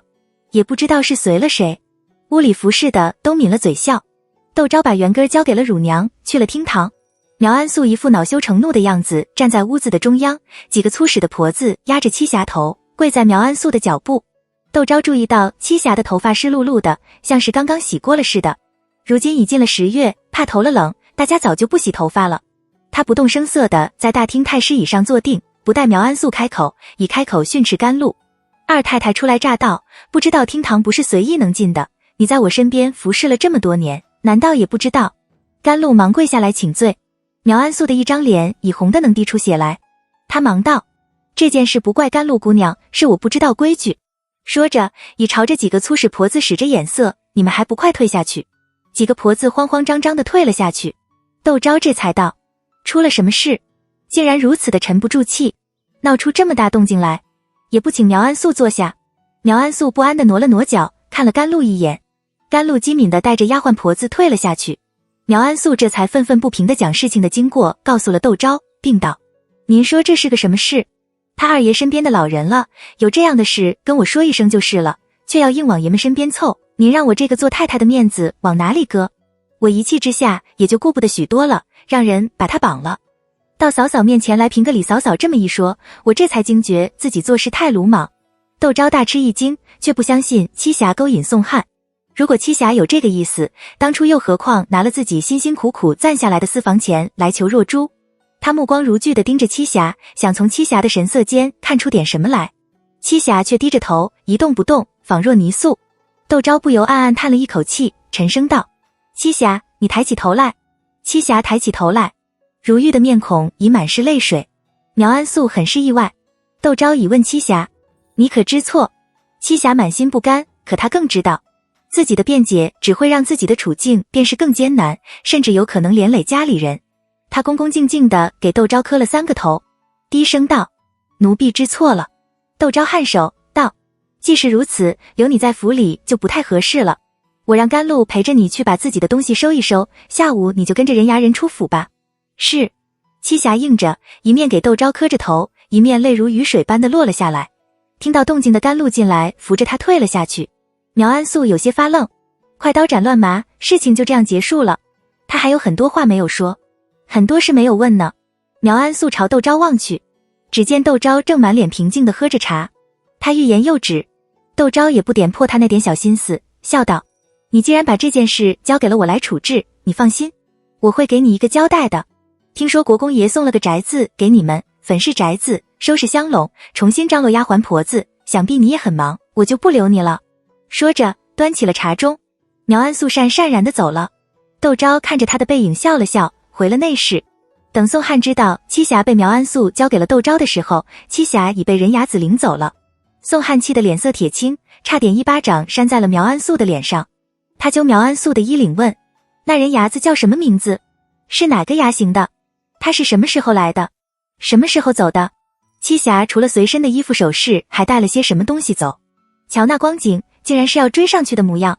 苗安素大恨，敷衍他道：我也不知道，人牙子是大嫂叫的，人也是从仪志堂领走的。宋汉推开了苗安素，转身就离开了内室。苗安素一个踉跄，差点就摔倒在地。他冲着宋汉远去的方向呸了一口，只觉得心里十分的难受。而此时神色木然的栖霞突然发现马车停了下来，他不由撩帘朝外望，木河四野，周围全是密密的树林，显得十分荒芜。他要被灭口了吗？栖霞心里一片灰烬。车帘被掀了起来，露出人牙子一张憨厚的面孔。栖霞姑娘，这位是夫人身边的崔大管事。夫人知道你受了委屈，可府有府规，不处置你又难以服众，所以夫人把你卖给了这位崔大管事。你以后就跟着这位崔大管事好了。栖霞的眼泪像泉似的涌了出来。她甚至没有看清楚崔大管事的面孔，就这样挽着个包袱跟着崔大管事走了。宋汉花了很大的力气都没有查清楚栖霞的去向。他越发觉得这件事不对劲，在家里又急又气地转悠了2天之后，他去了仪志堂。谁知道窦昭却不在家，而且元哥和真定的那帮人也不在。他很是奇怪，仪志堂的人，嫂嫂去了哪里？仪志堂的人笑道：夫人和大爷跟着世子爷一起出去了，小的怎么知道夫人和世子爷去了哪里？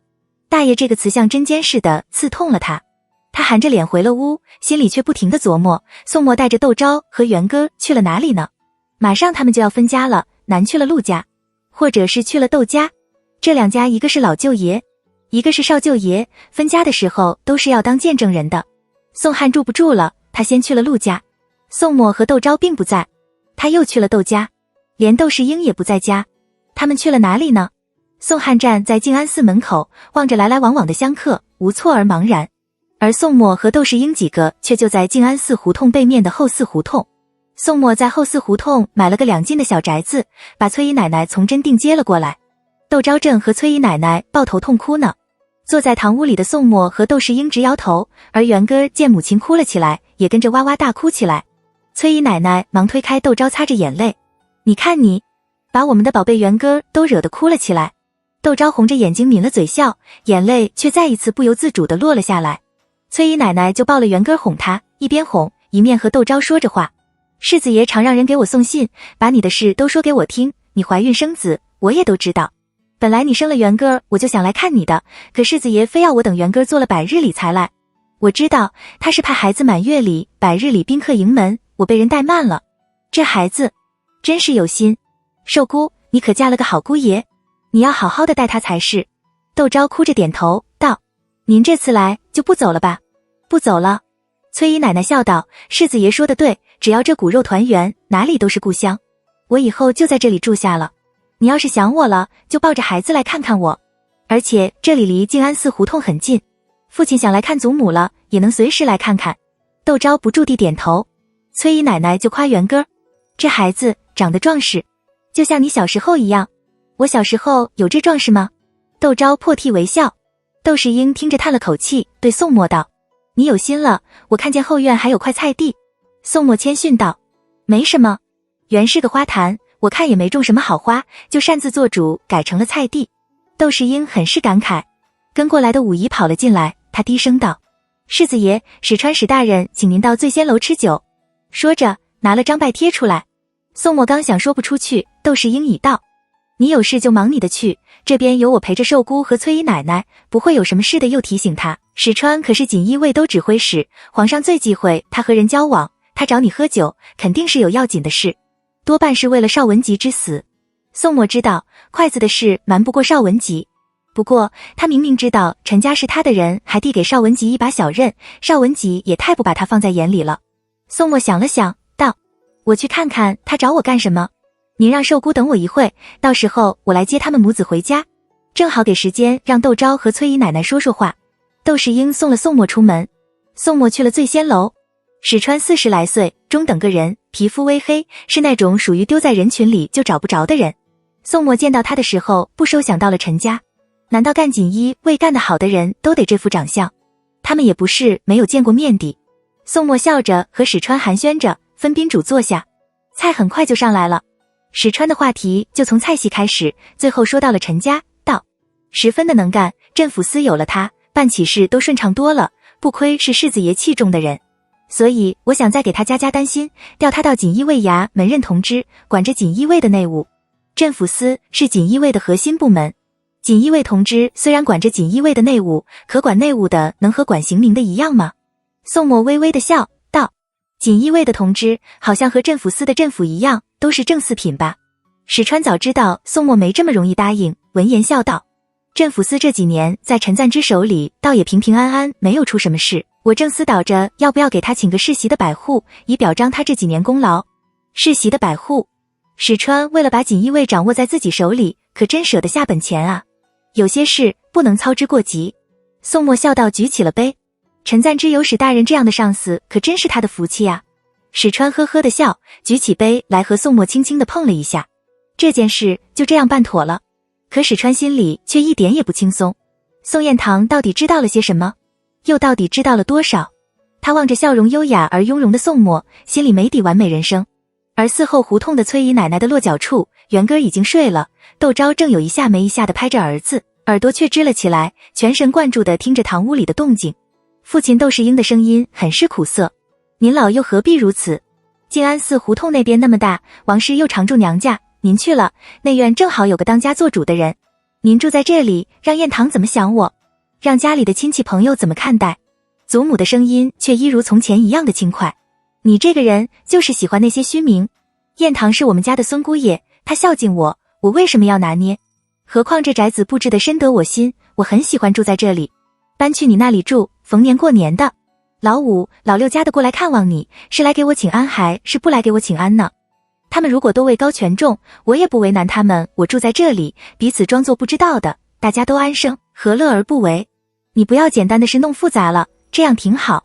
你也不用说什么了，我已经决定了，就住在这里。这窦世英喃喃地道，还想劝说劝祖母。窦昭却松了口气。宋彦堂之所以带元哥做了百日理财接祖母到京都，也是不想他老人家一把年纪了，却只能受武太太、六太太办理，备有慢待。如今这样很好，他老人家清清静静地坐在这里，里里外外服侍的都是自己人，槐树胡同和猫胡同就装不知道他老人家来了京都，他们不用来行礼，祖母也不用还礼，彼此都自在。窦昭就把元哥交给了乳娘看着，自己撩帘出了内室。父亲，我们都知道您孝顺。他劝着窦世英，不过崔姨奶奶她老人家年纪大了，您就让她老人家按照自己的喜好过日子吧。祖母不停地点头，笑道，还是寿姑知道我。窦世英不好再坚持，善然地道，那您缺些什么，要买些什么，就让红姑去跟我说一声。说完，朝服侍祖母一同进京的红姑点了点头。红姑忙屈膝服了服，恭敬地道着，七老爷您放心，我会好好服侍崔姨奶奶的。祖母则挥了挥手，笑道，好了，你们也不要净说这些乱七八糟了，我记进了京，以后说话的时候还多着呢。我听灶上的婆子说，彦堂特意让人从南边运了一篓子螃蟹过来，寿姑吃不得，我这几年也不大用这寒性的东西了，到你从小喜欢吃这些，我让红姑去寻了昙花雕，你今天就在这时用晚膳吧。窦世英脸上闪过一丝错愕，他没想到祖母知道他的饮食习惯，他以为他只是生了他的那个人。一时间他的眼角有些湿润，他忙低下头，轻轻地应了声是。红姑立刻吩咐摆饭。很快，堂屋的八仙桌上满满都是碗碟。灶上的婆子讨好地道，这是脆皮乳鸽，世子爷特意吩咐给老安人做的。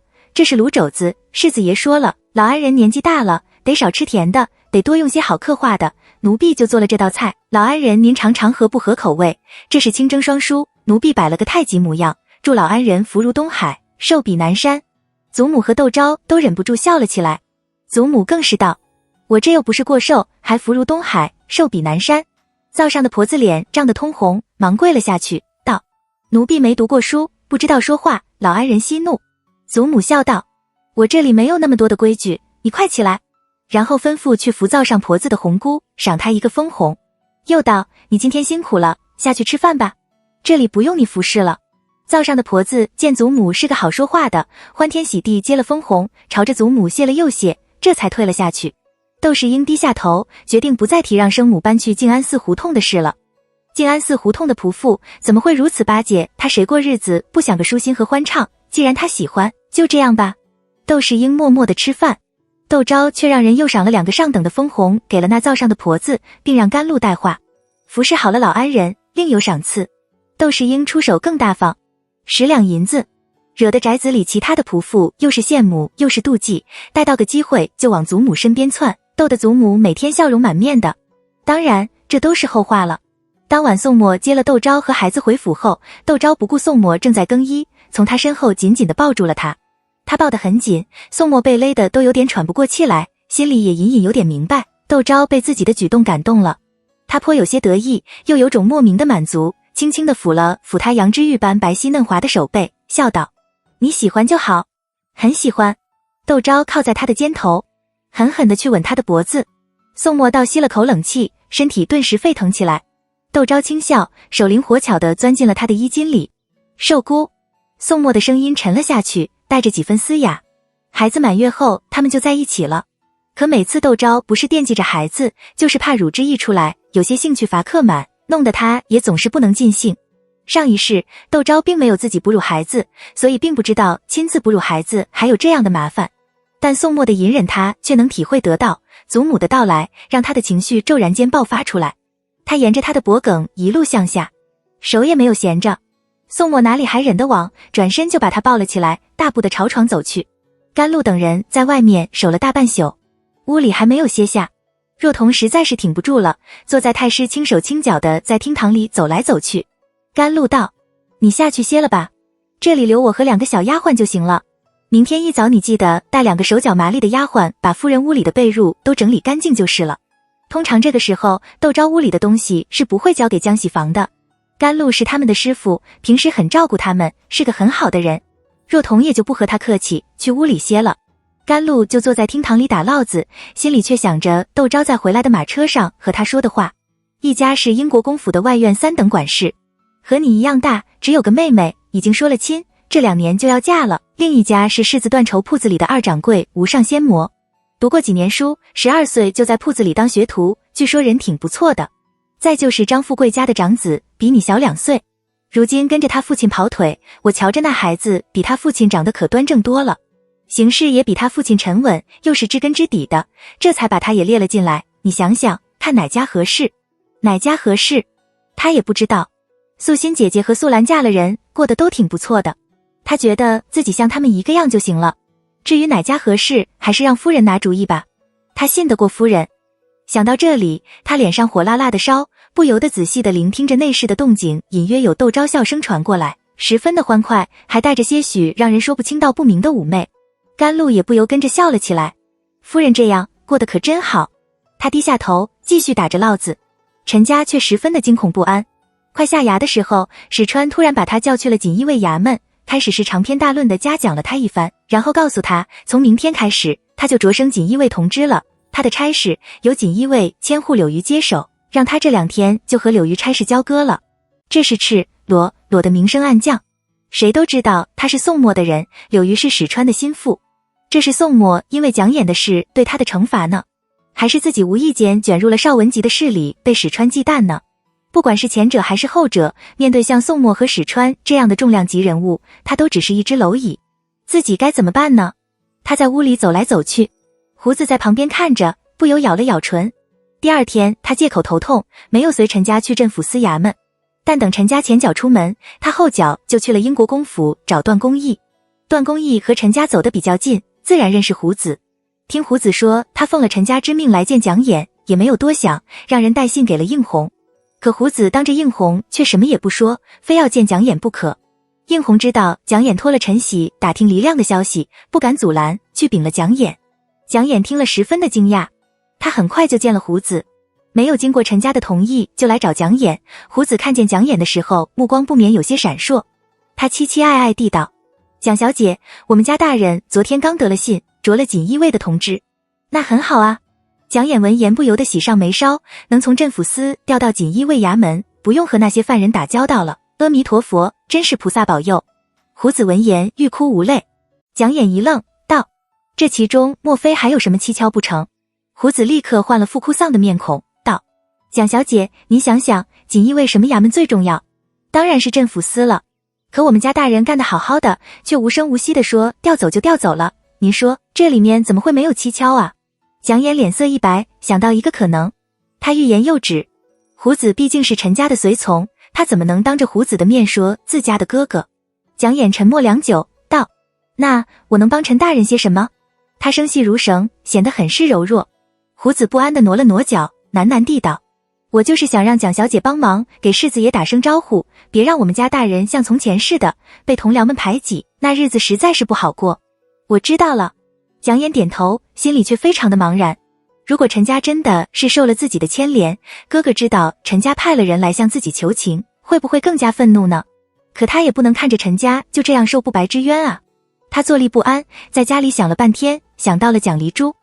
12姐那么聪明，她肯定知道该怎么办。她急急地去了窦昭那里，说想去蒋离珠家里串门。窦昭既然留心了蒋琰和陈家，胡子上门的事怎么瞒得过他？他对陈家有些失望。见蒋琰一副想和蒋离珠说说心里话的模样，想着蒋离珠遇事沉稳大方，细心体贴，觉得蒋琰遇事能找他倾诉也是件好事，遂什么也不问，笑着让嬷嬷们准备蒋琰出行的事。吴家接到了帖子，为了给蒋离珠做面子，十分的重要。蒋琰到后，不仅蒋家的太婆婆打赏了蒋琰一根金簪，蒋离珠的婆婆也给了一个2两银子的分红，弄得蒋琰满脸通红，看蒋离珠的目光满是歉意。蒋离珠安慰她：你要是心中不安，吴家以后有什么事，你记得来随个礼就行了。这一点蒋琰还是做得到的。一定一定。她松了口气，和蒋离珠躲在屋里说陈家的事。蒋离珠讶然，他没有想到窦昭在蒋琰面前提也没提陈家的事，而且还对陈家明升暗降，可见宋墨和窦昭是不同意这桩婚事的。蒋离珠不由暗暗地叹了口气，他先表扬蒋琰：还好你没有贸贸然地跑去求表哥，不然以表哥的脾气，定会以为是那陈家不甘心，利用你出面说相，到时候陈家可就不是调到锦衣卫做同知那简单了，有可能被调到下面卫所做个百户千户都有可能。又道：表哥和表嫂都不是那心胸狭窄之人，他们既然惩戒了陈家，陈家只要不再犯错，就不会再摆布他的。你只管放心，陈大人是个有能力的，过几年，等这波风声过去了，陈大人的仕途也就会明朗了。蒋琰听着落下泪来，道：毕竟是我连累了他。我听人说，这做官最讲资历的，他坐了这几年冷板凳，这资历也就比不得别人，以后升职多半会受牵连。早知如此，我就不应该问舅舅的事，我倒安心了，却害了陈大人。蒋离珠忙掏出帕子来给他擦眼泪，劝道：你以后不再见陈大人就是了。蒋琰连连点头，但心里使张相有根刺似的，让他不舒服。他在吴家勉强待了半天，就打道回府了。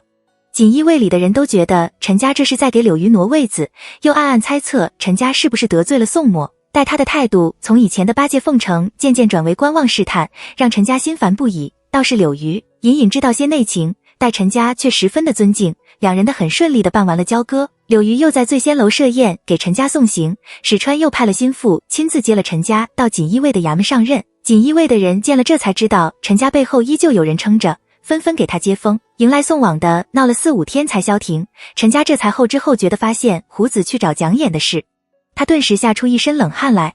蒋琰可是藏不住一句话的，胡子这去一闹，他还不去找宋墨去说情，宋墨见他指使得动蒋琰，不扒了他的皮才怪。他拿起板子就给了胡子一顿好打。我的事什么时候轮到你拿主意了？竟然敢背着我去找蒋小姐，英国公府那也是你随便能进出的，我不教训教训你，你还不知道要闯下什么大祸来呢。胡子咬着牙不求饶，道：要不是蒋小姐，大人能沦落到被赶出镇抚司的地步吗？你还嘴硬。陈家又多打了胡子20板，没有事了爷，我能进镇抚司吗？如今不过是受了点委屈就受不了，嚷得到处都是，这是做大事的人吗？你是不是想让我在锦衣卫同知的位置上做到死啊？胡子这才后悔了。陈家下决心要收收胡子的性子，把人丢在院子里不管他，自己换了衣裳出门，去了英国公府。他不好直接拜见蒋琰，借口有黎亮的事跟蒋琰说，让段公义帮他传了个话。蒋琰听了蒋黎珠的话，觉得非常的道理，正想找个机会劝劝陈家，让他安心在衙门里当差。听说陈家要见他，他立刻在小花厅里见了陈家。陈家见面就急切地问蒋琰：我的事你可向世子爷求情了？蒋琰不免讪然，心虚地道：还没有。陈家如释重负，忙道：那就好，那就好。蒋琰奇道：你不让我扶着跟哥哥说相吗？不是。陈家忙道：这全是胡子自作主张。他把前因后果说一遍。蒋琰就拿了蒋黎珠的话劝他：我哥哥不是那不问盯着人不放的人，等过些日子就没事了。宋彦堂不是那盯着别人不放的人，那还有谁敢称得上是盯着别人不放的人？陈家听了只好笑，可当着蒋琰的面却不好流露丝毫，怕蒋琰追问起来不好交代，索性随着他笑着称是，把此行的来意告诉他。外面的事复杂得很，不要说你一个内宅妇人了，就是我这样常在官场里混的人，遇事也要在脑子里多转2道才敢开口。你以后遇到这样的事，千万不要插手了，知道了吗？蒋琰愕然。陈家想着他像白纸似的，自己的这番话只怕说服不了他。想了想，道：我这次虽然失去了锦衣卫镇抚司镇抚之职，却得了个世袭的百户做补偿，这可能是世子爷和史大人背后调协的结果，并不像你想的那样，我受了世子爷的什么惩戒。胡子不懂事，乱嚷嚷，你别听他胡说八道的。随后庆幸道：还好你这次没有立刻去找世子爷求情，不然可就闹出大笑话来了。一席话把蒋琰说得脸色通红，想着自己竟然误会陈家是被自己连累了，陈家心里还不知道怎么笑自己不知天高地厚。他恨不得有个地缝钻进去，羞愧的低声说了句知道了，转身就要走。陈家看着他神色不对，心里一急，就叫住了蒋琰。可等蒋琰温顺地停下脚步，低着头等他开口的时候，他望着蒋琰乌黑亮泽的青丝，一时间又不知道说什么好，但不说什么更不合适，只好慌乱无章地道：是不是我的话说得太重了？我也是为了你好，你千万不要往心里去。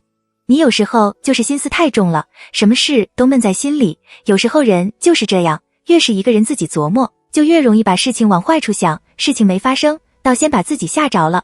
我也知道你在这个家里不自在，我看吴大奶奶倒是个爽快的，你要是有什么事，不妨和她多商量。他说着，心里有些不自在起来，自己原本是想着以后恐怕见也见不到蒋琰了，趁着这次见面就好好的给他打打气，他以后遇事胆子也大一些的。可他这话里话外的味道却全变了，变成了批评他了。他原本就脸皮薄，这下子只怕要伤心的掉筋豆豆了，又忙把话题给拉了回来，道：不过你这次做得很好，没有立马就去找世子爷，这件事我还是刚知道，当时我还在想，这下可完了，世子爷10之8九会误会了，没想到你这么冷静，还没有跟世子爷说，倒是我急吼吼的跑过来，显得有点可笑了。可没等他的话说话，安静的站在那里的蒋琰突然一转身跑了。陈家傻了眼，忙追了上去，可刚出院子门就被段公义给拦住了。暂之，我给你报这个信，是因为夫人同意了的，你要是这样冒冒失失的闯进了内院，可有失君子之道。陈家急得额头冒汗，但也冷静下来。是啊，自己再不能和蒋琰纠缠不清了，要是让宋墨或是窦昭知道了，不是事也成了个事了。念头闪过，他心里一慌，忙拉了段公义的衣袖道：段大哥，你刚才说什么？我见蒋姑娘是夫人同意了的。段公义颔首，陈家只觉得脚底一滑，差点摔了下去。段公义一把扶住了陈家，似笑非笑地道：陈大人，您看您既然来了英国公府，是不是给夫人去问个安啊？陈家身子有点发软，他自幼丧父，母亲性子软弱，小时候在族中受尽了欺辱，长大后又苦苦挣扎，却从来没有像此时这样害怕过。他不由勉强露出一个笑脸，硬着头皮道：自然是要去给夫人问个安的。段公义笑眯眯地瞥了他一眼，道：请陈大人随我来。陈家忐忑不安地跟在了段公义的身后，蒋琰却是低着头，一股脑地往碧水轩去。他羞愤难当，都不知道怎样面对陈家好。若不是他胆小怕事，又怎么会去找蒋黎珠商量？若他不找蒋黎珠商量，他又怎么会按兵不动？陈家却说他比从前懂事多了，他怎么当得起他这样的夸奖？要不是蒋黎珠，他恐怕就坏了他的大事了。蒋黎珠真的是很好，不仅漂亮，而且还有头脑，而且待人也很真诚，像他嫂嫂似的。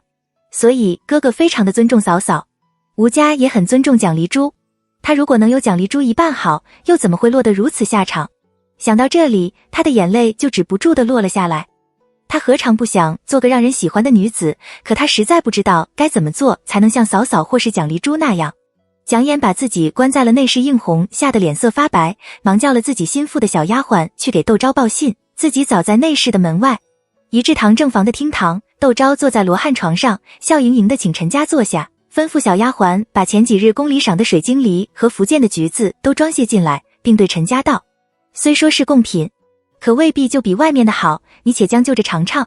陈家在英国公府经营了1年多，可从来不曾得过倒杯茶，如今不仅得了个座，还有瓜果茶点招待。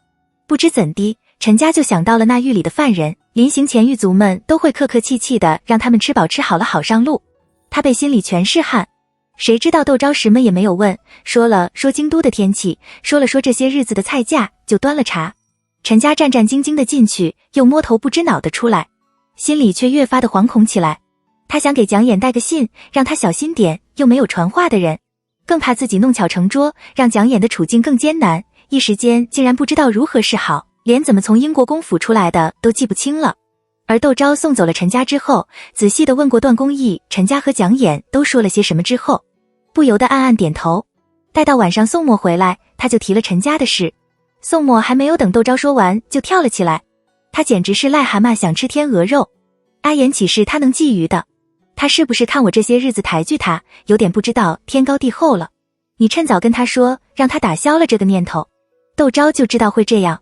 宋墨在蒋琰面前是长兄为父，而泉下的父母都有个通病，觉得自己的孩子是天底下最可爱、最听话、最乖巧的孩子，纵然有什么不好，那也是受别人的影响。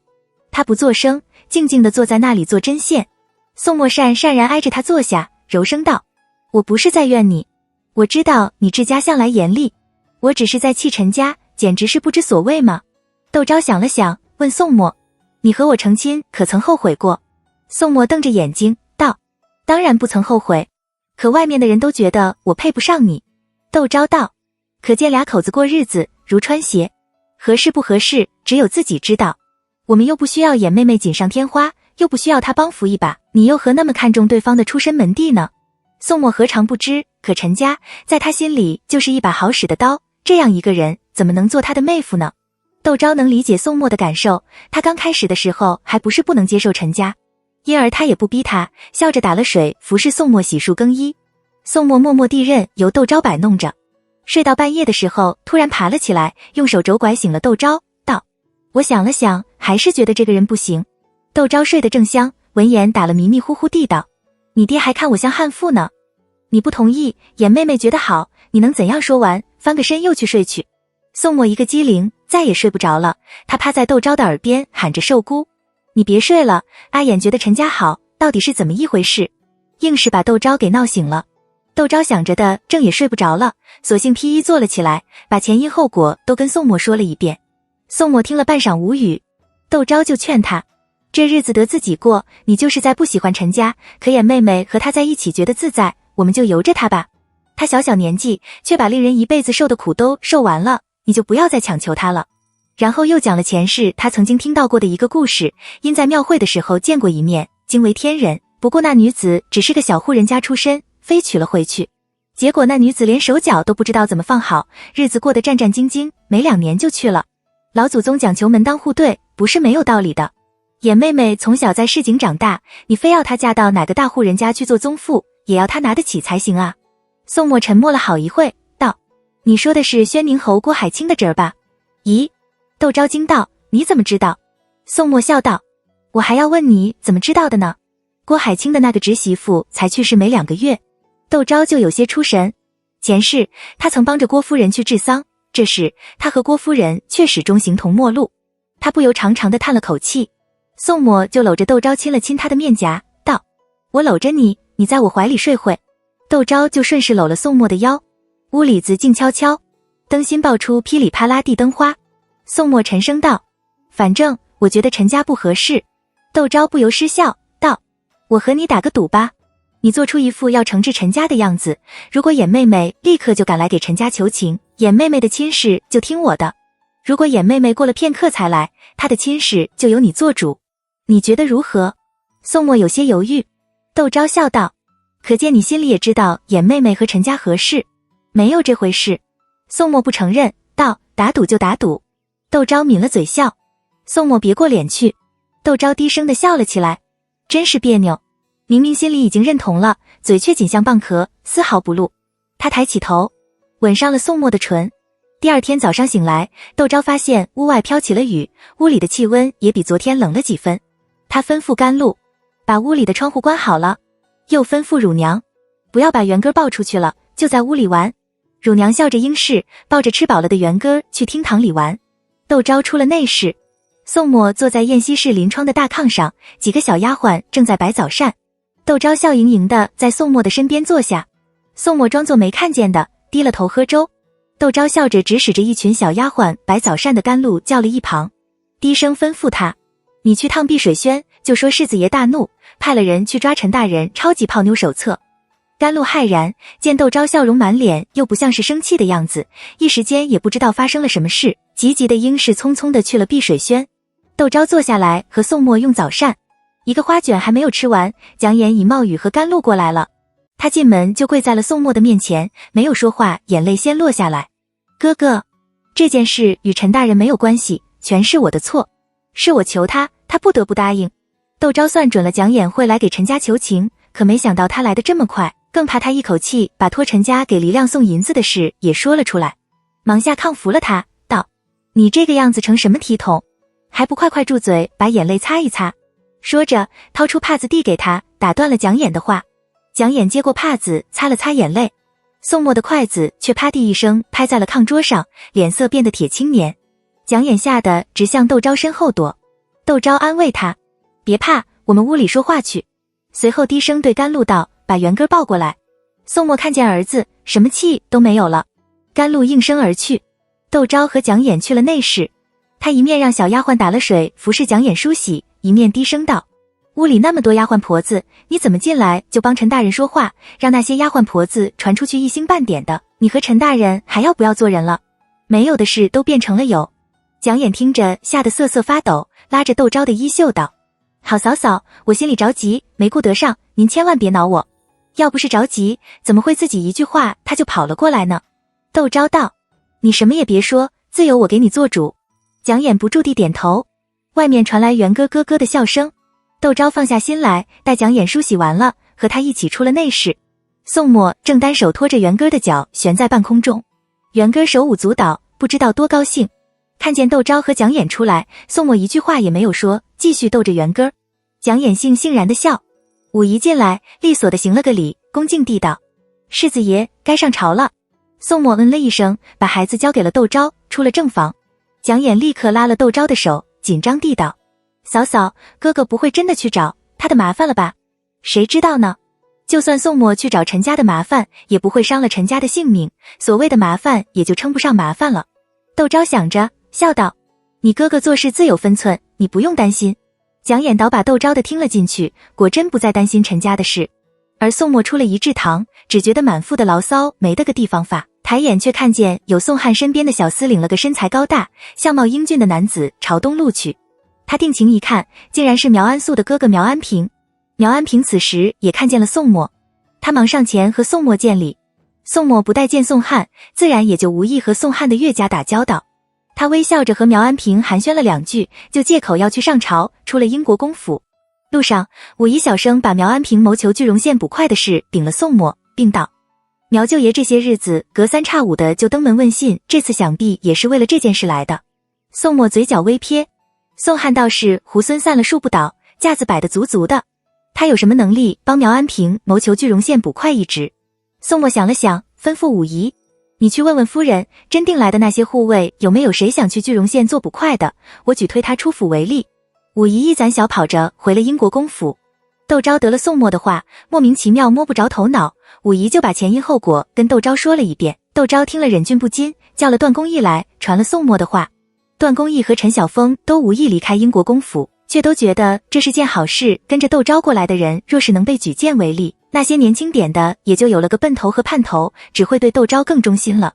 两人一商量，让那些护卫自荐，有愿意去的，也有不愿意去的。段公义和陈晓峰就来了个现场挑选。比资历，比忠诚，比身手，最后确定了一个人，报给了窦昭。窦昭就把那人名字、3代身家都写给了武夷，让武夷送给了宋墨。宋墨当天就赶着让人送到了句容县。这些事苗安平并不知道，他站在那里，满脸羡慕地望着宋墨绯红色的官袍，直到宋墨不见了身影，他这才随着小厮去了绿竹馆。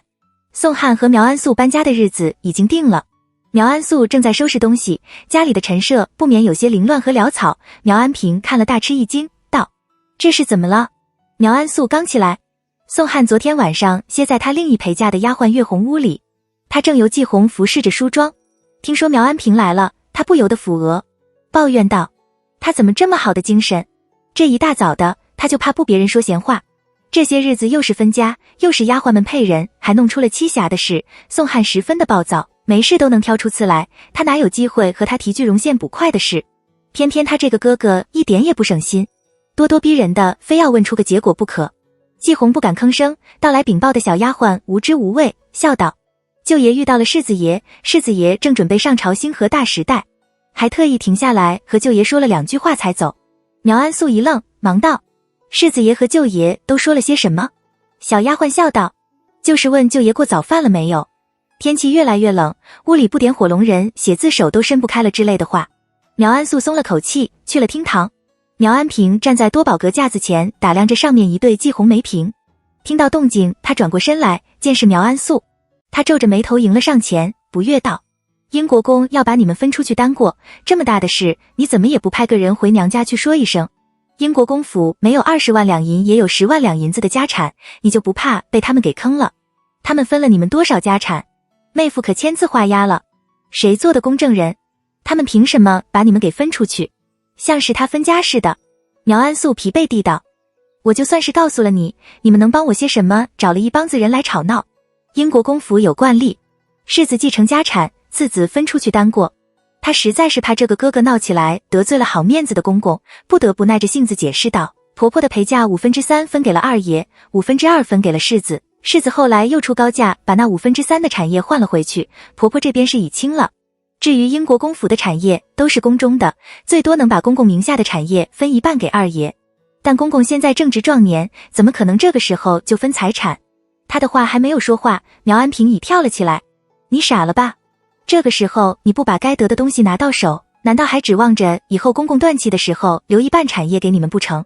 你也知道你公公正值壮年，他要是续弦又生下幼子怎么办？还有，谁跟你说英国公府有惯例的？这惯例是你见过还是我见过啊？还不是他们嘴一张，他们要是不把财产的事分清楚了，你就不能答应分这个家。”苗安素苦笑，如果宋汉是英国公府的嫡次子，不，甚至是庶子，他都可以照着别府庶子离府的规矩争取一番，偏偏宋汉身份暧昧，宋汉根本就不敢去争，说什么都答应，你让他一个做媳妇的怎么去争啊？他没好气的道：“分家是国公爷同意了的，二爷也答应，你让我去跟我公公争不成？你是不知道我公公的脾气，你越是向他要，他越不给，你越是乖乖的听话，他反而会怜惜你。像这样，二爷什么也没有说，分家的事全听了我公公的，我公公不就花了1万多两银子在4条胡同给我们买了个宅子吗？而且我公公还分了个每年有2000两银子出息的田庄给我们，说以后每年贴补我们4000两银子过日子，你就不要在这里乱掺和了。”呸！苗安平恨铁不成钢地道，口说无凭，立字为据。他是哪张纸上写了每年都会贴补你们4000两银子过日子？这是今年有明年还不知道有没有的事，你在娘家的那么精明，怎么嫁了你就糊涂了？再说了，哪有分家不请了娘家人做见证的？不是我妹夫把你哄得不知道东南西北了。他说着，就看见苗安素的脸突然涨得通红，还朝着他使了个眼色。苗安平心中一动，若有所觉地转身，看见宋汉沉着个脸走了进来，也不知道他听到了多少。苗安平在心里嘀咕着，他敢在苗安素面前放肆，却不敢得罪有所求的宋汉。苗安平忙换了个笑脸迎了上去，亲亲热热地喊了声妹夫，道：“您用过早膳了没有？我们家门口一家买蟹黄包的，味道极好，我特意带了1笼过来，妹夫尝尝味道如何？”季红机敏地端了包了进来。刚才苗安平说的话宋汉都听见了，他不由在心里冷笑，什么都不懂的东西富士汉江，你以为人人都出身市井，不如意的捋了衣袖打长假，完了见面依旧能笑呵呵的喊声哥哥，他不分家，等候他的就是个死字，连命都没了，还谈什么其他的？他分出去了也好，自立门庭了，也就有借口谋个差事了，不用在宋墨眼皮子底下过日子，可比什么都强。谁知道宋墨什么时候发起疯来，就想着要整他。反正父亲不开口，宋墨也不能指责自己以树冲敌，他仗着英国公府二爷的名头在外面，还怕没有人巴结。宋汉看见苗安平脸上那谄媚的笑容，恶心的连隔夜饭都要吐出来了。他站起身来道：马上要搬家了，陆家舅老爷那里，几位叔伯那里我都得去一趟，早上我就在外面用了，你们兄妹正好说说话。然后在苗安平妹夫的叫喊声中拂袖而去。苗安平觉得被扫了面子，塞着脸质问苗安素道：他这是什么意思？苗安素横了他一眼道：谁让你非议人家的家事了？我这不是为你好吗？苗安平心虚的如念了几句，见不快的事又没了着落，三下五除二，把自己带来的几个蟹黄包全部塞进了嘴里，这才回了大兴。苗父忙问他：你妹夫怎么说呢？别提了。苗安平把在英国公府的遭遇一五十一的告诉了父亲，还道：你说我妹妹是不是脑袋被灌了铅啊？苗父却被那1万多两银子的宅子和每年4000两银子的补贴给镇住了。他呵斥儿子：你管那么多事干什么？你妹妹上有公公下有夫婿，她不听公公夫婿的，难道还听你的不成？他说着眼珠子直转，又道：不知道那4000两银子是一次性给清，还是分期分批地给？要是一次性给清，不说别的，就是拿出一半来放印子钱，一年最少也能挣个1800两的，我们家一年出就200-300两银子开销。苗安平立刻明白父亲的用意，他立刻凑到了父亲的面前，低声道：这件事可别让大伯他们知道了，我看最好说是英国公府有这样的惯例。苗父不住的点头。苗安平就有些按捺不住，道：爹爹，要不我去探探行情，这放印子钱也不是谁都能干的。当然。苗父催他：你快去问清楚了，我们爷俩拿出个章程来。苗安平高高兴兴的出了门，晚上喝得烂醉有回来。苗父当然是什么也问不出来。隔天苗安平睡到了日上3竿才起床，可一起床就被他的狐朋狗友告辞，沟荣县的2个新增的捕快名单已经下来了，一个是句容县主薄的侄儿，一个是英国公府的护卫。蒋眼导把窦昭的听了进去，果真不再担心陈家的事。而宋墨出了一制堂，只觉得满腹的牢骚没得个地方发，抬眼却看见有宋汉身边的小厮领了个身材高大、相貌英俊的男子朝东路去。他定睛一看，竟然是苗安素的哥哥苗安平。苗安平此时也看见了宋墨，他忙上前和宋墨见礼。宋墨不待见宋汉，自然也就无意和宋汉的岳家打交道，他微笑着和苗安平寒暄了2句，就借口要去上朝，出了英国公府。路上，武夷小生把苗安平谋求句容县捕快的事禀了宋墨，并道：苗舅爷这些日子隔3差5的就登门问信，这次想必也是为了这件事来的。宋墨嘴角微瞥，宋汉倒是猢狲散了树不倒，架子摆得足足的，他有什么能力帮苗安平谋求句容县捕快一职？宋墨想了想，吩咐武夷：你去问问夫人，真定来的那些护卫有没有谁想去句容县做捕快的，我举推他出府为例。武夷一攒小跑着回了英国公府。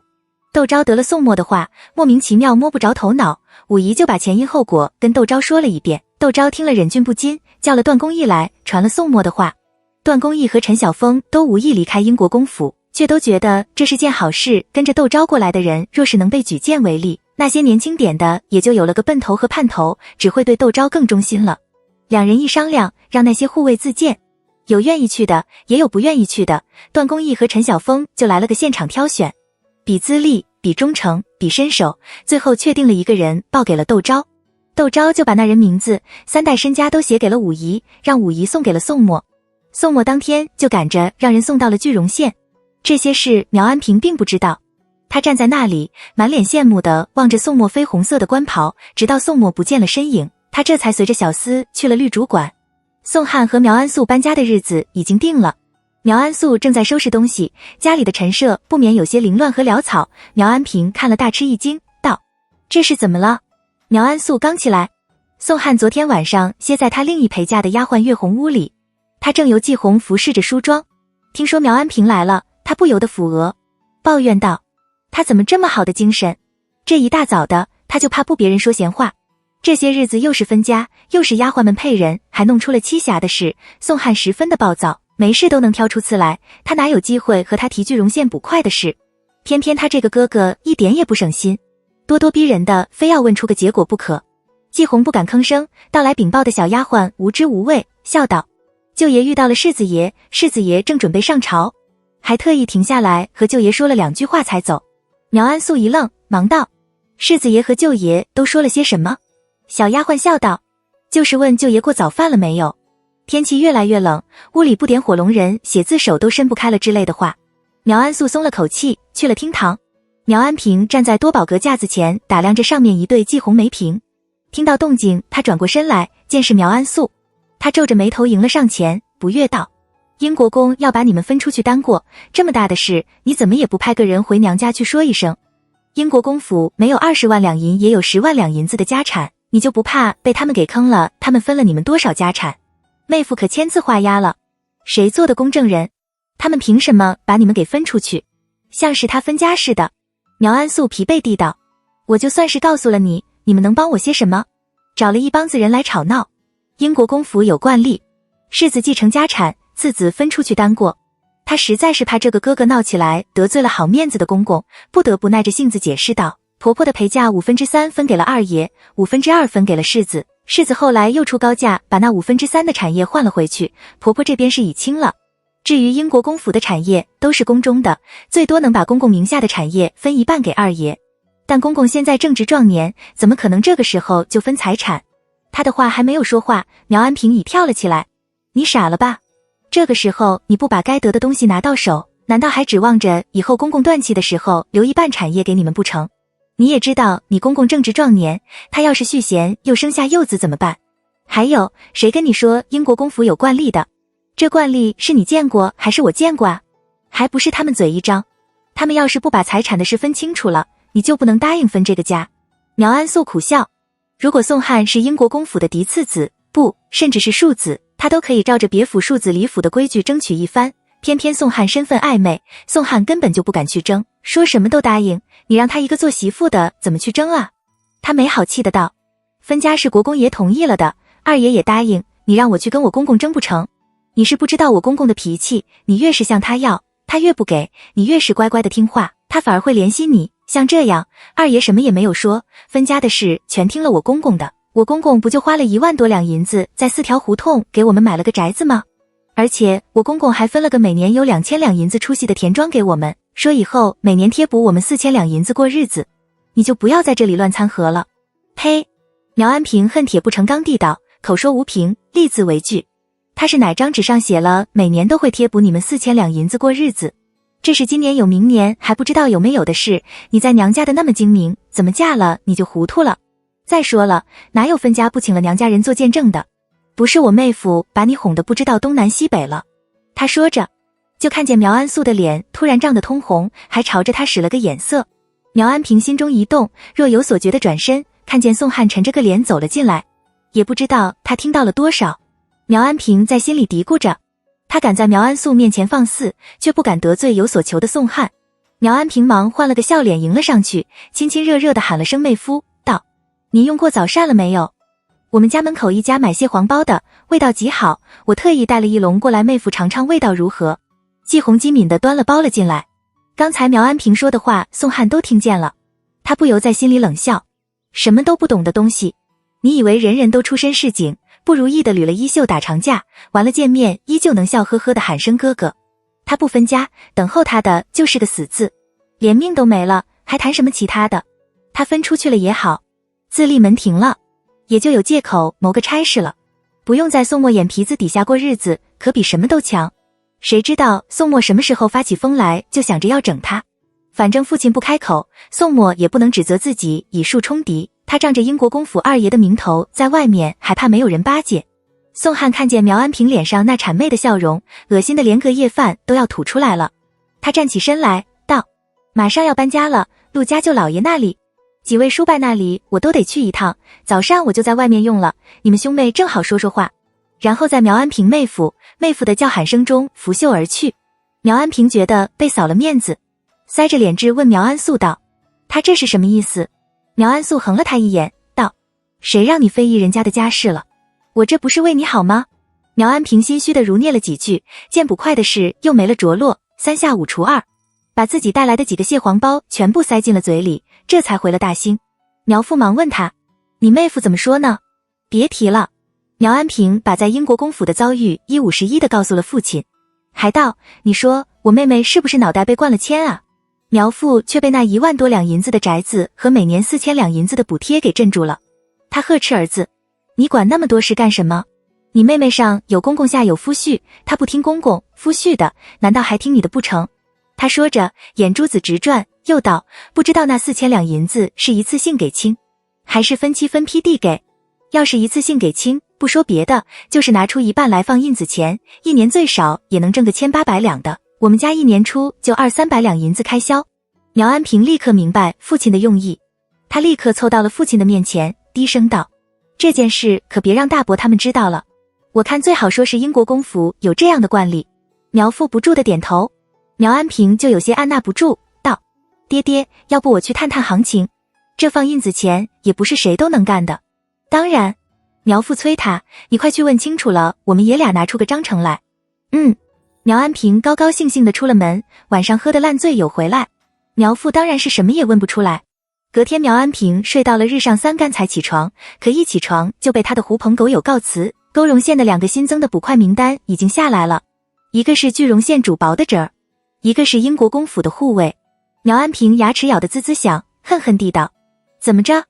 我不过是不疼不痒地说了宋家几句，他宋汉就要记恨我千年不成不帮忙不说，竟然推了家里的一个护卫出来打我的脸，他这是把我当成打秋风的穷亲戚啊！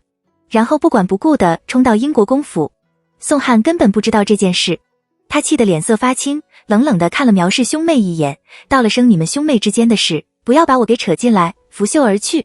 苗安平像掉进了油锅似的跳了起来，把苗安素骂了个狗血喷头，逼着他去找宋宜春换人。苗安素哭得稀里哗啦，却坐在那里怎么也不动。事情怎么这要巧，他的哥哥刚刚说要谋求巨绒县的捕快，跟着窦昭从真定过来的一个护院就得了这差事，要说这其中没有蹊跷，他是无论如何也不会相信。宋汉也是这么想的，他虽然讨厌苗安平，可苗安平到底是他的舅兄，苗安平被这样打脸，他一样的没有面子。宋汉望着仪志堂的方向，心里像沸水似的翻腾不止。仪志堂里，得了差事的护院正在给窦昭磕头谢恩。窦昭笑道，这个事可与我无法，全是世子爷的主意，你要谢就去谢世子爷吧。那护卫十分的机敏，奉承道，没有夫人，世子爷哪里知道我们这些人？世子爷我要谢，夫人我也要谢。一席话说的大家都很高兴，窦昭就赏了他50两银子置办官服，打点上封修真位面商铺。护卫谢了又谢，这才退了下去。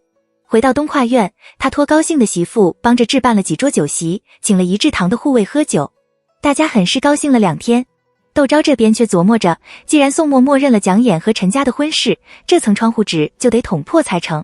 看陈家的行事做派，估计从来没有往这方面想过，蒋衍那里也得讨个口气才行。而且这抬头嫁姑娘，低头娶媳妇，从来只有男方向女方提亲的，女方向男方提亲那就低了一头。他想来想去，这个中间人只有蒋离珠合适。窦昭就请了蒋离珠到家里来听戏，透了个话音给蒋离珠。蒋离珠是个聪明人，立刻就有了主意，笑道，这件事您就交给我吧。回到家里，他请了姚二家的媳妇去说话。